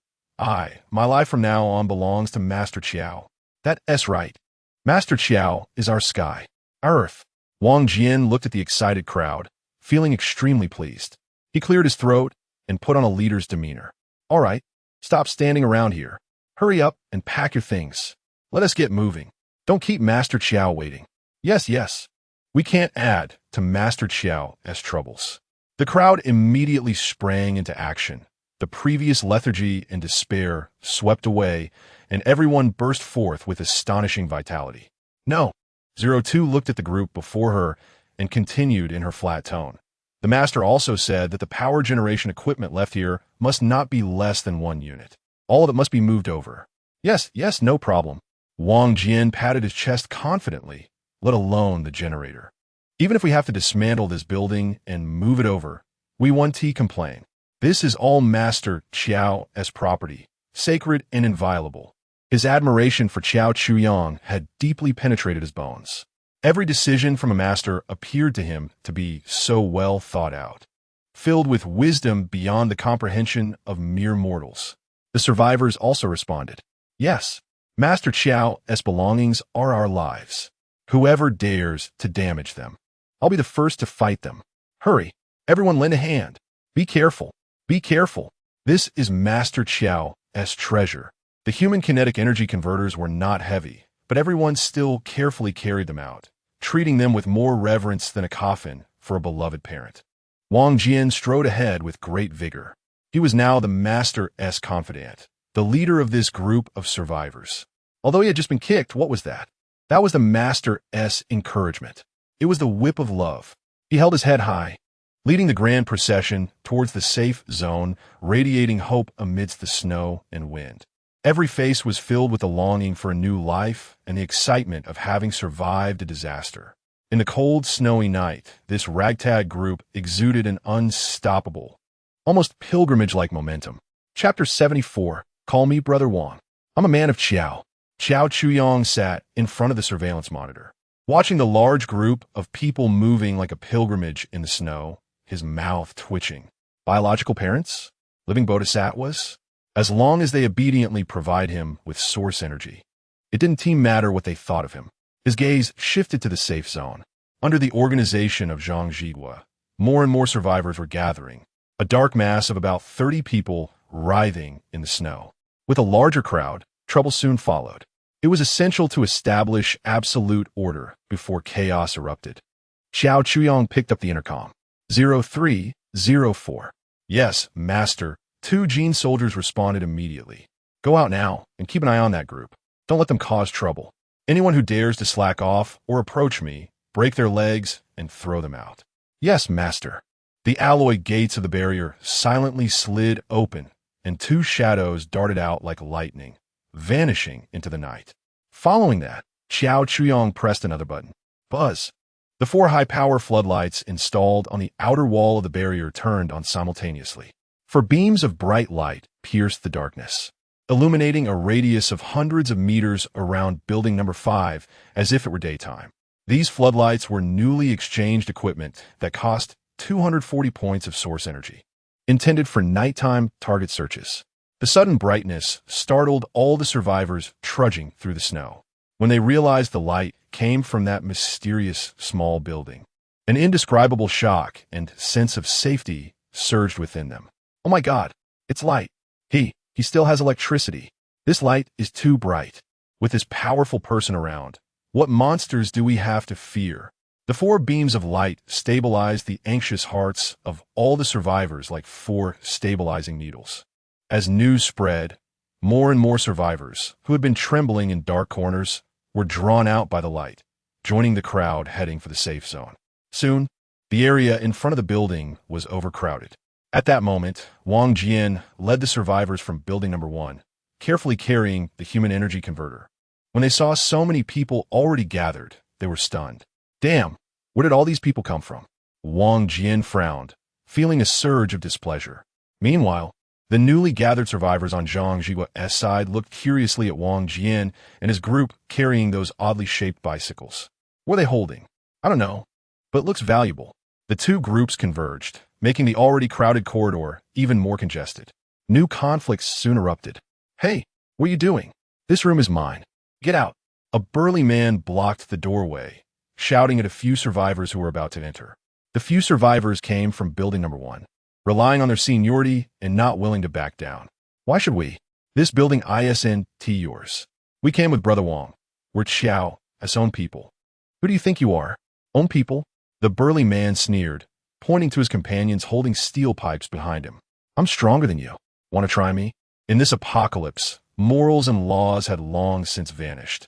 Only brute strength mattered. Shoving and cursing quickly escalated into a brawl. Bang! A frail man was knocked to the ground with a punch, immediately trampled by the crowd behind him, letting out a short, painful scream. Stop pushing. Do you want to die? Damn! Who stepped on my foot? The entire safe zone instantly turned into chaos.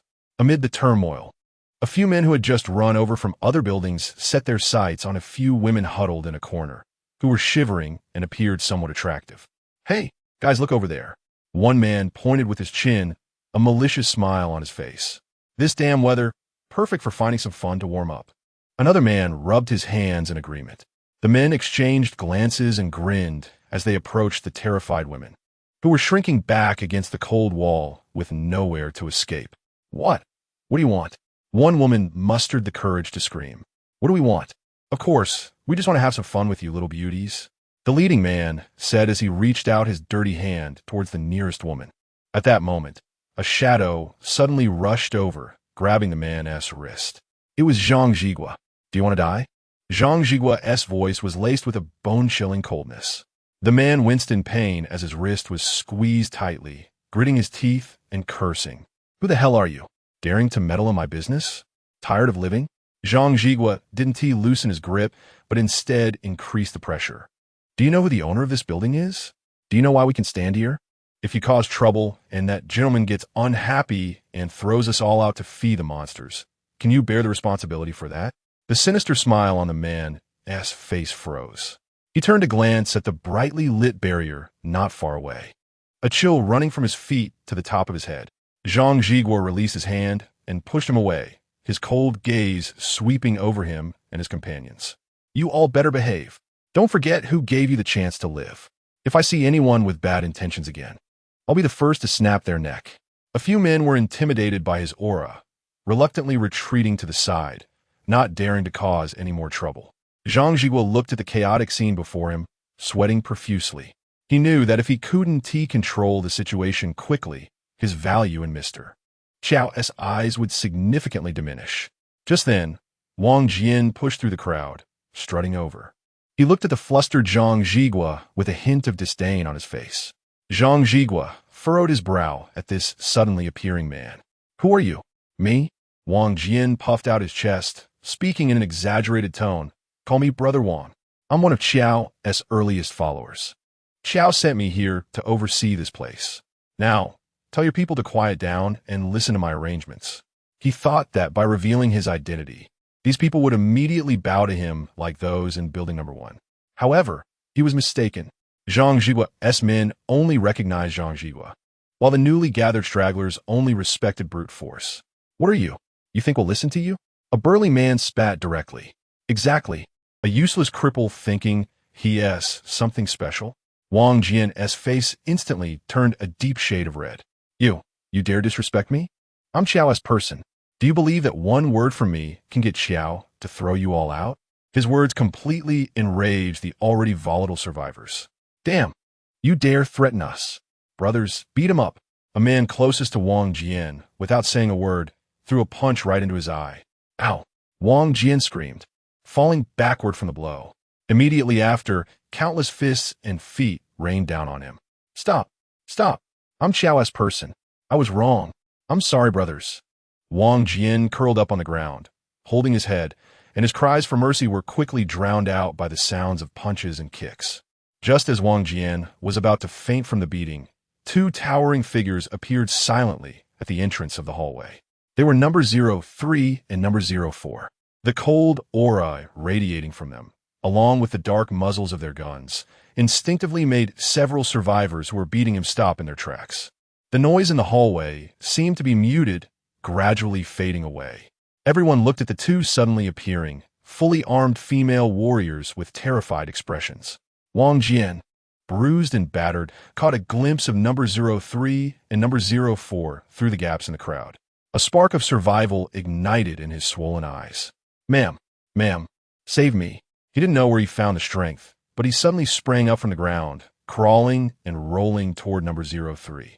Under everyone's stunned gaze, he thudded to the ground and clung tightly to number 03's thigh. Ma'am, they are rebelling. You must stand up for me.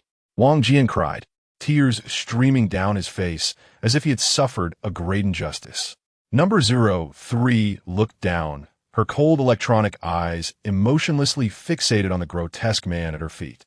She raised the rifle in her other hand and, without hesitation, pulled the trigger at the ceiling. Rat-a-tat-tat. The harsh gunfire echoed in the enclosed hallway, causing everyone's eardrums to ache. A burst of bullets hit the concrete ceiling, sending debris and dust raining down, startling everyone into a shiver. The entire hallway was instantly silent. Chapter 75 want to eat? Then work for me after the gunfire. The corridor fell into silence. All the survivors were silent as a grave, not daring to make any movements.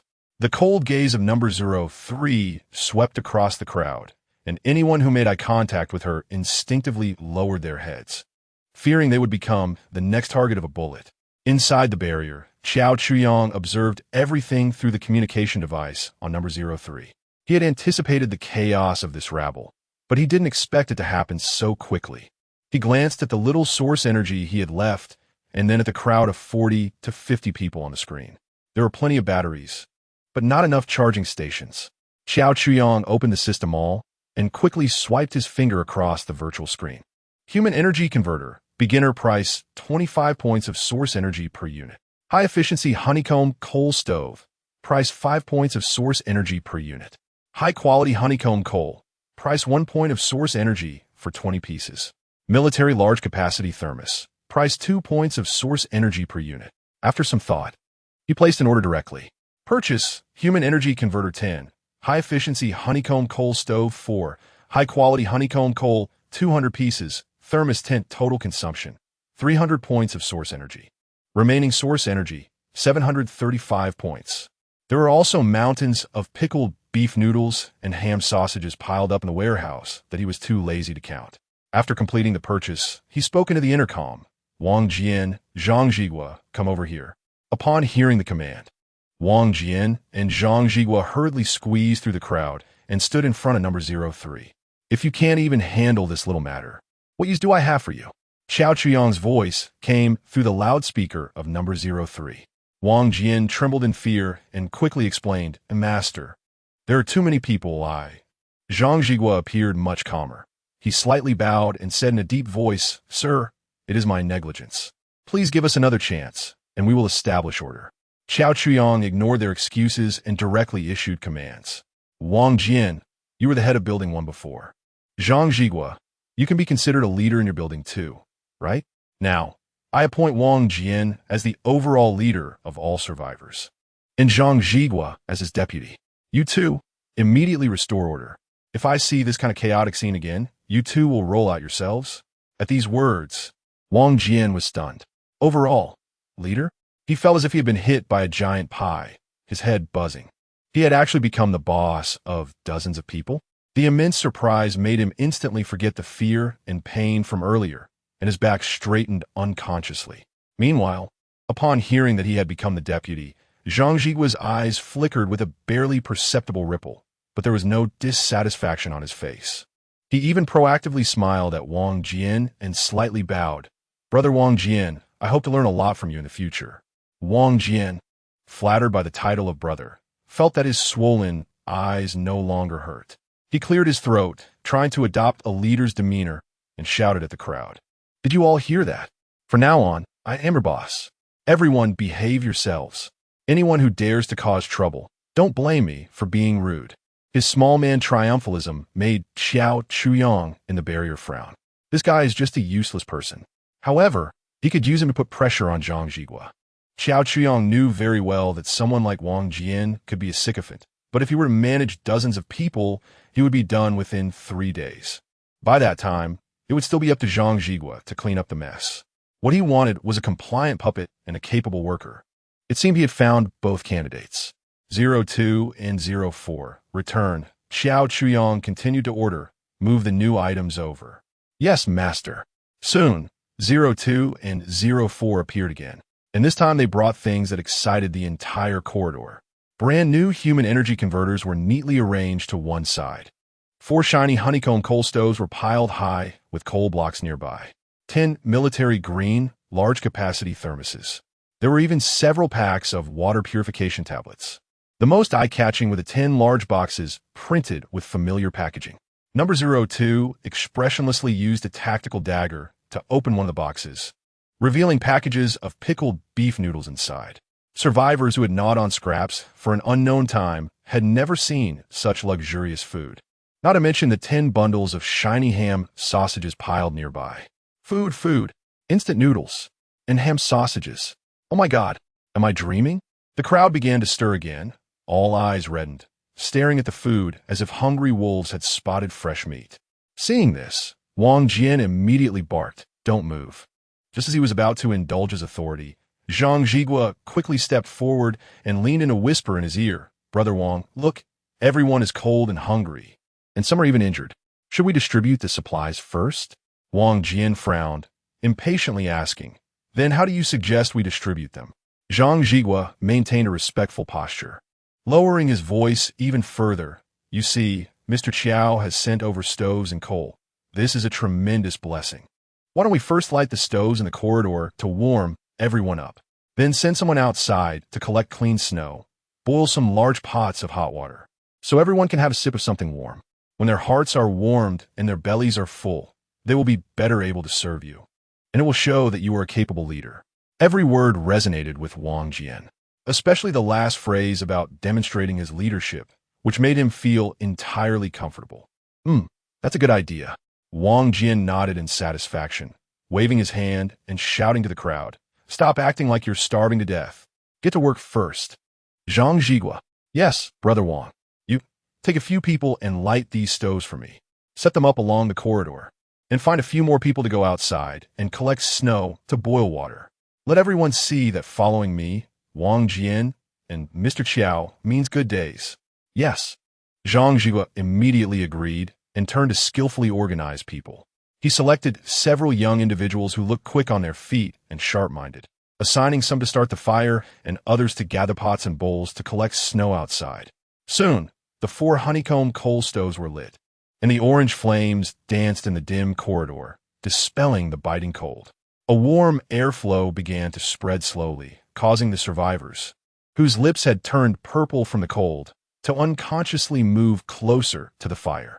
Before long, several large pots of snow water were bubbling, and Zhang Jigua carefully dropped in a water purification tablet, then poured the filtered hot water into the thermoses, distributing it to everyone.